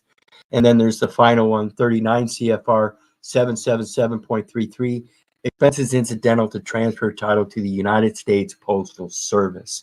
I don't know how many times you're going to have to drive this into people's heads, but it is a postal issue for everything posted to all accounts of all events that are then recorded and filed in bureaus and drawers. Pure and simple. You're not supposed to be doing it. So as we continue on, the legal representative executes a release in the form prescribed by the department. The department approves the release of the personal estate. Satisfactory evidence of the right to receive the estate may include, in case of an executor, a certified copy of a letters testamentary or other evidence of legal capacity to act as executor. This is the performance or expression or placement of a written living will. So you can orally express it before a court and have them write it down, which is your act of testament. Testimony, oral testimony, or other evidence of legal capacity, and that is that I am in fact of age and majority, as you can see by my face, my image and likeness, with the gray hair and gray beard.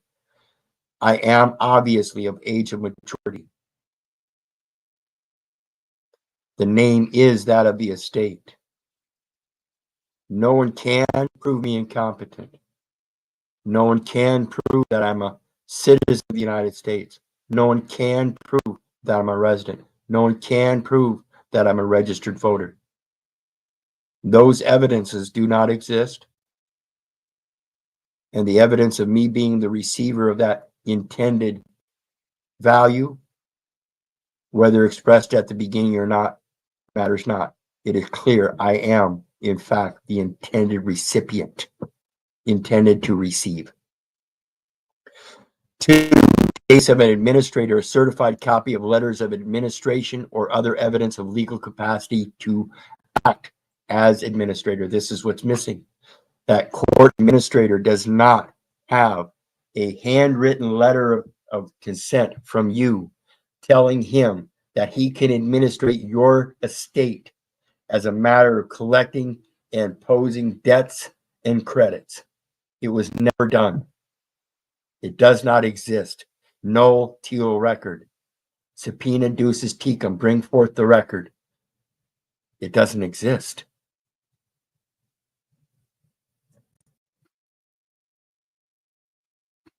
In the case of an agent of an executor or administrator, a power of attorney or other document evidencing agency.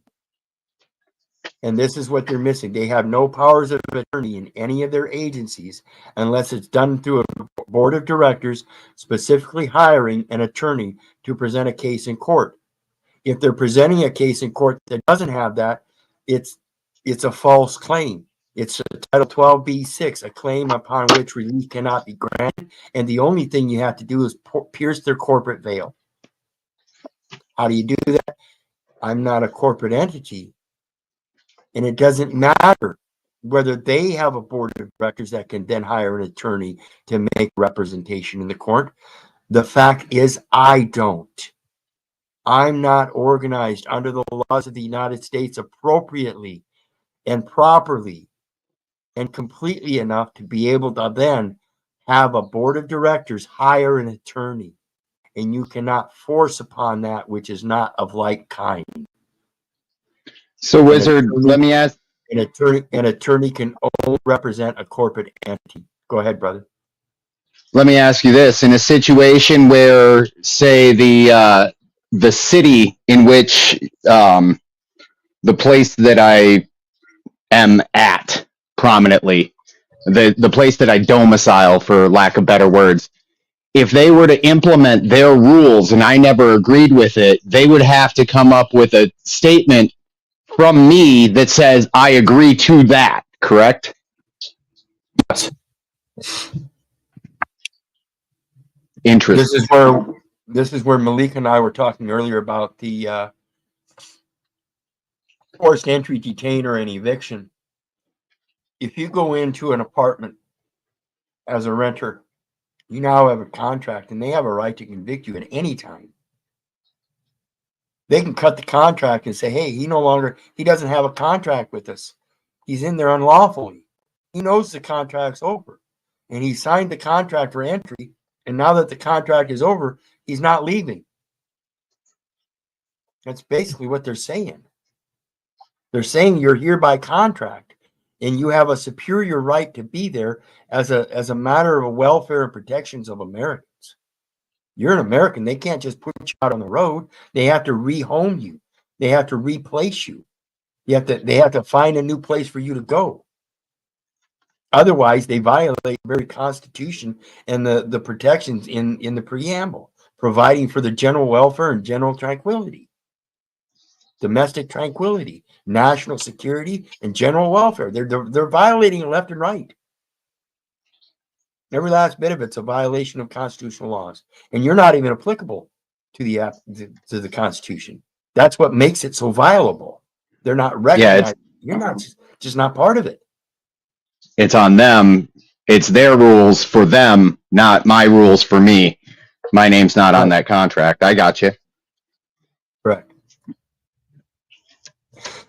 So as we go on, it says specifically the Title II Foreign Relations Chapter, Department of State Protection and Welfare, services for distressed Americans.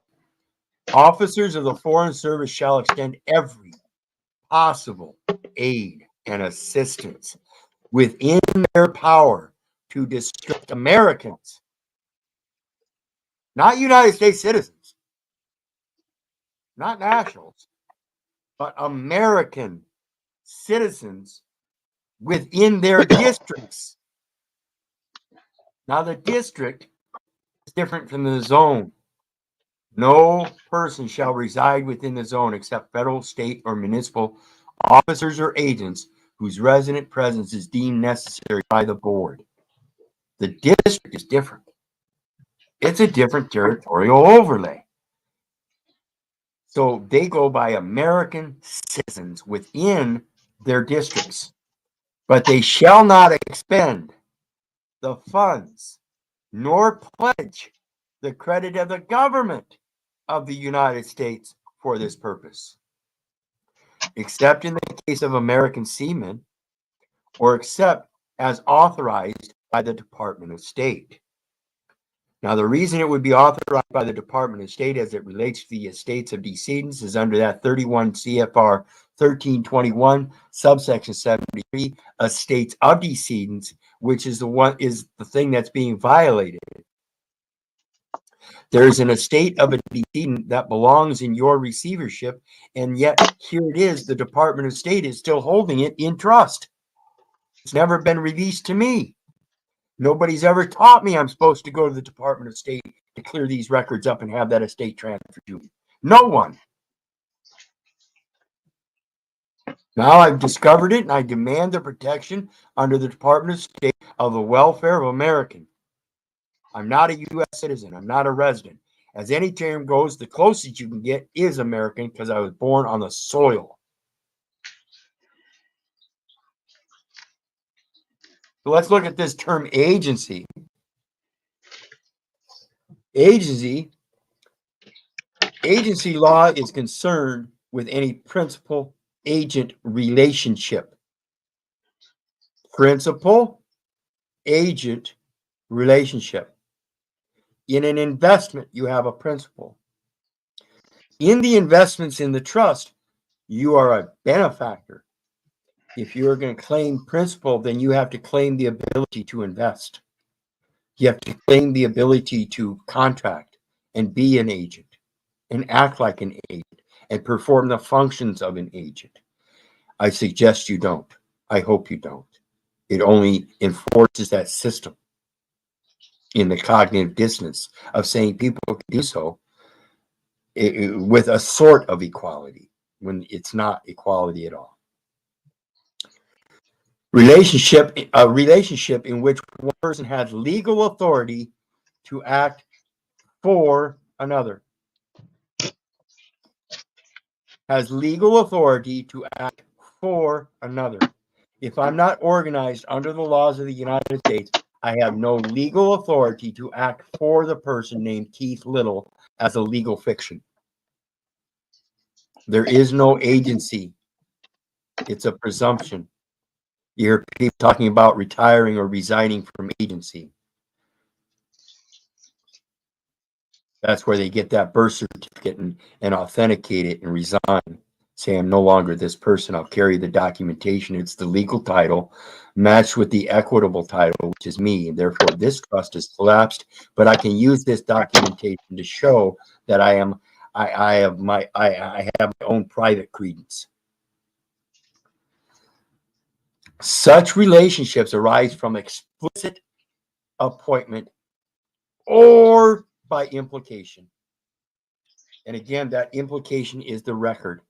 The whole record implies that you're a resident. You've been claiming you're a resident. You've been claiming you're a United States citizen because the record implies that there is a resident of the state and that it is a income tax thing, and that there is a resident of the United States, a citizen of the United States, and that these things are just false people.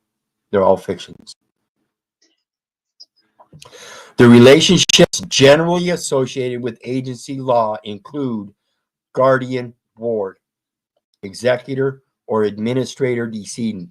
So if there's an administrator, you know there's a decedent, and they're administrating that decedent. If that decedent estate belongs to you, you are not executing, and you have given up for convenience or comfort or whatever, or through indoctrination or false education, you have given up the right to execute your will, which is what the decedent estate is based upon, a testator's will.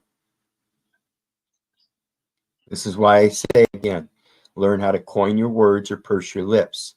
Learn how to speak boldly as you ought to. The relationships generally associated with agency law include guardian, ward, executor or administrator decedent, and employer, employee.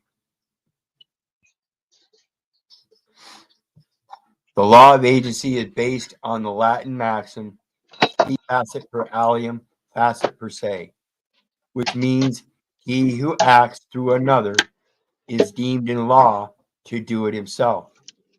This is where the agency is held to be performing the principal's duties. Therefore, it is held dutiful and liable as the principal.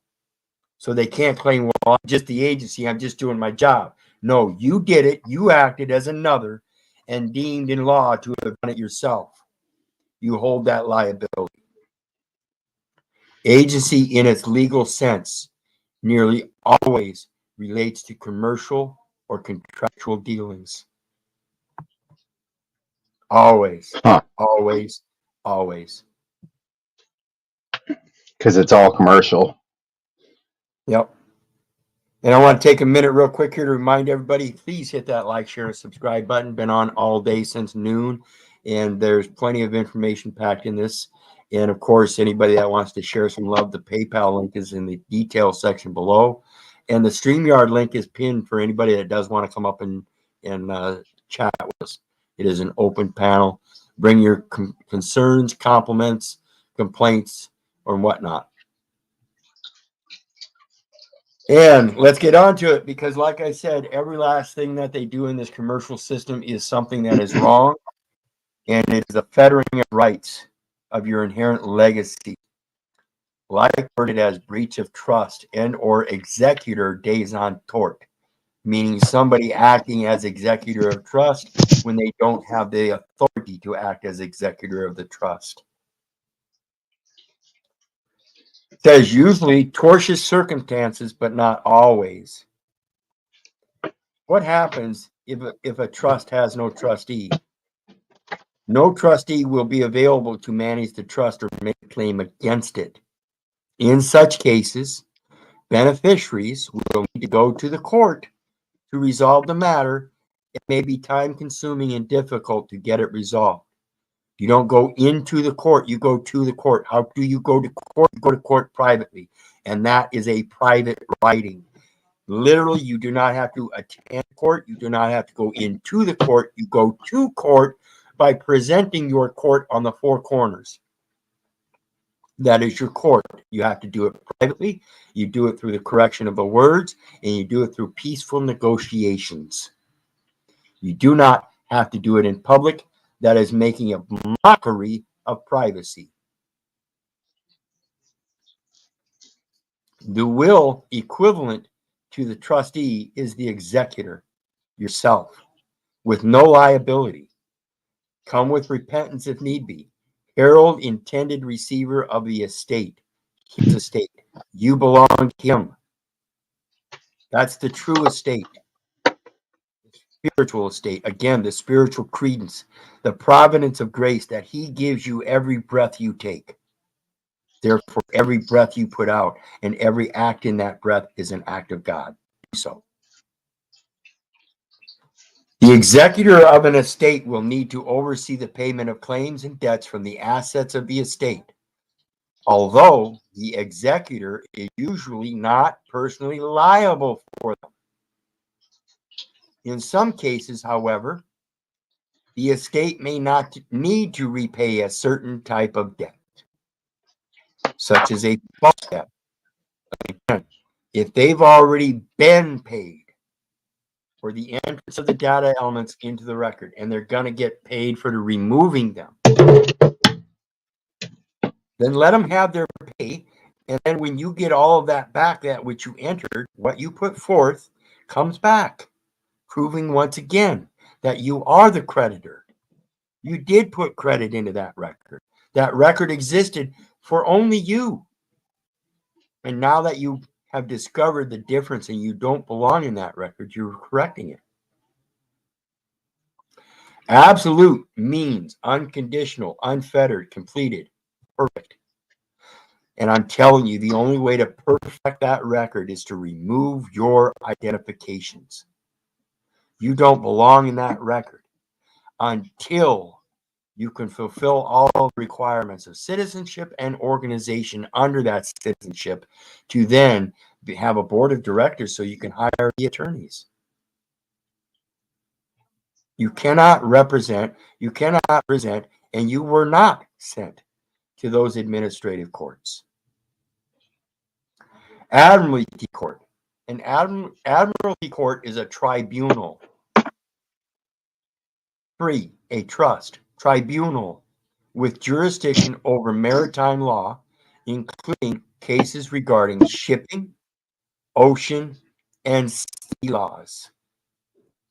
Shipping, ocean, and sea laws. And when you see that yellow fringe flag, that is an admiralty distinction. Historically, admiralty courts were a separate part of the court system. In modern times, these cases may be assigned with the regular court system, usually at the federal or superior court level. Every time you see one of those admiralty courts, think of the federal level. They're operating at the state level and doing it in the interest of the state, and nobody is calling out for the interest of the United States. The interest of the United States is the intent to fulfill an obligation in equity, where they already claimed under 18 U.S.C. 7 special maritime territorial jurisdictions, for 18 U.S.C. 8 certain obligations and other securities of the United States, for 18 U.S.C. 9 vessels of the United States.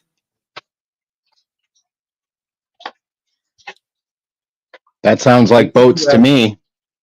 Exactly. In the U.S. and particularly laws of the sea, ocean, and shipping. In the U.S., any court that is hearing a maritime case is an admiralty court for the duration of that case. In the U.S., any court that is hearing a maritime is an admiralty court for the duration of that case. Again, the Judicial Officer Department is an independent and neutral forum within the United States Postal Service, comprising of the judicial officer, the administrative law judge, and the Postal Service Board of Contract Appeals. Maritime is the contracts. So anytime you're dealing with the administrative courts, you are dealing in contract, period. And it is a maritime admiralty contract. There really And is that's no. why is that why asking for the the contract is important? very much. Prove the contract. Prove that you have named me and identified me with absolute certainty and correctness in the record, that there is no thing left uncertain. You can't.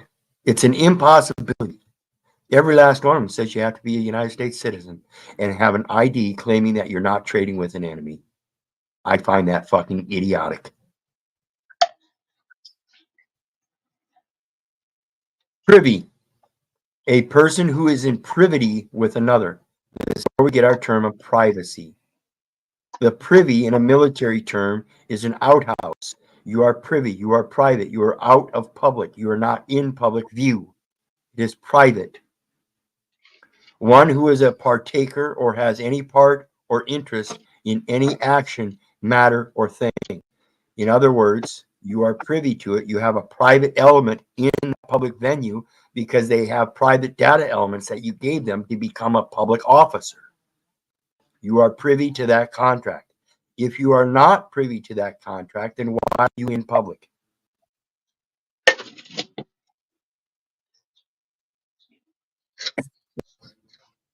Privity. As an adjective, the word has practically the same meaning as private. Practically the same meaning as private. A cross bill. A cross bill is an equitable bill by which a party to a suit can bring a claim against another party or any other party. Note, under Federal Rule of Civil Procedures, Rule 13, cross bills are replaced by counterclaims and cross claims. So what you're doing, like I said, if you've got a scale of justice that's out of balance and somebody makes a claim and it weighs it down on one side, it weighs that scale of justice down a little bit on one side. You come in with a counterclaim. You can't come in with a counterclaim that says like this. Your counterclaim has to show an equality. It has to show a sort of equality. You have to be able to bring a balance to the scales. Because when you come forth with odd claim that throws the scales out of balance the other way, it's going to come with the first claim and say that this balance that is imbalanced is first and foremost, because this balance is way out of balance. And even if it's kind of like an equal balance the other way, we're going to stick with this balance because it takes less work. And we can just start from here and find a better balance, something a little closer to the balance.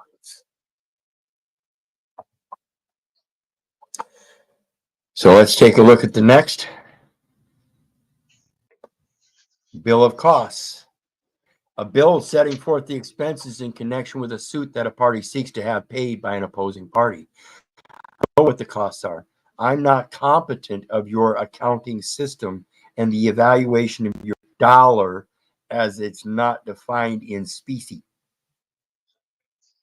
So I don't know how it's going to cost you. I do know it will cost my time as well. And I would hope that if you have an expense schedule, it would be equal consideration. So let's take a look at the equal consideration. And again, recognize that if I entered data elements into the record and placed liability on that public record, and I never expected and intended to, and now I want to remove those, I agree that it's going to take some time. It's going to take your effort. You're going to have to do some work. But who's really got to pay who? Okay. Bill of review, an equitable bill used to start a suit to have the final judgment of a previous suit. Final judgment of a previous suit set aside. Compare bill and nature of a bill of review in this entry note. In other words, 93 cases, now 94, have already been supposedly judged or adjudged, adjudicated, but they all say summary judgment. An equitable bill used to start a suit to have the final judgment of a previous suit set aside. So there's not even a final judgment. It's just a bunch of summary judgments that I need to have set aside by making a declaratory judgment that will then be tacitly acquiesced to or positively agreed with to make a final judgment. And again, it's to set aside, compare bill in nature of a bill of review. In other words, we're going to review the record, compelling a subpoena ducis tecum, pulling forth the record so we can review it and make or show the discoveries of the errors so that we can correct it. Because the errors are a bunch of variances from our actual nature. Our actual nature says we're not even supposed to be writing. Because as animals, we just go along living our lives. Right? Right? Got to think about this. How can a man Go ahead. How can a man that is defined as an animal be able to write? Exactly, and that's one of the things that I show that I use to show an inconsistency with the legislated word, the letter of their law. When they say animal includes man, well, let's ask them: can you license an animal? No. Do you suppose an animal can read and write? No. Well, then what are you doing expecting me to read and write and then fill out your paperwork so I can then be licensed? See, I see an inconsistency. Welcome, Just Joe. How you doing, brother? What's up with you, man? Hey. How you been? A long time no see. Yeah, man. I've been checking you today. I was off on. I keep hearing some of the things you touching on, so I was just like, oh, I seen the stream yard. I'm like, let me go in because I had a question for you for real, man. I wanted to know your stance because I keep hearing you talk about QTAM, right? So I wanted to know your stance with the FCA. Yeah, well, let's discuss QTAM. QTAM is a term that says "in the name of the king." It literally means "in the name of," and so a QTAM, amicus curiae, is in the name of the United States as a friend of the courts, in interest of the United States and for the account of the United States, for full acquittance and discharge, as hereby directed by the person making the same, so that no person shall be held liable in any court. Due to the errors in the record, we only come forth with corrections.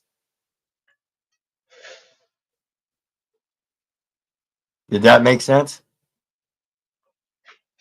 It does. Yes, to me, the looking aspect that I've been looking at their how they've been applying the funding, you know, and how it's really misapplied, especially once we come in and let them know that. Right. And see, that's when that officer approaches you on side the road, there's not much you can do about it then, because they're actually operating in commerce and they will not give you equity. So they won't recognize it there because they're still just doing their job. So the equity happens either when you're forced into court in front of that judge or through the mail.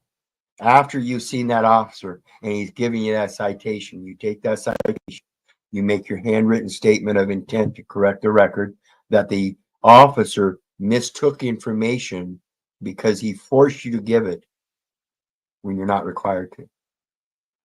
Is that why it didn't work in the Nuremberg trials? We're just doing our job? Or is that a different, Exactly. okay. No, exactly. That goes right again with that principle and agency thing. If you're the one acting on behalf of the principal, then you're subject as principal for your actions, pure and simple. And that's why I say, you know, when we realize that we can't get the equity on alongside the road, it's because we're out in public view, and the only way to get equity is to keep things private and express it as private, and try to help them understand that they're dragging you into public is a violation of the public trust, because they're expressing you as a trustee of the public trust, and the public trust doesn't really recognize you as a trustee. You've never been assigned through a power of attorney to be a trustee. There's missing that record. Oops. So again, so the next, Isn't that negligence on that? Isn't that negligence on their part? It's negligence on everybody's part. It's a matter of knowing. The people are just lack of knowledge. Not only was I indoctrinated, so were they. As bills of review are used when another device for review, such as appeal, is not available, as when the period to bring it has expired. So in my case, I got 93 cases, and we can't go back and do anything as far as the law is concerned, except to review the record to say, hey, yeah, there is something wrong with the record. We can't do anything to change that record. We can certainly remove it from the public, because it really doesn't have quite the historical value that we thought it had before, but it still has a historical value. So it's got to remain part of the record, but it's got to be correct. Right? And that correction is that in the future, when this presents itself again, we can't act in the same way as it reflects on the record. We can't treat this guy as a trustee if the record shows here that he's not, in fact, a trustee. We have to quit doing that. So now if I go forward to correct the record and they refuse to, and they start entering these data elements as a continuum of personal jurisdiction for jury duty, when I've clearly expressed that it's not twice now, then this third time they will have a problem trying to get me into those courts and say I'm subject to anything without having on their heads hanging a kidnapping charge. I've already made it clear. I've already given them the notices. And then they turned around and sent me that jury summons, and I wrote all over it. I'm ready to send it back. And with that added statement as to why it's impossible and why I made these changes. Bill of review are abolished in federal practice by Federal Rule of Civil Procedure 60B. So instead of reviewing, what I'm doing now is using the bill of review by reviewing the record myself, and now I get to still stand by the law by giving them legal notice.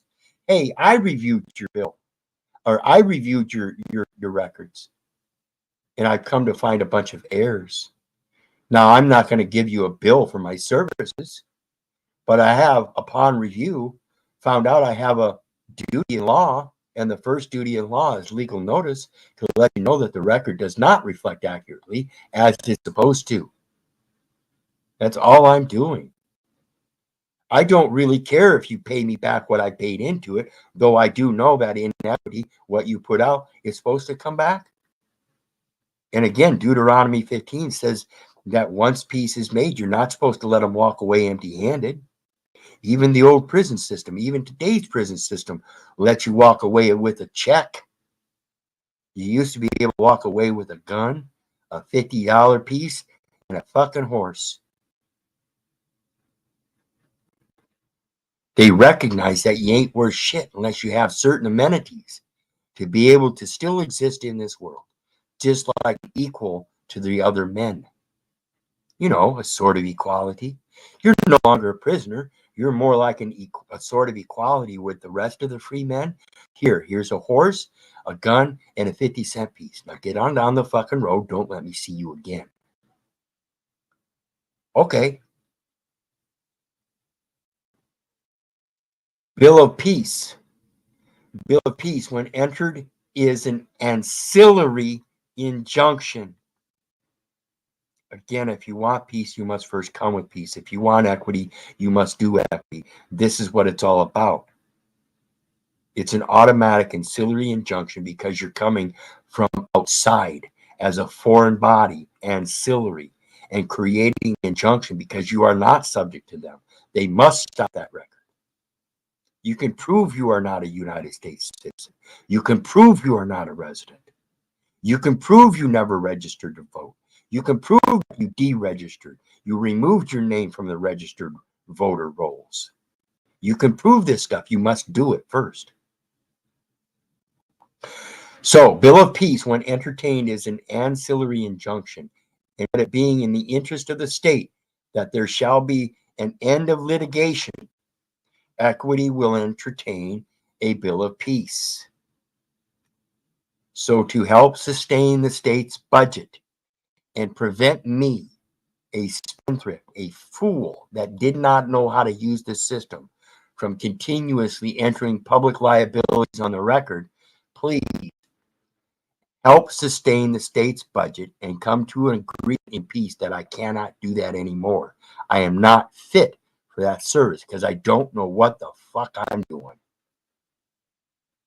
How could you agree otherwise? I got 90 fucking court, 90 plus some cases in that court docket saying I don't know what the fuck I'm doing. How can you not agree with that? To avoid a multiplicity of actions by establishing a right in favor of or against several persons, which is likely to be the subject of legal controversy. Or in other similar cases, such as to confirm some right which has been previously satisfactorily established by more than one legal trial and is likely to be litigated again. So That's where I'm at. To help sustain the state's budget and prevent the officer from having to pull me over and run me through court, supposedly not having proper plates and registration, let's make it clear that that law cannot be established against me because I'm not a trustee. Okay? Once we establish that, previously satisfactorily established by more than one legal trial and is likely to be litigated again, in order to avoid the multiplicity of those actions, you can bring one action to correct them all. And you do so by establishing a right in favor of or against several persons. In favor of the person noted here, Keith Little, as an American citizen, hereby establishing the rights of Keith as that American to avoid a multiplicity of actions against my person several times over and over again to be likely litigated again and again. I bring the truth, the supplemental truth, to the table and let you know I come in peace. If you want me to travel around with a metal plate on my car, it must be distinguished enough that it does not placate jurisdiction of any kind, merely private property, agricultural use. Agricultural use because I can use it to haul my dog, my goat, or somebody else from a different culture, which is the very different definition of agra. A group, aggregated, a collective. As So the ancillary ag, to this, go ahead.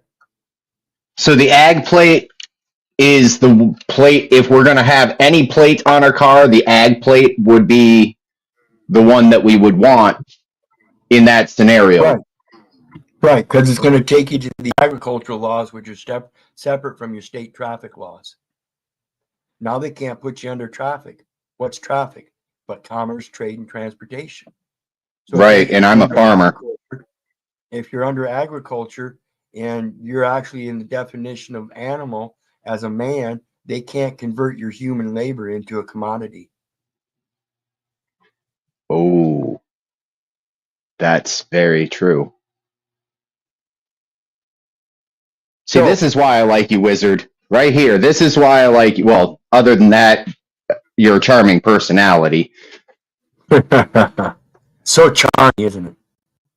It is. Honestly, the people that hate on you are ridiculous because they don't realize the charmingness. You are a charmer, much like a snake charmer. You are able to control the thing that you're singing your song to, per se. I hope so. I hope so. I got a big fucking snake in front of me, dude. Been bit several times. So anyway. Well, a snake charmer does not always start off without getting bit. Yes. So anyway, as we continue, it says, as ancillary to this jurisdiction, equity will grant perpetual injunctions, saying again, because it's likely to be litigated again and again, to help avoid multiplicity of actions, we establish our right here and now. This is the demand of the birthright. It grants the perpetual injunction. An equitable bill used to settle the rights of parties in one suit and avoid repeated litigation. So to avoid these people bringing me into court again for any kind of infractions whatsoever of their statutes, which are requiring of contract terms and conditions required to implement, then they have to prove that I'm an officer first before they could even bring, say, a possession charge or say abuse charge or an assault charge. I have to be one way or another under federal rules of civil procedure 17, rule 17, as a plaintiff or defendant, I have to be in the capacity of a public officer. Period. So once we correct that and let them know we're not in that public office, we're not the trustee, we're the benefactor, and the trustee cannot hold anything against the beneficiary. It grants the perpetual injunction by expressing the trust and your position in that trust. So again, connecting equity with us. Go ahead. Correct me if I'm wrong then. The term rules for thee but not for me is actually legit, but it's reversed when they do it to us. They do it by proxy of our power, and they're literally usurping our rights to that. Would that be correct? Correct. Because it's their rules. It's called hypothecation of customer securities. When you hand them that ID, that's a security instrument. You've got your signature on it. So it's already been secured. And you hand them that security instrument, and they write another document based on that signature as a validation that they are not treating they are not trading with an enemy. What if that document doesn't have a, because, okay, so I got pulled over a while ago and they brought me in on some warrants. I don't know if I did everything correct, but I did everything as correct as I knew at the time. And basically, long story short, they brought me in and the identification that they stole out of my pocket was an old postal ID, my badge to get into the fucking postal system. Like, it was, I used to work for them. And they took that and then they used that to get to an old account of a driver's license that I no longer have. It has expired. Yeah, and see, I think that's what this local court is trying to do, is they're saying they have record of ID or driver's license or voter registration, and therefore I'm subject to jury duty. However, what they have a problem with is that I've never had an Iowa ID. The only Iowa ID I've ever had was a driver license format. And the driver's license format that they had on the record, they still have on the record, was suspended in 2016, never renewed. And therefore, as suspended, how can you say that you have personal jurisdiction of somebody that has a driver's license when it's clearly been suspended? Now all of a sudden, now all of a sudden you're going to try to reinitiate that minimum state contact by saying that contract applies here. You can't do that. This is a separate contract. See, mine was a little bit different. Mine had an like all of them do. They have an expiration date, and then you go in and renew it after that expiration date. And it's already but I never went to renew it. Yeah, I never went to renew it. So that's the end of the contract. Right. So we got to think about this stuff and how it really works and how it's being used against us. Yeah, it was ironic because the charge that the officer came up with, there was no actual thing that I did. And so what he put down was obstruction. Well, the only thing I did was ask him questions. And asking questions is not obstructing because obstruction is a physical act.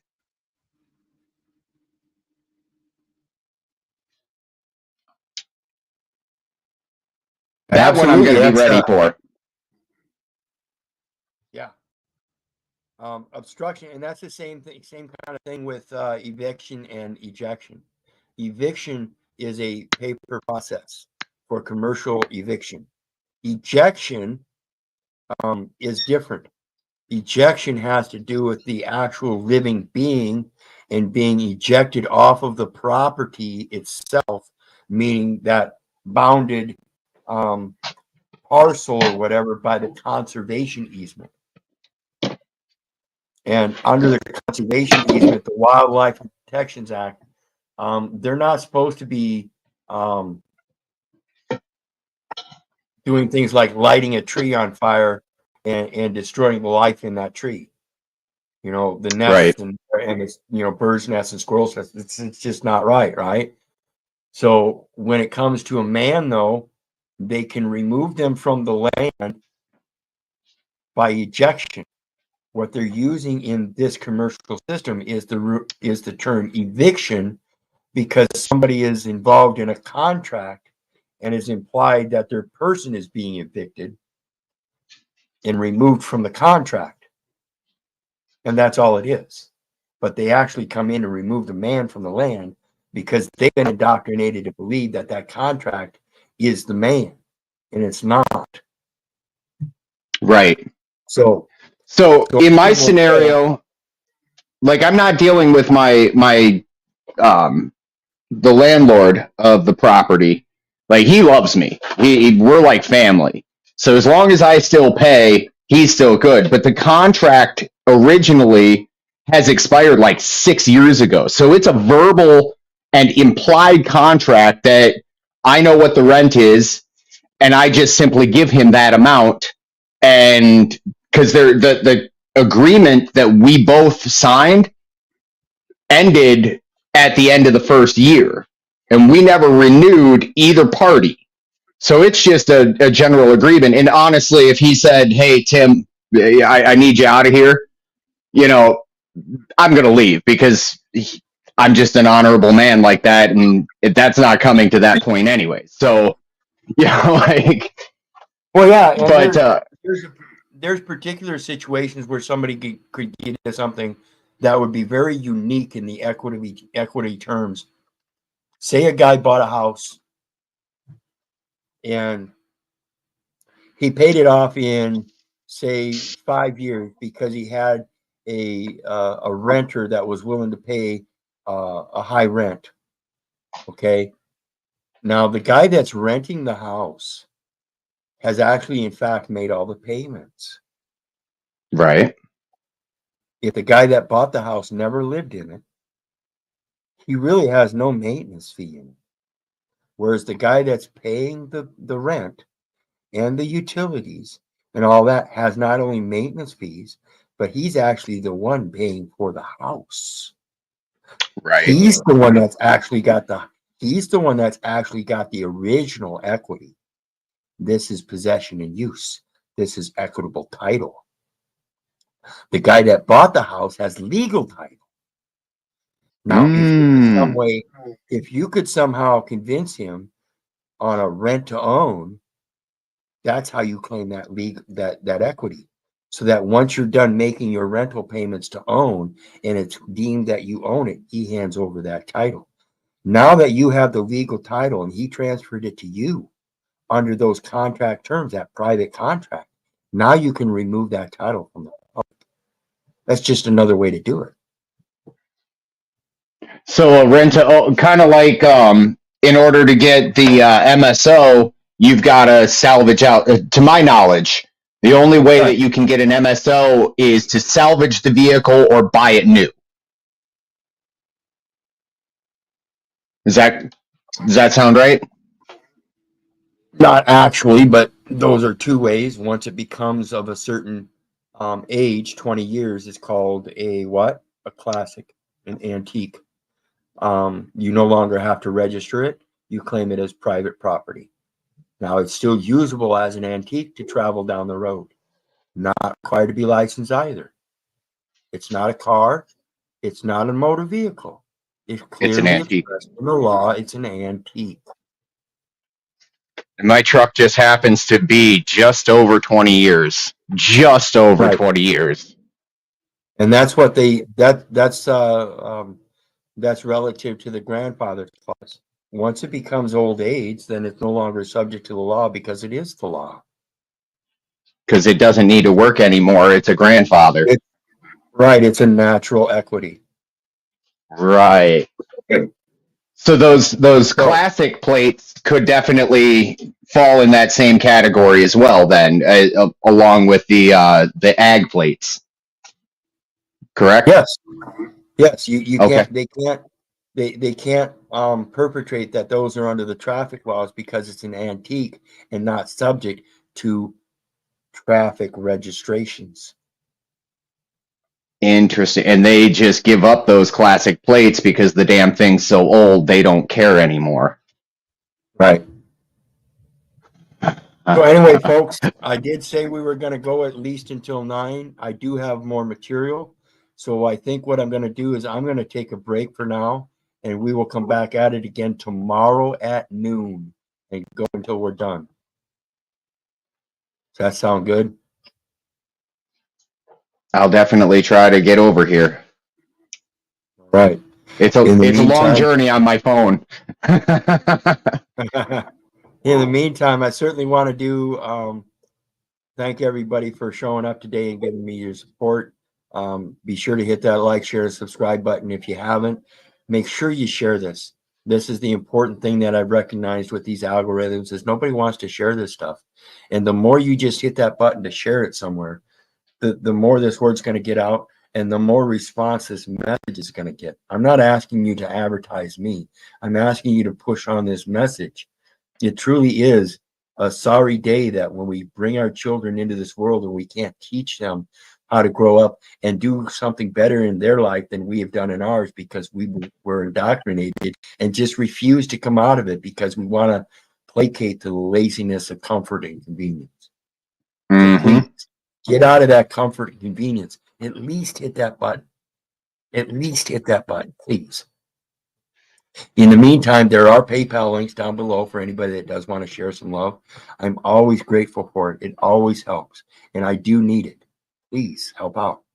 Other than that, I subsist on a doctrine of necessity, just like everybody else, for those funds. The better you make it for me, the easier it is for me to get on here and put this stuff out, and the easier it is for me to be able to get this paperwork.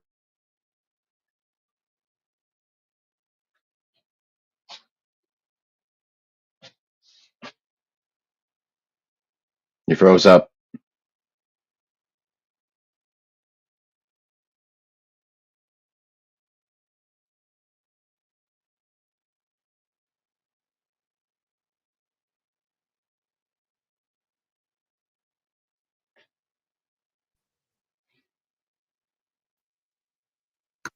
My apologies, I dipped out again. Didn't see that. So Yeah, you again, did. I urge everybody hit that like, share, and subscribe button, because I do subsist on a doctrine of froze up. necessity. I do need those the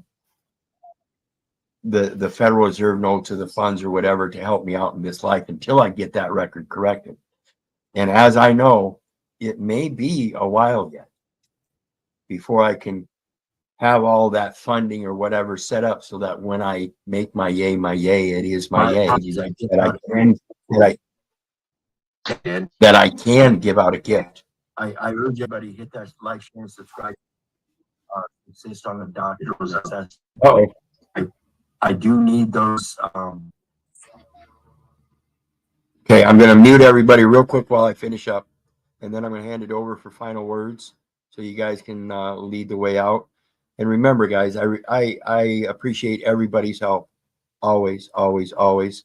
The thing about the PayPal links, I really don't get a whole lot of help, and I really don't need it. The thing is that the better I get help in that venue, again, the more I'm able to buy the ink cartridges to print the paperwork out to send other people that need it, so they can study it. Things like this. I like these StreamYard formats because people can come join me. I can put information out. I can drop the links and stuff. And I urge people, again, one last time, before I put it to the other people for final words, do not believe me. Do not believe your neighbor. Do not believe the government. For crying out loud, do not believe your mother. Learn how to do your research so you know. Once you do that, you might realize how much effort I put into all of this stuff over the last 7 years, how much I put out. And it really is an amazing journey. I do not wish any ill will, and I do not want you to donate to me if you're hard off. What I'm asking is, if you have something that wells over, please share it one way or another, whether it be that through the PayPal link, whether it be through coming up on the panel and sharing your wisdom here or your story, or whether it be commenting in the chat section, hitting the like, share, and subscribe button. It all helps. Please. That's all I ask. And so with that, I'll hand it over to Haya. Shalom. Greetings again, sister. Welcome back.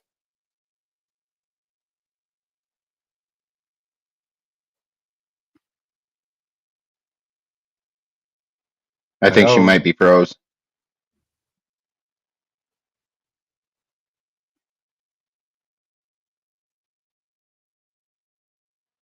You're muted. Well, go ahead and unmute and let us know what you got to say. We're closing up for the night, but like I said, we're going to start up again tomorrow at noon to finish up. So any closing statements is what we're looking for.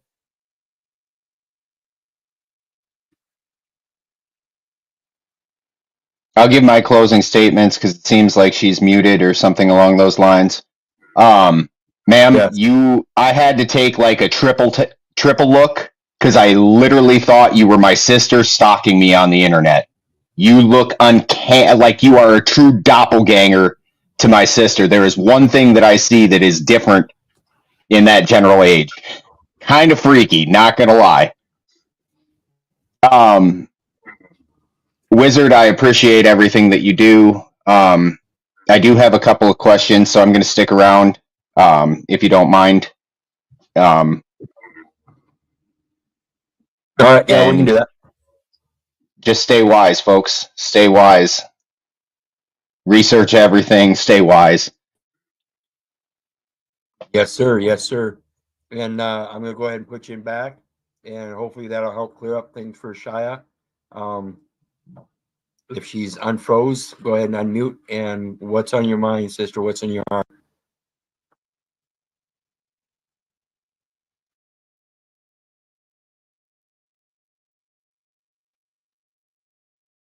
Yeah, it looks like she's still frozen.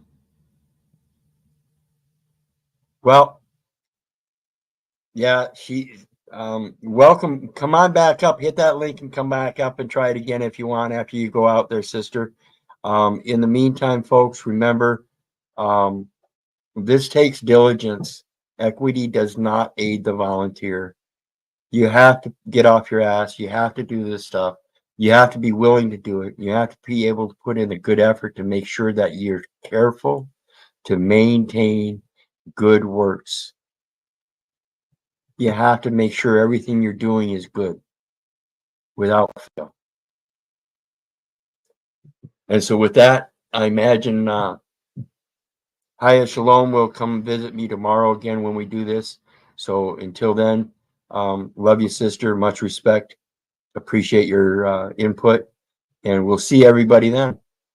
Meantime, remember, I love you. I don't give a rat's ass whether you love me back. So may God bless you. Have a good night. And we'll see you again tomorrow. Bye now.